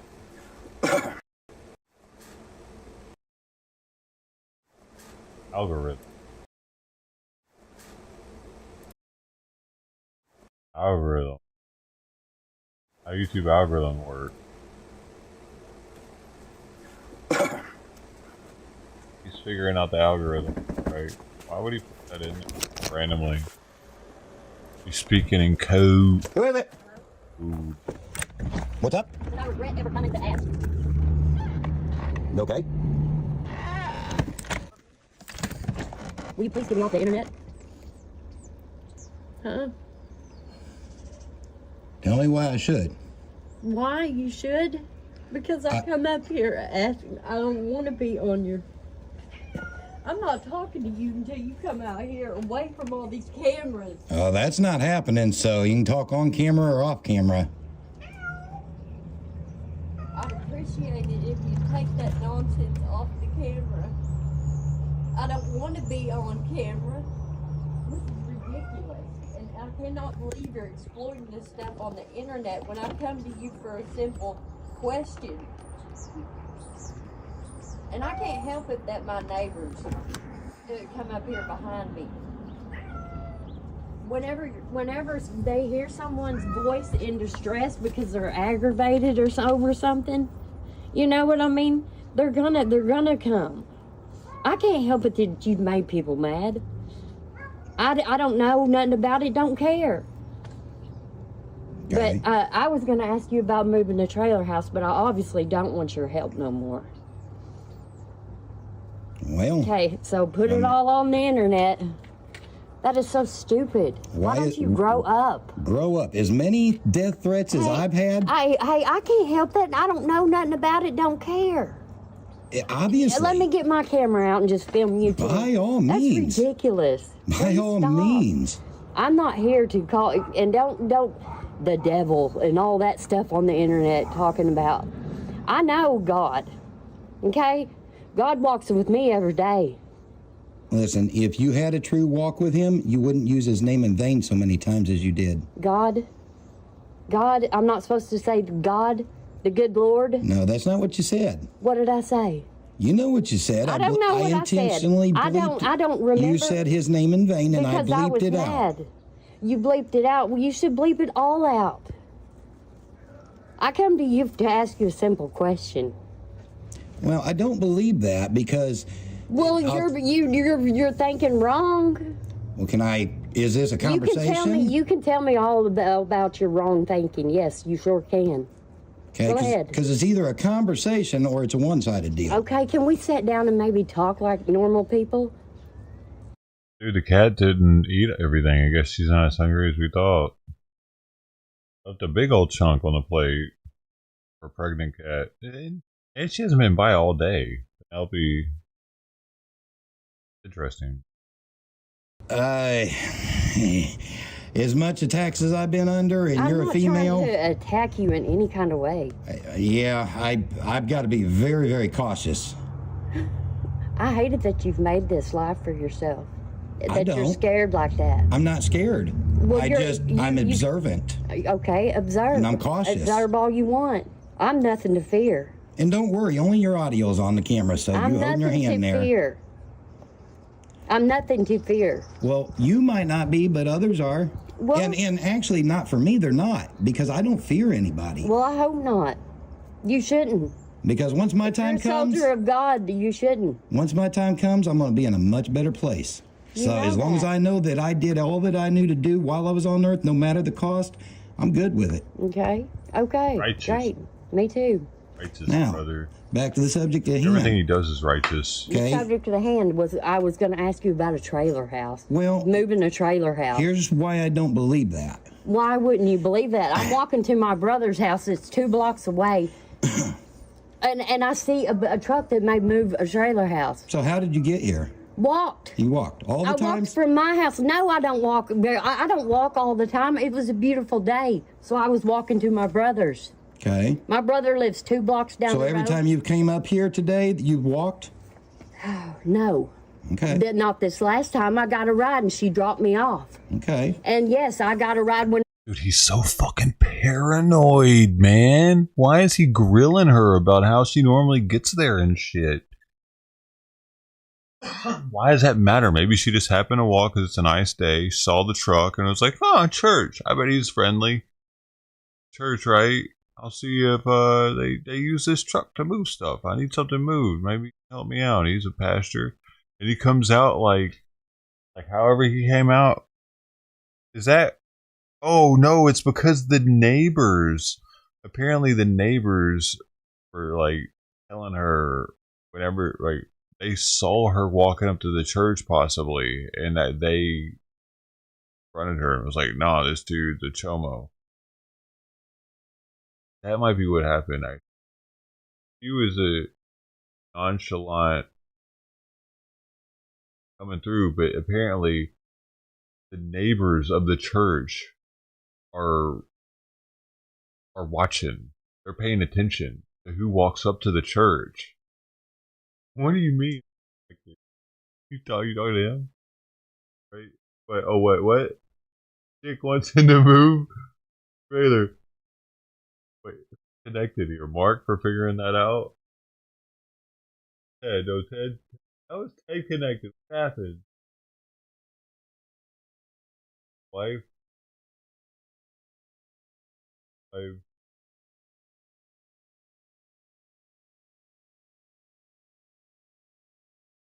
What did I miss? Just something? Dude. Whenever I left here. But I did not know. Those people just pulled up behind me. They knew, they heard me ranting because I was aggravated because you'd exploited all that on the internet. But when I was just simply stopping by on my way to my brother's to ask you about a trailer house. Okay, well, it's amazing. It's amazing every time But I'm not going to sit and argue with you. I've told you the truth. Every time I went to explain why I don't believe you, yeah, do it. You seem to switch the topic and no, try to move let's past. hear it. Let's hear it. Let's hear it. Okay. Because I know I'm telling the truth. Okay, well, if you are, then great. But here's why I don't believe it. I'm not saying you're not telling the truth. Here's why. Okay, first off, you come here, all right, then you leave with Michael, okay? Okay, he walked off and walked another way, and I continued walking to my brother's. Can I finish explaining? Okay, so first off, you did that. This man is on that list. He had to tell me who he was. Yet, somehow, the next thing I know... He had to tell me who he was. The next thing I know, this man has been in my church, or in this church here, sat and broke bread with me. This used to be my grandma's beauty shop. Okay, great. Years ago. Okay, great. You keep trying to sidetrack here. Okay. No, this man that has broke bread with me, has been friendly with me, has opened up to me, all of a sudden starts calling me these despicable names, accusing me of something that's not true, when in fact it is for him, right after you and him left together. Now, there's the next issue. Together. We just, he well, whether you left together or you didn't, that's... We walked off. Okay. Now, the next thing, Because you said, that's what you said. Go ahead. Go ahead. The next thing is, I heard what you were saying outside the door. What? Okay? Which I actually didn't have a clue who you was until you... No. Until you told on yourself. What about? Okay? What about? One, you know where my generator is. I don't know nothing. I wasn't talking. That was Katie. Okay. Well, then you know somebody who does know. That's my neighbor. I can't help it. My neighbor followed me down here. I don't know anything. I don't know what you're talking about, and I hate it that you've had stolen stuff. I cannot stand a thief. Then you go and get back I cannot stand a thief. I hear the words, but then you go and get back in the same car that has been vandalizing things around here. Are you really recording all this? I'm recording the audio. Golly, man. I'm not recording you, but I'm recording the audio. I have to for my own protection. Aggravating. I have MS. I have problems anyways. You know, I feel sorry for a lady that cries, but I have also experienced ladies that can cry on will and bragged about it. I don't care what you've experienced. This is just me and I'm talking. So don't compare me to others. Well, I'm just explaining my position. I don't even care anymore. And that's the problem. A person that doesn't care. Why would you upset me like this? Well, let's see. How did it start? Hey, I'm sorry I ever stopped by here. I wish you'd have changed my mind about who you was. Yeah, that's always the last resort, is to try to put a guilt trip on me. I'm not. I'm not trying to put no kind of trip on you, sir. Well, none. And if you're a child of God, boy, because this is not how you do it. Well, it is when you come under attack like I do. Well, I can't help none of that. I don't know about none of that. Don't care about none of that. Don't care. And that's the problem, that you don't care. Why would I care about nonsense? It doesn't matter. Everything I've said to you, you say I don't care to it. You should care about something in life. Though I do care about something in life. Just not anything to do with anybody that you don't really know, but you want to, pull some shenanigans with. I'm a very caring person. Well, you look like you are. I am. But today's actions have spoken differently. No, they haven't, because I was aggravated because you put me on the internet. Because I stopped by here to ask you about moving to the trailer house. Yeah, well, you told me there was nobody else here. It was you alone, and then... I am here alone. Well... I came back alone, made sure nobody followed me, didn't I? Earlier you told me that. I can't help it that they and done that. Earlier you told me that, and there was multiple people flanking this church. Sir, isn't it illegal to do that? What's that? Film people and put them on the internet. Not in this state. Well, it's rude. Well, it's also me protecting myself. Man, huh? Huh? Are you just a rude little man like that? Well, if that's what you want to call me. Upset women? If that's what you want to say about me. I don't know who you are, but you're not. I know. I've heard it all before. I know. I've heard it all before. You have? I've heard every ploy, every line of the evil one. I have to be the one to tell you. Always trying to condemn me for my actions. I don't want to be the one to have to tell you that. That's not my place anyways to judge you. Well, You're joining the group with all the thousands that have. No kind of group. Did I not come back to talk to you face to face? Well, it hasn't been too much of a two-sided Okay, conversation. well, let's sit down and let's have a conversation. I can't do that. Wow. I just can't do that. This is supposed to be a church? Yeah, and it is. It is? It is. Well, and lots of people get help through this ministry. Let me in the church. Hey, that's not happening. No. Wow, you won't let me in the church? No. I could just imagine. Outlaws. I could just imagine the lies that would get spread, the things that get told if I let you in this church. Who cares? I do, and I care for my freedom. Hey. I don't want to go to prison. Why would you go to prison? I'm not going to go down we that can sit road. down right here. Yeah, I don't want a chance having the church flanked either. Huh? I'm not going to chance having the church flanked either. And Church flanked? yeah, like it was earlier. I don't know what you're talking about. People man. surrounding the church? No. I can't help it, the neighbors followed me down here. Yeah. Well, I mean, they're mad over something else that happened. But then they got, they're... I don't know what happened between y'all. Don't care. I mean, over her picking up a rock or something out of the ditch, and then you exploit them on the internet like that. exploit them? Yeah. Somebody's doing wrong and it's called exploiting them? Yeah, you're exploiting them. I'm exploiting them. Yes, doing nothing. I'm calling them out on their nonsense. Doing nothing. Doing nothing. Vandalizing the retaining wall is doing nothing. I tried to stop by here and ask you a question. Do you not feel that you violated me in every kind of way? Not a bit. Well, you did. Well, I'm sorry you feel that way. I mean, I forgive you, though. It's okay. Oh, that's interesting. I mean, I'm just wondering, wow, who are you anyways? This is Where did you come from? I've lived on this road my entire life. Well, I come from two places. I'm a child of God that come from my mama's womb. Okay. Created by God. And what? Created by God. Created by God, yes. Okay. Mm-hmm. Yes. Okay. And what landed you in my grandma's old beauty shop? The Lord. The Lord did? He directed me right to the building. Okay. Told me this is where I was supposed to be. Why is this reforming outlaws? Because I'm an old outlaw reformed. You used to be an outlaw? Many, many times. What have you done that made you an outlaw?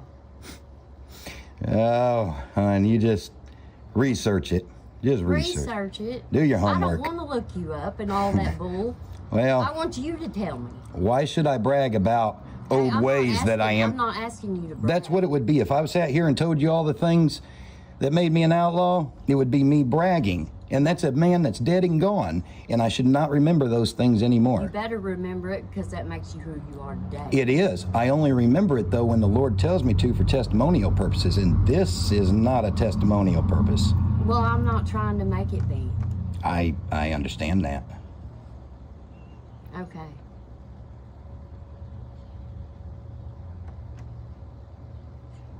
Are we done here? Get me off the internet. You know, Get me off the internet. the whole time you've been here. Yeah, we're done, sir. Okay. Stop by here again. Thanks for all the help. Yep. In all the time that she was here, she could not apologize. Here she's knocking again. Please take me off the internet. In all the time that you were here. Please. Please. In all the time that you were here, never once really a true apology, but instead turning the blame on me. I'm sorry that if something made me mad earlier. I'm sorry that something made me mad, but quit exploiting me on the internet when I've done nothing but come to you and ask for help. You've disrespected the Lord. You've tried every tactic today, blaming me. I'm gonna sit down right here because my legs are hurting. Okay. So let's continue on. You've been blaming me, What I've done wrong. gaslighting me. Gaslighting. Yeah, I'm not saying you're a narcissist, but you have sure demonstrated a lot of narcissistic tendency today. Hey, and this is between you and I, not us in the world here. Quit exploiting me on the internet. Well, I'm sorry you call it exploiting. Well, how else is it? And if you're putting this on the internet, Man, I don't even know why I'm wasting my time talking to you. I'm not sure either when you can't give a sincere apology. Here, but I don't guess I'm getting. Oh,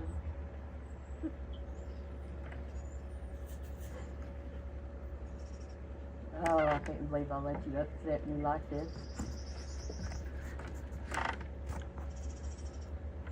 Okay, well, I can see we're going nowhere with this. I'm going to shut the door and lock it.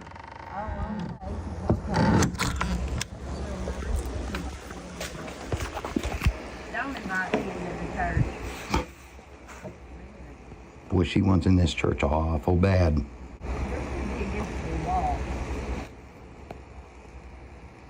It'd be the stupidest move I'd ever make if I actually let her in this church. My butt would end up in prison so fast, I wouldn't even know what hit me.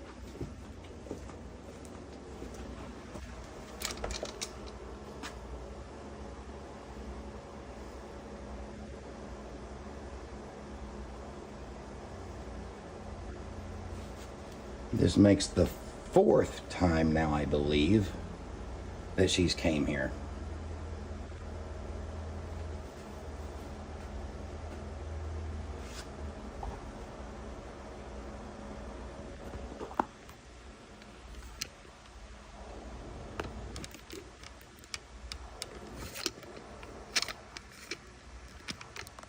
This is very interesting that she just disappeared around that bus, and she hasn't, because there's that, yeah, she just disappeared around that bus, and she has to walk up to that street in order to get out of here. Oh, there she goes.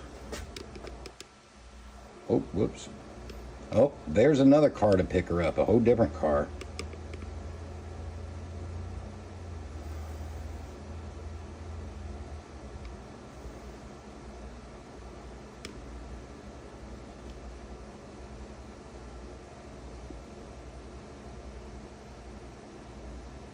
This is going to get real interesting.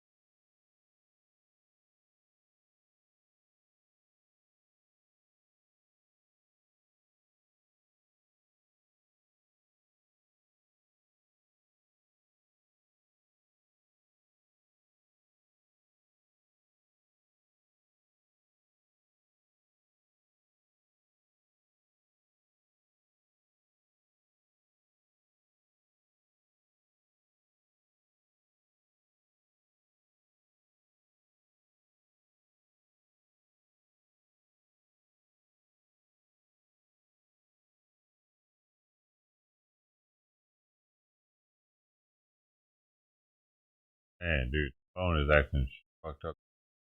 Phone.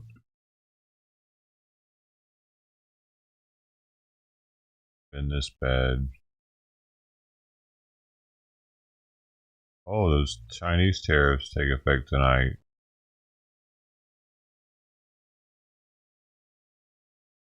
$104%.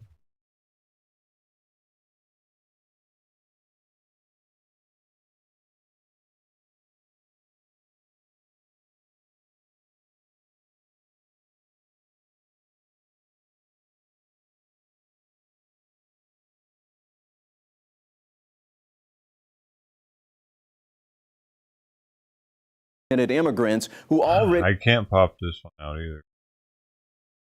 The IRS has made a deal with Homeland Security to share private taxpayer information with immigration officials. The data is going to focus on undocumented immigrants who already have deportation orders and are being investigated for federal crimes. Now, the move is part of President Donald Trump's larger effort to crack down on illegal immigration. That's going to be freaking a lot of people out now.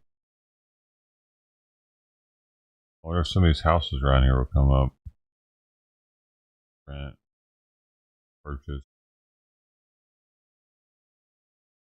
They're going to be gobbled up by fucking Airbnbers, though.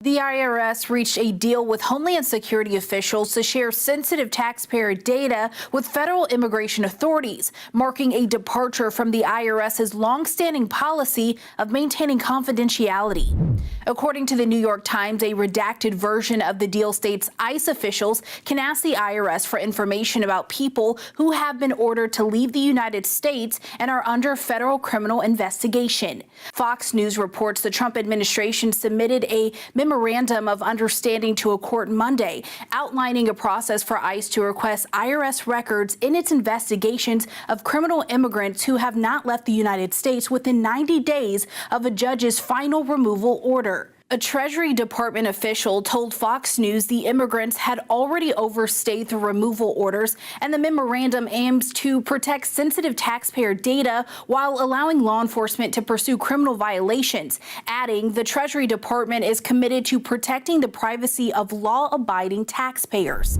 Immigrant rights groups filed a lawsuit last month to block the IRS from giving data to ICE, calling it a breach of trust which will discourage undocumented immigrants from paying taxes in the future, but a judge declined to issue an emergency order. For Straight Arrow News, I'm Kaylee Carey. For all your latest news headlines, download the Straight Arrow News app. But the thing is, if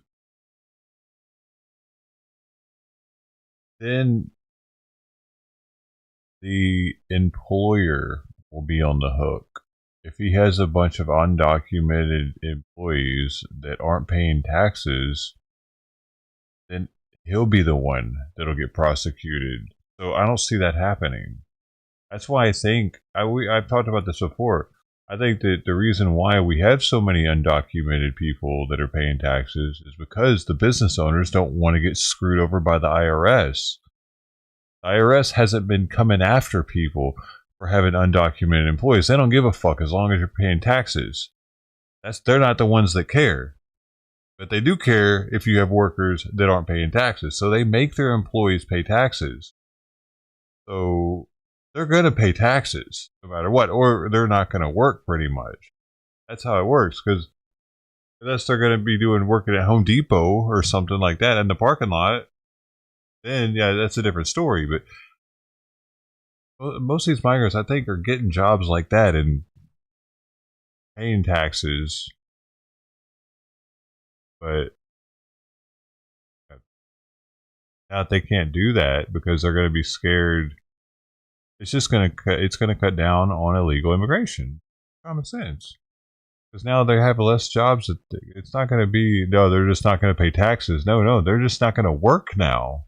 They're not going to do those jobs now because those employers, usually probably farms or ranches or slaughterhouses, they're not trying to get fucked over by the IRS. If you're working at a Home Depot parking lot or selling fruit on the side of the street or flowers or whatever the hell, a little corn on the mayonnaise, some shit like that, yeah, who cares? They're still going to be doing their thing, probably tax-free now. But how much were they paying in taxes?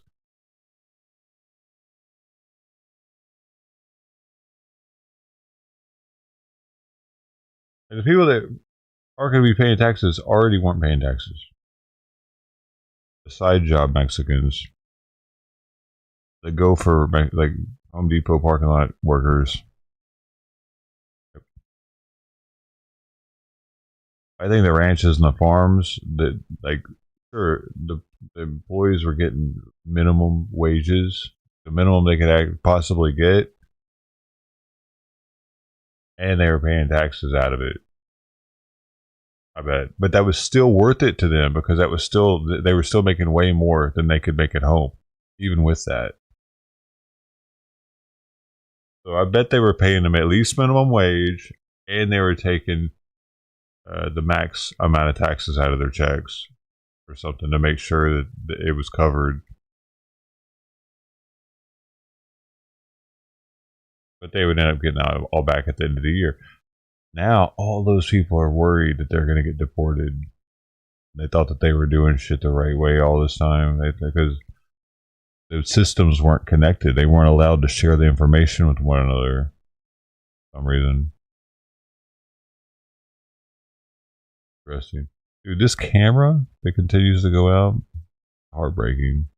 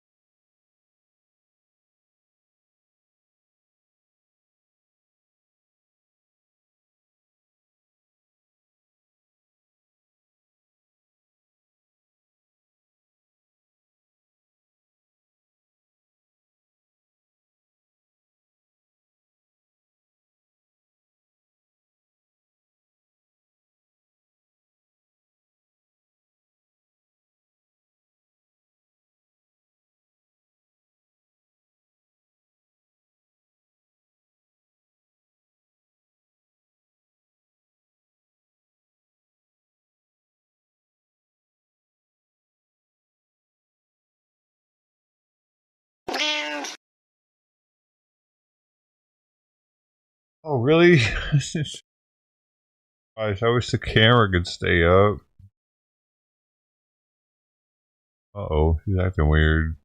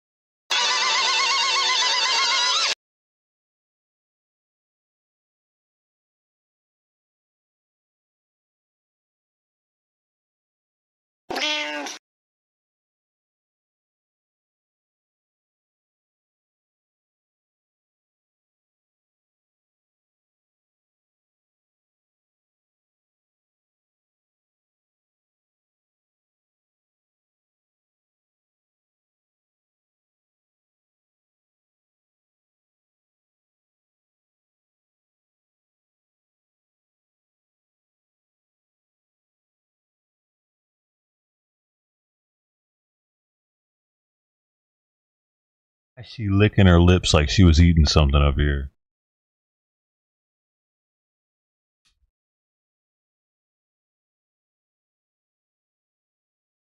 What's she doing up here?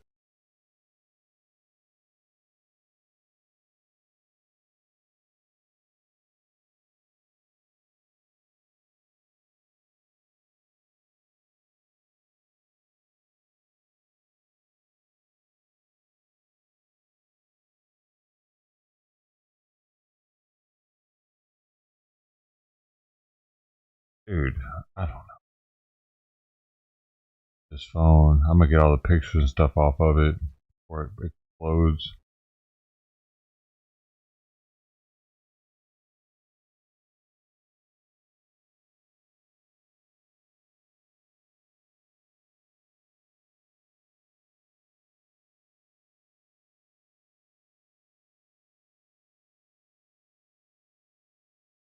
I need to change the Wi-Fi frequency, not frequency, but channel. Wi-Fi channel. Maybe somebody started using the same breaker channel that I'm using nearby, my neighbor or something. Log in the frequency.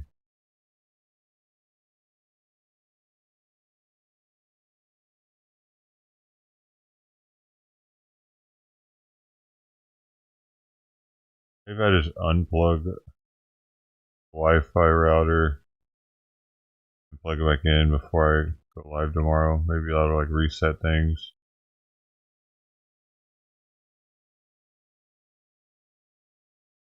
Like the least congested channel.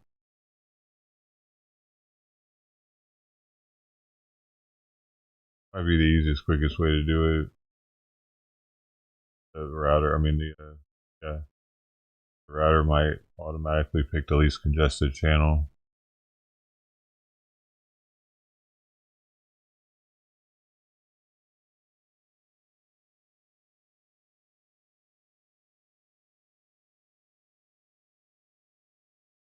Been a while since I rebooted or unplugged it, put it back in, reset it.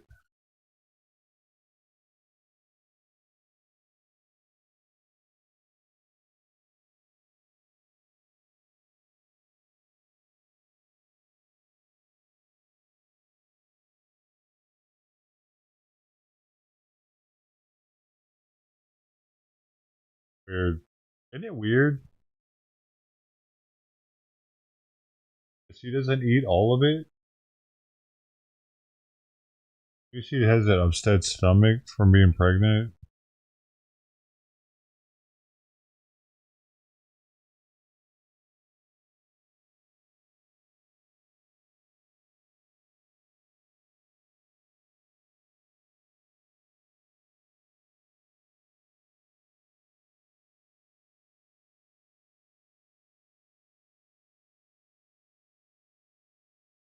Bar? Know where he was.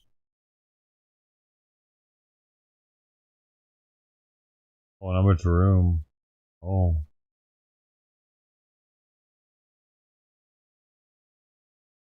Does need to eat a lot. But she's pregnant again already.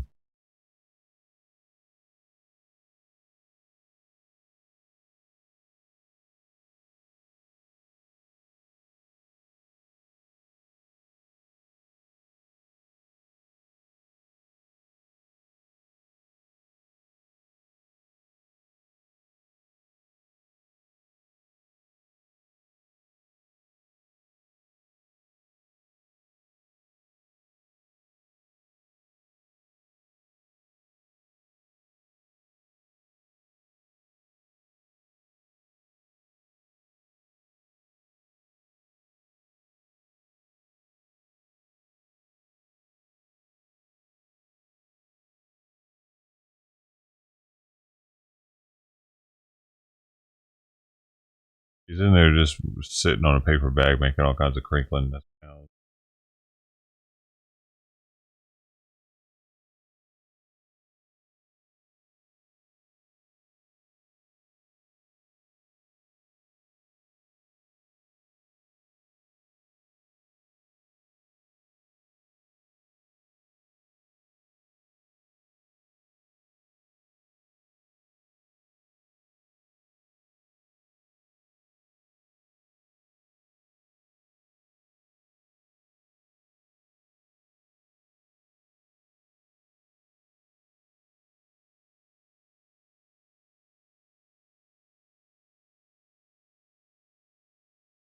Outlaw.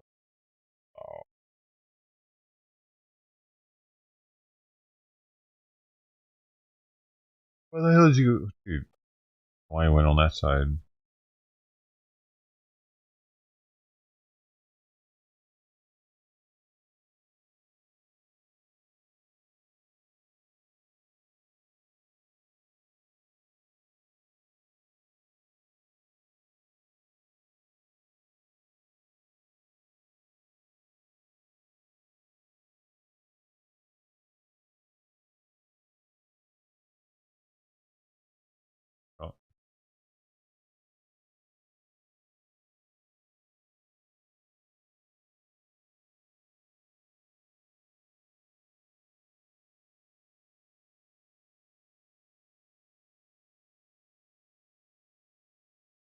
Oh.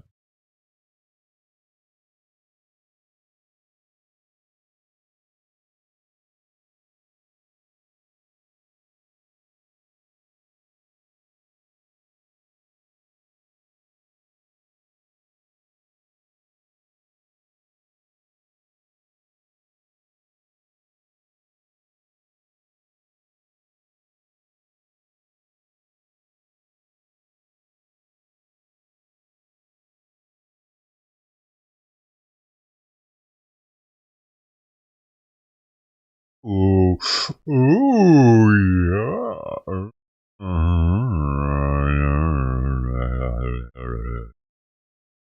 Delicacy where I'm from. No cat ass. Mmm.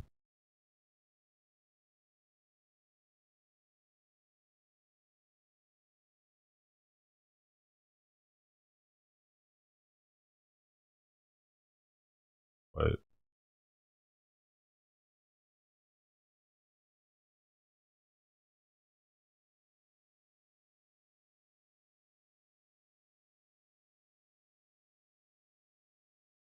Tuesday, man. There's nothing happening.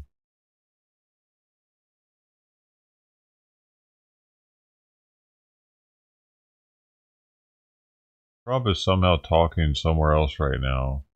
Also, though. Crazy.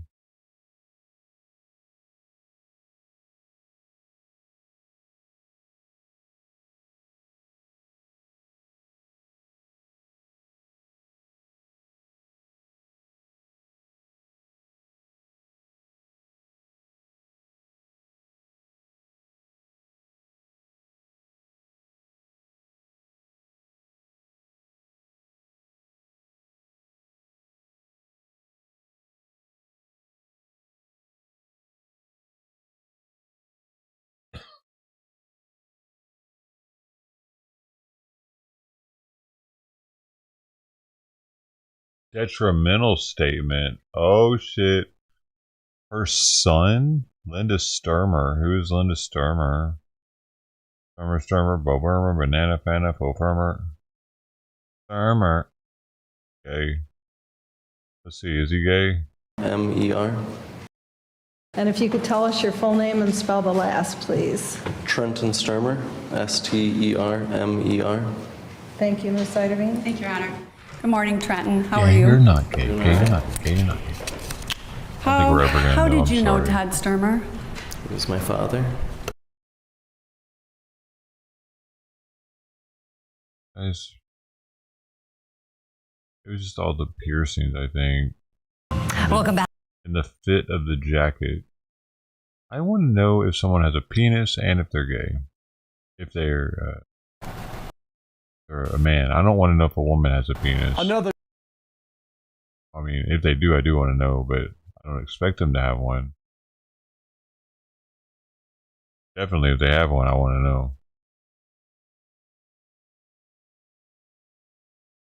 It goes for all women, everywhere. If you have a penis, I want to know about it. Alright? Is that too much to ask for? I'm gonna get so many emails. I'm gonna wake up with like 10,000 emails all across the world that have penises. It's probably gonna blow up. I shouldn't have said that. I'm gonna have to shut down all my accounts.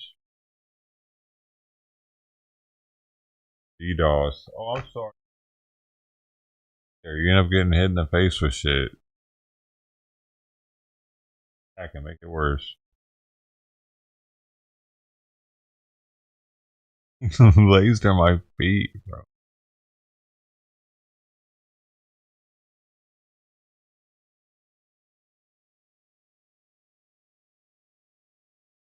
I gotta go let him out.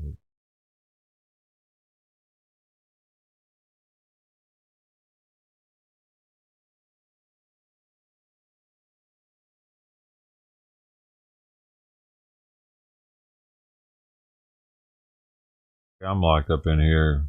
Not him.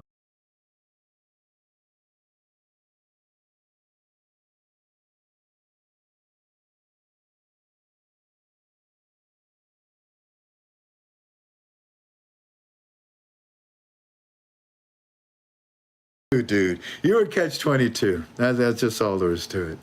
Final article number 5,327. Al-Sudani discusses with J.P. Morgan mechanisms to secure financial transfers and their access to European and to America. What is the blue title for this article? The international banking world takes the hand of Iraq. Al-Sudani discusses with J.P. Morgan mechanisms to secure financial transfers into Europe and Iraq. This is wonderful. This is wonderful because the Central Bank of Iraq needs this in order to go internationally.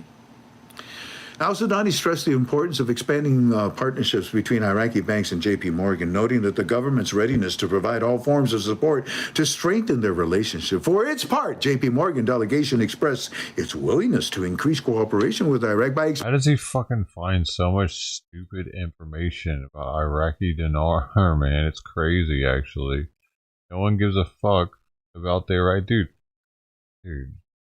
I can't believe he has people that believe him when all you have to do is look up Iraqi dinar scam, and it's just been going on for like 20 years.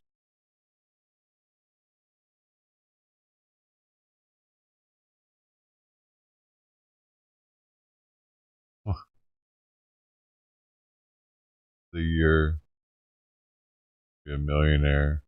I swear it's idiots that buy into the Iraqi dinar that's keeping their country afloat somehow. You can buy their currency. That's weird. What does that do for them?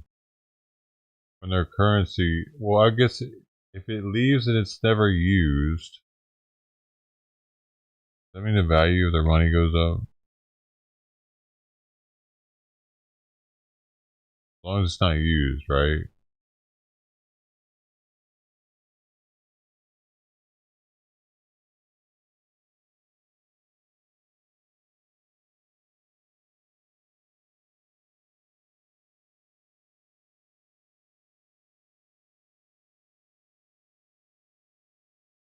I don't know if that's how that works.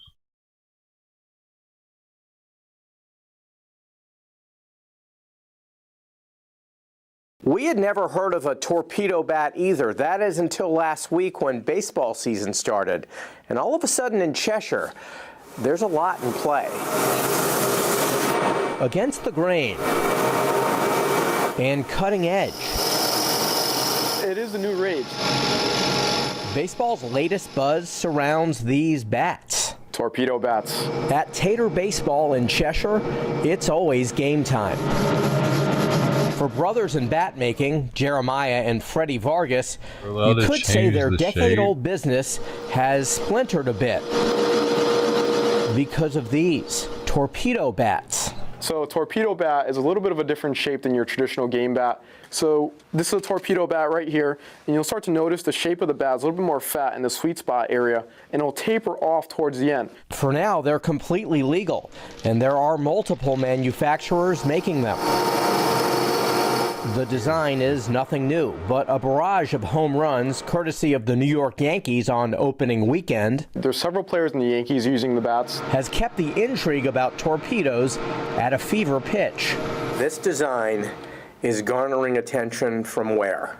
All over, from the minor leagues, major leagues, youth, college, International, Korea, you need Japan, you name it. Saturday and Sunday, our phones were off the hooks. Players FaceTiming and calling us, hey, I want to try this out. For us, we have Starling Marte from the New York Mets who will be using the bat, and Vladimir Guerrero Jr. as well. No surprise that with more contact, they're getting more contacts. And here, the sawdust has yet to settle. It's been fun making these bats. The excitement around our customers that want it, it's been great. And we're curious to see how many, guys go along with our bats.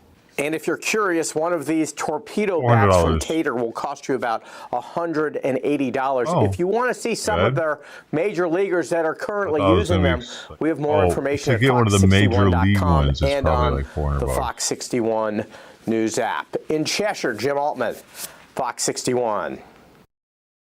Get like this black and brown right here. I bet that's more expensive, way more than this one. Yeah. All that shit. Bat expert now.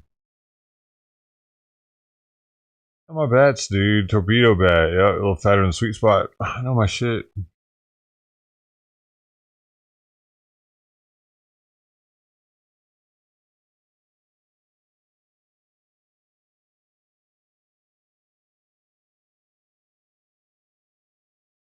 How to grow your own Parmesan cheese. You can grow your own Parmigiano Reggiano. And this isn't a hack or imitation Parmigiano Reggiano because it's grown directly from the original cheese. This tastes the exact same. So yes, you do need to start off with a piece of Parmigiano Reggiano, but if you pace yourself, this could be the last piece of Parmesan that you ever buy. The key is to store the cheese in an airtight container completely submerged in raw heavy cream.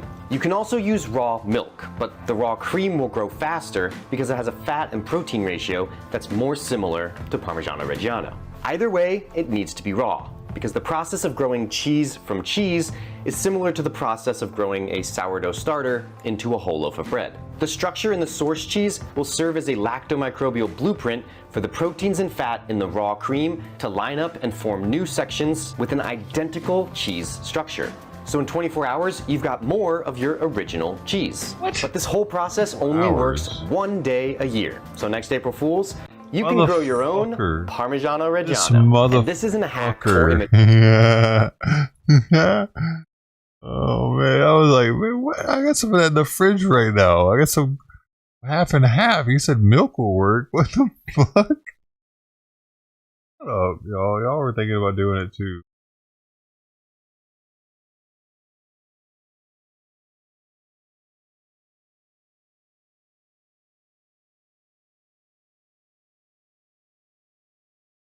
Everybody else was falling for it.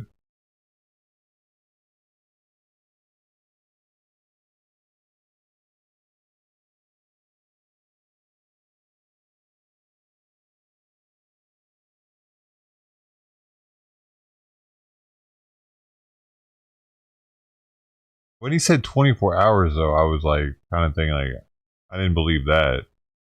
There's no way that would change into it in 24 hours. As soon as he said that, so fast.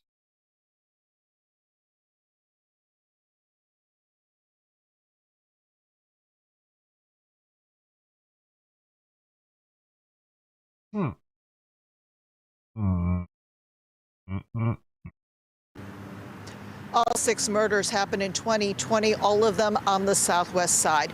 Cook County prosecutors say the accused serial killer Antonio Reyes appeared to choose his victims at random. The motive for the killings, that remains a mystery. Reyes is charged with killing 6 people over the span of 9 months and attempting to kill 4 others, including young children who were with their father shopping for a puppy. Police say Reyes was 16 years old. A mystery. Reyes is charged with killing 6 people over the span of 9 months and attempting to kill 4 others, including young children who were with their father shopping for a puppy. Police say Reyes was 16 years old when the killing spree began in March of 2020. They allege that is when Reyes shot and killed 31-year-old Francisco Magana near 59th and Tallman Avenue in Gage Park. Reyes is charged with killing a 21-year-old man the following month in Brighton Park. Claudio Casio, a UPS driver, was picking up a friend in the 4100 block of South Sacramento to go play basketball when he was shot. Reyes has been in custody since late 2020 in connection with one of the murders. Prosecutors charged him with 5 more this past February. That's when police were able to link Reyes to other cases through shell casings from a .40 caliber gun they recovered at one of the crime scenes, surveillance video, and social media posts. Now, today's hearing concerns the additional charges filed against Reyes. It was originally scheduled to take place last month. On top of all of that, prosecutors also say Antonio Reyes tried to kill his jail cellmate with a shank. Outside the Cook County Criminal Courts building, Judy Wang, WGN News.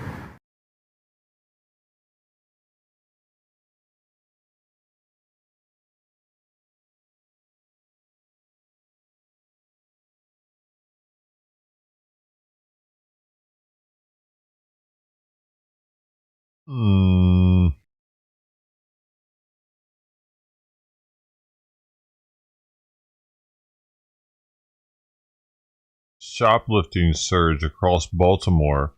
Oh, really? How did Baltimore vote this year? They're super blue, by the way, if you didn't down know. across Baltimore so far in 2025, but police data shows there have been an increase in shoplifting incidents around the city.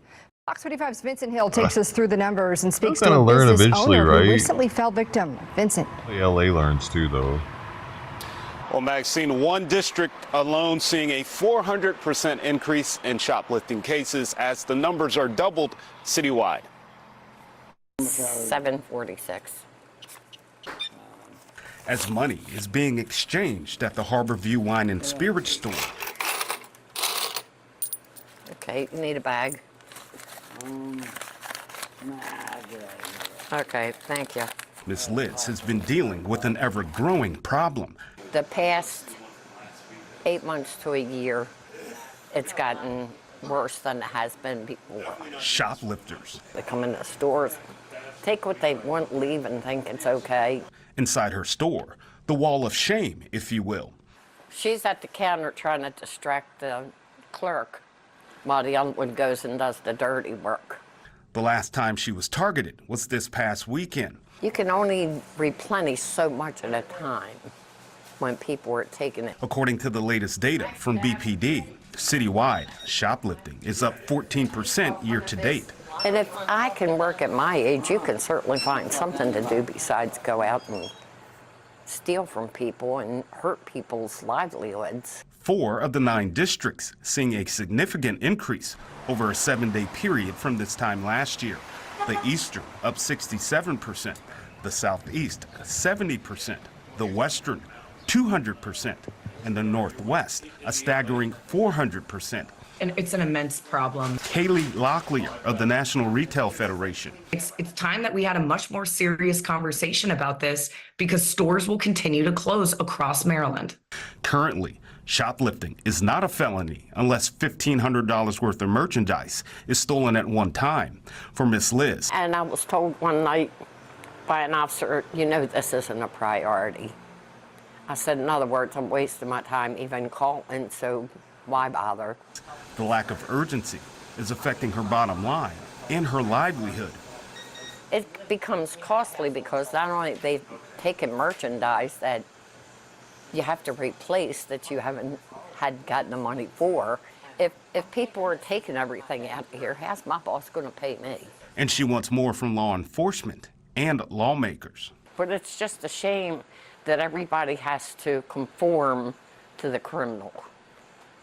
You have to change your ways so you could protect yourself from people who choose not to work. And one thing that did come out of Annapolis this legislative session was the Organized Retail Theft Act. It passed both chambers. It's at the governor's desk. Now, what that does, it allows law enforcement to charge one person for multiple thefts if it reaches that $1,500 limit within a 90-day period. For now, we're live in Baltimore. What a pain in the Vincent ass to Hill, have to Fox keep 45. track of that.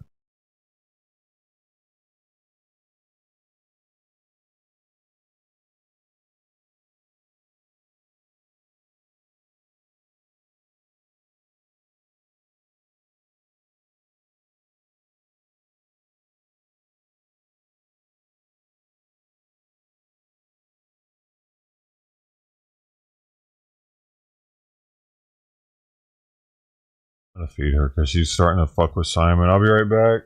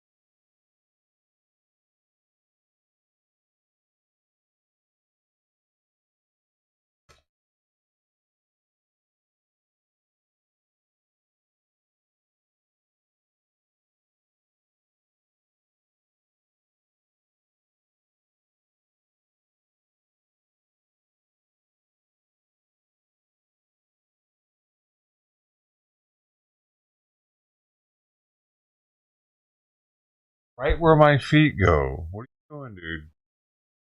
Here, you want Stay there in my way while you stare at her while she eats. Okay.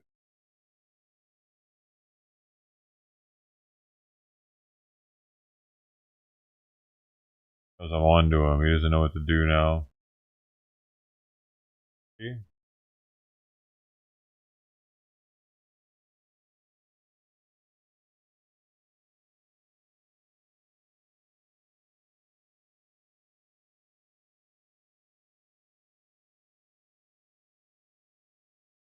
Why can't I get that one?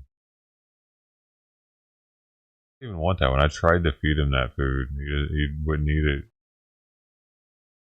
Put that food in his bowl. He doesn't want it. I put it in her bowl. He wants it.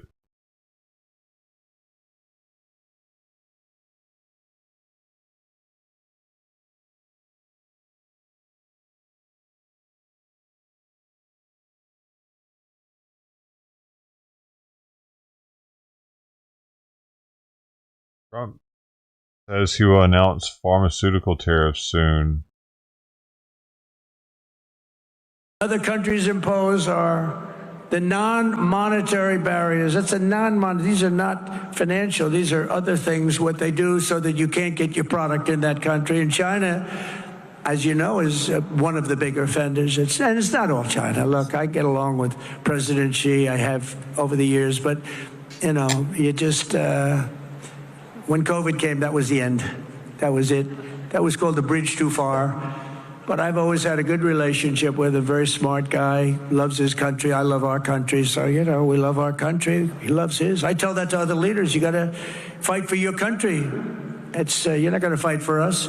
But we can't fight for you. We're fighting for other countries. We're trying to make them great without making us great. But those days are over. Bro.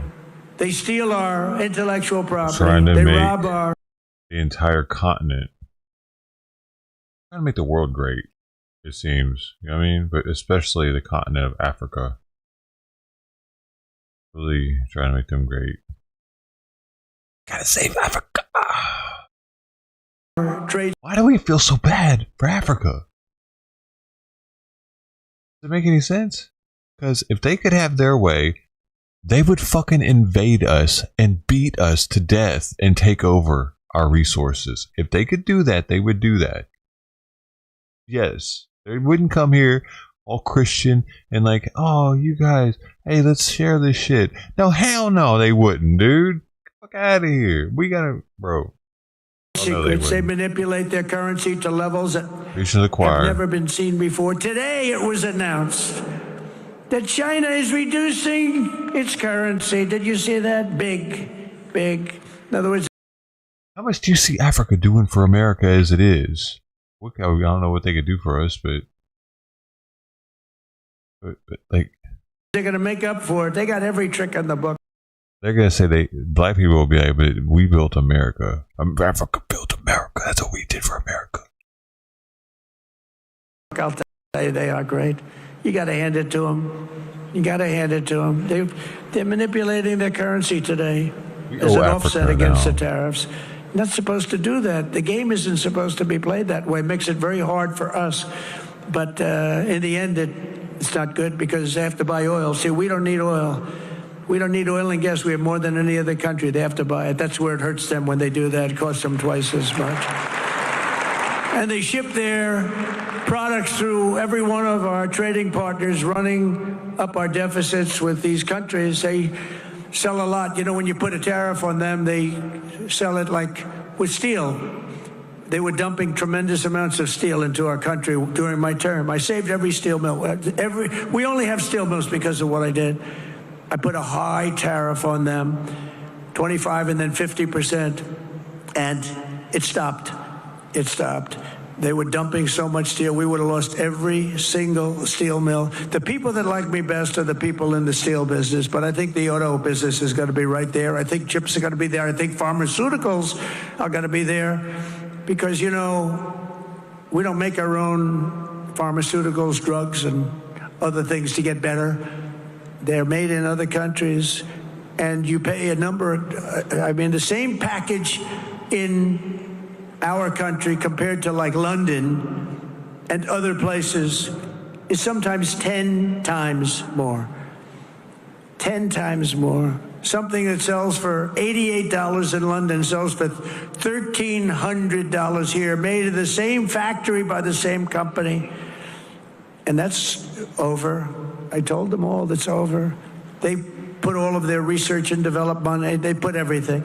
But what they don't tell you is that these other countries are smart. They say you can't charge more than $88, otherwise you can't sell your product. And the drug companies listen to them. But we're going to do something that we have to do. We're going to tariff our pharmaceuticals, and once we do that, they're going to come rushing back into our country because we're the big market. The advantage we have over everybody is that we're the big market. So we're going to be announcing very shortly a major tariff on pharmaceuticals, and when they hear that, they will leave China, they will leave other places because they have to sell. Most of their product is sold here.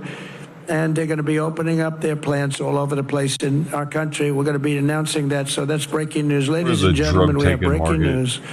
That's what's going to happen. What other presidents allow China to get away with is absolutely criminal, but I'm not like the other presidents, and it's not going to happen under President Trump. It's just not going to happen. After all of the abuses they've perpetrated, China's attempting to impose additional unjustified tariffs. Just so you understand, they all got rich because of tariffs. You know, now when we do it, oh, it's so terrible what Trump is doing. It's so terrible. They got rich. And not only China, many countries. I mean, you look at Vietnam, you look at so many, I could name 50 right now. Biden couldn't do that. He couldn't name any. Name one country. Name any country. What's the name of our country? He doesn't know. That's why additional tariffs on Chinese goods are in place effective midnight tonight at 100. These goods are in place effective midnight tonight at 104%. Until they make a deal with us, that's what it's going to be. I think they'll make a deal at some point. China will. They want to make a deal. They really do. They want to make a deal. They just don't know how to get it started because they're proud people. China will now pay a big number to our Treasury. This is all taxes. And don't let them keep telling you that this is a tax on our people. I hate that. You know, they say it's a tax. No, often much of it is paid. And hey, look what happened during my first term. We had no inflation, and yet I took in hundreds of billions of dollars in tariffs and taxes from China. No other president got 10 cents in tariffs or taxes from China. I got hundreds of billions of dollars, and I still got along with them because they understood what they were doing was wrong. They understood it. It's when you explain it, they sit up, they say, I've had numerous leaders tell me, you're right, sir, I was waiting for you to bring this up. Because some of the trade deals that were made by predecessors as president were so bad you almost wonder who did these deals. They were either crooked or stupid. They can be nothing else. They were either stupid or crooked. It's terrible, but it's all being changed. I changed a lot of it in the first 4 years.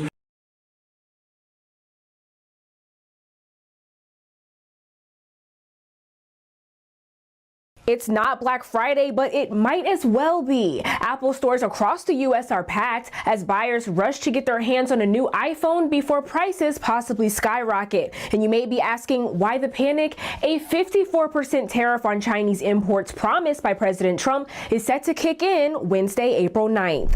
And since most iPhones are made in China, analysts say that $1,000 iPhone 16 could soon cost a lot more. One Apple store employee told Bloomberg, going to go to almost India. Every customer asked me if prices were going to go up soon. Stores reportedly saw higher sales this past weekend than in previous years, a clear sign of just how worried people are. The uncertainty around the tariff has consumers bracing for the worst, and many iPhone users are scrambling to buy now, fearing major price hikes are just days away. A resident of Verona, New Jersey said he decided to take action online, saying, like everyone else, I've been following the tariff news and the China situation location. Since most iPhones are made there, I figured prices would go up. I saw an upgrade offer on Verizon and thought, why wait? I was planning to get the iPhone 16 this fall, but I read it could jump by $350, so I pulled the trigger now. There is precedent for iPhone price hikes. After Brexit UK, iPhone prices jumped, and in 2022, Japan saw a 25% hike due to a weakening yen. Even Canada and Australia have seen bumps in the past due to currency fluctuations and pricing strategies. But in the US, iPhone prices have remained relatively stable, and Bloomberg's Mark Gurman believes Apple will do everything it can to keep it that way. He says the company has been, quote, stuffing the US channel with extra inventory to get ahead of the tariffs. Meanwhile, behind the scenes, Apple is leaning towards alternative supply chains. The Times of India reports Apple shipped 5 planes full of iPhones from India to the US in just the last week of March. Not normal for this time of year. India's iPhones will only get hit with a 10% tariff, much less than China's 54%, so Apple's betting big on that backup supply chain. Still, price hikes might be inevitable. Rosenblatt Securities says the iPhone 16 Pro Max could jump from $1,599 to $2,300. UBS puts it closer to $2,062. Bloomberg's Gurman thinks Apple will hold off on big price jumps, at least for now. But with a 54% tariff looming, even Gurman says something's got to give, and that something might be your wallet. With Straight Arrow News, I'm Kennedy Felton. Download our app or visit san.com for more.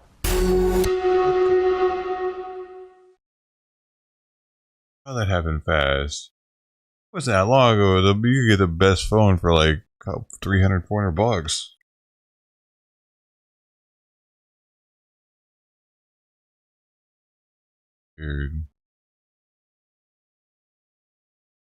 Weird.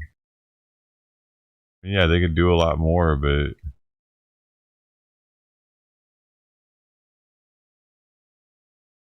the value of the dollar changes so much.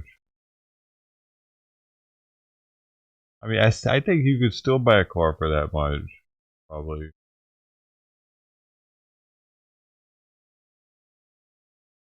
Oh, it's already $2K for a new one?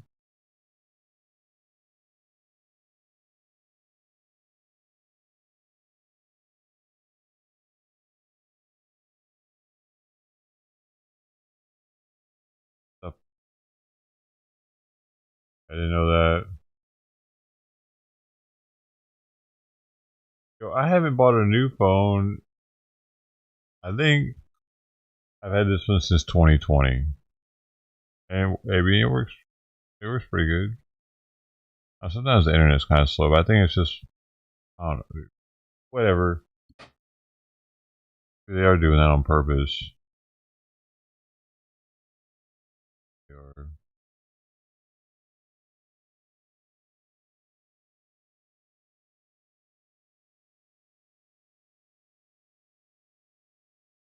I think this is S20 Ultra 5G.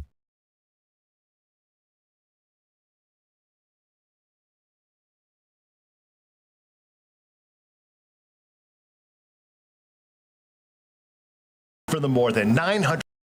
The Trump administration says the move was necessary to protect national security. CBS 8's Steve Price joins us live from the federal courthouse with reaction from a local migrant rights advocate. Steve?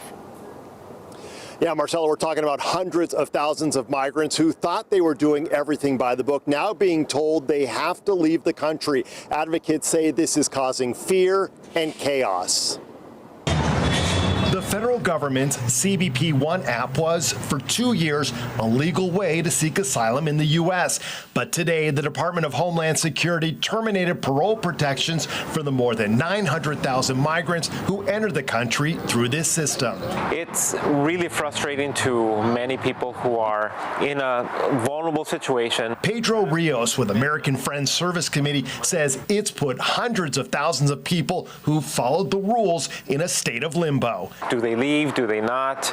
Do they heed that order? Do they not? Will they be subject to being sent to a third country in prison-like conditions? You should probably heed the order, dumbass. This is something that just should not be happening. The rules were dangerous to Americans. U.S. Attorney Pam Bondi defended today's move, saying the CBP One app was abused under the Biden administration, creating safety concerns that threaten national security. A Border Patrol agent told me Venezuelan men were coming in saying they were from China. Chinese people were coming in saying they were from any country, Ireland, any country they wanted to identify that they were from, and they were walking right into our country. DHS is warning affected migrants to self-deport, releasing a statement that said in part, those who refuse will be found, removed, and permanently barred from re-entry. It's not clear how many migrants who entered through the CBP One app are currently living in San Diego County, but Rios says they're here because it's not safe for them to go home. His advice to them? That's the only reason why an attorney as soon as possible. Literally the only reason why any of them are here. Possible options might be, even though those are limited, but understand what their circumstances are. That way they can make an informed decision about what next steps they need to take. And just to clarify, today's decision does not affect those who came into the country as part of the Uniting for Ukraine program. Marcella? So, Steve, migrants can no longer make appointments through that app, right? But you can still download the app. So what is the app actually being used for, if anything? Yeah, on President Trump's very first day in office, he made it so you can no longer make appointments. That said, they actually flipped the use now, and you can use the app to announce that you are self-deporting. So people who are leaving the country under what was announced today can do so through this app. Let the federal government know about that. And Marcel, you can also use it to check border wait times. All right. Thanks so much for that update, Steve.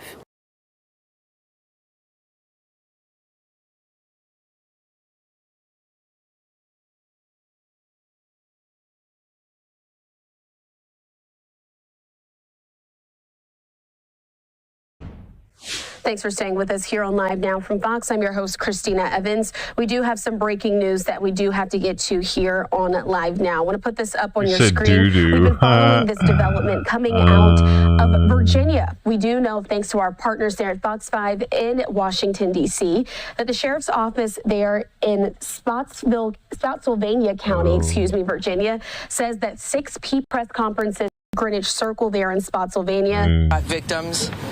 3 of the victims were confirmed deceased on scene. 3 other victims are asking if the victims were the intended targets. At this point, we don't know how many shots were fired. Do you know anything, lady? Ages of anyone? We don't know the ages at this point. All been notified. Where I've been about that. Obviously, it's a search investigation, but tonight, knowing that there's a suspect, we will stay out here until the suspects are caught. We saw it is possible to say if everyone involved.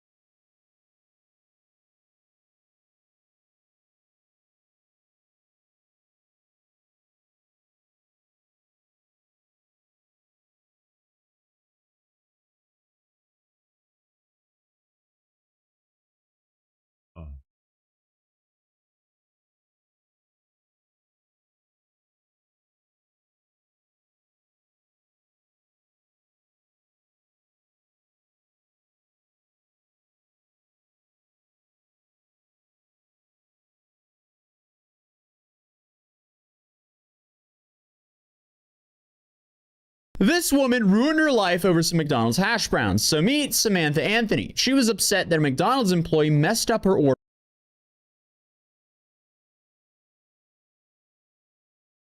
It's all fucking over, and I can't play videos hardly. He's locking up.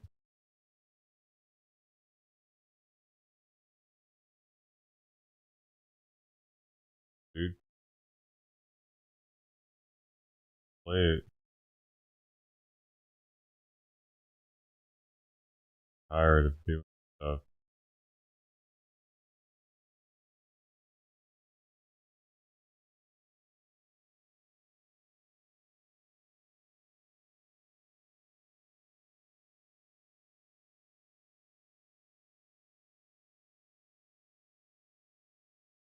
This woman ruined her life over some McDonald's hash browns. So meet Samantha Anthony. She was upset that a McDonald's employee messed up her order and she didn't receive her hash browns. So instead of option A, cutting her losses and going on with her day, or option B, returning with a receipt and explaining she didn't receive her hash browns, she chose option C. What was option C? Well, that was apparently showing back up to the drive-thru, banging on the drive-thru windows, screaming that she didn't receive her food. She ended up looping around the drive-thru several times in anger as the situation went on for about half an hour. After the McDonald's employees confirmed that she actually received her food, she returned to the drive-thru windows with her boyfriend. He was mad that they didn't believe Samantha. Then, finally, shots started ringing out and going through the drive-thru window. Shortly after, the couple fled the scene in a 2011 gold Escalade. But it didn't take long for them to find her, so Samantha is now being charged with aggravated assault with a deadly weapon. Were hash browns really worth ruining your life over? I don't know, but I guess she thought so in the moment. This woman ruined her life over some McDonald's hash browns, so fucking kids outside screaming, dude. Give that kid an iPad and put him in the corner.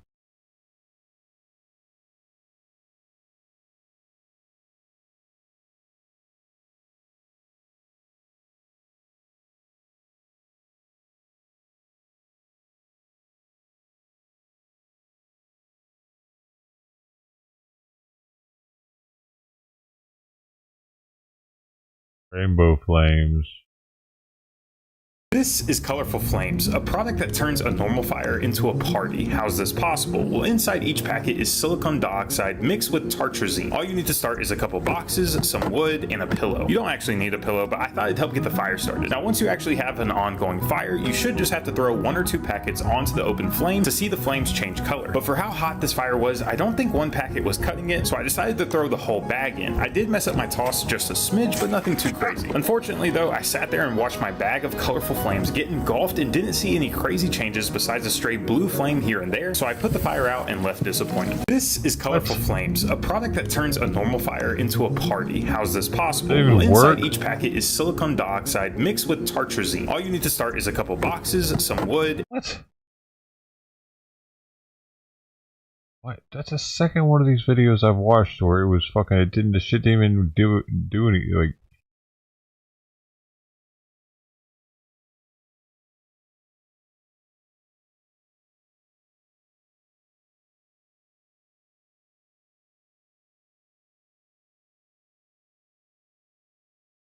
But apparently do the moron. Do it right.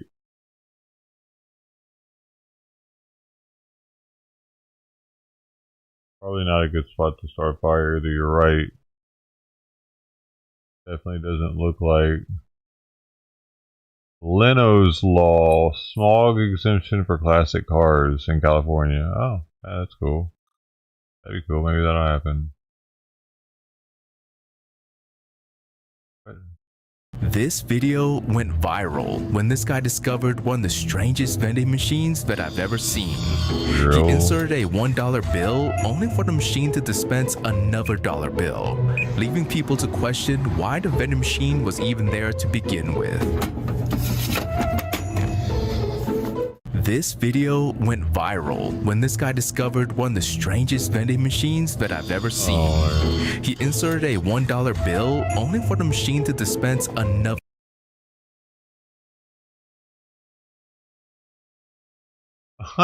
Now put that same dollar bill back in the machine to see if it's real.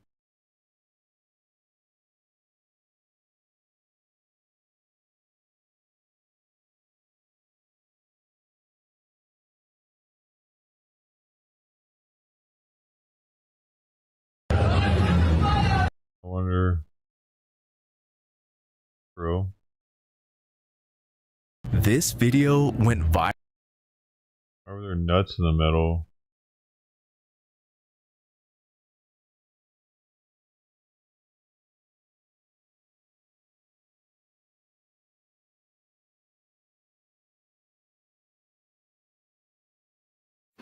They, them pronouns are not that hard to get.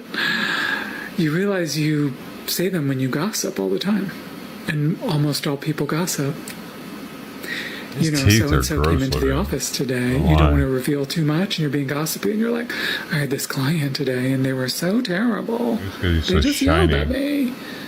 Shiny. You know how to conjugate it.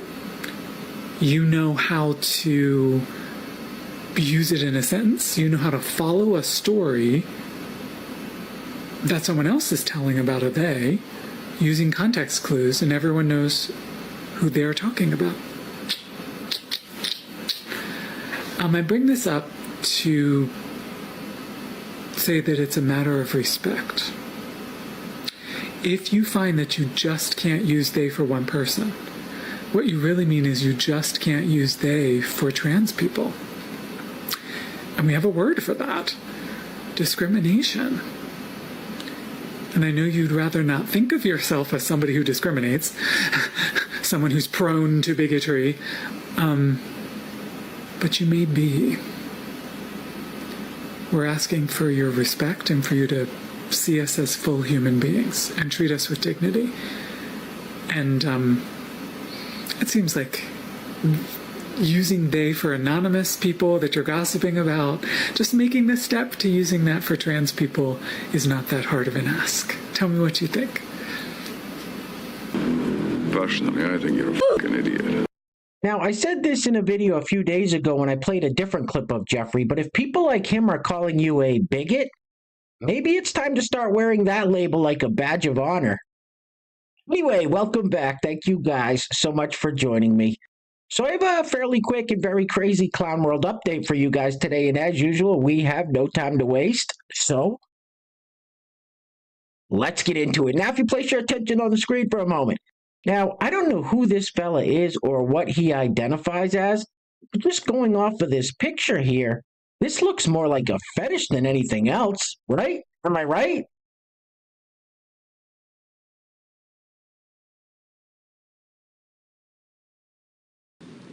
You're fucking weird. Now, regardless of what you think about President Trump or how he's doing so far this term, the fact is Joe Biden will go down in history as one of the worst presidents this country has ever had.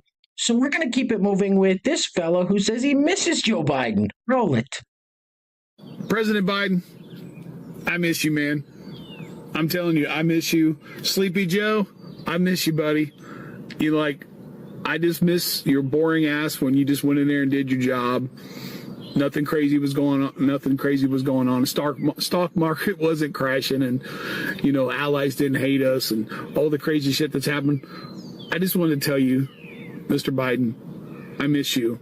I really, really do, and I know millions of us really do too. God bless you, sir. I hope you have a good day. Sleepy Joe, we miss you, buddy. No offense, but you are a stupid asshole. Next up, we have this slightly hostile fellow who runs around in the same circles as Harry Sisson and his boyfriend Chris. Now, these people talk a big game when they're speaking into the cameras on their phones, but when confronted in person, they melt like snowflakes and their arguments completely fall apart. Roll it. Trump won. If you don't like it, leave. Hey, how about get food? How's that sound? I pay my taxes and I live here legally. My First Amendment rights say I can say Donald Trump licks donkey taint and there isn't a fucking thing you can do about it. So to use a phrase that you conservative losers are so goddamn fond of, cry harder. If it bothers you that I call Donald Trump a sexist, that I call him a bigot, that I call him a danger to the nation, that I call him a narcissistic, felonious, insurrection-inciting, racist piece of shit, maybe you shouldn't support him because all that shit is backed up by fact. And to use another phrase you're fucking fond of, facts don't care about your feelings. And another thing for you cowardly fucking conservatives, the very last thing I'm going to do is leave the country and leave the thousands of Americans who are incapable of leaving the country, whether for financial or familial or some other reason, leave them to fight this fascistic bullshit alone. I get that it's the conservative move to just pull the ladder up as soon as you're done using it, but it isn't mine. So get fucked. Who the f*** do you think you are, you crazy little shit? Next up, we have singer-songwriter Moby talking about how President Trump is bankrupting the United States. Trump only got into politics, a decade ago, and we're already trillions of dollars in debt. The fleecing of America started long before Trump ever thought about running for office. Roll it. So, For the people who voted for Trump or have supported Trump, can you finally just admit you were wrong? Trump has spent his entire life bankrupting businesses, and now, surprise, surprise, he's bankrupting the United States. So look, we can move on, but if you supported Trump or voted for him, just please, finally, now, just admit you were wrong. Go f*** yourself. All right, next up we have this young lady who has a question for Trump supporters. Now, she's one of these liberals that want to justify everyone in the third world pouring into our country. Roll it. Hey Trump supporters, I have a question for you. If you happened to be born in a different country that was quite impoverished, and your family was very poor and unable to afford the means to move to a different country legally, what would you do in that scenario? What a stupid question that is. What a stupid question. All right, next up we have this lovely lady who says if she were ever married and her husband asked her what's for dinner, instant divorce. I'm guessing she's single and probably will remain that way. Roll it. Let me just go ahead and get this out there right now. If a man ever looks at me and says, hey babe, what's for dinner? And means it, assumes I'm in charge of dinner, what's for dinner? Divorce. That's what's for dinner. Woman, get back in here and make me a sandwich. Now, I can't tell if this next clip is a parody skit or if it's real. I honestly don't know. Roll it. My name's Corey, and I'm a Republican dating a trans woman. The current Republican views on trans people is not great. What they're trying to put into law is, I think they've just changed, the LGBTQ plus community that's now just, I think, LGB now. They're pretty much trying to eradicate trans people, which is baffling to me. And dating a Republican man has made me feel angry and upset and confused. Yeah, it's been really hard. Our current president has sent me in a literal spiral. I have been in intense therapy. I don't feel safe in this country right now. I hate that she feels scared to be who she is. Nobody should feel that way at all. We say that we stand for freedom in this country. How can we say that when we're oppressing people? It just seems kind of gay, doesn't it? I don't know, maybe, yeah. Hey guys, real quick, before we go any further, I want to give a huge shout out to the sponsors of today's video. And while I'm doing that, I'm going to let this loop on the screen. How did she get her hind parts around to the front? Anyway, today's video is being brought to us by our first sponsor is Picho and Lala Picho. Love the nickname, guys, and thank you so much for sponsoring today's video. I really appreciate the kind words and support. And our second sponsor for today's video is the Etsy store, they're looking at her like, Fields. Now, yeah. Many of you know that is my wife's Etsy store, and she's got some fantastic stuff on her website, stuff I use every day, and I swear by it.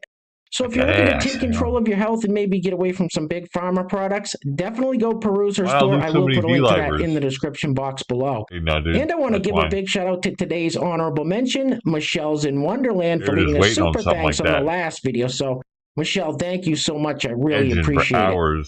So once again, today's video sponsors are Picho and Lala Picho and the Etsy store Red Clover Fields, with the honorable mention going to Michelle's in Wonderland. Now, if you'd like to sponsor the next video and help support the channel, there is a PayPal link in the description box below, and I will say your full name as a sponsor of said video unless stated otherwise by you. All right, I think we've all seen enough of this young lady for one day. Get this off the screen, please. Oof.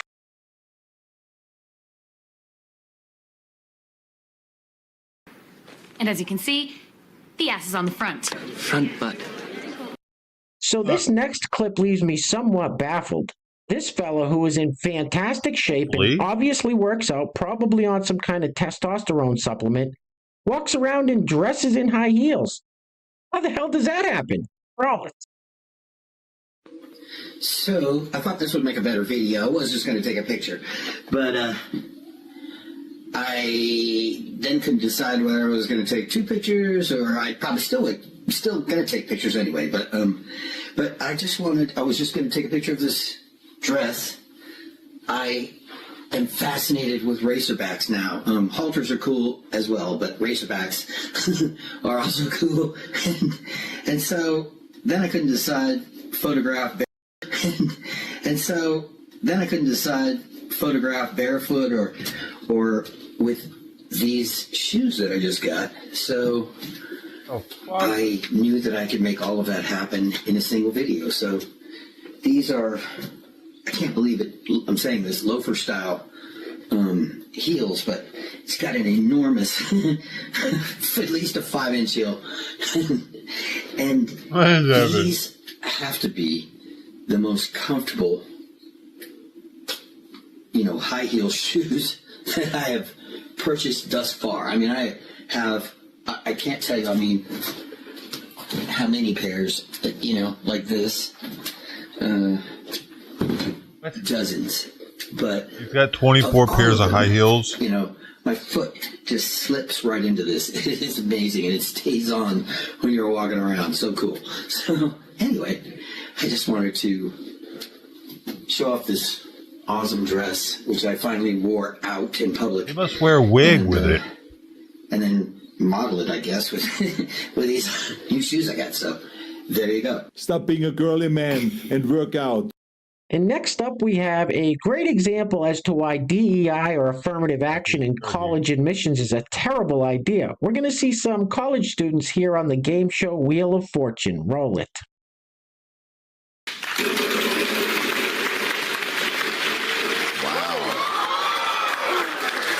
L!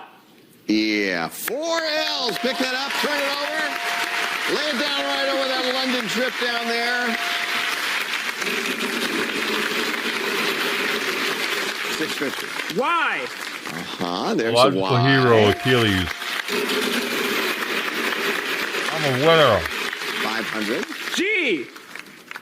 1 G.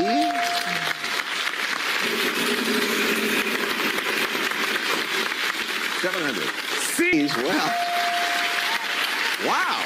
Okay. I solved. Well, that'd be a good idea, yeah. Mythological hero Achilles. You can't accept that. Okay. You can't accept it? Shelby. I'll solve. Yeah. Mythological hero Achilles. Yeah, that's it. Oh, boy. Well, boy, when it comes to names, I think we have to just go with the name. And even though the letters are up there, because you have... Yo, DI to the fucking You must have max. got manure for your brains. Wow. You've shit for brains. How do you not All know right, who next up we have Achilles this is? clip of DEI Congresswoman Jasmine Crockett advocating for illegal immigrants to Brad pick Pitt, cotton man. because she doesn't want to. Roll it. So I had to go around the country and educate people about what immigrants do for this country, or the fact that we are a country of immigrants. Right, right. The fact is, ain't none of y'all trying to go and farm right now. Okay, so I'm lying. Raise your hands. You're not. We done picking cotton. We are. You can't pay us enough to find a plantation. You are so stupid. You don't know anything. Hey, look who's eating. All right, guys, we're going to be wrapping it up with this clip from MSNBC of this Princeton professor talking to Nicole Wallace. Now, originally, I was going to cut this clip short because it's about 2 minutes long, but I decided to play the whole thing so you guys can hear just how much these people despise anyone that voted for Donald Trump. Mr. T's favorite. Anyway, things are clearly getting very crazy out there, guys, so please take care of yourselves. Take care of each other. Till next time, love you guys. Peace. Yeah, I think Roll so. it. I don't know what it's going to take for the American people, for 78 million Americans, to deal with what motivated them to make the choice to elect this man again, to make the choice that will allow these people to undermine every fundamental assumption we have, that you can just be disappeared. And then they can argue that, a court is getting in the way of their ability to exercise, foreign policy in some ways, right? I don't know what it's going to take for 78 million Americans to deal with what motivated them to make this choice. And the choice that they've made, we have to just be honest, is to literally throw the Republican to the trash bin. And this is just one example. The tariffs is another, right? They made the choice. Now, what was behind it? We have to grapple with it. Because it's the snake, it's the beast coiled up in the heart, the bosom of the country, as Frederick Douglass said. And the fact that they are doubling down on this shows you what kind of human beings they actually are. Say more. We chose a felon who is more interested in loyalty, who's more interested in retribution, who's more interested in grift than in democracy. A felon. And we chose a felon because we didn't want to elect a black woman. Was that it? So to read that, to actually explicate that, is to say we would rather destroy the republic than for that to have happened. And until we grapple with it, there's no amount of protesting I could do. There's no amount of resistance that could come into play to actually force 78 million people to grapple with what motivated them to put themselves in this position. What did you say? What the f did you just say? And we chose a felon because we didn't want to elect a black woman. Well, I guess I'm racist. 2, 10, 12, 15. Whoop, stepping on them. It's black. Anyway.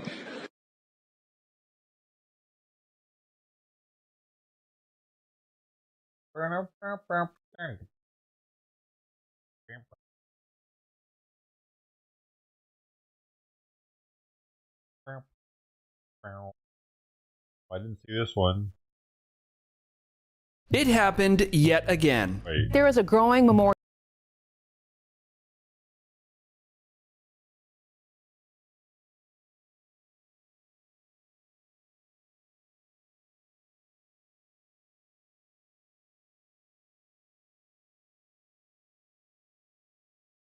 I thought it was a.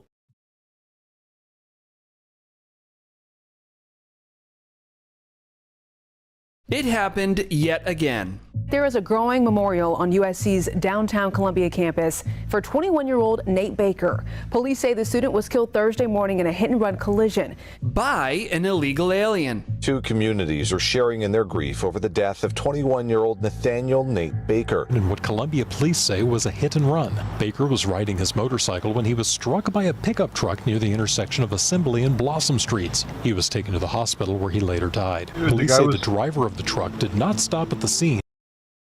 It's okay. That's an emergency migrant headed on to Home Depot to get some work done. Dude, he should have had his siren going.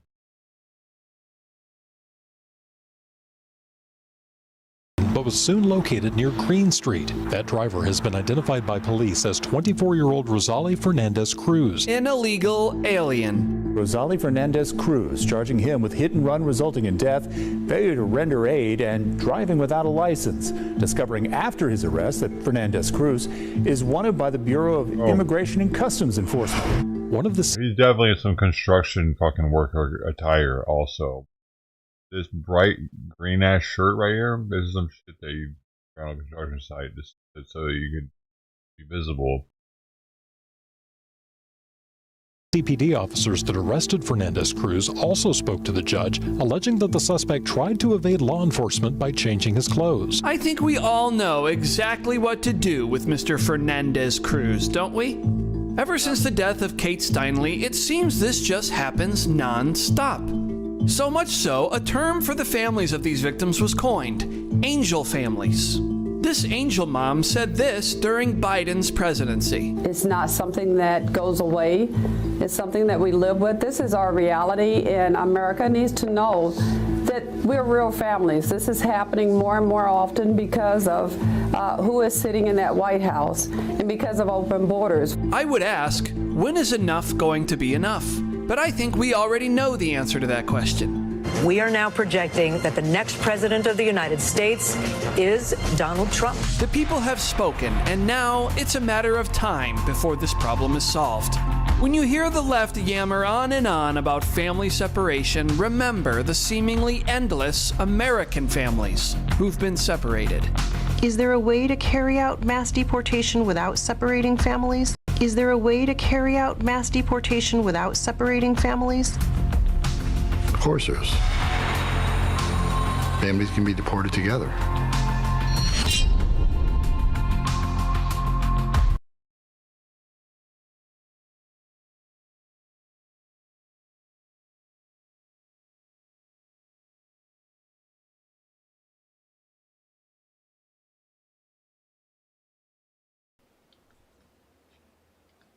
Co-parenting cat. Whoa, whoa. Whoa, buddy. Whoa. Co-parenting cat.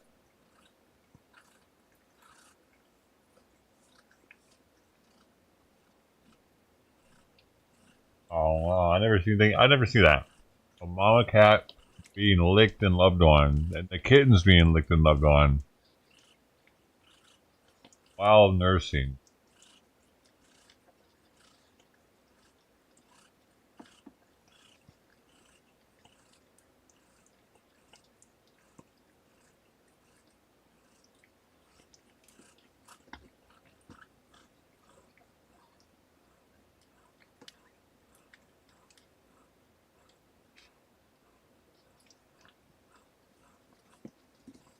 Did he just eat the poop? I think he just ate the kitty poop.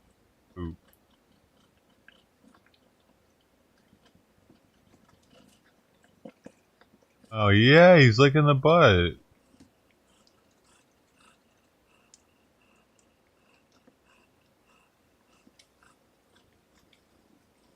How often this happens with a male? Wow, she's quick to help the kitten to make sure it's okay as soon as it made some noise. Or he ain't doing nothing.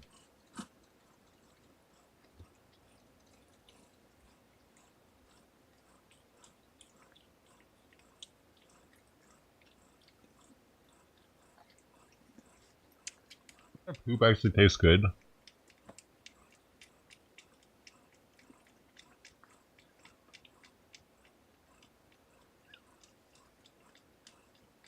And he's gonna start sucking on a nipple in a second.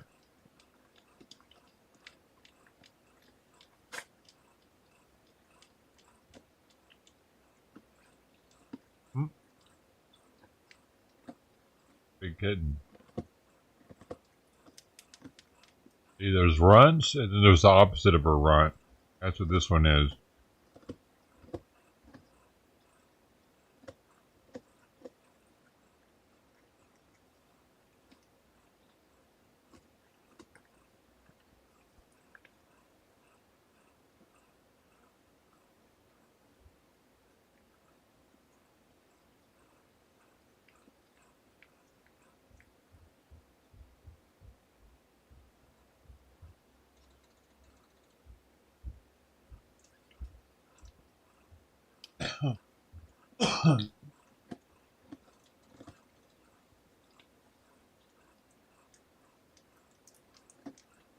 I miss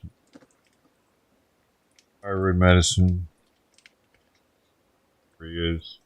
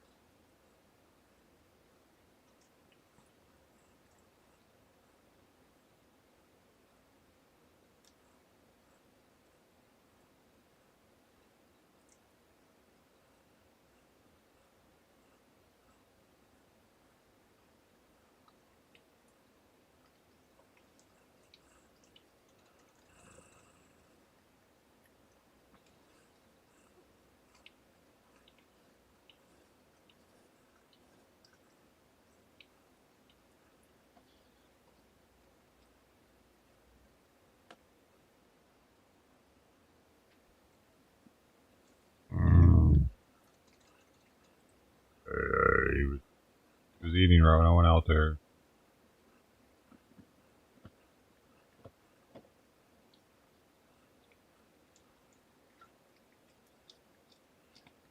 Oh.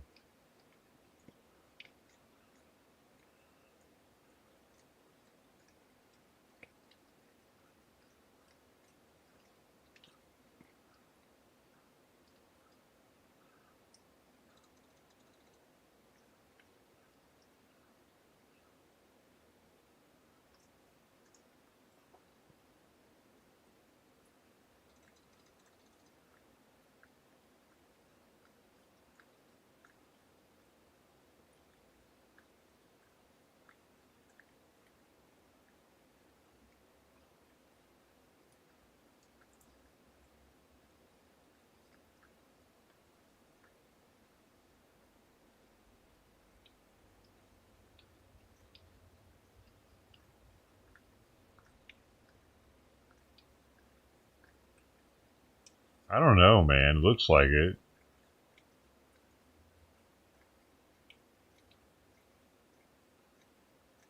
Weird.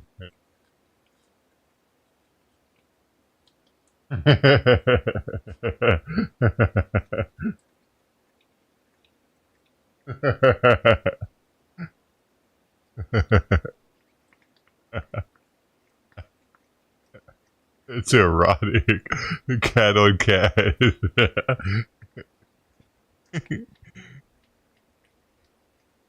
Thirsty little fella.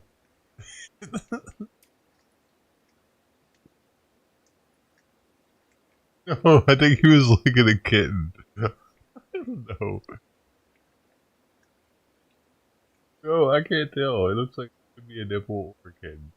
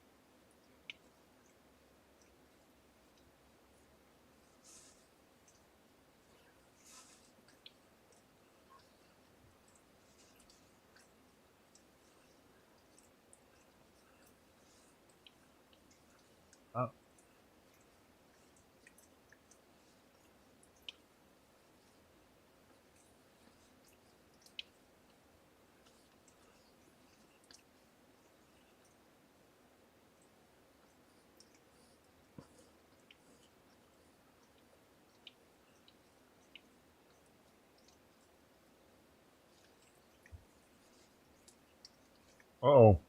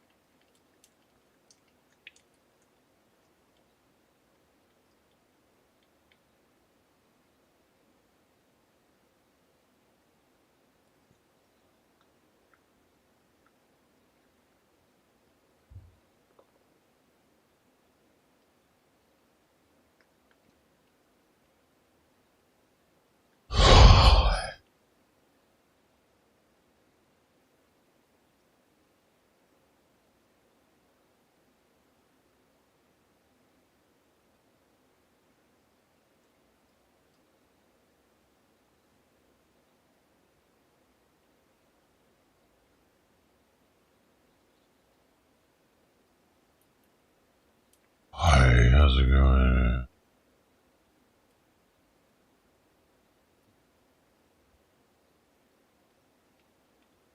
Oh yeah, that's good. This is a concoction here, but it has a lot of half and half in it.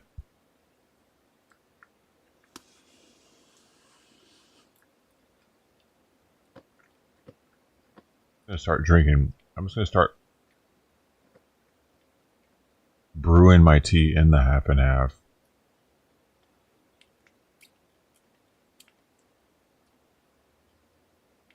Super creamy.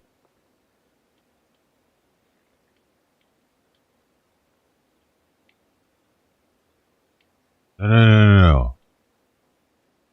I'll just use butter.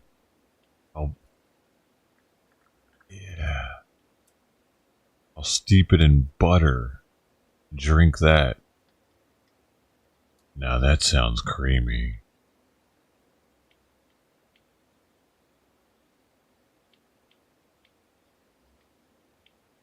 Oh yeah, just drink straight coconut oil. Just let it sit in there for overnight and drink that. Yeah. Dude, what would happen if someone just drank a cup of coconut oil every night? Would they die in a month? Or would it take a year? 1 whole cup, 8 ounces of coconut oil a night. Sure.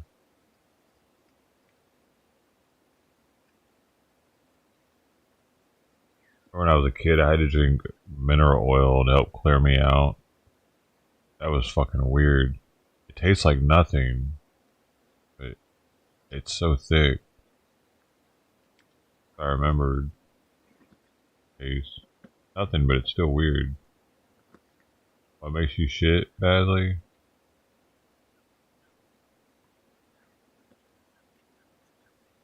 Palm oil. Yeah, but we're talking about coconut oil. Is that the same thing?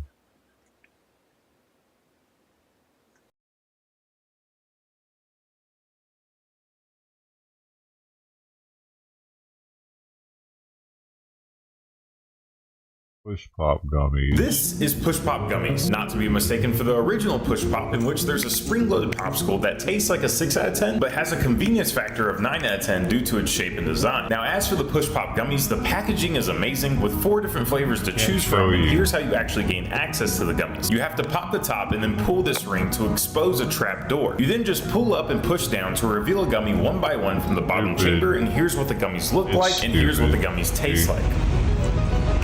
A trap door. You then just pull up and push down to reveal a gummy one by one from the bottom chamber, and here's what the gummies look like, and here's what the gummies taste like.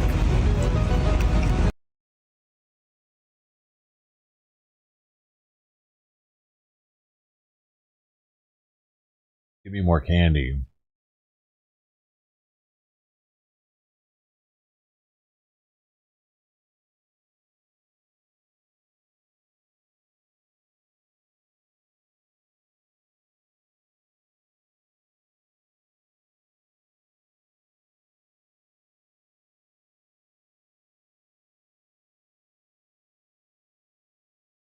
Oh.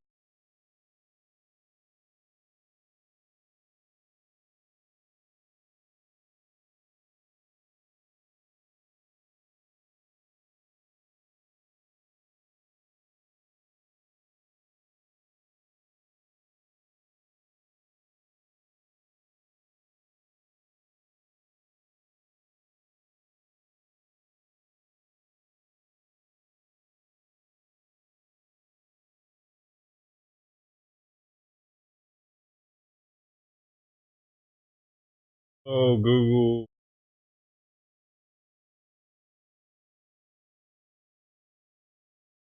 Why is it funny? Funny. It's not the same, but it is the same. Oh. It's a palm tree. Maybe palm oil comes from a specific type of palm tree.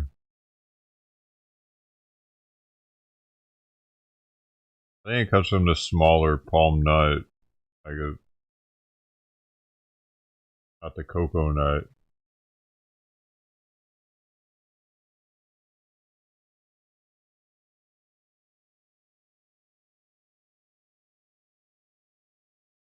Or a different nut. Comes from an actual nut.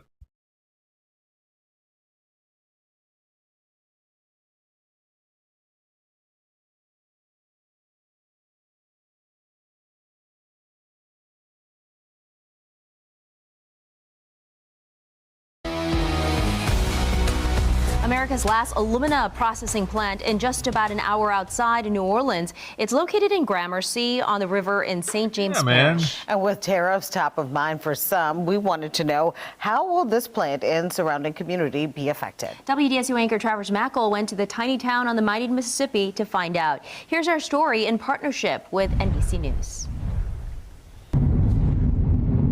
The orange dust from the bauxite at the Italco plant can be seen as soon as you cross the Mississippi River from Vacherie to Gramercy in St. James Parish.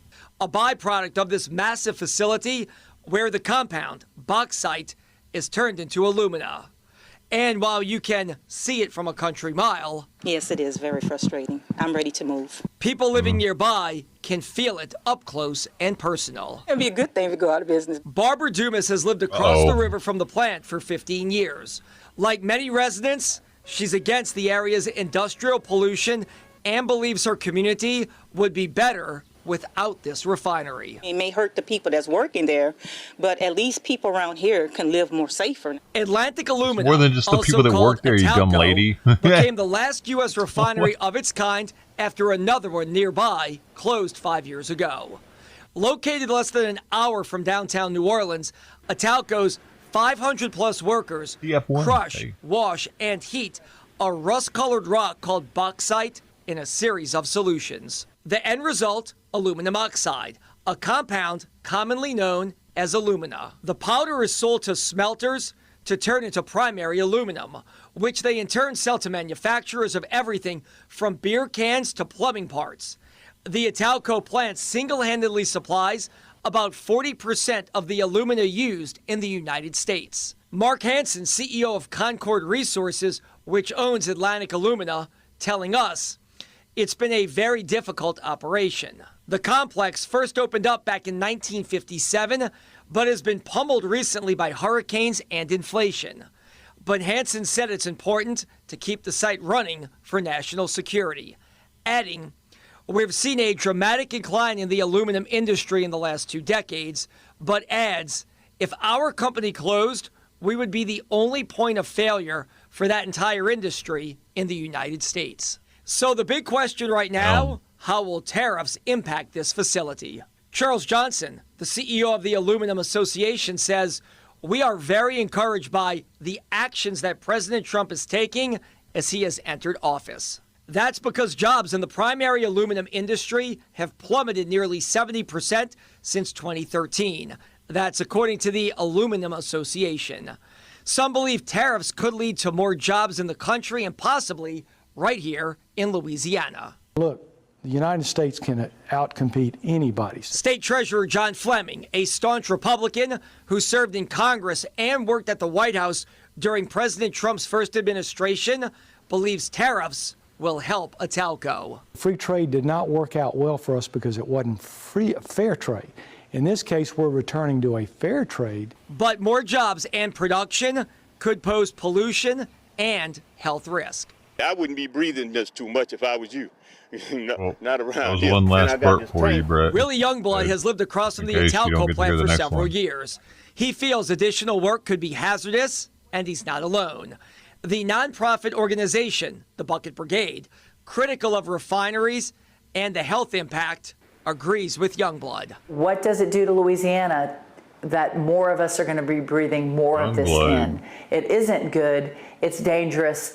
And at the foundation of this is we need some kind of economic development that's healthy, not just relying on these big rainbowy polluters. in the background. Hansen said local management has addressed concerns about dust from the Italco plant, which he says is always trying to be a good neighbor, saying there's no overriding concerns that make it an unworthy operation in the American industrial economy, adding, it's been there for longer than I've been alive. Others aren't so sure.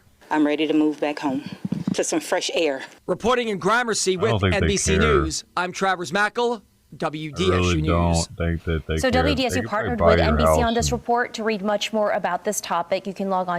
You partnered with And NBC on this report to read much more about this operation. topic. You can log on to WDSU.com. Need bigger aluminum plant or more of them, maybe. Maybe, yeah, right where that lady's house is.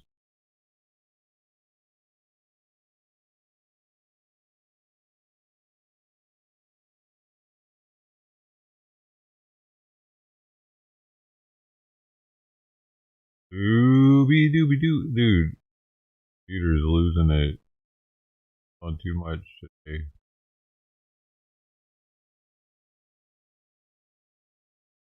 Yeah, it's like the factory was there before she moved for sure. She's only been there for 15 years.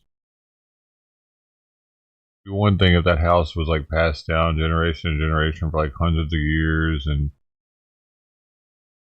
watch the value of her real estate go down over time.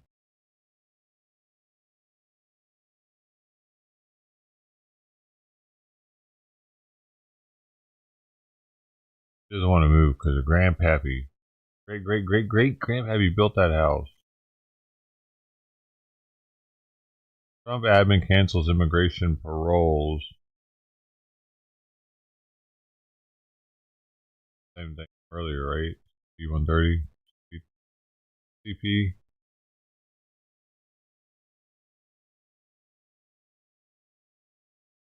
CP.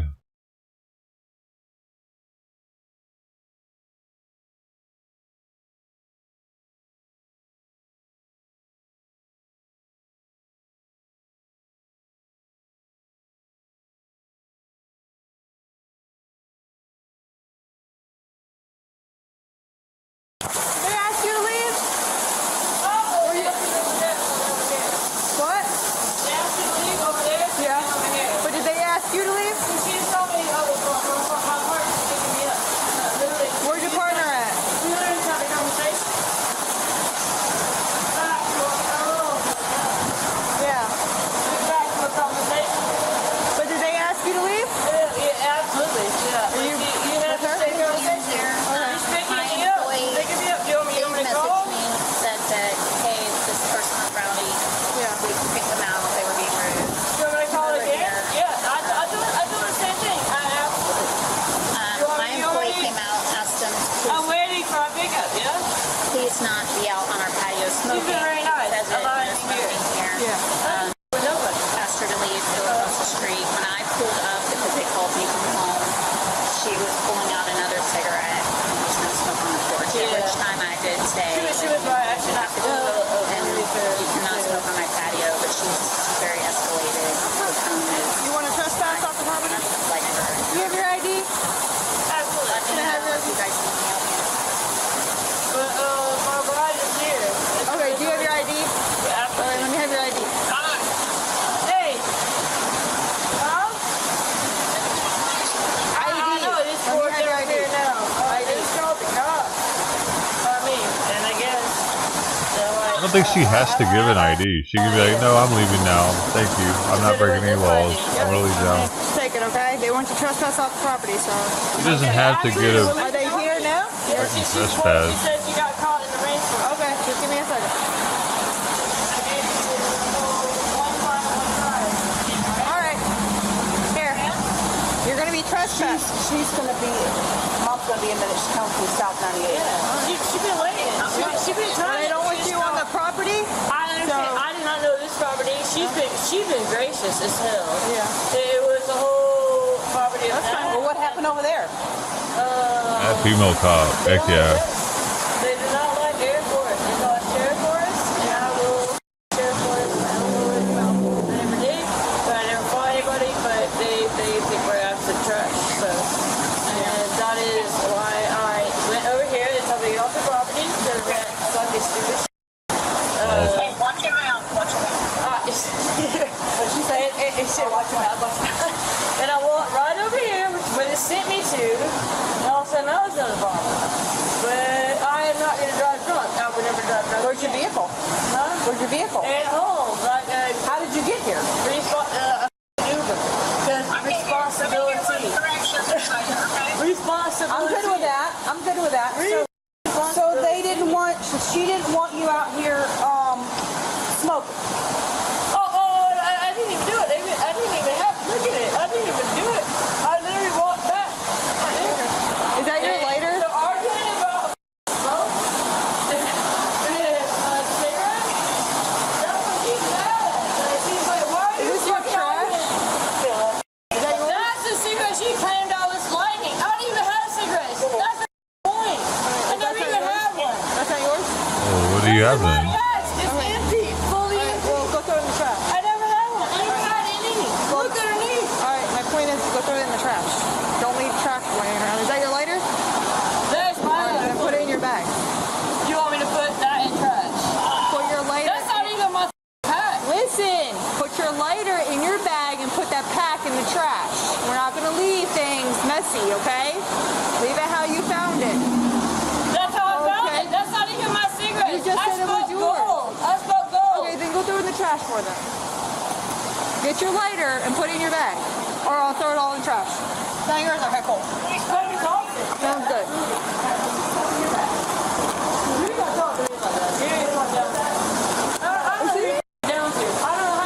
Excuse me? You can go stand out in the rain for all I care. I can stand out in the rain. Okay, go stand out in the rain. Go ahead. Go. What is your issue with me? What have I done to you? What have I done to Nothing. you? Now you're being ignorant. So you can go stand out in the I'm rain. being ignorant. Stand out in the rain. Are you not? Go. Stand out in the rain. Take your stuff and go. You want me to go? Yes. I want you to go. I'm saying, Marla, stop. No, you're not. Look at below. You are trespass. You have about 15 seconds now to get off this patio or you're going to jail. So pick one. 15, 14, 13, 12, 11, 10, 9, 8, 7, 6, 5, 4, 3, 2, keep going. To the sidewalk. Still on the sidewalk. Don't play with me. Sorry. Is this parking lot your property? Is this parking lot your property? Good to go. Thank you. All right, let's go. Put your hands behind your back. What? Put your hands behind your back. What did I do? That game? Nope. She said you're good. Nope. You're not gonna arrest me for what? Yeah, I am. Oh my God. Are you really gonna arrest me? Yeah. I told you. This is I told you to go. You can arrest me. She told you to get off the property. I walked off the patio. I followed everything you said. I said go. Oh, you want me to walk further? I did not hear that. My apologies. I did not walk further. I asked you to walk further. My full apologies. Are you really gonna take me to jail? You're playing too many games. You think I'm playing? I don't This think cop you're playing wanted at to all. Look at arrest me. I her don't think from you're the playing at gate. all. Please stop. Interesting. Let's go. Like the lady's Let's go. Oh my God. clearly drunk and had somebody come in to pick her up. You I didn't walk further than I should have. Let's go. Now they're I didn't doing. understand when you told me to walk further. Are you mad? It's kind of weird. She didn't. The person didn't really do anything. She was charged with trespassing and resisting arrest without violence. Resisting? She tripped right there. She was sentenced to 75 days in jail and 12 months of probation. That's kind of fucking. Thanks for watching. Well, maybe Be we sure to missed subscribe some for of the more videos resisting like this. there. I don't know. Why the fuck did he cut the goddamn video off as it was playing and it looked like she was starting to resist? You're playing it all. Look at me. I don't think you're playing. Are you really gonna? Right when the resisting, it looked like it was right as she was getting in. Thanks right for watching. there, maybe. Be sure to I don't know. subscribe for more videos like Fuck you. Why would he do that? Why would he shut the shit off before it's? Why would he give us the whole video? You're gonna give us the video, but not give out all of it.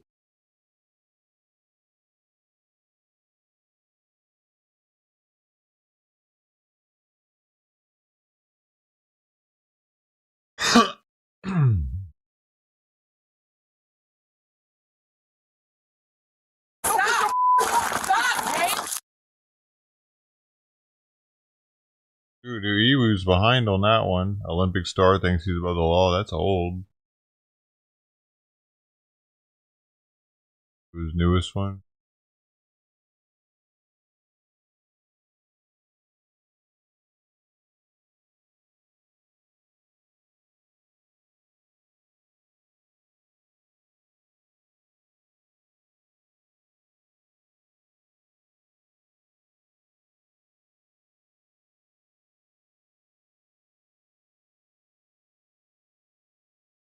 Let's try eating bamboo. I heard bamboo was poisonous, so I'm not really sure which type this is and how it's edible, but I saw this at my local Asian supermarket, and apparently this is a bamboo sprout, so as soon as it grows, I guess that's the part that you cut anything off. out because my computer, like, I get started or some shit.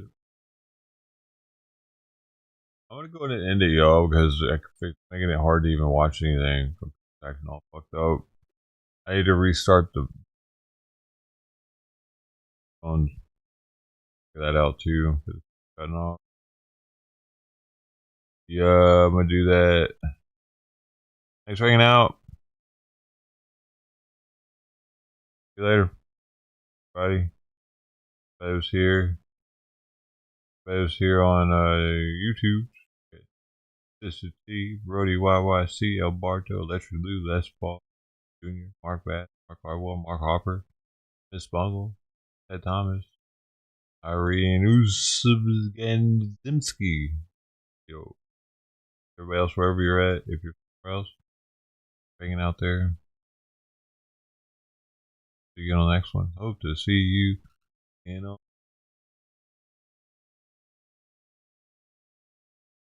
about.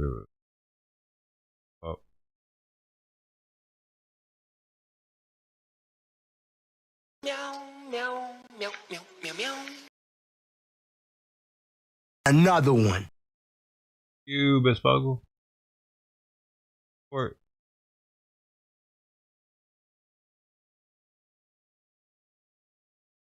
Good. Hey, thanks for reminding us, Steve. Thanks for holding it down.